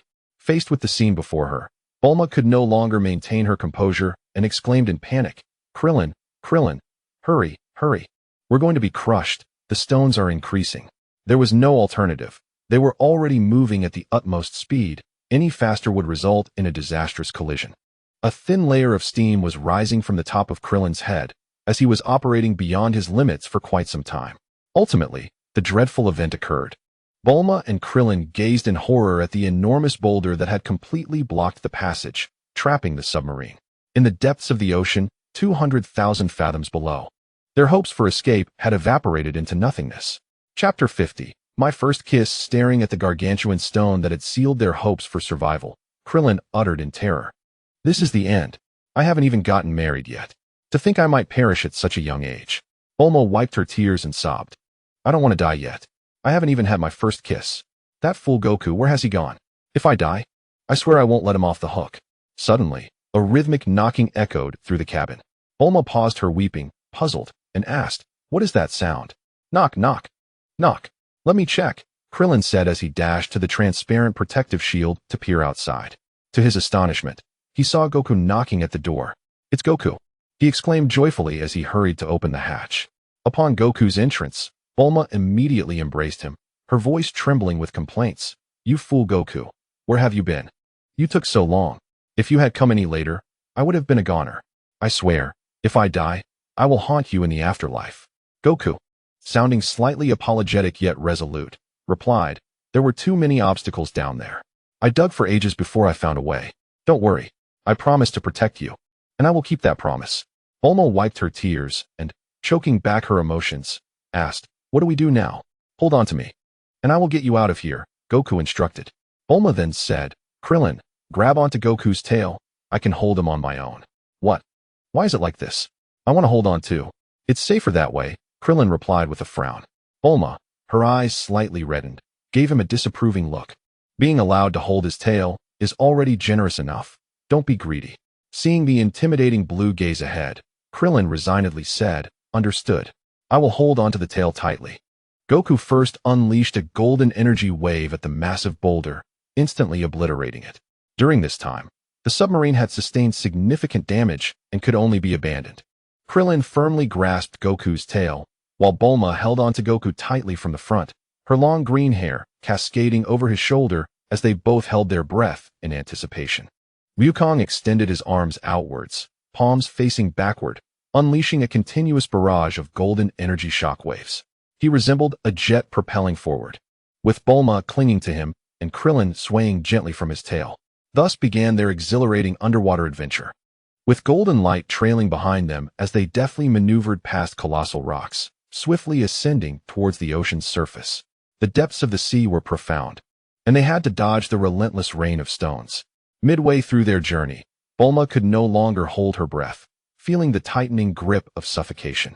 Without hesitation, she pressed her lips against Wukong's delicate mouth, leaving him momentarily dazed. Finally gasping for air, Bulma inhaled the fresh atmosphere, her wide eyes locking onto the familiar figure before her. 2 crimson clouds seemed to float upon her cheeks, her heart racing with excitement. 5 minutes later, they burst triumphantly through the ocean's surface, prompting Bulma to quickly turn her head, her face flushed as she glanced aside. The flying nimbus swiftly approached, cradling them as Krillin finally opened his eyes. Overjoyed, he exclaimed, "Wonderful! We survived! Haha, this is fantastic!" Wukong, still a bit bewildered, asked Bulma, "What were you doing just now? I was almost out of breath, but your lips were soft and sweet, quite nice." Bulma, already flushed, turned an even deeper shade of crimson, shouting, "Shut up! That was my first kiss." Embarrassed, she turned away, gazing at the scenery. Wukong, perplexed, wisely chose to remain silent. Adept at reading the atmosphere, Krillin, with a sly squint, nudged him playfully, expressing envy. "Wukong, although I had suspected it for a while, I never imagined it would happen so quickly. I truly envy you." Wukong, confused by Krillin's words, was left pondering. Meanwhile, Bulma clenched her fist, delivering a decisive blow to the gleaming bald head.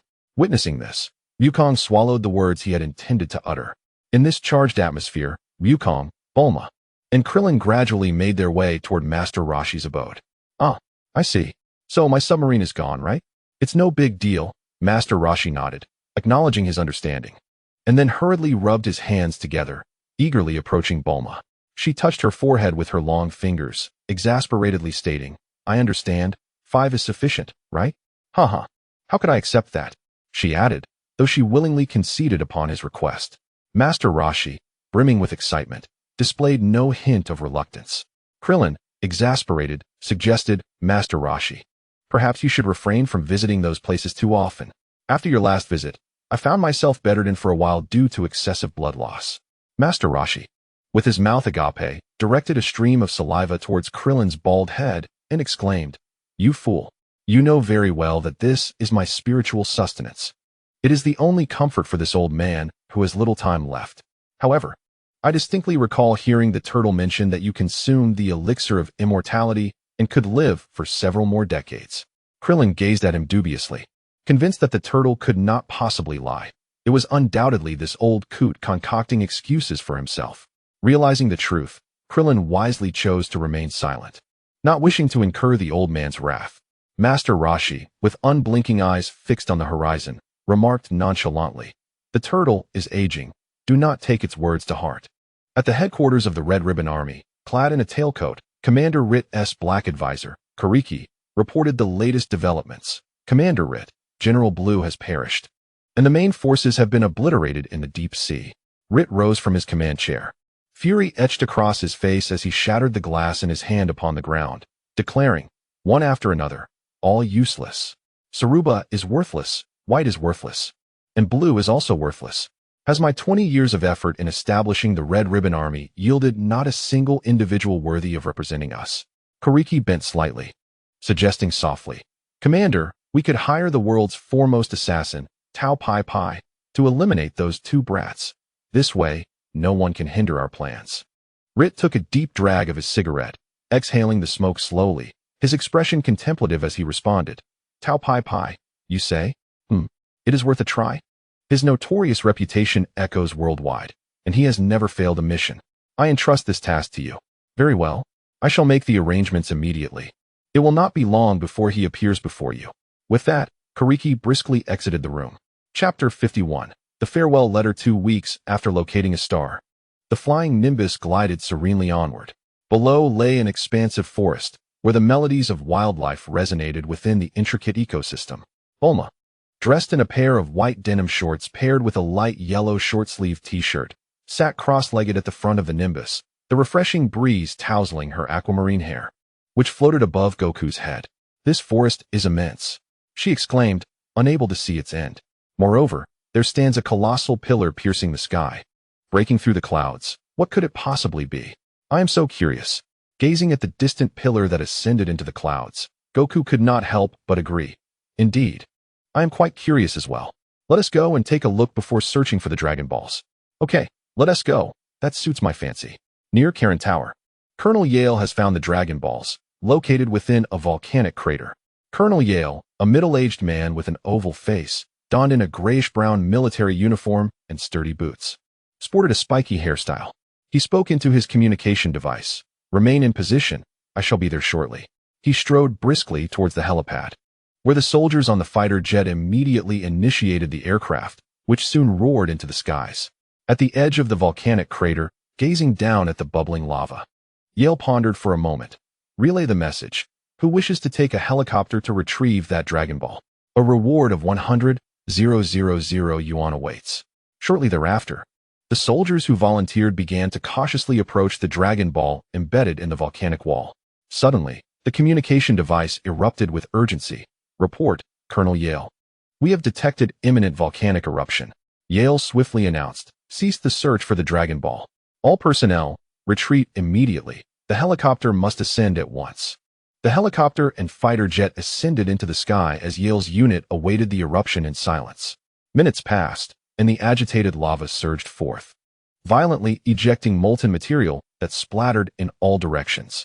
Below, the primitive UPA and his son stared upwards at the raining lava. The 5-year-old UPA, with a single braid, sank to the ground in a daze, overwhelmed by fear. His father, Uli, whose muscular physique was bare, rushed to his side, bracing himself on the ground to shield his son completely. A watermelon-sized chunk of lava struck Uli's back with considerable force, leaving a red mark that elicited a muffled grunt from him. Filled with concern, UPA asked, "Father, are you all right?" "Yes, my body is quite resilient. Such an assault is inconsequential. However, UPA, as a young man, you must cultivate greater courage." Uli stood, gazing kindly at him. "Indeed, father."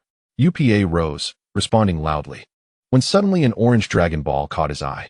He joyfully dashed to retrieve it, and, looking at his father, inquired, "Father, what is this?" "I do not know. You may keep it for yourself." "Colonel Yale, the Dragon Ball is in the hands of that young boy below."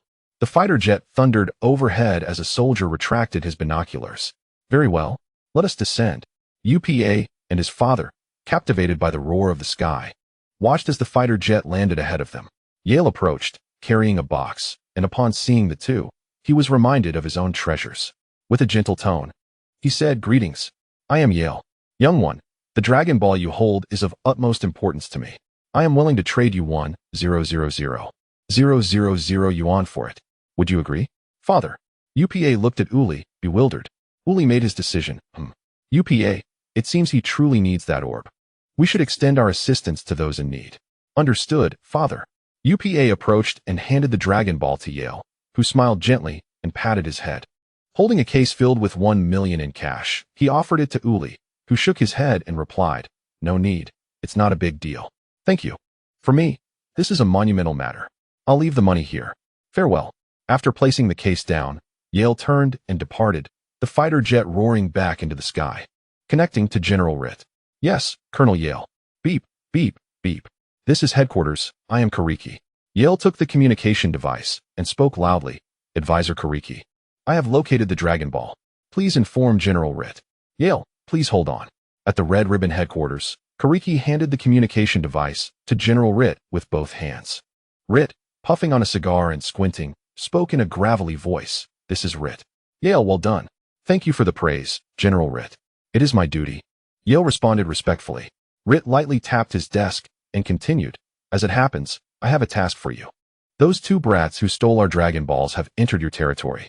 Eliminate them and retrieve the Dragon Balls." Upon hearing this, Yale, holding the communication device, exclaimed in shock, "General Rit, they are formidable foes who have defeated Saruba, White, and Blue. My forces are no match for theirs. I cannot complete this mission. Please rescind the order." Rit forcefully extinguished his cigar in the ashtray and coldly replied, Yale, I am not negotiating with you. I am commanding you. Do not think that hiding your family will go unnoticed. Nolar Island.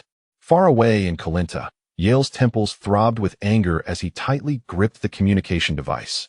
Struggling to contain his rage, he implored once more, General Rit, I have dedicated myself to the Legion. Even if I lack merit, I have endured hardships. You cannot treat me this way. Since you embarked on this path, did you think you could turn back? We are not a charity, nor philanthropists. I give you 2 hours to provide me with a satisfactory response. Otherwise, do not blame me for my ruthlessness. Rit's voice was cold as the connection was severed. With fury, Yale smashed the communication device to the ground, shouting, Rit. Nagia stepped forward, looking at him. Yale, what if we rebel against him? That is not feasible. Our forces are no match for his. It would be like striking a stone with an egg.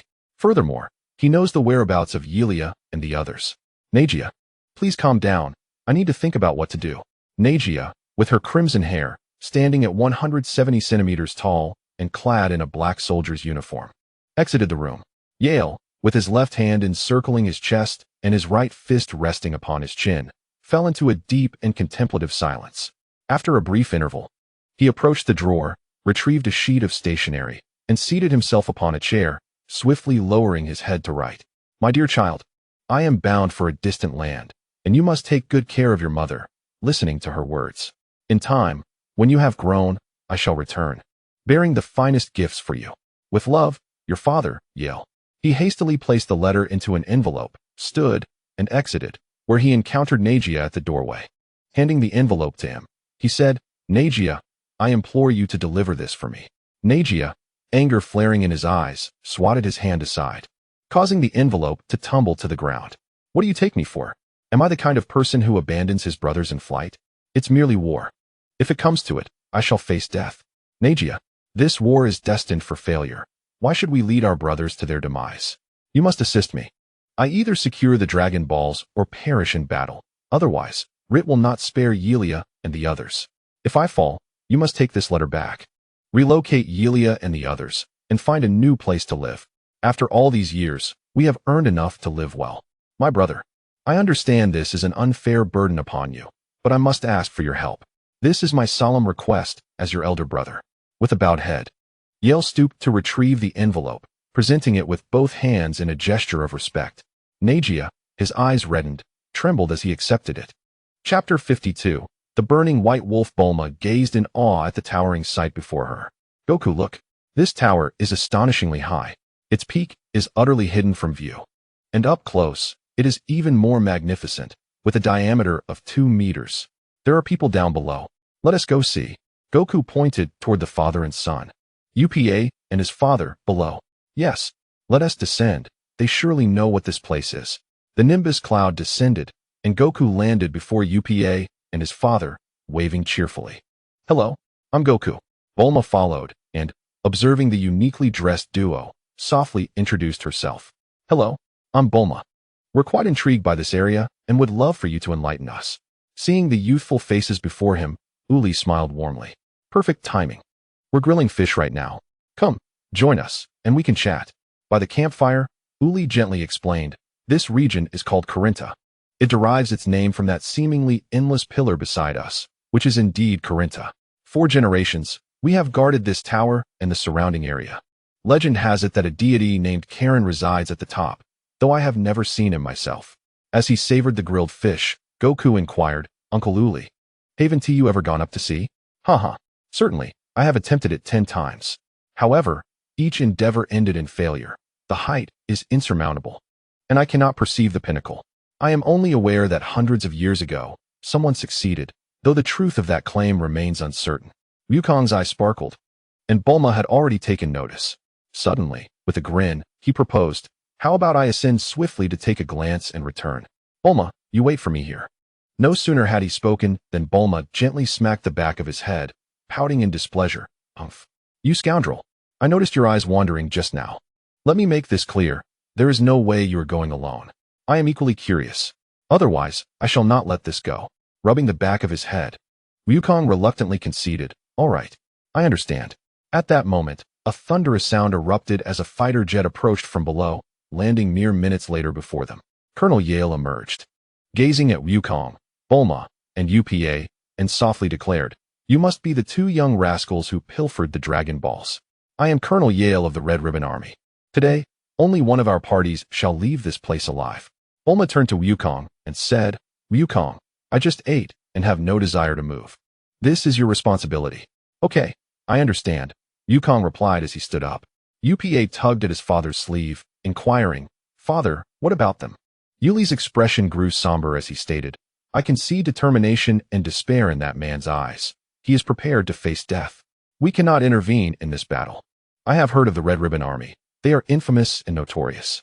While I believe Wukong and his companions are good, the adversary is not entirely beyond redemption. Yet, having chosen this path, I trust both sides are ready. There is nothing we can do but watch and await the outcome." UPA nodded in confusion. Yale, gazing at the diminutive Wukong before him, spoke gravely, "I am White Wolf Yale. It is not my desire to engage in combat with you. But we each have our own positions. Today, I wish to die with dignity here. I will give my all." Looking at the imposing figure before him, Wukong replied earnestly, "Very well, if I win, I shall spare your life." Haha, thank you. I never expected that even a villain like me could receive mercy. Now, let us engage in a thrilling battle. Yale's body began to swell rapidly, white fur sprouting from his pores. His black spiky hair transforming into long white spikes cascading down his back, while sharp claws extended from his hands and feet.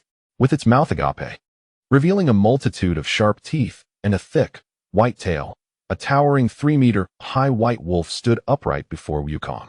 How intriguing. It can transform into such a form, and it looks rather impressive. I shall forego my Rui Bang and engage you in a straightforward battle. After Wukong spoke, he tossed the Rui Bang to Bulma's side. At that moment, Bulma and Uli, along with his son, gazed curiously at the white werewolf, Yalu, for it was their first encounter with such a creature. Haha, just as I wished. Let us venture over there. Yalu swiftly dashed towards the distant thicket where UPA and his father's abode was located. Wukong followed suit. Reaching a remarkable speed, with a single stride, he covered 100 meters, and with another leap, he caught up with Yalu, who was 500 meters ahead.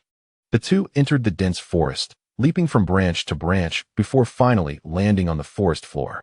The white werewolf Yalu, with its sharp claws, lunged ferociously at Wukong. Wukong nimbly leaped, the terrifying gust generated by his speed splintering the massive trees behind him. As he performed a front flip in midair, he landed before Yalu. His right fist clenched and delivered a powerful punch. Yalu reacted instantly, also tightening his right fist and countering the blow. The two iron fists collided with a resounding crash, shaking the surrounding trees and causing their leaves to rain down. Bulma, clad in armor, perched atop a tree, watched contentedly. No one understood Wukong's prowess better than she did. Meanwhile, Uli and his son cautiously observed from beneath a distant tree, with Uli already realizing that neither of them stood a chance against these two formidable fighters. Wukong and Yalu engaged in rapid movements, exchanging blows, and wherever they went, trees fell one after another, quickly clearing a 100-meter radius. Remnants of the trees lay scattered on the ground as Yalu let out a wolfish howl and leaped into the air, his claws relentlessly swiping towards Wukong, sending forth waves of wind blades. As the wind blades approached, Wukong clenched his fists and retaliated, the collision resulting in a spectacular explosion as the blade shattered. His hands moved swiftly, creating afterimages, and the subsequent wind blades were all obliterated, stirring up clouds of dust. The white werewolf Yalu, with its strength and speed still escalating, charged forward on its robust wolf legs, its claws aimed at Wukong. Wukong squatted low, delivering a powerful straight punch to Yalu's abdomen, sending him flying. The massive trees along the path were crushed, leaving only stubborn stumps rooted in the ground. After demolishing 20 giant trees, Yalu finally plummeted to the ground 100 meters away, having cleared a straight path ahead. He leapt swiftly, his legs landing steadily on the ground before bending downward, propelling himself forcefully into the sky. Upon reaching an altitude of 500 meters, he kicked back with his powerful wolf legs, launching himself toward Wukong below. Bellowing the name of his attack, Wolf's Descent. In midair, he executed a somersault, his right leg viciously slicing toward Wukong's carotid artery. Just as the strike was about to connect, Wukong deftly tapped the ground with the tip of his right foot and leapt back a distance of 20 meters.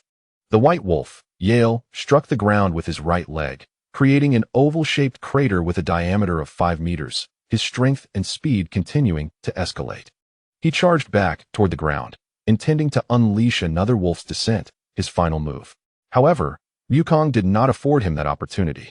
He stepped forward and stood directly before him, delivering an uppercut to his abdomen. Yale's body left the ground, contorting in midair before he was flung away. A spray of crimson blood erupting from his mouth, the mist slowly dispersing with the wind, landing heavily in the crater formed by his own previous attack. After a moment, Wukong noticed that Yale had not risen. Curiously, he approached the pit and peered into its depths, gasping in astonishment as he exclaimed, "Bulma, Bulma, come quickly." Bulma and Uli rushed over, their curiosity piqued. Lying there was an elderly man with a head of white hair and a face lined with wrinkles. His frail body quietly gazing into the void. Bulma gasped, "How could this be?" The weakened Yale remarked with a faint chuckle, "Heh, I know I was no match for you. I could only burn my vitality to augment my strength. I never imagined that even with all my life force consumed, I would still fall so easily. Yet, thank you for granting me this final shred of dignity as a villain. My life has reached its end. Heh. Being a bad person is truly exhausting." His consciousness began to fade, calling out unconsciously, "Yelia, Yelia, my darling." Observing Yale, Bulma softly suggested, "Let us bury him here on this final battlefield." Wukong replied earnestly, "Yes, indeed. He is a worthy opponent." They departed the pit, filling the 5-meter deep hole, burying Yale within it. Uli gazed at the soil mound, quietly saying, "Upa, let us plant white peach blossoms here in the future." "Yes, father. When the white peach blossoms bloom, they will surely be breathtaking." Chapter 53. Scaring the cat beneath the 2-meter diameter Corinta. Bulma's blue eyes reflected a hint of worry as she regarded the troublesome fellow. "Wukong, are you certain your plan is foolproof?" Wukong confidently assured her, "Bulma, have no worries. I am confident. Well, I believe in you, but this method is far more exhilarating than a roller coaster. I entrust my safety to you, so you better hold on tight. If something goes wrong, I shall treat you to stinky tofu." Bulma cast a sidelong glance at him, offering a gentle warning.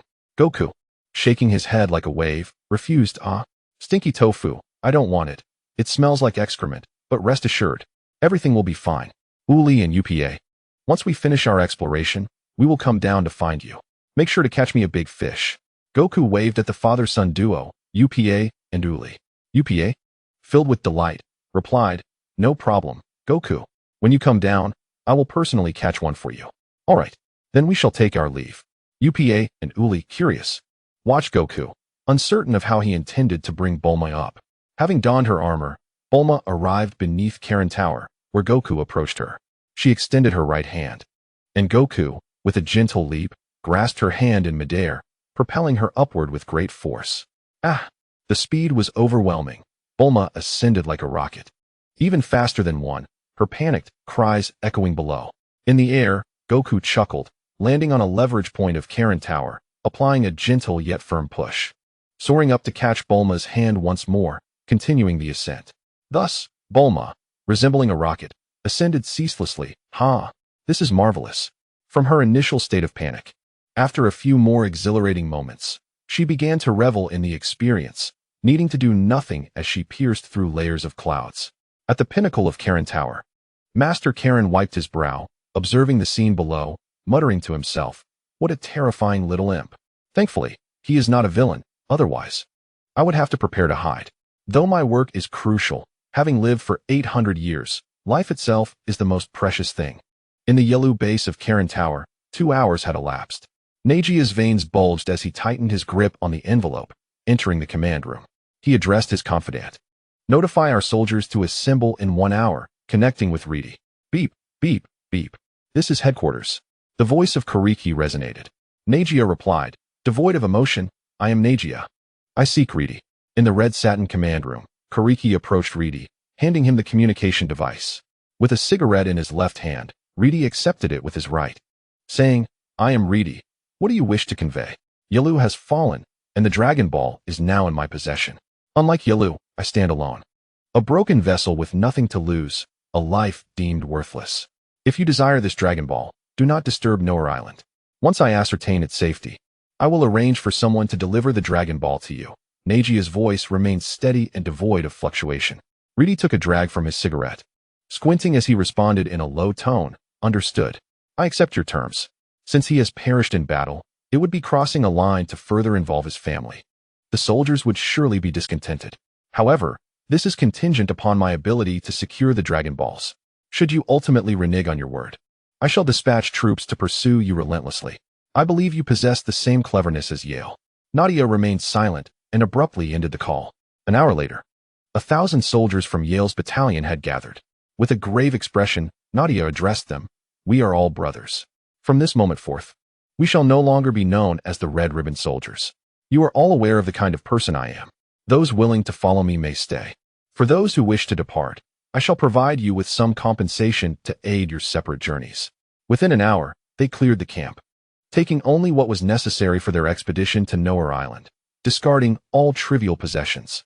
A representative soldier stepped forward and proclaimed, Lieutenant Nadia, we are willing to follow you. We have been with Yale since the days of the mountain bandits. With Yale gone, there is no reason for us to remain with the Red Ribbon. Over the years, we have earned enough to sustain ourselves for the rest of our lives. Excellent. Let us commence our mission. Goku, look. It seems we are nearing the summit.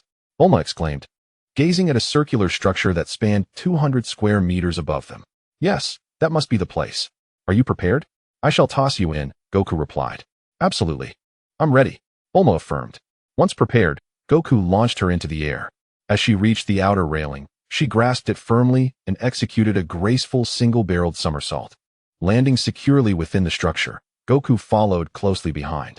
Bulma swiftly surveyed her surroundings, noting a lavish bed, several jars, a cabinet, and an assortment of items, all neatly arranged.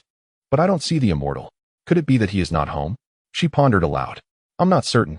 However, there is a peculiar aura emanating from upstairs, Goku remarked with a puzzled expression. Bulma looked around and was surprised to find no visible staircase. Wow. There is actually a second floor. I thought it was just a single level. She exclaimed. There is a circular hole up there. It must be the entrance to the second floor, Goku pointed out, indicating a circular opening in the ceiling large enough for a robust adult to pass through.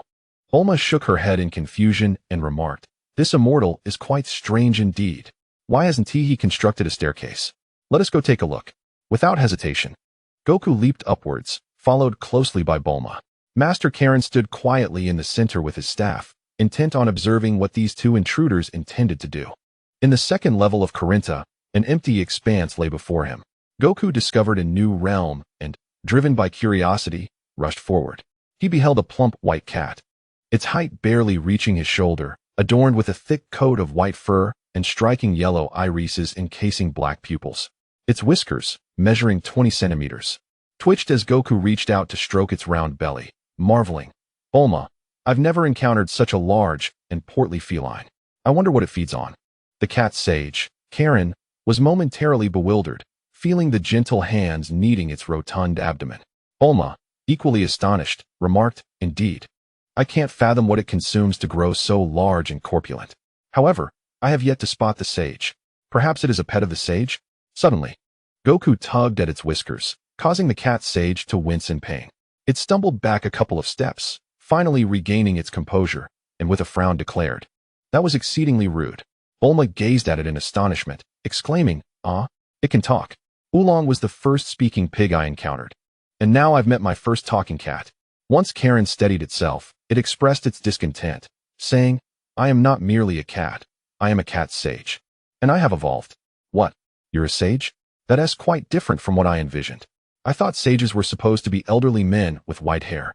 Upon hearing Bulma's words, Karen maintained a stoic expression and replied, I apologize for disappointing you with my appearance. However, I assure you, I am indeed a genuine cat sage. Furthermore, I have lived for 8 centuries, which, to you, certainly makes me an old man. Intrigued, Goku circled around Karen, eventually stopping before it. With a playful touch, he patted its lower region, chuckling, you're male. After Chi-Chi informed me not to touch girls inappropriately, I refrained. But you're not a girl, so it should be fine. The cat sage was taken aback, hastily dropping its staff and retreating against the railing, shielding itself while looking at Goku with wide eyes, trembling as it stammered, Don't be reckless. Our species is different. and I have yet to transform into human form. Besides, I'm male and cannot help you with that. If you have needs, consult that lovely girl beside you.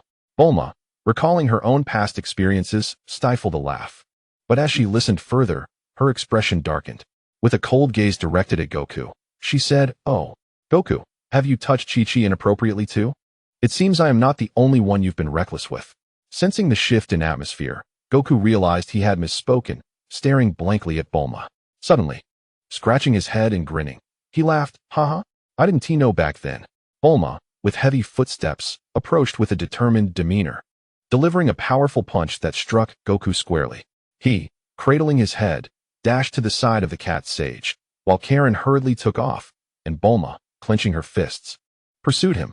Thus, chaos erupted atop the tower.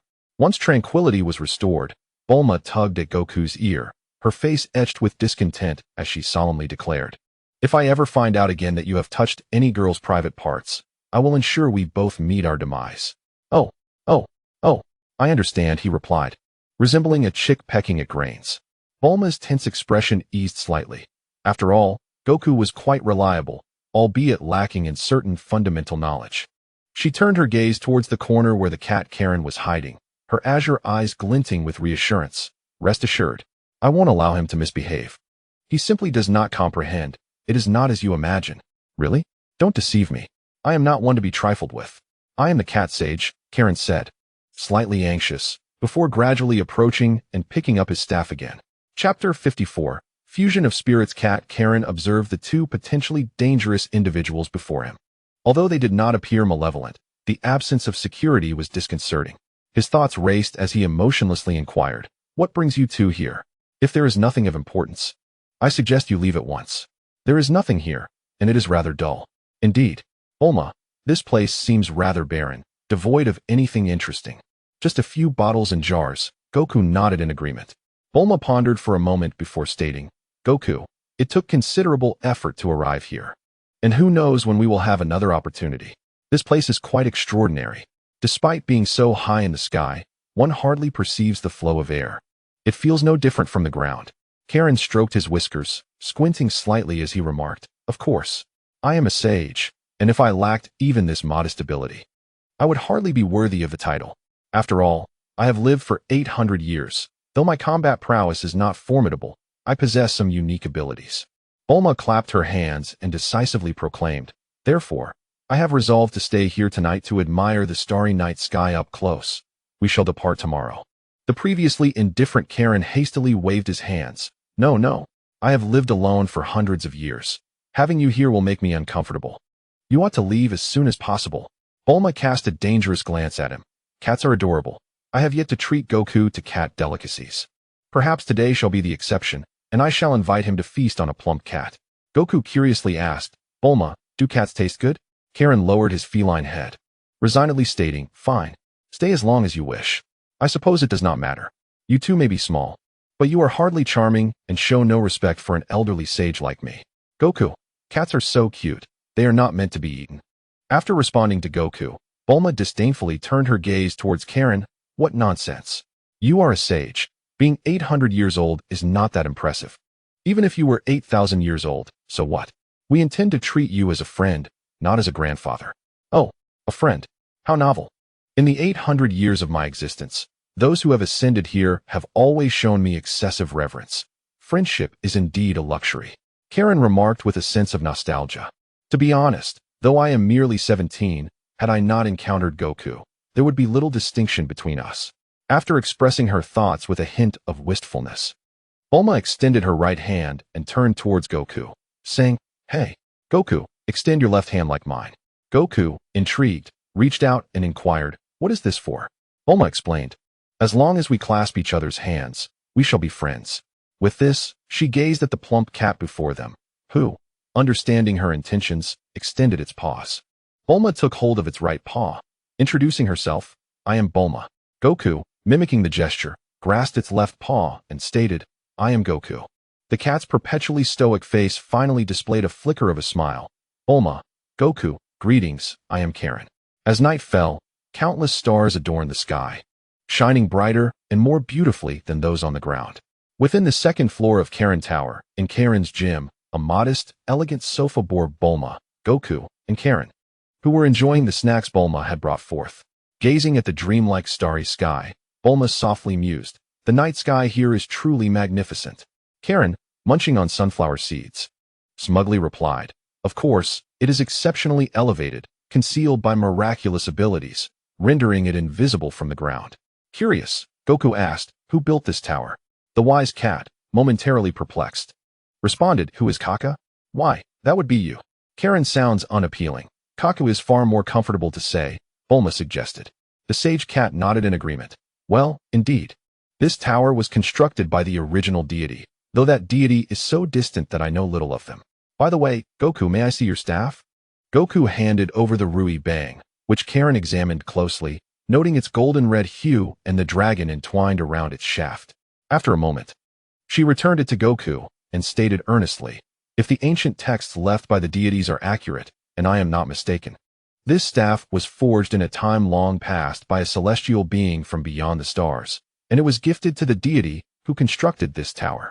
Its remarkable ability is to extend, yet I believe its primary attribute lies in its extraordinary strength. Indeed, it is astonishingly resilient, likely surpassing all known materials in hardness. If this is indeed the case, it could be profoundly beneficial for your future, as humans possess not only internal energy, but can also cultivate their physical forms to great strength, rendering them formidable weapons.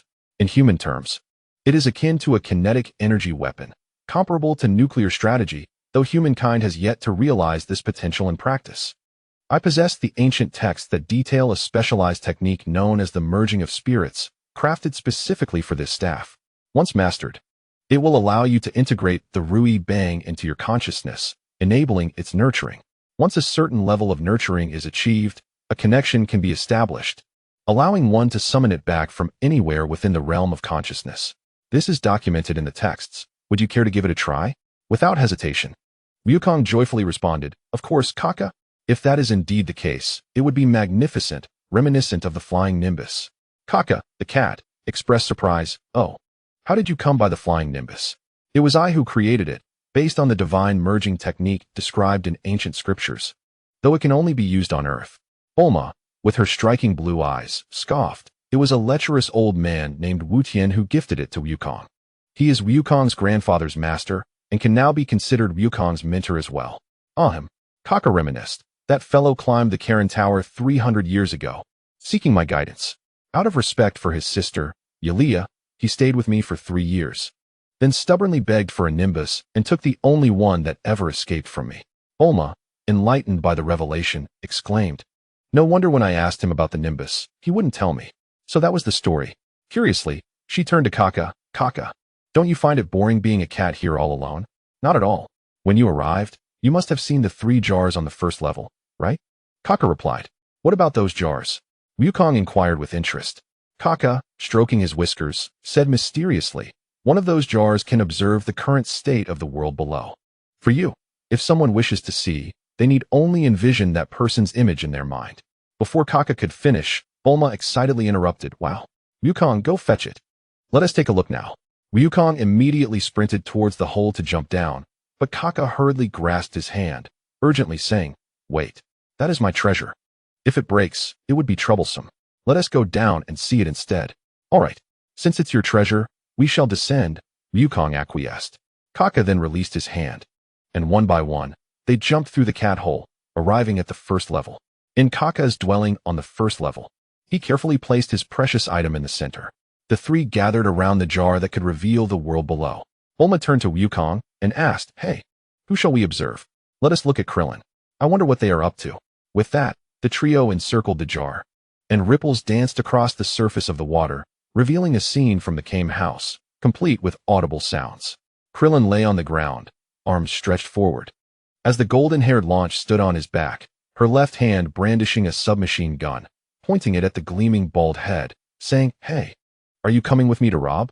I advise you to think carefully, or the bullets won't be merciful." Beside them, Ague was diligently fanning Lan Chi with a handheld fan, smiling obsequiously as he said, "Big sister, please don't rush him. He simply needs a moment to gather his thoughts. Give him some time. He will undoubtedly come around." The golden-haired Lan Chi cast him an irritated glance, retorting, If it weren't for you, you useless old fool, would I even seek him out? The last time we attempted to seize the train, you were either incapacitated by diarrhea or suffering from leg cramps. I waited for you, and by the time you arrived, the train had already departed. Ague squinted, nodding like a chick pecking at grains. Yes, it is indeed my fault for being inept. One grows old, and alas, the body becomes uncooperative. From below, Clin's voice emerged, lamenting, I don't want my wanted poster plastered everywhere in a few days. I'm still so young, not even married yet. If I acquire a dark history, with my stature, and without any childhood sweethearts, no girl will ever look my way again. Please, Lan Shi, have mercy and let me go. Lan Shi ignored his pleas, focusing instead on the slender blade of grass before her nose, idly rubbing it against her skin, before glancing at the turtle at her feet. It seems today you wish to be stewed like a turtle in green beans. She removed her foot from Clin's body and, brandishing her submachine gun, began to unleash a barrage of fire upon the turtle's shell.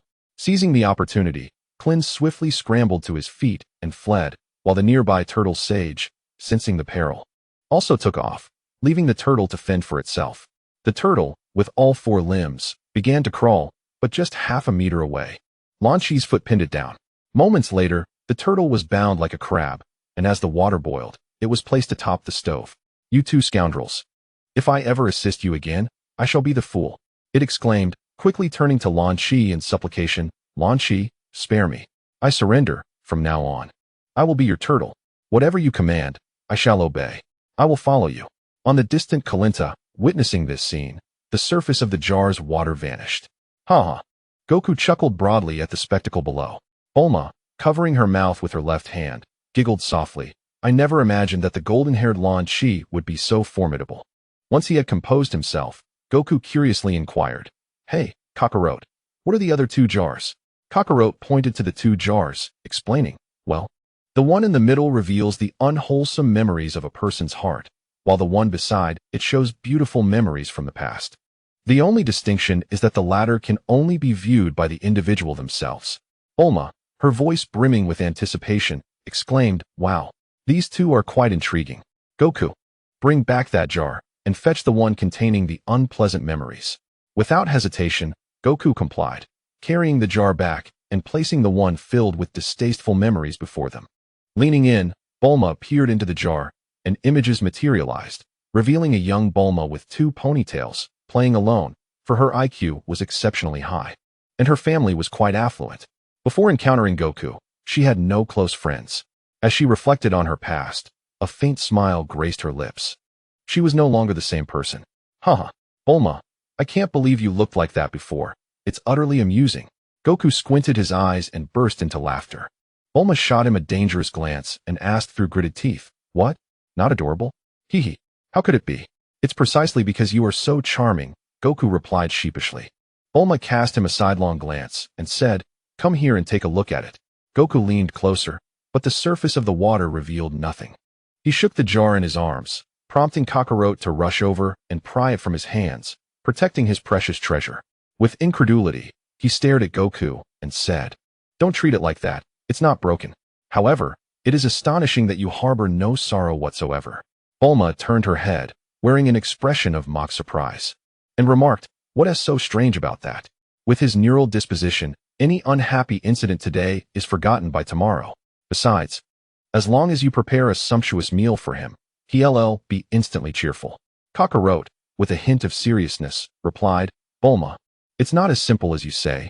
This is a remarkable state of being. Yet, I don't fully comprehend it. The ancient texts only offer fragmented insights. Alas, with the passage of time, our heritage has become too fragmented. Bulma waved her hand dismissively, saying, Oh, let us not dwell on that. Step aside, and allow Goku to carry the jar back properly. Bring over that last jar, and we shall examine it in detail. Once Kakarot stepped aside, Goku fetched the final jar. I'll take a look first, Bulma declared as she leaned in. The water surface rippled, revealing a scene from a year prior where she lay sleeping on her bed.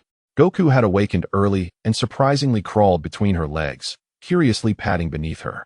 The scene shifted to him pulling down her underwear, followed by her chasing him with a submachine gun, shooting relentlessly upon waking. Gradually, other adventurous moments emerged. including the memory of her losing her precious first kiss at the bottom of the sea. Though she was already aware of these events, witnessing them again filled her with shyness, and 2 crimson clouds appeared on her cheeks.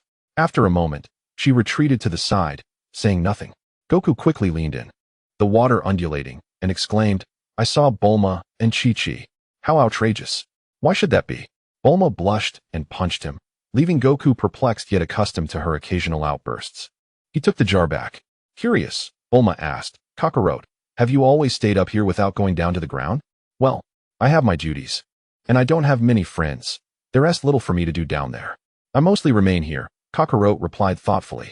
"Oh, then when we host a party in the future, we'll invite you to join us." "All right, as long as you invite me, I will make time to attend." Karen, stroking the cat's whiskers, squinted and agreed. As night deepened, Bulma deployed 2 beds from her multifunctional capsule, placing them side by side with Karen's luxurious cat bed. Goku lay in the middle, and they engaged in casual conversation. "Goku, it appears we are now irreversibly entangled with the Red Ribbon Army. Soon, we may have to infiltrate their headquarters. If they prove formidable, we must seize the opportunity to escape. Do not be reckless, understand?" Bulma whispered. However, no one replied, and upon turning to look, she saw that Goku had already fallen asleep. At that moment, Goku, lost in a dream, chuckled and exclaimed, "Haha, Bulma, even without that, I can still survive." Hearing this, Bulma's face flushed instantly. Had Goku not been asleep, she would have surely introduced him to her iron fist. Pulling the blanket over herself, she too succumbed to slumber. Chapter 56. Excellent for fertilizer. The next day, at Kakarot's home, "Goku, Bulma, you are always welcome to visit," Kakarot said as he handed Goku a replica of the scroll detailing the art of fusion. "You possess the flying nimbus, do you not? Allow me to enhance it for you. It will be capable of expanding and contracting like the Rui Jingu Bang, making it easy for you to rest upon." With a flourish of his staff, the flying nimbus swiftly appeared before them. Kakarot directed a stream of white energy at the nimbus, which swelled several times in size, now ample enough for both of them to lie upon comfortably. Goku, elated, jumped atop it, bouncing in delight. "Incredible. It has grown so large." Kakarot then produced a pouch and handed it to Bulma, earnestly advising her, "This contains a bag of senza beans. While I possess many, their efficacy is limited. Consuming one will instantly restore you when injured. However, refrain from using them unless absolutely necessary, as they draw upon one's latent potential. For some, using just one could hinder their future growth. Furthermore, there is a limit to their effectiveness, beyond which they will not work at all." Bulma accepted the pouch. "All right, Kakarot. We will visit you when we have the chance." "Bulma, how shall we descend?" Bulma giggled, her eyes sparkling with excitement as she looked at Goku. "I devised a splendid plan last night. I'll stand on your shoulders, and we won't need to do anything. We will free fall. Just grip my ankles. As we approach the ground, I will leap from your shoulders to mitigate the impact, using the nimbus as a cushion. It will work perfectly." "Sounds good to me." Without hesitation, the 2 individuals sprang into action, plummeting towards the ground. The fierce gusts of wind tousled Bulma's high ponytail, her hair dancing gracefully in the breeze, while the armor shielded her from any discomfort. At the headquarters of the Red Ribbon Army, Commander Rit sat calmly in his chair, gazing at a near-elderly man with a long ponytail and a pronounced facial structure, adorned in a pink garment emblazoned with a large character denoting kill. "Are you Tao Bai Bai?" Rit inquired. With an expression devoid of emotion, Tao Bai Bai replied, "Indeed. Koriki has already briefed me thoroughly about your matters during the journey. However, the price is rather steep, considering your adversaries do not appear to be weak." Unfazed, Rit responded, "Money is merely a figure. If you eliminate them, I shall reward you with 10 billion. If you successfully retrieve the Dragon Balls, I shall grant you 100 billion. Tao Bai Bai clasped his hands behind his back and fixed a sharp gaze upon him, even as a professional assassin with a strong sense of ethics. "The sum you propose stirs a hint of greed within me. Are you not afraid that I might simply seize you now and claim all that wealth for myself?" Rit remained composed, chuckling lightly. "Ah, we are both professionals in this industry, the very epitome of our field. Just as we understand you, you must have some insight into us as well. Without skill, the Red Ribbon Army would not hold its ground in this world." "Agreed. However, I will require one of the pillars at your entrance. I shall return in half an hour if the destination is 2,000 kilometers from here, and I hope you will have the funds ready by then." Having spoken, Tao Bai Bai pushed the door open and stepped outside, with Rit and Kariki curiously following. Upon reaching the entrance, Tao Bai Bai effortlessly severed a pillar with a mere touch and hurled it skyward. With a powerful leap, he launched himself off the stone column, swiftly propelling into the air. Kariki, staring in awe, exclaimed, "Commander, Tao Bai Bai is truly formidable. It seems this matter is settled. We merely need to prepare the funds." Rit, his expression inscrutable, contemplated for a moment before issuing a command. Notify all ground and air forces to return to headquarters within a day. Failure to do so will be deemed as treason. Commander, isn't that a bit excessive? The 100,000 ground troops may be manageable, but our airborne division comprises 4,000 fighter jets. Kariki protested in shock. Rit cast him a sidelong glance. This is precisely why I am the commander, and you are but a mere dog. It is a pity to waste such height on you. If I, Rit, were to rely solely on others, I would not have reached this point.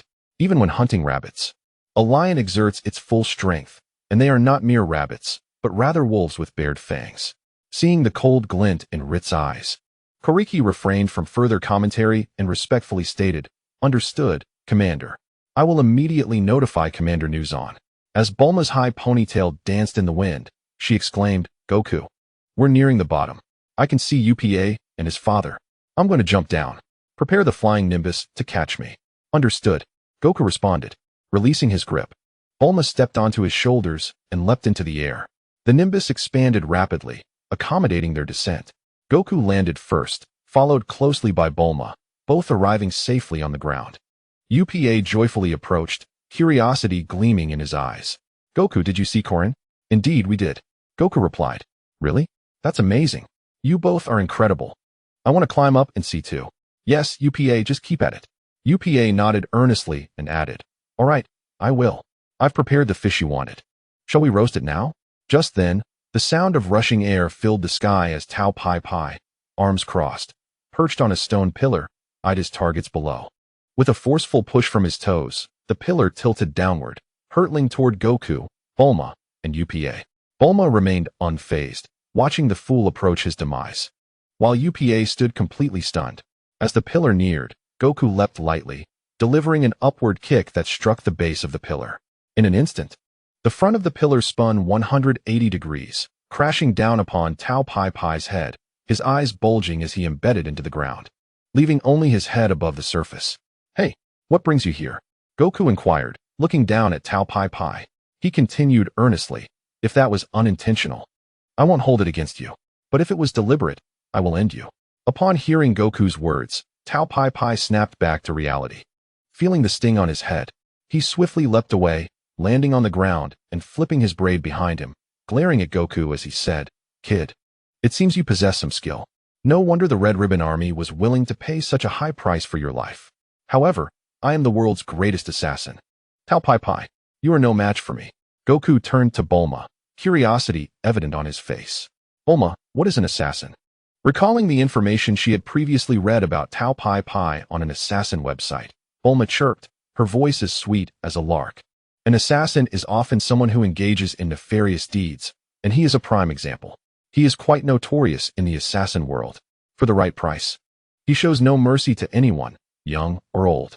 We are not heroes. We lack the sense of justice to eliminate him. But since he has come to seek his own demise, Goku, do not show him mercy. Dispose of him, and let him fertilize this land. "Oh, I see.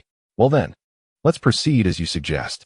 Peach White's already sullen visage was shrouded in dark clouds as he ominously declared, "You two little brats dare to look down upon me? Soon, I shall crush your bones one by one and use your remains as fertilizer. Prepare to meet your demise." He sprinted towards Wukong, raising his right leg to deliver a ferocious blow to Wukong's head.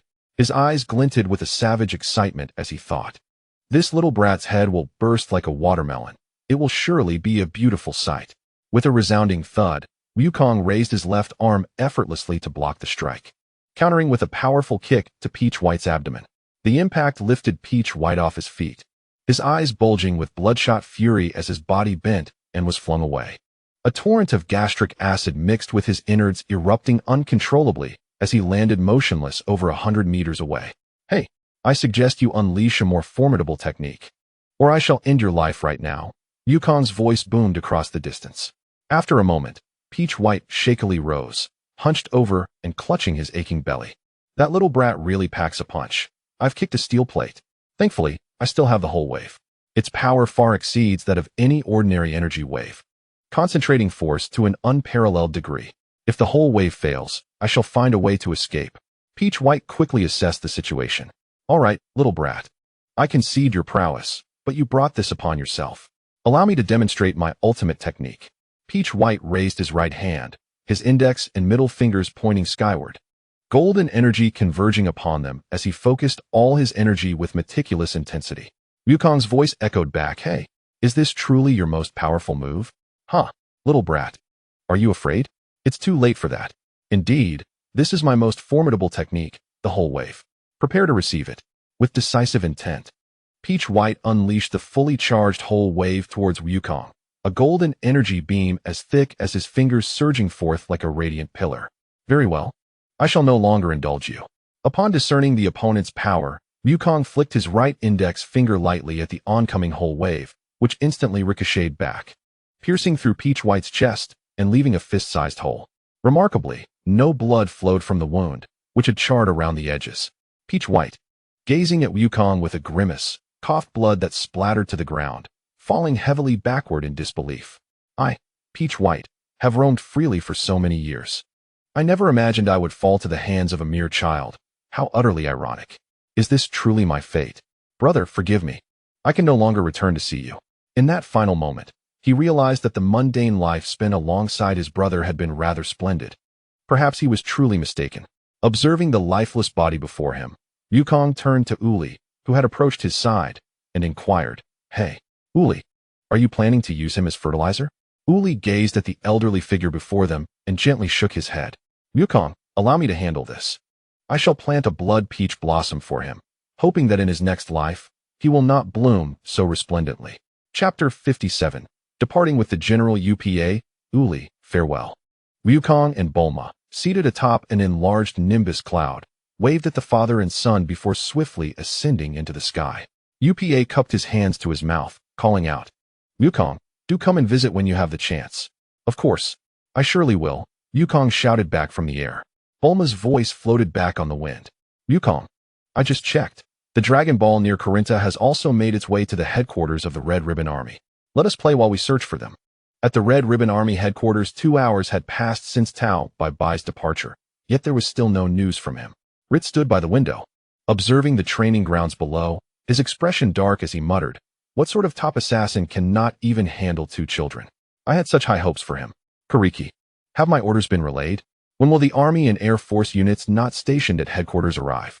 Kariki, holding a tray laden with cups of tea, respectfully replied, "Commander, all notifications have been dispatched. They should reach headquarters by tomorrow morning at the latest." "Very well. Please urge them to hasten." The following morning, after leaving Corinta inside the versatile capsule house, Bulma sat at her vanity, meticulously grooming her luscious teal locks to her satisfaction. Addressing Wukong, who was enjoying bread and milk beside her, she remarked, "Wukong, once I finish preparing myself and you've eaten your fill, we shall set off for the Red Ribbon Army headquarters. We should arrive by noon." 2 hours later, Wukong gazed at Bulma, now transformed in appearance, curiosity evident in his voice. "Bulma, what is this? You look splendid, quite different from your usual self, clad in luxurious black and gold armor, with a slender lady's sword adorned with numerous jewels at her waist. Bulma, her hair cascading naturally down her back, bent to place an opulent black and gold pendant, engraved with the symbol of the general, around Wukong's neck. She kissed his forehead and gracefully returned to her full height, her azure eyes locking onto his as she earnestly declared, "From this moment, you shall call me Queen Bulma. You are my general, and I shall lead you into battle against the Red Ribbon Army. Do you understand? My general, respond loudly, and no smiling, be serious." Standing tall and straight, Wukong, his refined features set in determination, replied with resounding clarity, "Yes, Queen Bulma." Bulma circled around him twice, her voice ringing clear as she declared, "Well done, General. Let us depart." With that, she confidently led the way outside, and Goku hurriedly followed suit. At that moment, in the open-air Red Ribbon Plaza of the Red Ribbon Army headquarters, 10 legions of the army, organized into 10 formations, stood in perfect alignment. Beside them, a separate formation of 20,000 Air Force soldiers stood poised. On the commanding platform, Ritter stood before the loudspeaker, with Koriki standing straight behind him. Ritter spoke solemnly. Esteemed warriors of the Red Ribbon, from this day forth, the headquarters is under martial law. The forces of the United Nations have issued a provocation and plan to launch an assault on us. While I firmly believe in the invincibility of the Red Ribbon, we must not underestimate the United Nations forces. Therefore, I implore all warriors to remain vigilant. The Air Force will patrol the skies relentlessly for the next 24 hours. If the United Nations does not strike within a week, you shall return to your posts. The most distinguished in this battle will be rewarded with 10 million, while the outstanding will receive 1 million. All participating soldiers will earn 100,000. Is that understood? Upon hearing Ritter's words, the soldiers below erupted with excitement. After all, they had joined the Red Ribbon for the promise of wealth, their voices resounding across the plaza. Yes. Commander Ritter. Excellent. General Nuzin, step forward.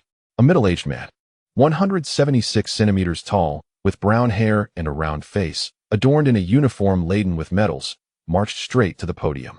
General Nuzin, you will have full command from this point forward. I trust one have made the situation clear to you, Ritter instructed.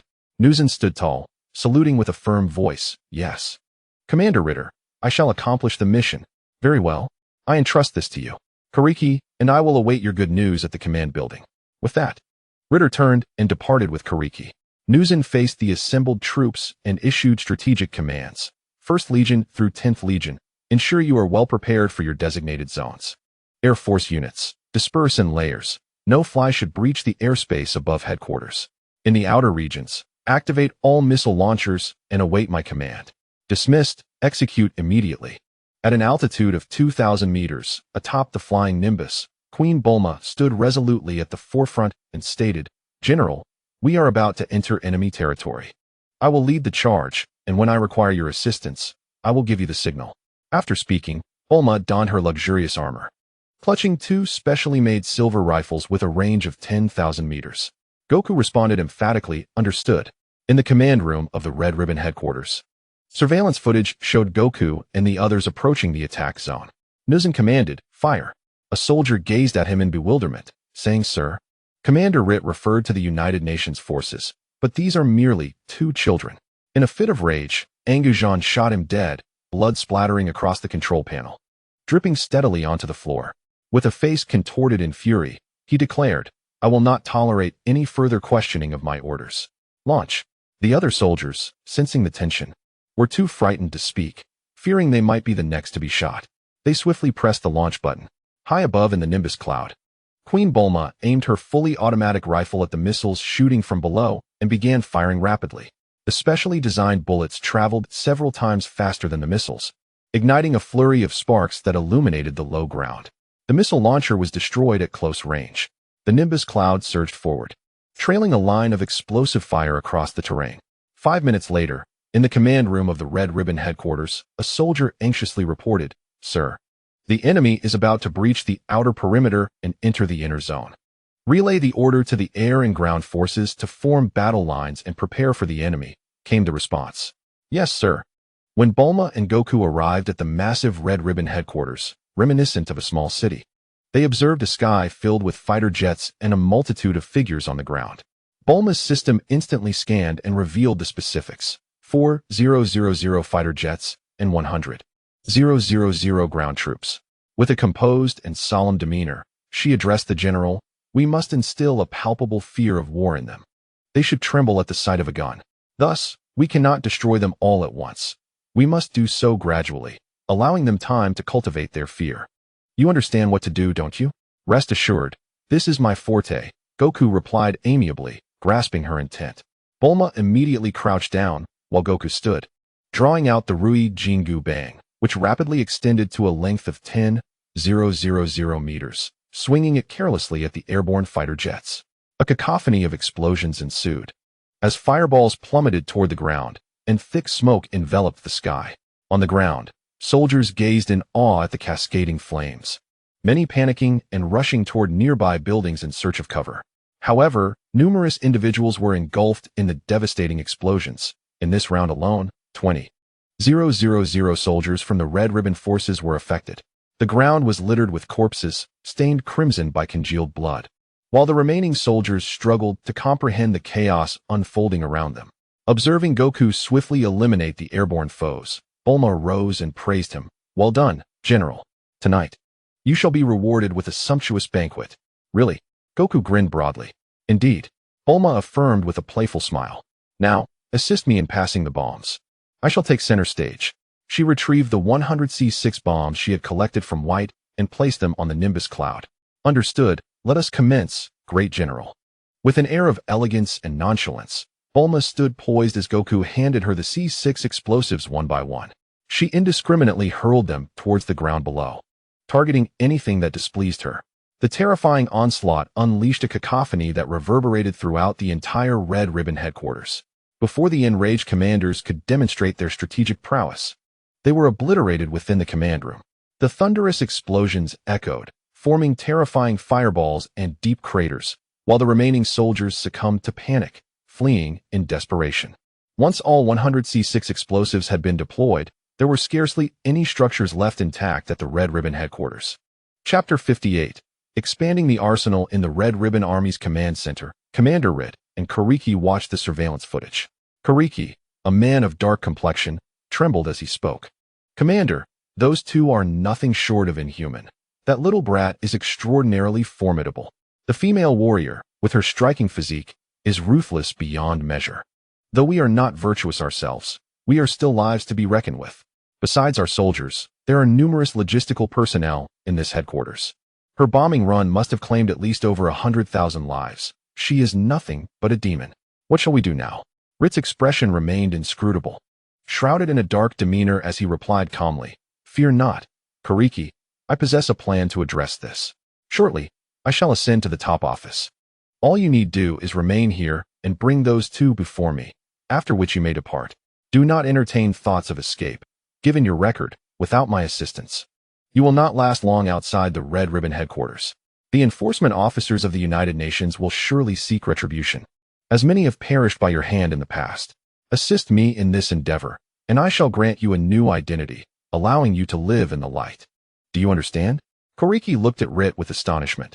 He had long desired to extricate himself from this life, yet Rit's agreement had been a prerequisite for his departure. Now, with an opportunity laid before him, he recalled that as long as one did not provoke those two individuals, they tended to ignore others. Thus, by adopting a humble disposition and rectifying his attitude, he had a significant chance of survival, albeit with lingering doubts. He found himself devoid of alternative options. "Is this truly the case, Commander Rit?" "Indeed," Rit replied, his face devoid of emotion, before turning to enter the elevator, operable solely by his command. The Nimbus descended to the ground, amidst the wreckage of collapsed buildings, where severed limbs lay scattered among the debris. The earth was scorched and riddled with deep craters. Bodies strewn haphazardly, some pressed against walls, others sprawled on the ground, and some pierced by rebar, an apocalyptic scene reminiscent of hell on earth. As I gazed upon the hellish scene before me, numerous individuals frantically fled in all directions, their terrified screams echoing as they stumbled upon the sight of the approaching duo clad in black. Many fell to the ground, scrambling back to their feet to escape to safety. Others sat in a daze, their expressions vacant, faces smeared with a grim mixture of blood and dust, remnants of the explosive aftermath. Their charred faces remained motionless, weapons discarded beside them. Bulma and Goku walked past them, unperturbed, their lack of reaction evident. Their lips quivered incessantly, for this day would forever be etched in their memories as an unending nightmare. They could no longer serve as soldiers. "Goku, the Dragon Balls are inside that 3-story building ahead. Let us retrieve them before attending to other matters." "All right." Upon entering the first floor of the commander's building, they encountered Kariki, who stood respectfully at the entrance, arms raised high. "Valiant warriors, do not harm me. I surrender. I am here solely to escort you to Commander Rit. I harbor no hostility. Please, follow me and do not take my life." With that, he slowly turned and made his way towards the staircase. And Bulma and Goku boldly followed suit. On the top floor, Commander Rit, observing the three through surveillance, decisively pressed a red button. Instantly, the entire third floor plummeted downwards. Kariki, the tallest among those on the second floor, looked up in horror at the descending structure and bellowed, "Rate, you wretched fiend." In a heartbeat, his head was crushed under the debris. Bulma reacted swiftly, dropping to the ground, while Goku braced himself with both hands against the ceiling. The third floor thus hovered precariously in midair. He turned to Bulma, saying, "Bulma, you should exit first. We will regroup above." "Okay, are you sure you'll be all right?" Bulma asked, her eyes tinged with concern, for this floor was immense, weighing at least tens of thousands of tons. Goku flexed his muscles, lowering one arm while supporting the weight with the other. "No problem. This is nothing for me," he assured her. Bulma rolled her eyes playfully and replied softly, "All right, I'll go then." After Bulma exited, Goku surged upward, bursting through the rooftop and crashing into the third floor, with Bulma following closely behind. Commander Rate, his face darkened with a hint of fear, gazed at the two formidable beings before him. "What do you want? Money? I can offer you billions. Power? I can reassemble a new legion and make you leaders, if only you would return the Dragon Balls to me. Is that agreeable?" Bulma stared incredulously at the middle-aged man, who stood at a mere 130 centimeters tall. "I never would have imagined that the infamous commander of the Red Ribbon Army would be such a diminutive figure." Ritter, stung to the quick, exclaimed sharply, "Wretched woman, do not dare call me short. It is the most loathsome thing for me to be labeled as such. Utter that word again, and I swear, I shall take us both to our doom." He then pointed at the iron contraption beside him, speaking darkly. "Do you know what this is? An IS nuclear demolition device, a creation of my own design, crafted by the Legion's scientists. Without a modicum of force, how could I ever compel the United Nations to acquiesce? In this command building, aside from the solitary one I have brought, there are 9 more buried deep underground. This is a far more tangible nuclear strategic weapon than the theoretical space-based kinetic arms. Just one of these could create a perfect circular pit, 2 kilometers wide and 100 meters deep. I seek nothing but the Dragon Balls. I am willing to offer monetary compensation in return. For over 2 decades, I have labored to construct the Red Ribbon Army, and time is no longer on my side to rebuild. Only the Dragon Balls can grant me my desires, eternal life, and the perfect stature I crave. Should you refuse, I will be left with no choice but to perish alongside you." Bulma turned to inquire, "General, can you withstand this contraption?" The general, after a moment of serious contemplation, replied with ease, "Rest assured, this trivial device poses no threat to me." "Well then, I am relieved," Bulma replied, drawing a silver pistol loaded with specially crafted ammunition. She twirled the gun, mockingly staring at Ritter. "What do you think? Is your speed swifter, or my bullet? Shall we have a little contest?" Ritter, incredulous, gazed at her. "This is an IS nuclear bomb, not a missile. It far surpasses C6. Should it detonate, the area within 10 kilometers would be leveled. Are you jesting?" The gunshot rang out, and the control switch slipped from his grasp, crashing to the ground as he fell, his expression frozen in disbelief until the end. "Who is jesting here? I never joke, and I owe you thanks for expanding my arsenal. There are but a few of these in the world, and they are heavily regulated. Just the right specimen for research, and then to be used as a toy." Bulma approached, examining the 1-meter-long warhead, which she promptly stored in her special universal capsule. Meanwhile, Goku stood before the Dragon Balls, identifying the 4-star and 6-star orbs. "Bulma, I have found the 4-star ball. Hooray! Mission accomplished. Goku, let us find the remaining 9 IS nuclear bombs in this building. I will keep them for my amusement." "All right, let's go." 10 minutes later, all 9 nuclear bombs were secured by Bulma. She led Goku to the treasury of the Red Ribbon Army, where stacks of gold bricks, bars, and boxes of coins lay before them. "Bulma, what are we doing here?" Goku asked, curious. With a cheerful tone, Bulma remarked, "Of course, it's all about the money. It seems that the expenses of the Red Ribbon Army are quite substantial. Here, there are actually several billion, which pales in comparison to my wealth. However, it is not an insignificant amount. After all, no one ever despises having more money. I usually save it to treat you to meals and clothing. Just casually purchasing a luxury car would require tens of millions. Although we don't necessarily need them, as long as it doesn't bring any harm, it's all good. Is that so? Then let us gather it all. Allow me to assist you."